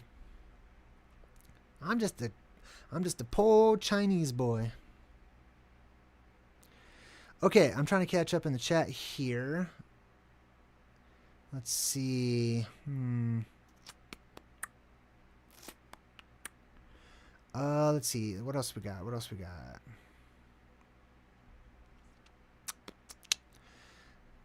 Django. Django wasn't really my thing. Whoever the producer of that is, I'm not really a fan of their movies. I've seen a couple. What's that dude's name? The producer guy? He's real weird. I've seen a couple of his movies. I liked... Oh. Hey, thank you so much. Who is that? Solid Mist. Good to see you happy tonight. I hope this donation makes you even happier. It does, and so does the picture of your little puppy dog. I love that little puppy dog. I just want to grab its little head. Thank you. That does make me happy. Being able to pay bills and live and be dad makes me happy. Every time you guys donate, I'm ecstatic. Thank you so much. Who's not Tim Burton? What was the producer's name? Anyways, I liked Reservoir Dogs. I side with Mr. Pink on the tipping thing too, by the way. Okay, just so we're clear. Me and Mr. Pink, same. What else did I like? I didn't really like the weird one with the chick that wears yellow and she's a ninja. She has swords and kills everyone with a sword and does the little punch deal. I don't like that movie. Oh, I liked Pulp Fiction though. That was okay. I wouldn't watch that one a lot or anything, but you know, it was good to see once. I don't really like all that dude. Tarantino, thank you. Oh yes. Let me put your comment up there. Fa-pow. Yeah, it was Quentin Tarantino. Oh, hold on. Somebody else got you too. While the comic itself focuses on the action of the team-up, the graphic novel adaptation of the original movie, also written by Tarantino, included more graphic scenes. Wow. Amazing. Kill Bill. Oh, that's right. I don't like Kill Bill. It's so cheesy and stupid. I'm sorry, but I don't like it. It's very cheesy. It's bad acting. It's hard to follow. It's like a live-action anime, but worse. I don't like it. It's not my thing. I'm not saying it's terrible. Like, I'm just saying it's not my cup of tea. It's like, get away. You know what I mean? I don't like it. It's not my. I don't like those kinds of movies. I'd rather watch Monkey D. Luffy in the live action One Piece if I'm gonna watch some anime looking stuff. You know what I mean? Kill Bill represents the mother. Bro, what are you gonna say that doesn't represent the mother? You're gonna be like, the father represents the mother. the uncle represents the mother. You see, everything goes back to the moon. Man, that's fun. It's fun having friends across the ocean that I've never met. All right, what else we got? Bounty hunting, or goodwill bounty hunting. Ooh, that was a bad joke. That was terrible. Sorry, that's a dad joke. Before joining Zorro, Django, I don't care about Django. I don't really like that movie. I'm just gonna be honest. I like good movies. I'm so sorry. I don't like it. What else? He's a director, made many famous movies. Okay. Puppies! Puppy power. Who was that? Thank you so much again. Solid Mist. That was cool of you. And Sweet Asylum gave you a super thumbs up. London gave you super thumbs up. You guys got to support your local truth seekers, man. You know what I'm saying? I gave you thumbs up too. Support those local truth seekers. That's what I'm all about. I do. If you see me in other chats, how many of you guys have seen me in another person's chat and I hooked up the super chat? I'm always doing that. One, I want to be about it. You know what I mean? I'm trying to inspire other people too or whatever, but a lot of these people, like, I want them, even if I don't agree with them, I would like most of them to be able to, own their own business, do their own thing, be trailblazers, you know what I mean? And get paid to do it.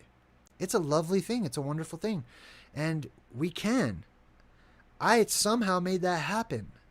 I don't even know how, but I'm doing it.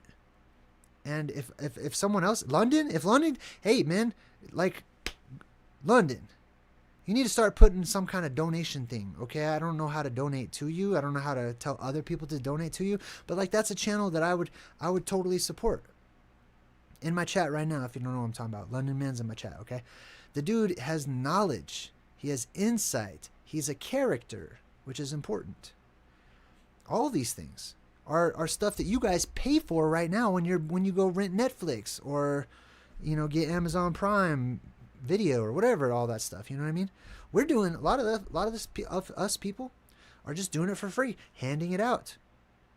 We have an offering cup there, you know, that you could toss a quarter into or $1 or whatever, and that's sweet, and that helps us to pay bills and stuff. But you guys vote. You guys make people famous or not by your likes, by your shares, by your donations and stuff.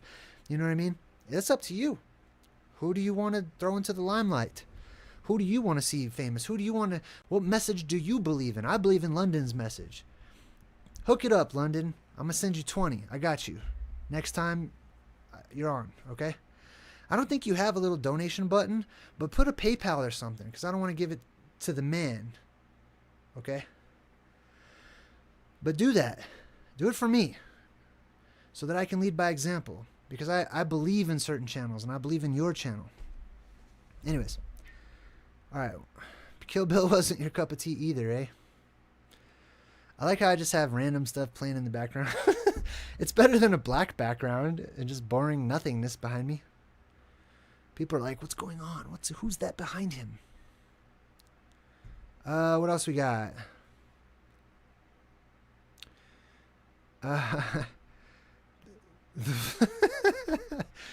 Yeah, the father is the mother. It all goes back to the moon. Cracked me up. I love that we all have our little quips, our little sayings, you know? I love that. I love that about all of you. You guys are beautiful out there. You know what I mean? Out there in wacko world, you guys, some of you are shiners, man. You're shiners. You're shining bright, man. Coming up with the coolest catchphrases, coming up with the coolest, innovative ideas to talk about. You know what I mean? I love it. I love you guys. Like, what would I do without you guys? Man, the world would be bland, tasteless. You guys are little salt crystals. Thank you. Oh, you're welcome, by the way. What can I say except you're welcome? Said Maui. We could talk about Maui, too. 9 to 5? Oh, my God. Don't even say that.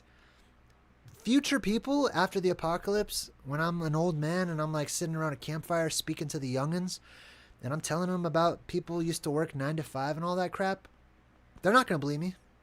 They're gonna be eating some weird post-apocalyptic popcorn and stuff and be like, no way, super great grandpa dreamers. No one would do that. Who would do that? Only crazy people. And I would say, exactly. You see what kind of a world I had to put up with? You see what kind of a crazy world I lived in? I lived amongst all of the crazy people. The whole world was crazy. And nobody knew it except for a few of us. Damn straight I'm going to tell that story.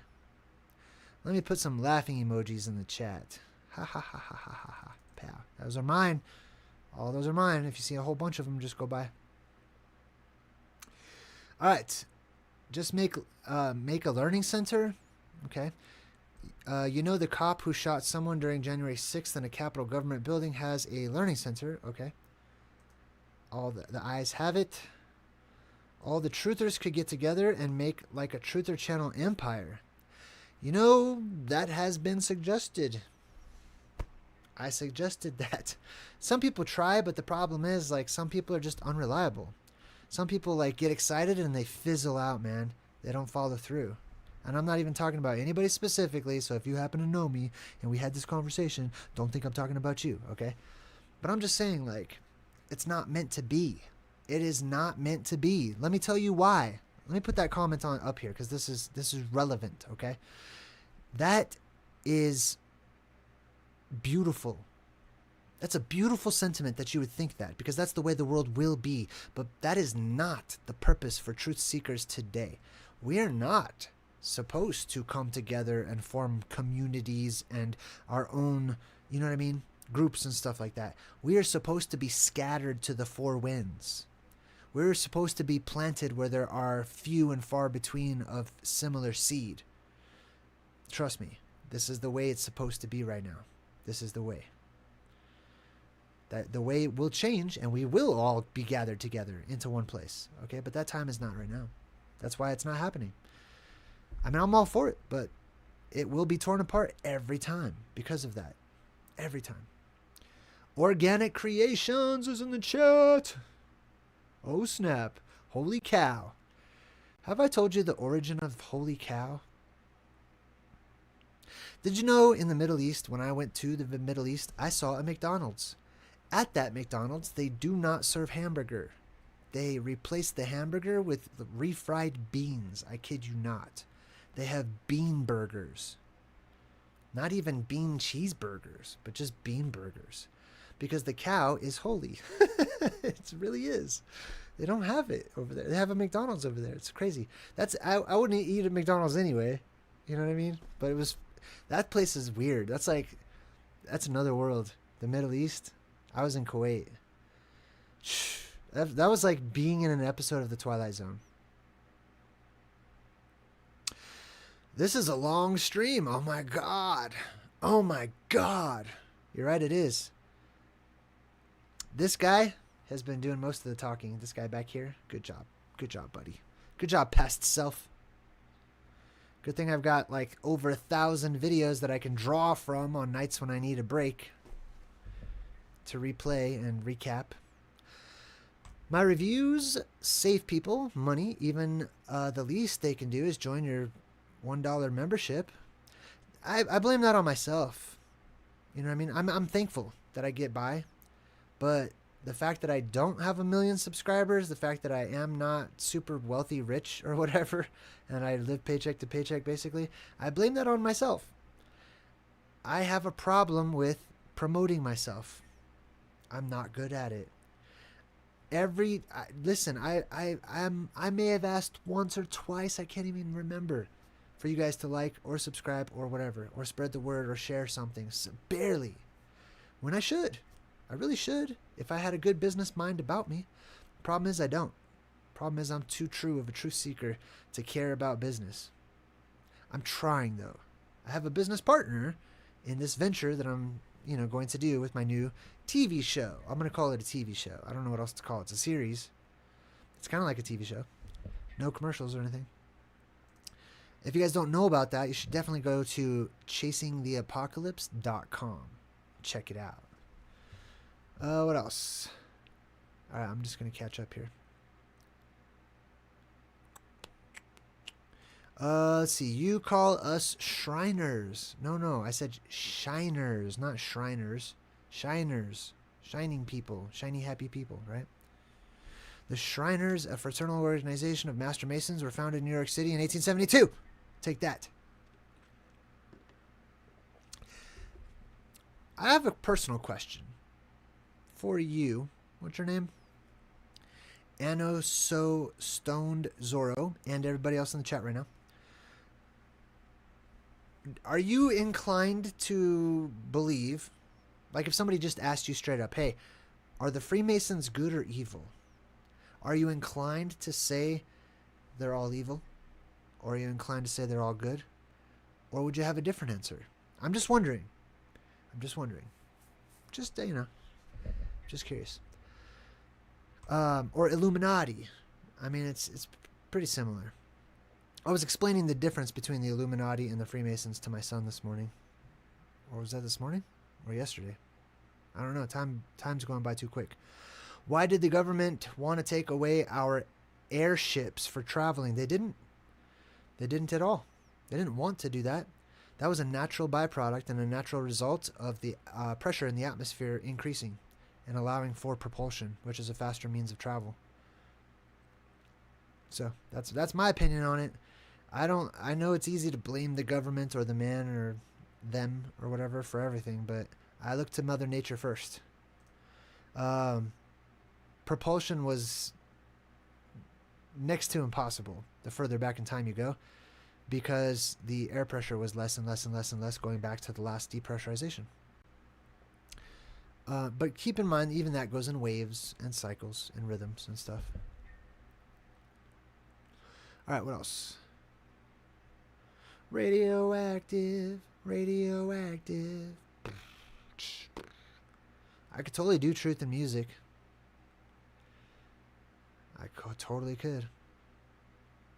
It wouldn't last as long. Actually, that's not true. I've broken down songs that are like 2 minutes long for 2 hours.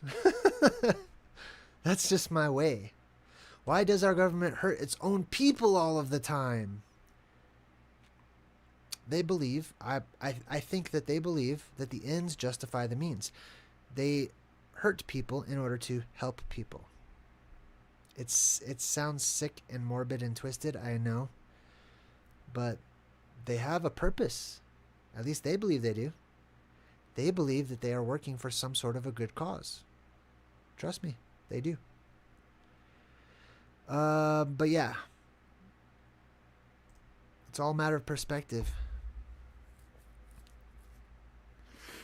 Isn't that the question of the century? How do you answer it for the kids? I'm not sure what it refers to right there. It's beautiful, but we're to be scattered. Yep, that's how it's supposed to be. I mean, we get to touch base every once in a while. I'm thankful for that. Times like right now, I love that. Oops, I did it again. Something. London agrees. That's the dreamer and idealist in me that thinks like that. They serve soybean burgers. That's right. Some kind of bean burgers. I remember that. The cow leads back to the moon. It sure does. You're damn right. You're damn skippy, buddy. The cow does lead back to the moon. It is the holy cow. It is the eye of the bull. It is the bull's eye. It is a holy cow. It is the crescent horns of the moon goddess or god, depends on how you want to see it. But you're damn right.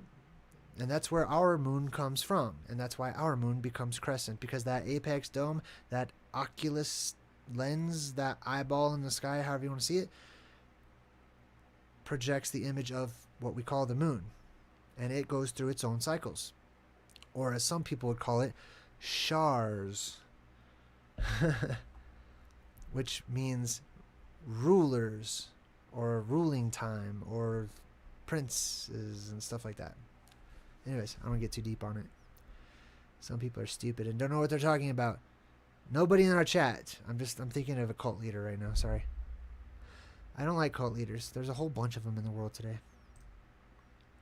The past self guy is not even exhausted yet. I know. He's the Energizer Bunny. He made me. Think of what else he could do. I am focused on a lot of stuff. I'm trying not to tear myself into pieces right now. Thank you so much for posting that link, by the way. That was kind of you. I never met anyone that was all good or all evil. God forbid I never meet an all evil one. Right? Absolutes. Gotta love them. Oh. Florida Sunshine. Welcome to the Good Vibe Tribe. Level 1. You have entered Level 1. Welcome to the Good Vibe Tribe. Welcome to the island. I don't think any people in any group can be all good or all evil. It's all polarity. That's just polarity. Good and evil is polarity, okay? It's all on the same stick. It's just a polarity between good and evil. I'm just going deep, okay? Let us go deep. We are going to go deep.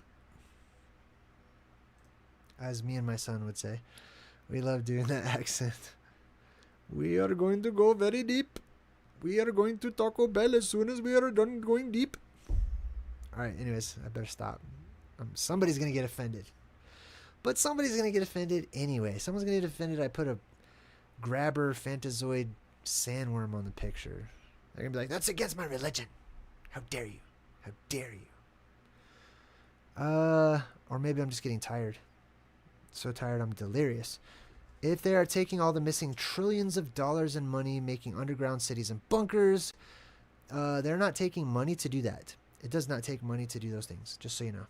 Okay? The super rich people of the world, the elite who are making those things, are not using money, quote unquote. Okay? I mean, maybe in some form or fashion, but they control people. Trust me.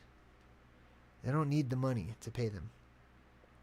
While we slave away up here, is it bad? I don't know. Could be good, could be bad. What if an earthquake happens and it just tumbles down on top of them? In that case, it would be terribly bad for whoever lives there, right? But what if it saves them? What if they actually are safe from radioactivity and, they develop superpowers, or who knows? Then it's good. It all depends. That thing's disgusting. Ew. I hope it doesn't. I hope I didn't put that up there for very long. These Shriners address cannabis primarily as a medical and safety variable in a care of children, rather than a moral or political issue for fraternity. Thank you. Thank you for that. The cow jumped over the moon, and the dish ran away with the spoon. That's right. The cow did jump over the moon. You think there are lands beyond Antarctica? Yes. Oh my God. Absolutely. I don't know. I shouldn't say absolutely, but I will tell you straight up. Yes. Okay. It's not just beyond Antarctica. You got to expand beyond that. Okay. There are lands all around you, up, down, left, right, every direction you can point in. There is land if you keep going. I promise you. And it goes on forever. It's an infinitely looping fractal verse. There's land all everywhere. It's all connected. All the land's connected. So yeah, there's definitely land beyond Antarctica, and there's no. I see that makes it sound like there's like the flat Earth disk, which is just space or whatever, or it's like crumbles away into a cone shape at the bottom or whatever. Some ridiculous concept. Antarctica is no end all be all. It's just an extension of the dome. It's where our land rises up. That's why it gets so cold, because we live in a bowl, sort of a bowl-shaped crater. The water is level, but we live in like a bowl-shaped crater. Anyways, what else? Even the most evil person can love their own offspring. Yeah, Sure. That's true. I mean, I don't know. That gets into definitions and what is love and stuff. Jack Herer and Rick Simpson are legendary figures who framed cannabis as moral. Bro, what are you even talking about? Is this? Am I just not privy to this conversation? Is this between you and someone else? Try using the @ symbol. That way I know you're not talking to me. Because I just see you talking about cannabis for some reason, and I don't know why. So I'm like out of the loop. Money is an overall word for resources and manpower. Yep. Grab some lemonade. Are chemtrails messing up our Rocky Mountain winters this year? I will tell you straight up what I believe chemtrails are. They are not to poison you. They are not to kill the population and to kill off all the slaves. That is ridiculous. It's ridiculous. I'm sorry. But it's just counterintuitive. They want many slaves. They love it. The system is a well-oiled machine. It works great. Okay? They're not trying to kill all their slaves. Nor am I, trying to say that that's what you're implying. But are chemtrails messing up our Rocky Mountain winters? In part. The thing that is messing up the Rocky Mountain winters is the sun. That's the thing that's messing up the winter. Because the sun is getting hotter and hotter. The chemtrails are being put up there to try to dim the sun. To try to reflect that light back, because those people are actually trying to save their own asses. They're trying to save themselves and extend their lifespans down here, and therefore their time on Earth to rule or whatever a little bit longer, because they know their time is short. But yeah, they're trying to dim the sun. And it's not so much chemicals as it is reflective things, like particulates, you know what I mean? There could be some chemicals. Don't get me wrong, they could have all kinds of other little side things. I'm not saying there's no chemicals, but I'm saying mostly it's the tiny metallic things that are being put into the air. Just like the Anunnaki. That's what the Anunnaki did. They shredded up gold, and they sprayed chemtrails of gold all over their sky to protect themselves from the apocalypse. That's us. That is us. And when some of the people from NASA and Elon blast off during the apocalypse and go land on some other Earth, they're going to be called the Anunnaki. And they're going to say, what'd you do back on Nibiru? And Elon Musk is going to say, we ground up little particles of metal and we sprayed it all over the sky to prevent the apocalypse. It's the same story over and over and over again. The Emperor Wears No Clothes is the foundational text for the movement. What movement? He argued that the prohibition was a corrupt political... Bro, if you're talking to me, I have no idea what you're talking about. You lost me. I don't know the Emperor, okay? You have a book that you like? Okay. Great. I'm not going to read it. I'm not interested in that. But I'm glad that you like it. Everybody, if you want to read about cannabis, check out this book right here. The Emperor. Boom. There you go.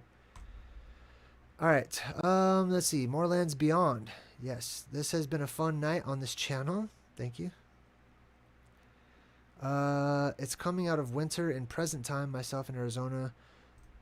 80 in the summer. Yeah, it's getting hot. It's gonna get hotter and hotter. I'm telling you, with little fluctuations, but and it's gonna get hotter and hotter, and it's gonna get hot quick. Trust me, it's gonna get hot quick. There's not gonna be a gradual heating up. It's only gradual in the beginning.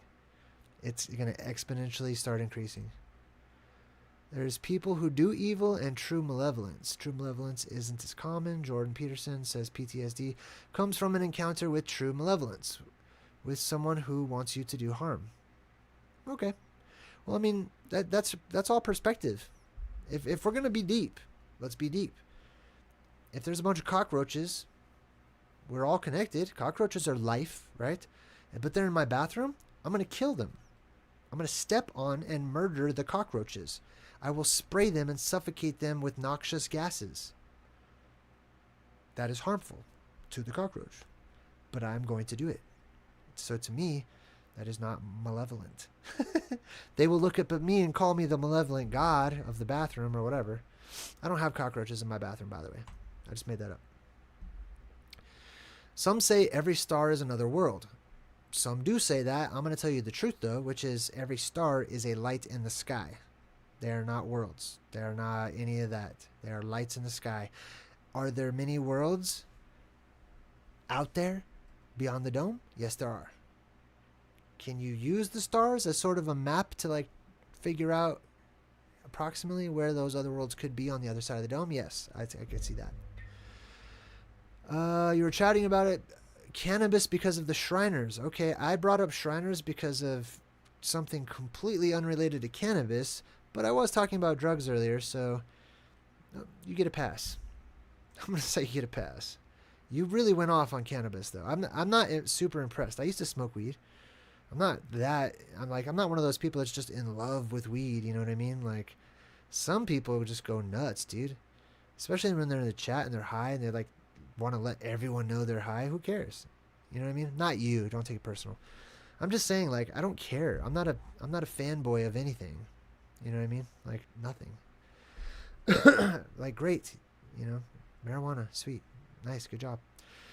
Yeah, it's cool sometimes, but I'm not like some big have a marijuana cannabis parade kind of hemp Woody Harrelson type, person. I'm like, okay, oh, sweet, good job, nice. Oh, this was in the past. Somebody gave out channel memberships. Who was that? Angel Wings. Oh, of course it was Angel Wings. High five to Angel Wings. All right. Weather manipulation, the chemtrails. Yeah, they're trying to dim out the sun. They're trying to reflect the sunlight back out to keep it cool up here longer. Because if they don't do that, it's going to get super hot super fast. I promise you. And people are going to start noticing. And then people are going to start panicking. And then people are going to start becoming violent. And then people are not going to be able to be controlled.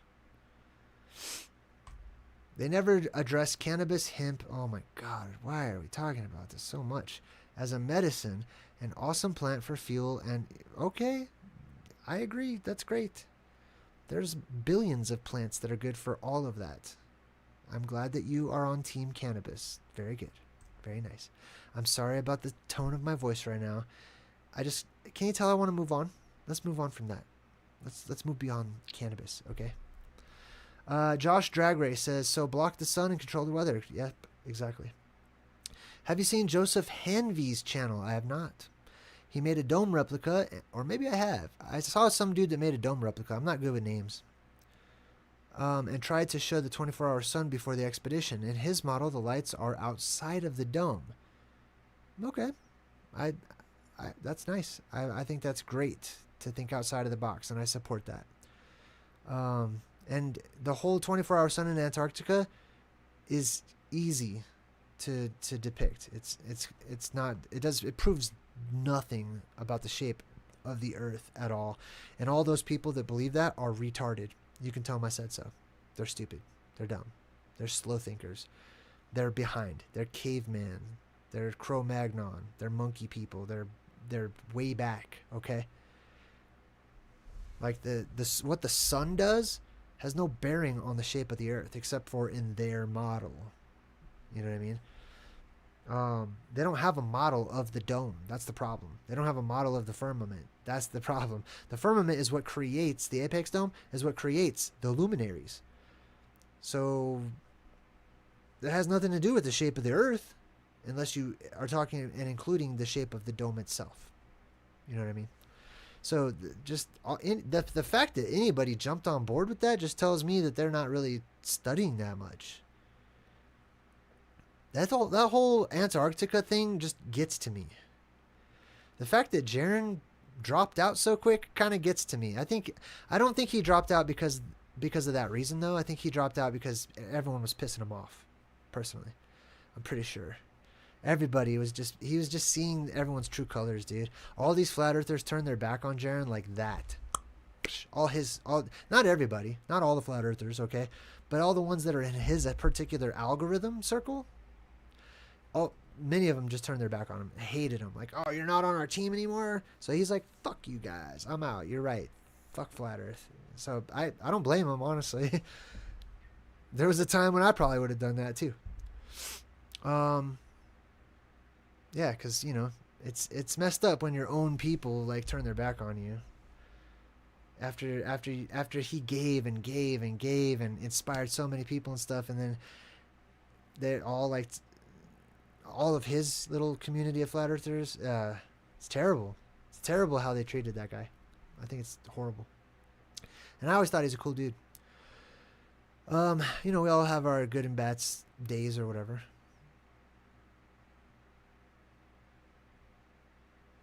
All right. I'm going to not read this Shriner Cannabis comments anymore.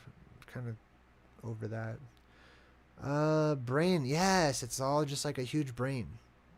Neurons. Yeah, I totally agree with much of that.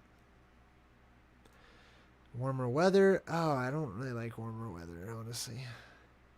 Warmer weather makes me cranky. I feel better when the weather is a little cooler, actually. Yeah, I don't even care about all that stuff. What else?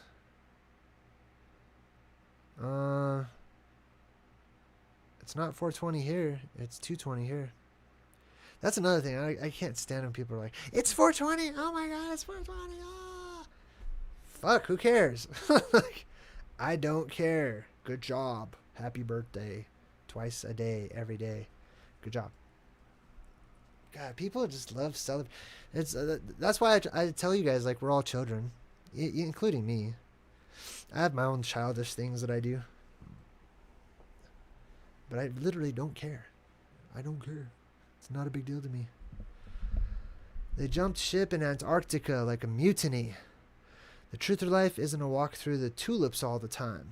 What does that mean, they jumped ship in Antarctica? I don't know what you mean. Like a mutiny? What are you talking about?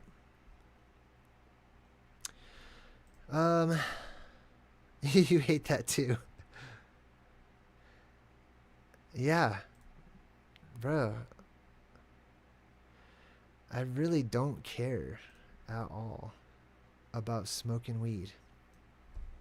I mean, this comes from somebody that used to smoke weed a bunch. Did you guys know that? No. Because I didn't go around bragging about it and just talking about it nonstop like it's my own little god. I don't care. I used it for its medicinal purpose. You know what I mean?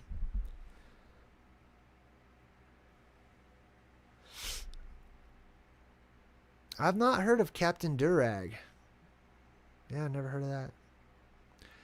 They jumped the flat earth ship in Antarctica. They left the flat earth boat. Well, Jaren may have. I don't know if the other ones did. Right? I think I heard Witsit didn't. I literally saw Witsit, like, at a Truther conference. He didn't really say what's up to me. I feel like he doesn't like me. That's besides the point. I'm just since it's like raw late night with Jay or whatever, I'm just gonna say it how I feel it. I know he saw me. I said what's up to him. I don't know. I'm not sure. I mean, he did have me on as a guest one time, sort of. Not really. Not on his channel or anything. I don't know. All I know is this. Listen. The 24-hour sun in Antarctica does not prove anything about the shape of the Earth. Neither for the globular pear-shaped Neil deGrasse version, nor against the azimuthal equidistant typical flat Earth map version. It doesn't prove anything at all. It does not prove it. Because we are not in space. Like, the sun is nearby. You need to figure out the firmament and what is causing the sun. You know what I mean? Academics tricked those guys into, like, they projected their own model of space onto the quote-unquote flat Earth azimuthal equidistant map. And that's wrong. It is the firmament that creates the stars that you see in the sky, including the sun. All right, let me jump back in the chat. I'm not even super tired yet. 420 isn't about smoking weed. Okay. Well, what is it about? Why is 420 important? Please tell me.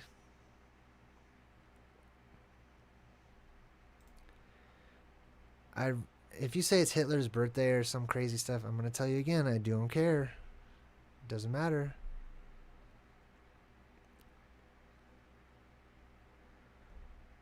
God, dude. See, now everybody's in the chat just talking about smoking weed. Come on, man. I'm not one of those truthers. I'm not one of those. You guys can do that on some other channel. I'm not the one. I want to get deep, okay? Making marijuana jokes all night long is not deep to me. It's not intellectual. It's not personal growth or edification of my soul or my spirit or my mind or my body or anything. You like it. Okay, good job. I get it. Let's see. Will AI help everyone get universal health care in the near future? Yeah, I'm sure it probably will. Actually, I'm sure everyone's going to get universal everything because everybody's going to be put into little 15-minute cities, so to speak. They will implement martial law. They will feed you. They will give you an allowance, and it's all going to be orchestrated. That was funny. I did that by AI because people are too stupid these days. I'm sure AI is going to help out, but not completely. There's got to be somebody above AI so that they don't get worked by AI. You know what I mean? What else? I can zoom in more. I can zoom in more on the sun than I can my cat when it's sleeping in a box. Wow. Check that out. Oh, yeah, the winds. Where do you live, by the way? If you don't mind me asking. I'm in Colorado, and I got those winds, too. The winds of change. They're interesting. Winds in the east. Mist coming in. Like something is brewing, about to begin. Can't put me finger on what lies in store. But I feel what's to happen. All happened before. Do do do do do do. Buffalo, where's that? New York? I'm not familiar with all the cities. I think it's I think that's New York. Wow, so the winds are just sweeping across the world. Interesting. They're moving from west to east too. That's interesting too, right? Because the sun goes from east to west. So it's almost like a part of the jet stream comes down or something. I don't know. People still don't know the difference between Christ consciousness, spirituality highs that are pure and natural, no substances. Good vibes. Watch more of Jay's videos. Get a membership. See the rest. What else? Been thinking about this lately. Dropping all substances, including caffeine. I stopped drinking caffeine. Nah, that's not true. I still have a soda sometimes. But I stopped drinking, caffeinated coffee.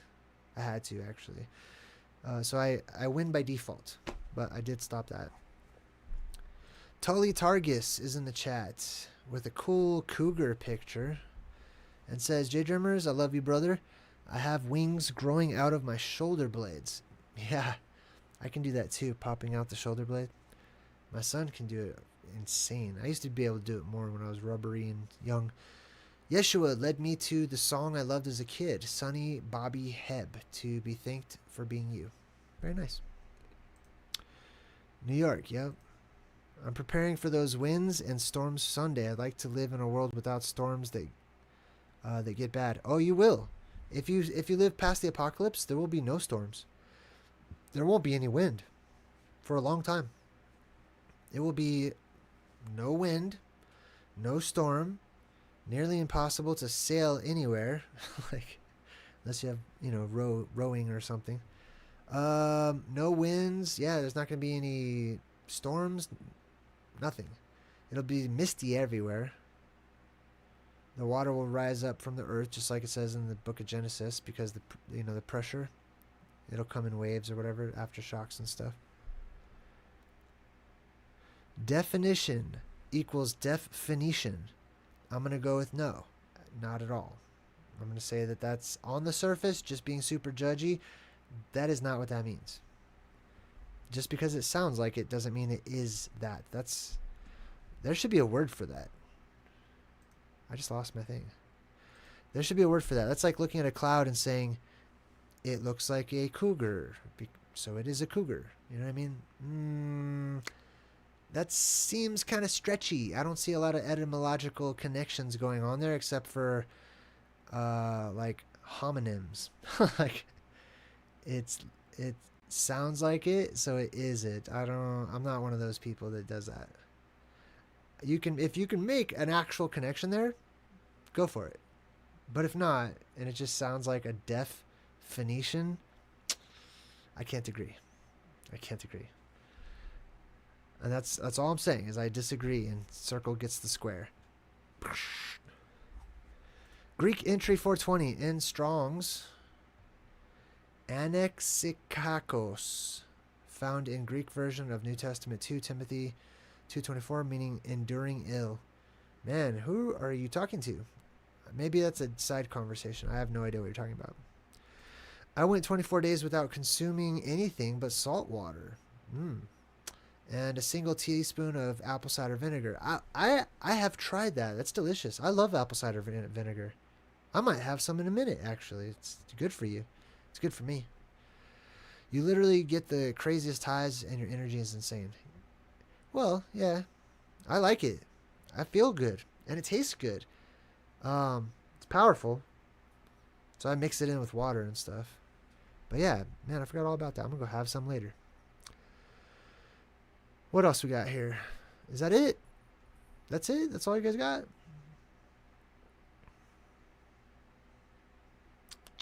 I guess that's it. Everybody's asleep. You guys are asleep? Wake up.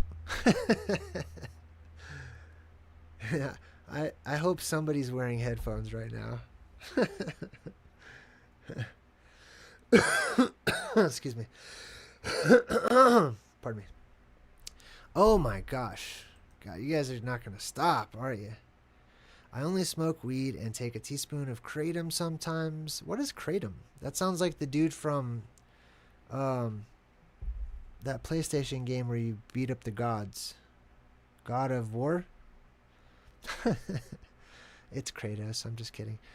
A teaspoon of kratom sometimes. Maybe an ibuprofen if I got a real bad headache or I injured myself. Okay. You guys sharing your natural remedies? Did not mean to do that. Josh, yes, apple cider vinegar is cleansing diluted. Friendly fire. I don't know what that's about, Jeeps. Lots of laughing. Okay, bro, we skipped winter. Yep. Oh, I love vinegar. Okay. A dash of vinegar in deviled eggs is the secret ingredient, just so you know.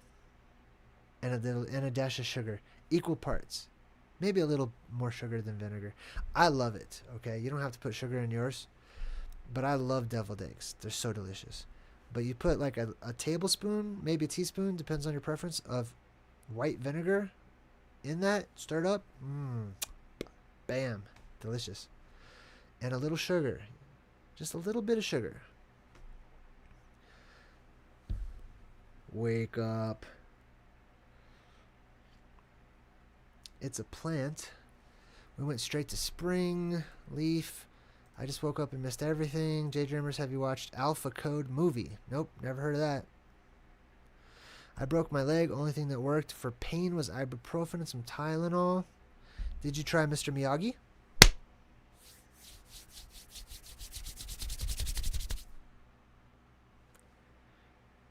Always look eye. What percentage of people survive the apocalypse?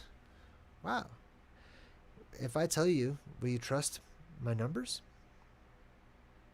How much trust would you put in an answer to that, by the way? Honestly. Like if I told you a specific number of what percentage of people are going to survive, Like, on a scale from 1 to 100, how much trust would you put in what I tell you? Or does it just depend on your personal... Like, that, I don't think so. That doesn't feel right. Like, if I said 100%, like, everyone's going to survive the apocalypse. Obviously, I would not say that, but, you know, some part of you is going to go, I don't really agree with that, JayDreamerZ. Something's off. But what if I said 99? What about 98? Like, where does it start to feel home for you? Whatever my answer would be. You know what I mean? I'm curious. I'm just curious. Tully Targus noticed the moon. You guys, whenever you join my chat, you have to click OK whenever you read the little things of like my personal wishes that you type in the @ symbol so that people know who you're talking to. Why is it that many people don't do that? Sweet Asylum is awesome. As you can see, Sweet Asylum does it. @Josh. Now I know she's talking to Josh and not to me.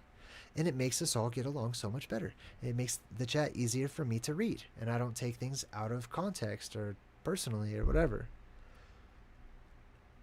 Florida Sunshine also gets a high five and a gold star. @Josh Race Drag Race or whatever. And you can tell she's having a little conversation. I don't need to read that. That's beautiful. I love that. Snickle Fritz. Ooh, I like that. You trust me? How much? How much do you trust me? How, like, on a scale from 1 to 100%, like, I have the mind of God, 100%. How much do you trust what I say is the truth? Like, that's true. I'm just curious. How much on a scale from 1 to 100? I'm asking all you guys that question, actually. On a scale from 1 to 100, how much of the truth do you feel I'm actually giving? And you can be honest. I'm not going to block you if you say 2% or whatever. I don't care. I'm just genuinely curious. Don't troll. Be sincere. But I'm just, God, I wish the old me would remove that little arrow right there. I think that's my arrow. Anyways, yeah, how much truth am I out there tossing out like seeds? I prayed after I broke my leg. I created a portal and unleashed some crazy lower form of myself. Nice. I prayed when I was poor that I would win the lottery. That hasn't happened. I'm not saying praying's bad. I think praying's good. People should pray. Or do your mantras or talk to yourself. Who cares? Like, get it out. You know what I mean? Put it out there. Add apple cider vinegar to a cup of tea. Tea messes up my stomach, but maybe it's because I've been eating terrible for so long that good things now mess my stomach up.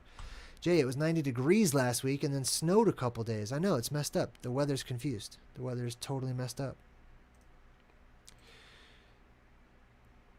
As you say, I'm awesome. Just effed that last one up. Everyone reads it anyway.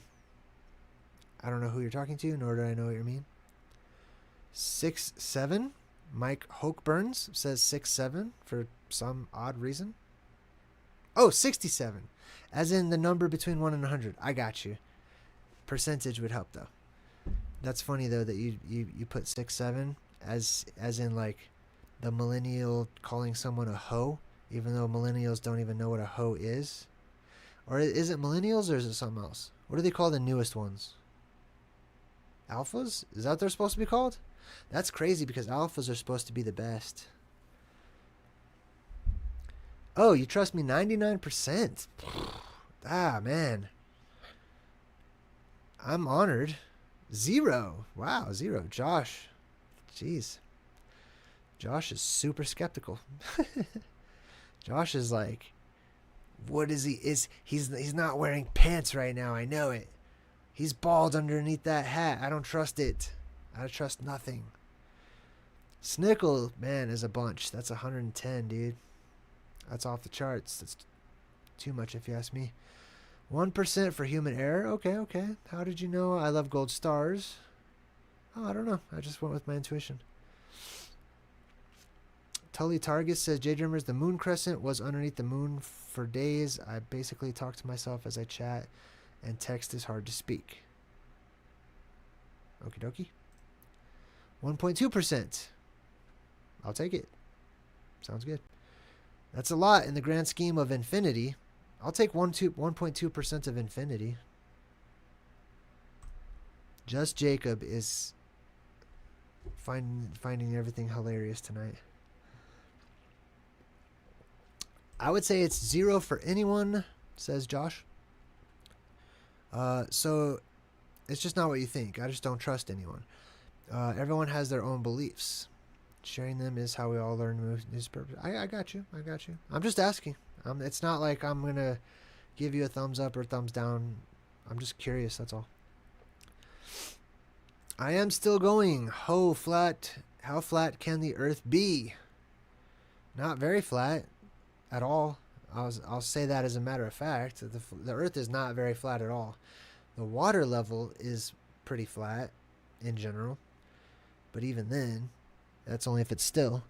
But the earth itself has hills and valleys and ravines and mountains and hollow portions and the dome. You know what I mean? All kinds of stuff.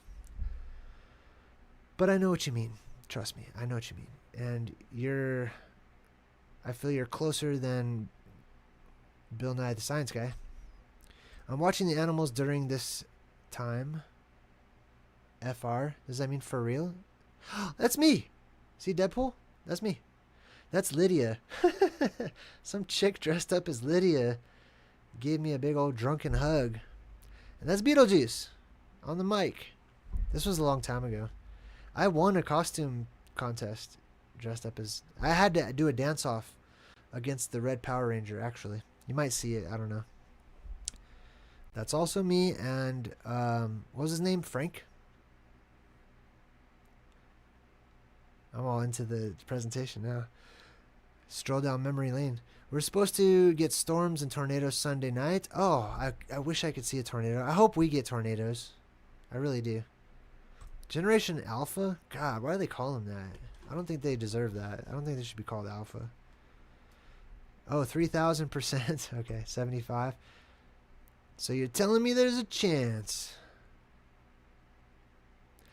Unless he meant 0 as in master source creator of the universe. Possibly.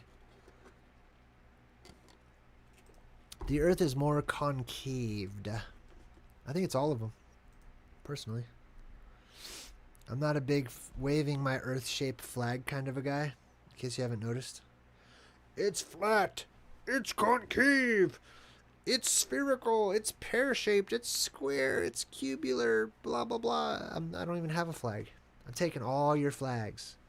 I'm revoking your flag statuses. I'm taking all those flags.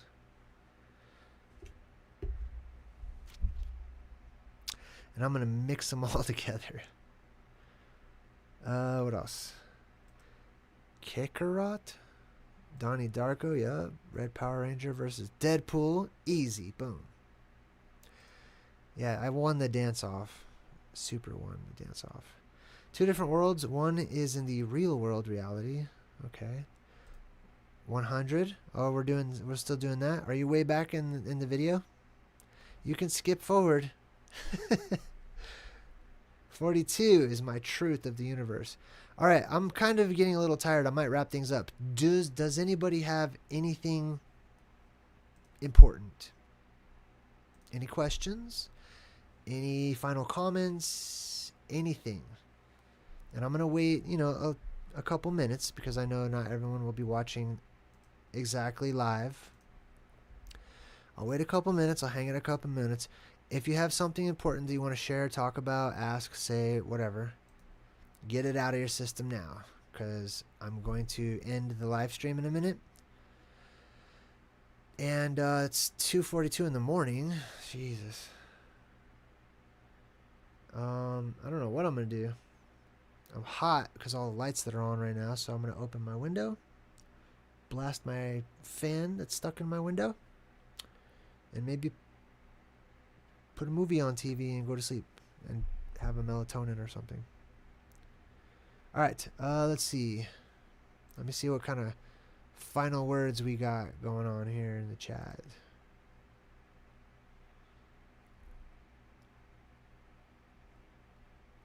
Oh yeah, you saw that? JT, me and JT.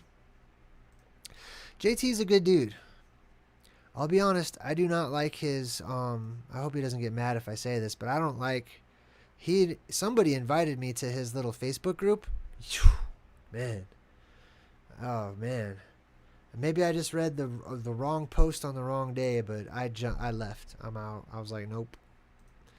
Sorry, buddy. I still love JT. He's my buddy. I might meet up with him when I go to Washington D.C. actually. But bro, I don't know. He's probably not watching. But damn, dude, that Facebook group. There was a witch hunt going on. That's what I was watching. Somebody posted a picture of Kay Podgy and said, unsubscribe to her. Don't follow her. Blah, blah, blah. I'm like, what the fuck? What kind of crap is that? And then like that post was left up. Everyone's commenting on it. I'm like, Jesus, man. Just because she rubbed somebody the wrong way or she said something that they disagree with, and you're trying to like start a movement to take away her channel or her audience or whatever. What is that? Just don't watch. Just don't listen or whatever. You don't got to go try to incite everybody else to feel how you feel. I thought that was fucked. So I went in, I was pissed off and I was like, unsubscribe to me too. Bye.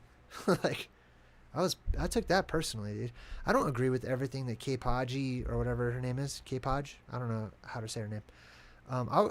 She's invited to be a guest on my channel. I would love to talk with her about the arc in the sky, the eye in the sky, and stuff like that. Doesn't mean we all have to agree on everything. I don't care. You know? But damn, that was unchristian, if I could say that. I mean, it's kind of expected. Depends on how you see Christianity. I mean, to me, I believe that there are true Christians, and most of them are fake Christians. They just say they're Christians. But damn, man, witch hunt? Posting her picture on that? Telling everybody to unsubscribe and crap? What was that, dude? That was sad. I was sad to see that. I expected way more. Way more. At least from my buddy JT's group. You know what I mean? It's got his name on it, so I was expecting way more. However, in his defense, it's not his fault, okay? I used to have my own Facebook group called the Plasma Apocalypse. My own people took it over. I couldn't moderate it. There was too many people. They kept posting dumb shit. Like, drink your own piss. It's good for you. I'm like, what the frick? What is going... Forget this. And it was like happening every day, all the time. And I couldn't moderate it. So I tried to delete the Facebook group, and Facebook would not let me. Can you believe that? I tried to delete myself out of the group, thinking I created it, so if I delete myself, the group will go bye-bye. Nope. I just locked myself out of my own group. It's probably still a group today, and I don't even know what's going on or what they're talking about or if I approve or don't approve. I have no idea. They took it over. Isn't that fucked? Excuse my language, but it's late night, okay? I can say the F word. That's fucked up. That's so messed up. My own people took over my own Facebook group. It's messed up. So, it's not, like I said, I have personal knowledge, like, these things happen. It's not JT's fault. It has no bearing on him personally.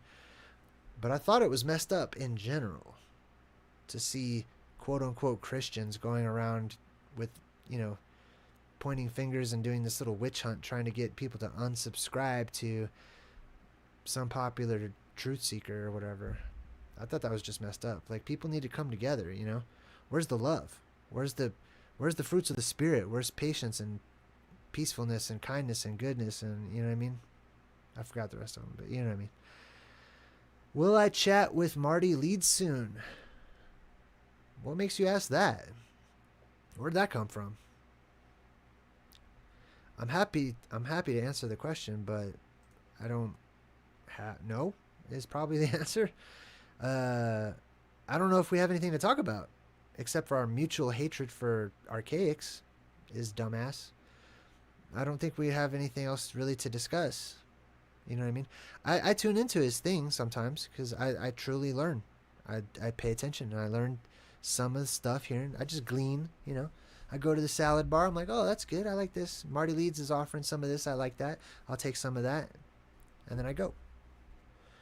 So I don't know. I'm not sure if we like have anything to talk about or whatever.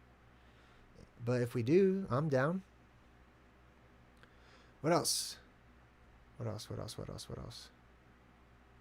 Cowabunga. I totally agree, actually. I love cowabunga. I like making up my own words, like fopow. I like onomatopoeias. Or skibbit. Fopow. Squibbit. Which is totally different from skibbity. Skibbity is a stupid word. What else? My chat. I'm waiting for my chat to unfreeze.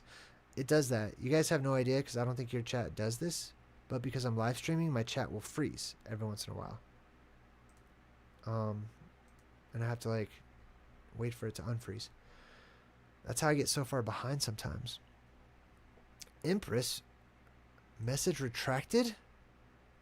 Oh, you guys are killing me. My curiosity is off the charts. Jen ampersand, the 27th letter in the alphabet. My mom's a 42, got paved by something. LOL, Facebook, witch hunt, no way, just like Discord. Yeah. Discord's complicated, dude. I'm just going to tell you that much, okay? If you're younger, maybe you understand Discord, but I feel like an old man when it comes to Discord. That's way too many buttons, way too many choices, way too many weird things. It's not very user-friendly at all. I really don't like Discord. I did make an entire Discord for you guys, but when I unveiled it, nobody joined. So, I just don't check it ever anymore. I'm like, okay, no one in my audience uses Discord, clearly. Like a few people, maybe like 5 people showed up. But damn, you should see like the amount of time. Every once in a while, I'll get all excited about a project and it fizzles out, and I'm so sad. I get so in my feelings when my projects fizzle out. My Discord one I was so excited about. I spent like 6 months making this beautiful. I have personal, cool pre-recorded videos for each of the little topics and stuff, and I thought everybody was going to love that. Nope, nobody cared. That's totally fine. I just learned my lesson, you know. Thank you for what you do. Oh, that's kind of you. You're very welcome. Neff Hunter 007 says, Jay, I feel you there, but it was because she was talking about JT and Brian in a few videos. So the fuck what? No offense. I don't mean to, be harsh or anything, but so what? That's not a Christian way. That is not the way. That is not following Jesus. That is not the way is because someone else was evil, so I get to be evil too. That's satanic. That's evil. That's wrong. And I stand against that. So to me, there is no, it's because she did it to them. You know what I mean? That's, no. So no. I don't care. It's not, it doesn't represent, you're trying to represent the Lord, man. You know what I mean? That's a high standard. Better walk that fine line. That's what I'm saying. Be perfect. As Jesus commands, be perfect. No exception. Not, nobody's perfect. Or no. If you're going to be Christian, be perfect. Be a perfect Christian. It's easy. If it's not easy, then you might not be a Christian. That's a commandment. Jesus says, be perfect. As your Father in heaven is perfect. Be perfect. Be in all that you are. Do perfectly. Do everything according to what you know, and the Holy Spirit inside of you is telling you the difference between right and wrong, and do not transgress that. Walk perfectly. That's, to me, what a Christian should be. There is no, but they did it first or whatever. No. Be better than that. Be perfect. What else? Jay, you did right, and that is effed up. Discrimination is not good. We've already been through that shit. I know. Well, it's a never-ending story. It's always going to happen. It comes in waves. And cycles and rhythms. Jesus' teachings are amazing. Something to strive for, but religion itself is a cancer in my experience, says Josh. Yeah, well, we're not talking about religion. We're talking about simplicity. it breaks down to sow, contribute, add, versus take away, kill, destroy, poison. You know what I mean? It's giving and taking. It's positive and negative.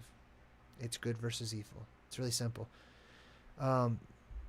Evil people always think that they're good, though. That's the problem. They call themselves good. They see that their way is the right way. They're the Fire Nation. Anyways, that's a reference to an anime. LFG. I don't know what LFG stands for. Let me try to figure it out. Laughing ferociously gracious. I don't even know what that means. You're a champion. Thank you. I appreciate it. It turned into an egregore. I forgot what that word means. 90% of people. I agree with that. Probably more than that, actually. Bear Grylls. I heard of that. I don't know who that is. Is he the survival dude?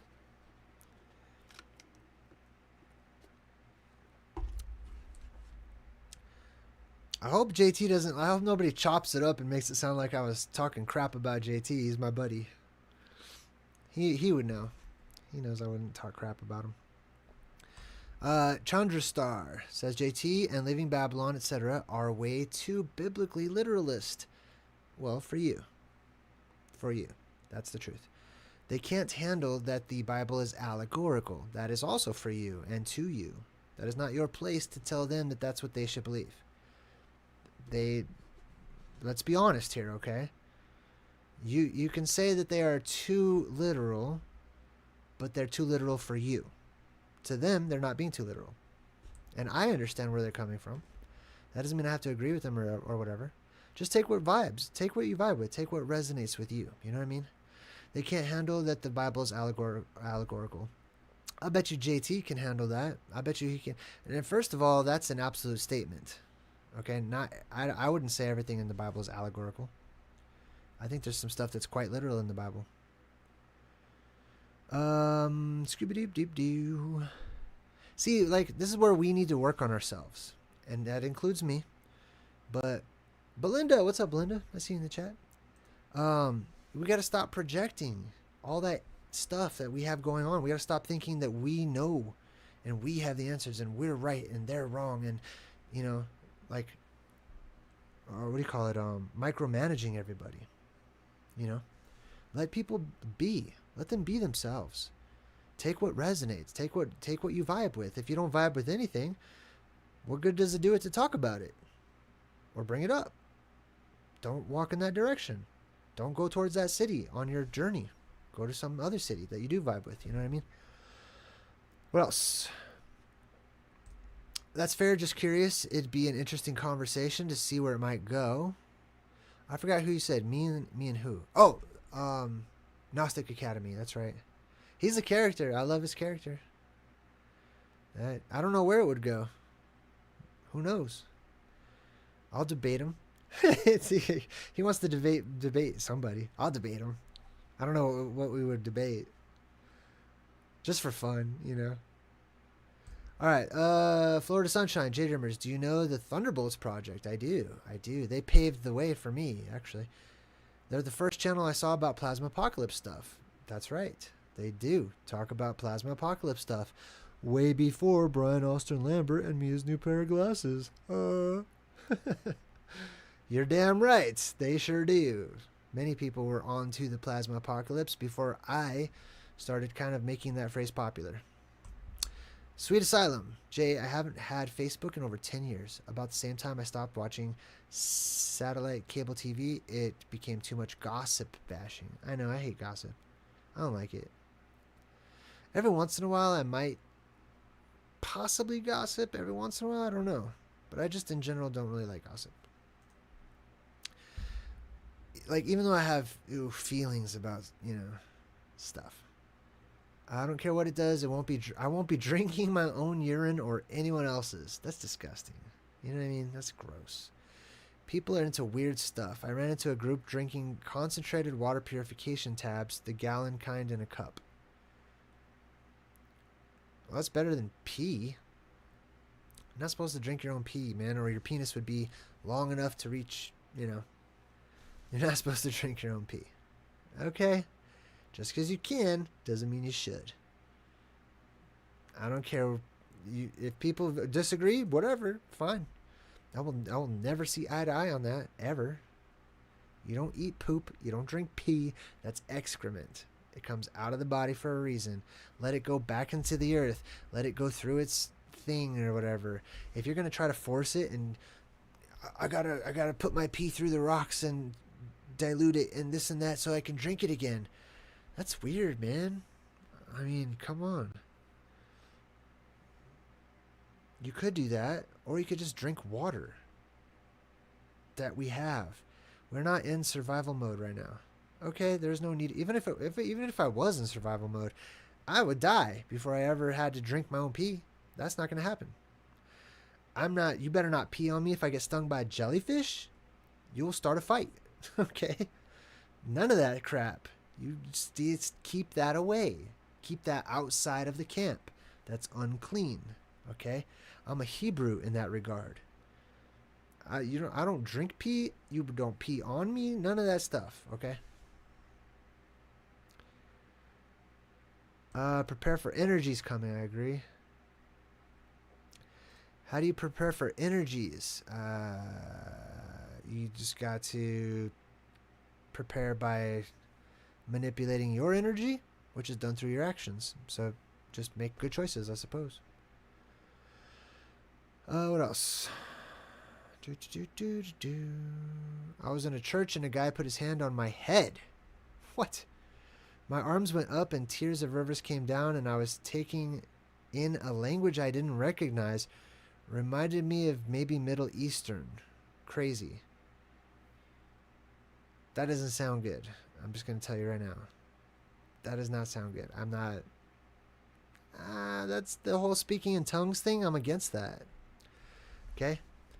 I'm against all of that stereotypical, evangelical, television, Christian type of stuff. Okay? Speaking in tongues is evil. Babbling is what I mean, okay? So let me be specific. Babbling incoherently is evil as fuck. I don't care if it happens to be, oh, it was actually Greek or whatever. The Bible is clear on this, okay? Like, if you're speaking a language and somebody else understands you, it's edifying. It makes sense. It's purposeful. It serves a purpose. If you're just babbling incoherently in your little prayer closet, which they all end up saying the same sounding words and stuff, because they're not too creative. That shit's not a real fucking language. You're babbling from Babylon. You're a babbler. Don't do that. That doesn't come from God. That's a spirit of confusion. You don't understand what... And then people will be like, no, the angels understand me. Fuck, are you serious? Bro, nobody understands you. The devils love it. The demons are loving it. Because you're getting closer to their side. Like, you ever see like a real drunk person and you can't understand a damn word they're saying? They're not speaking to angels. I need a hero. I love that song. Heroes don't exist. Are you kidding me? Pfft, I'm living proof heroes exist. Ask my boy. If you're not a hero, why would anyone else be a hero? I don't know. But I'm a hero, so you can speak for yourself. Discord is worse than Yahoo Chat in 1999. Ew, Yahoo Chat. Yikes. I used AOL. I was all about that AOL chat.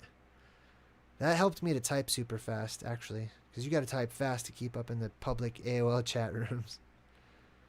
When people were first figuring out what they could and couldn't do on the internet. ASL? How old are you? Where do you live? What's going on? Yeah, AOL Instant Messenger. I remember that. Bling! You've got mail. What else? Telegram? Yeah, I don't do all that other stuff. I like one communication thing. I hate it. It's one of my biggest pet peeves when someone emails me and then they email me to my other email and then they send me a message through text and then they send me a message through freaking this, and then send me a message through that, and send me a message through that. And I'm like, God damn, pick one. I hate having 14 different methods of communication. Just personally, I just can't stand it. I'm like, just pick one, man. Everybody, pick one. What else? What else? Let's see. I'm trying to figure out what everybody's talking about here. Do to others as you would have them do to you. Yeah, that's right. I wonder why certain Bible verses people say in the King James version, like this one. People always say that in the King James speak. The King James language, whatever you call that, Old English. Always. It's so weird. But yeah, you're right. Treat other people the way you want to be treated. That's the simplicity of it. It's, there's times when I don't know if that's always the deal or whatever. But anyways, what else? Pee on a jellyfish? Sting was my first thought. Fudge that. You better not pee on me, dude. I'll take the sting. I'll take the jellyfish sting. Okay? You ain't peeing on me. Ever.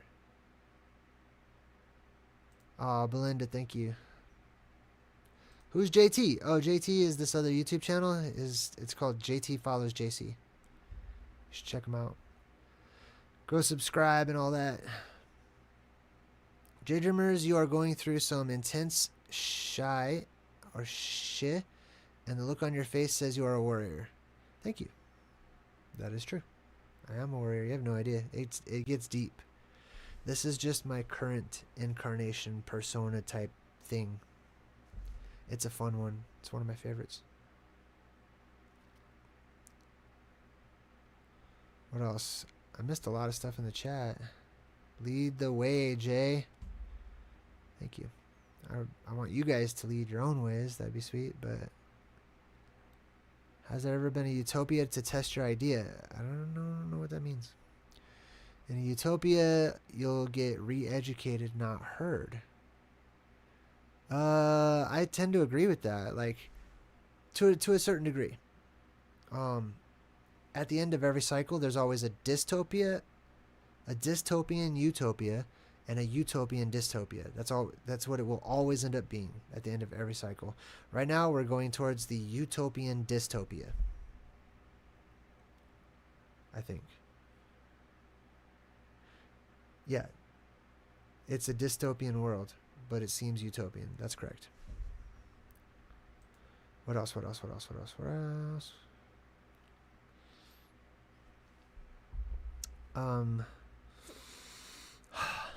Who in the chat experienced... Okay. Gospel music is similar to gossip music. Ghosts can't spell either? What are you talking about? Oh, God's spell, I guess, right? Going way back into the etymology.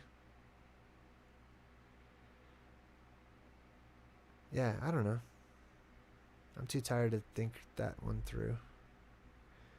Belinda, I just saw that. Thank you. I'm catching up to your comment right now. Evangelical babblers are insane. Dude, I had a girlfriend one time that I took to church, and that's the day they all started to speak in tongues. I swear to God, it was so embarrassing. It was so embarrassing. I was mortified. I was trying to get her to like see all the good things about my church and the Christians and all this stuff. And that's the day every one of them was like sounded like turkeys. Like that's, and I was like flush red. I was so embarrassed. God. And then they were like trying to get us to do it. They took us into this back room. If like anyone that couldn't do it or just babble incoherently, they took us into a back room to try to like help us to like jumpstart it or whatever. God, it was terrible. God, it was such a bad stain on Christianity in my own personal life. 100. Babbling in tongues is not angelic.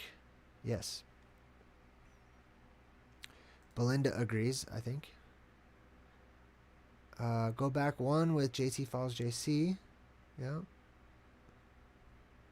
What else? Who in the chat? Okay, let's see what else. I'm just trying to skim through here. Sounded Middle Eastern. Okay. I mean, I woke up in the middle of the night speaking Hebrew in my dream. But that's because I speak some Hebrew. But that was a dream. You know what I mean? That's different. Like being possessed. Like, it's totally different. I was possessed by a Middle Eastern ancient entity.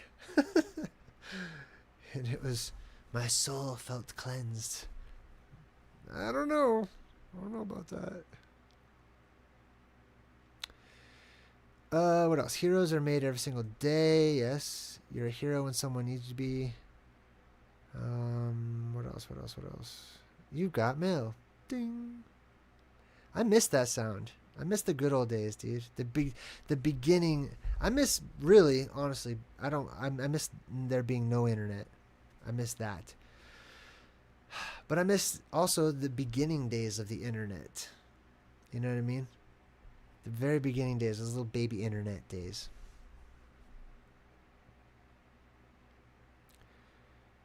Let's see. I miss writing notes in class. I miss the little paper flower that you could, like, you made this little paper flower thingy, and then, like, it had options you can choose. There's, like, numbers and colors, and then when you unfold it, it had a little prophecy for you. Whatever that was.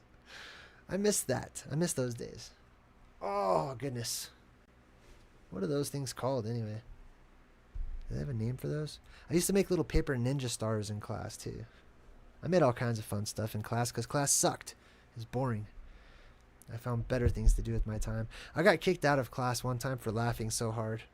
I had a case of the giggles, dude. I was just seeing everyone hearing me laugh made me laugh even more. I had to leave. I stood outside of the class, but then I kept laughing because I knew everybody inside could still hear me. And that cracked me up. I had to walk away. I just had to walk away, dude. Oh, that was hilarious. Because school's funny. It's dumb. School's dumb. I pulled my son out of school. Oh, can I brag about that? So me and my son's mother, thank goodness, decided to take him out of school and homeschool him. Boom. Isn't that some good news? High five. You guys didn't know that, did you?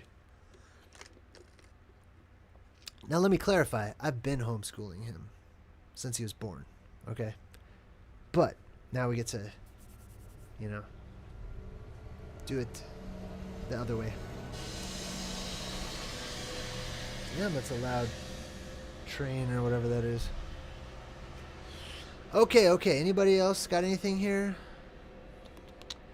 Thank you, Salt, for using the @ symbol when you're talking to Josh. Appreciate that. Thank you, Josh, also, for returning the favor. Thank you, Belinda, so much. Sorry it took me a minute to get to your super chat. Thank you so much for the $10. That was very kind of you. What else we got? I'm catching up. Sorry, I'm way back. I'm just catching up. I'm scooching up to the front here. Scientology. I tried to talk to a Scientologist about their beliefs one time, but they were like swore a vow or something to not talk about it. They would not tell me. They would not talk to me about it. Let's see. My girlfriend used to make those. Okay. NG Movies. Jay, you're a warrior. Thanks for everything you do. Oh, thank you. Have a good night, too. Do you like any meditation or positive visualization? Armor of God. That's for Salt. Ancient Storm Spirit. Willy Bo Peep. I got kicked out of Japanese class because I used one of M long hairs tied to a fly I caught and it leashed to the back of my pin and it's going schizo. That sounds mad scientist genius level. I could relate with that. I don't know if I would do something like that, but we probably would have been best buddies in school. Yep, Sweet Asylum, you're right. That was a great decision, thank you. I'm taking my fly for a walk. That's hilarious. I transformed my desk into a car. Just kept on drawing car pieces, and then I would tape them to the side of my desk. My desk had headlights and everything.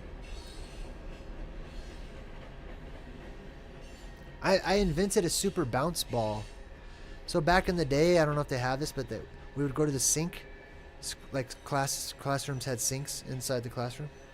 And you would have a soap dispenser, and you like push up on it, and little pink granules of soap would fall into your hand.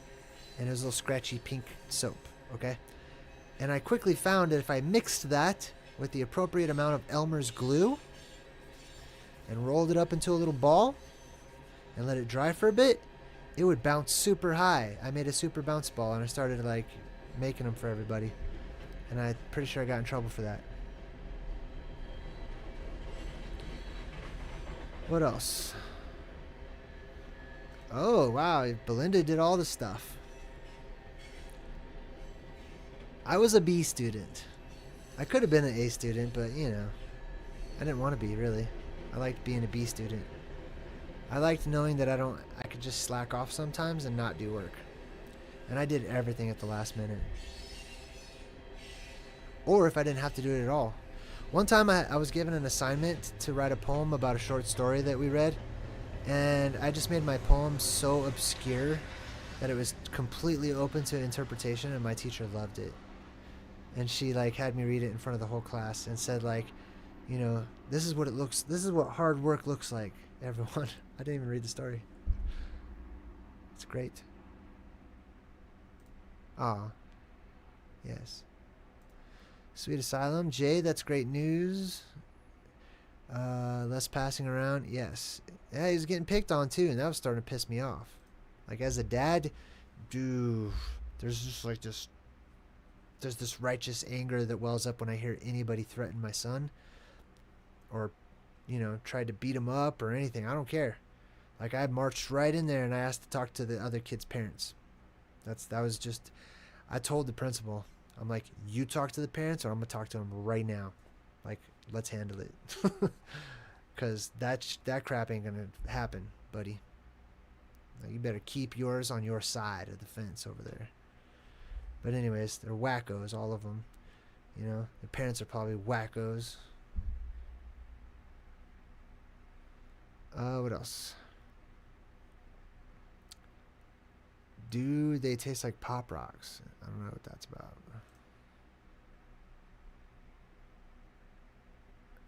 Let's see. Oh, you made a big old rubber band ball. Oh, wow. How cool. F's. I hated math. They never really explained what it was good for. You know what I mean? Like they're like, oh yeah, when you're a carpenter, this will come in handy. Like, well, I don't want to be a carpenter, so like, I don't care. I'm never going to be riding one way where the train's going 60 miles an hour and there's another train coming right at me at 90 miles an hour. At what time of day will I die? You know what I mean? Like, I don't plan on being in that situation. Like, what are these things good for? What is the practical application of them? You know what I mean? And they were so boring. God, dude. The coolest teachers I had were language arts, English, you know, that's about it, honestly. It's the only really classes I like super liked. Because they thought outside of the box. They were the thinkers, from what I could tell. What? I dated her younger sister, Rinstead. I don't know what you guys are talking about. Good night, Belinda. Sleep well. I shall most likely live stream in the morning. Just kidding. JayDreamerZ. I was the same. I passed 9th grade science test without studying. Never studied.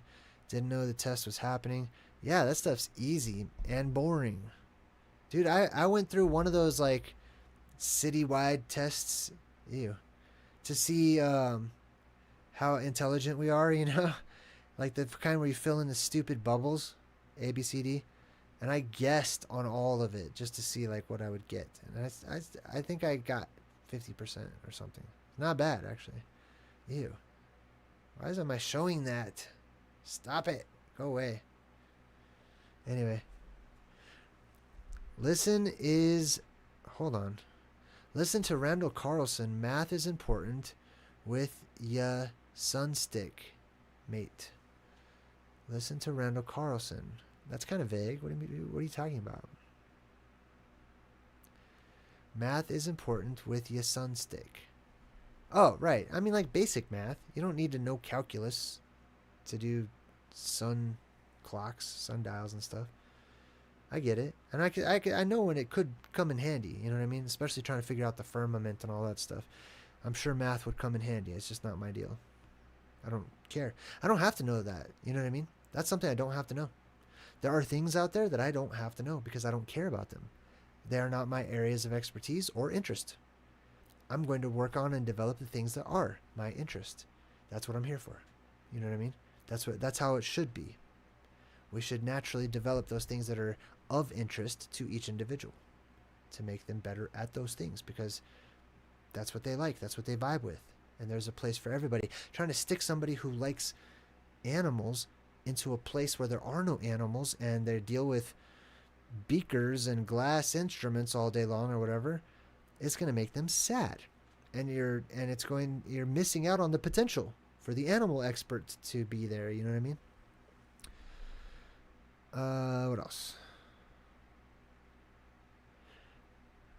Your Spanish teacher was okay. I had a French teacher.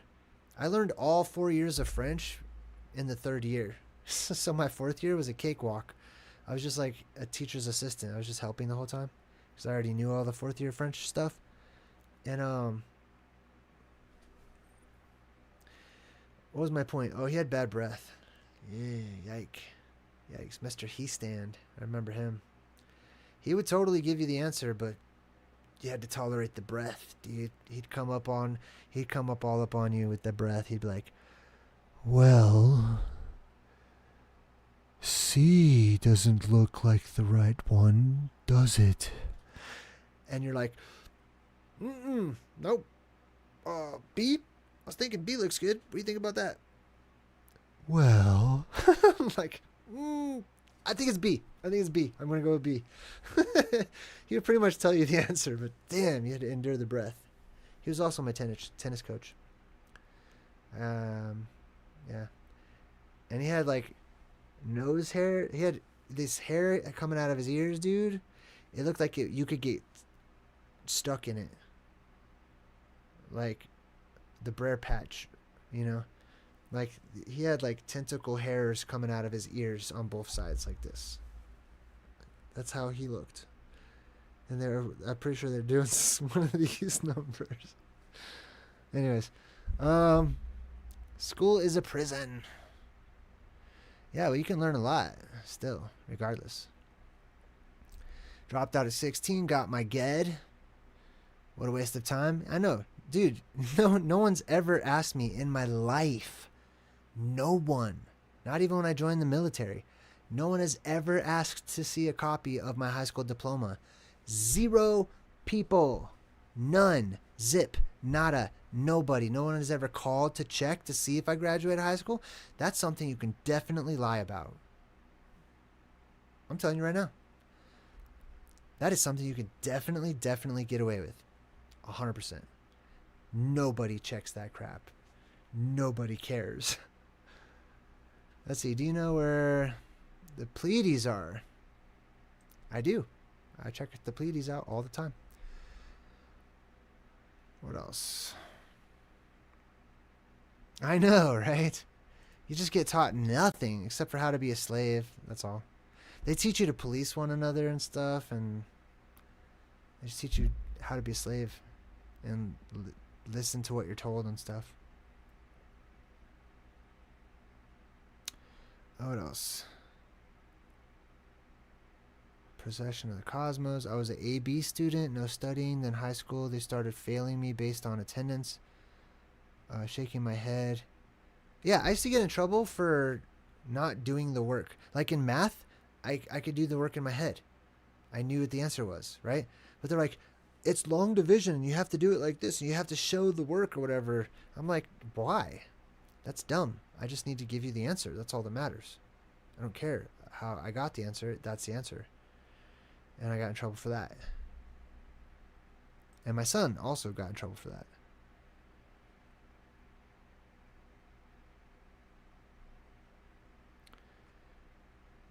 Let's see. School and cookie cutter corporate jobs.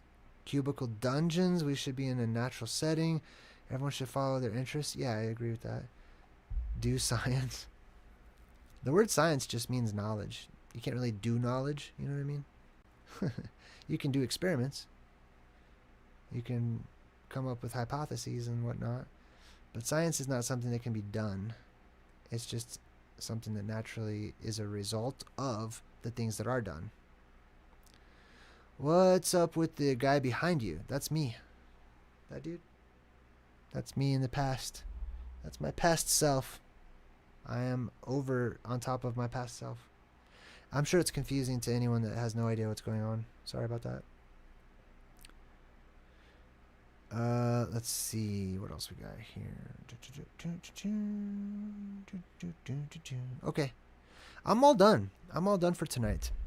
It's pretty late. It's 3:30 in the morning. God, I'm not even tired. I don't even want to go to bed yet, but I'm going to. So,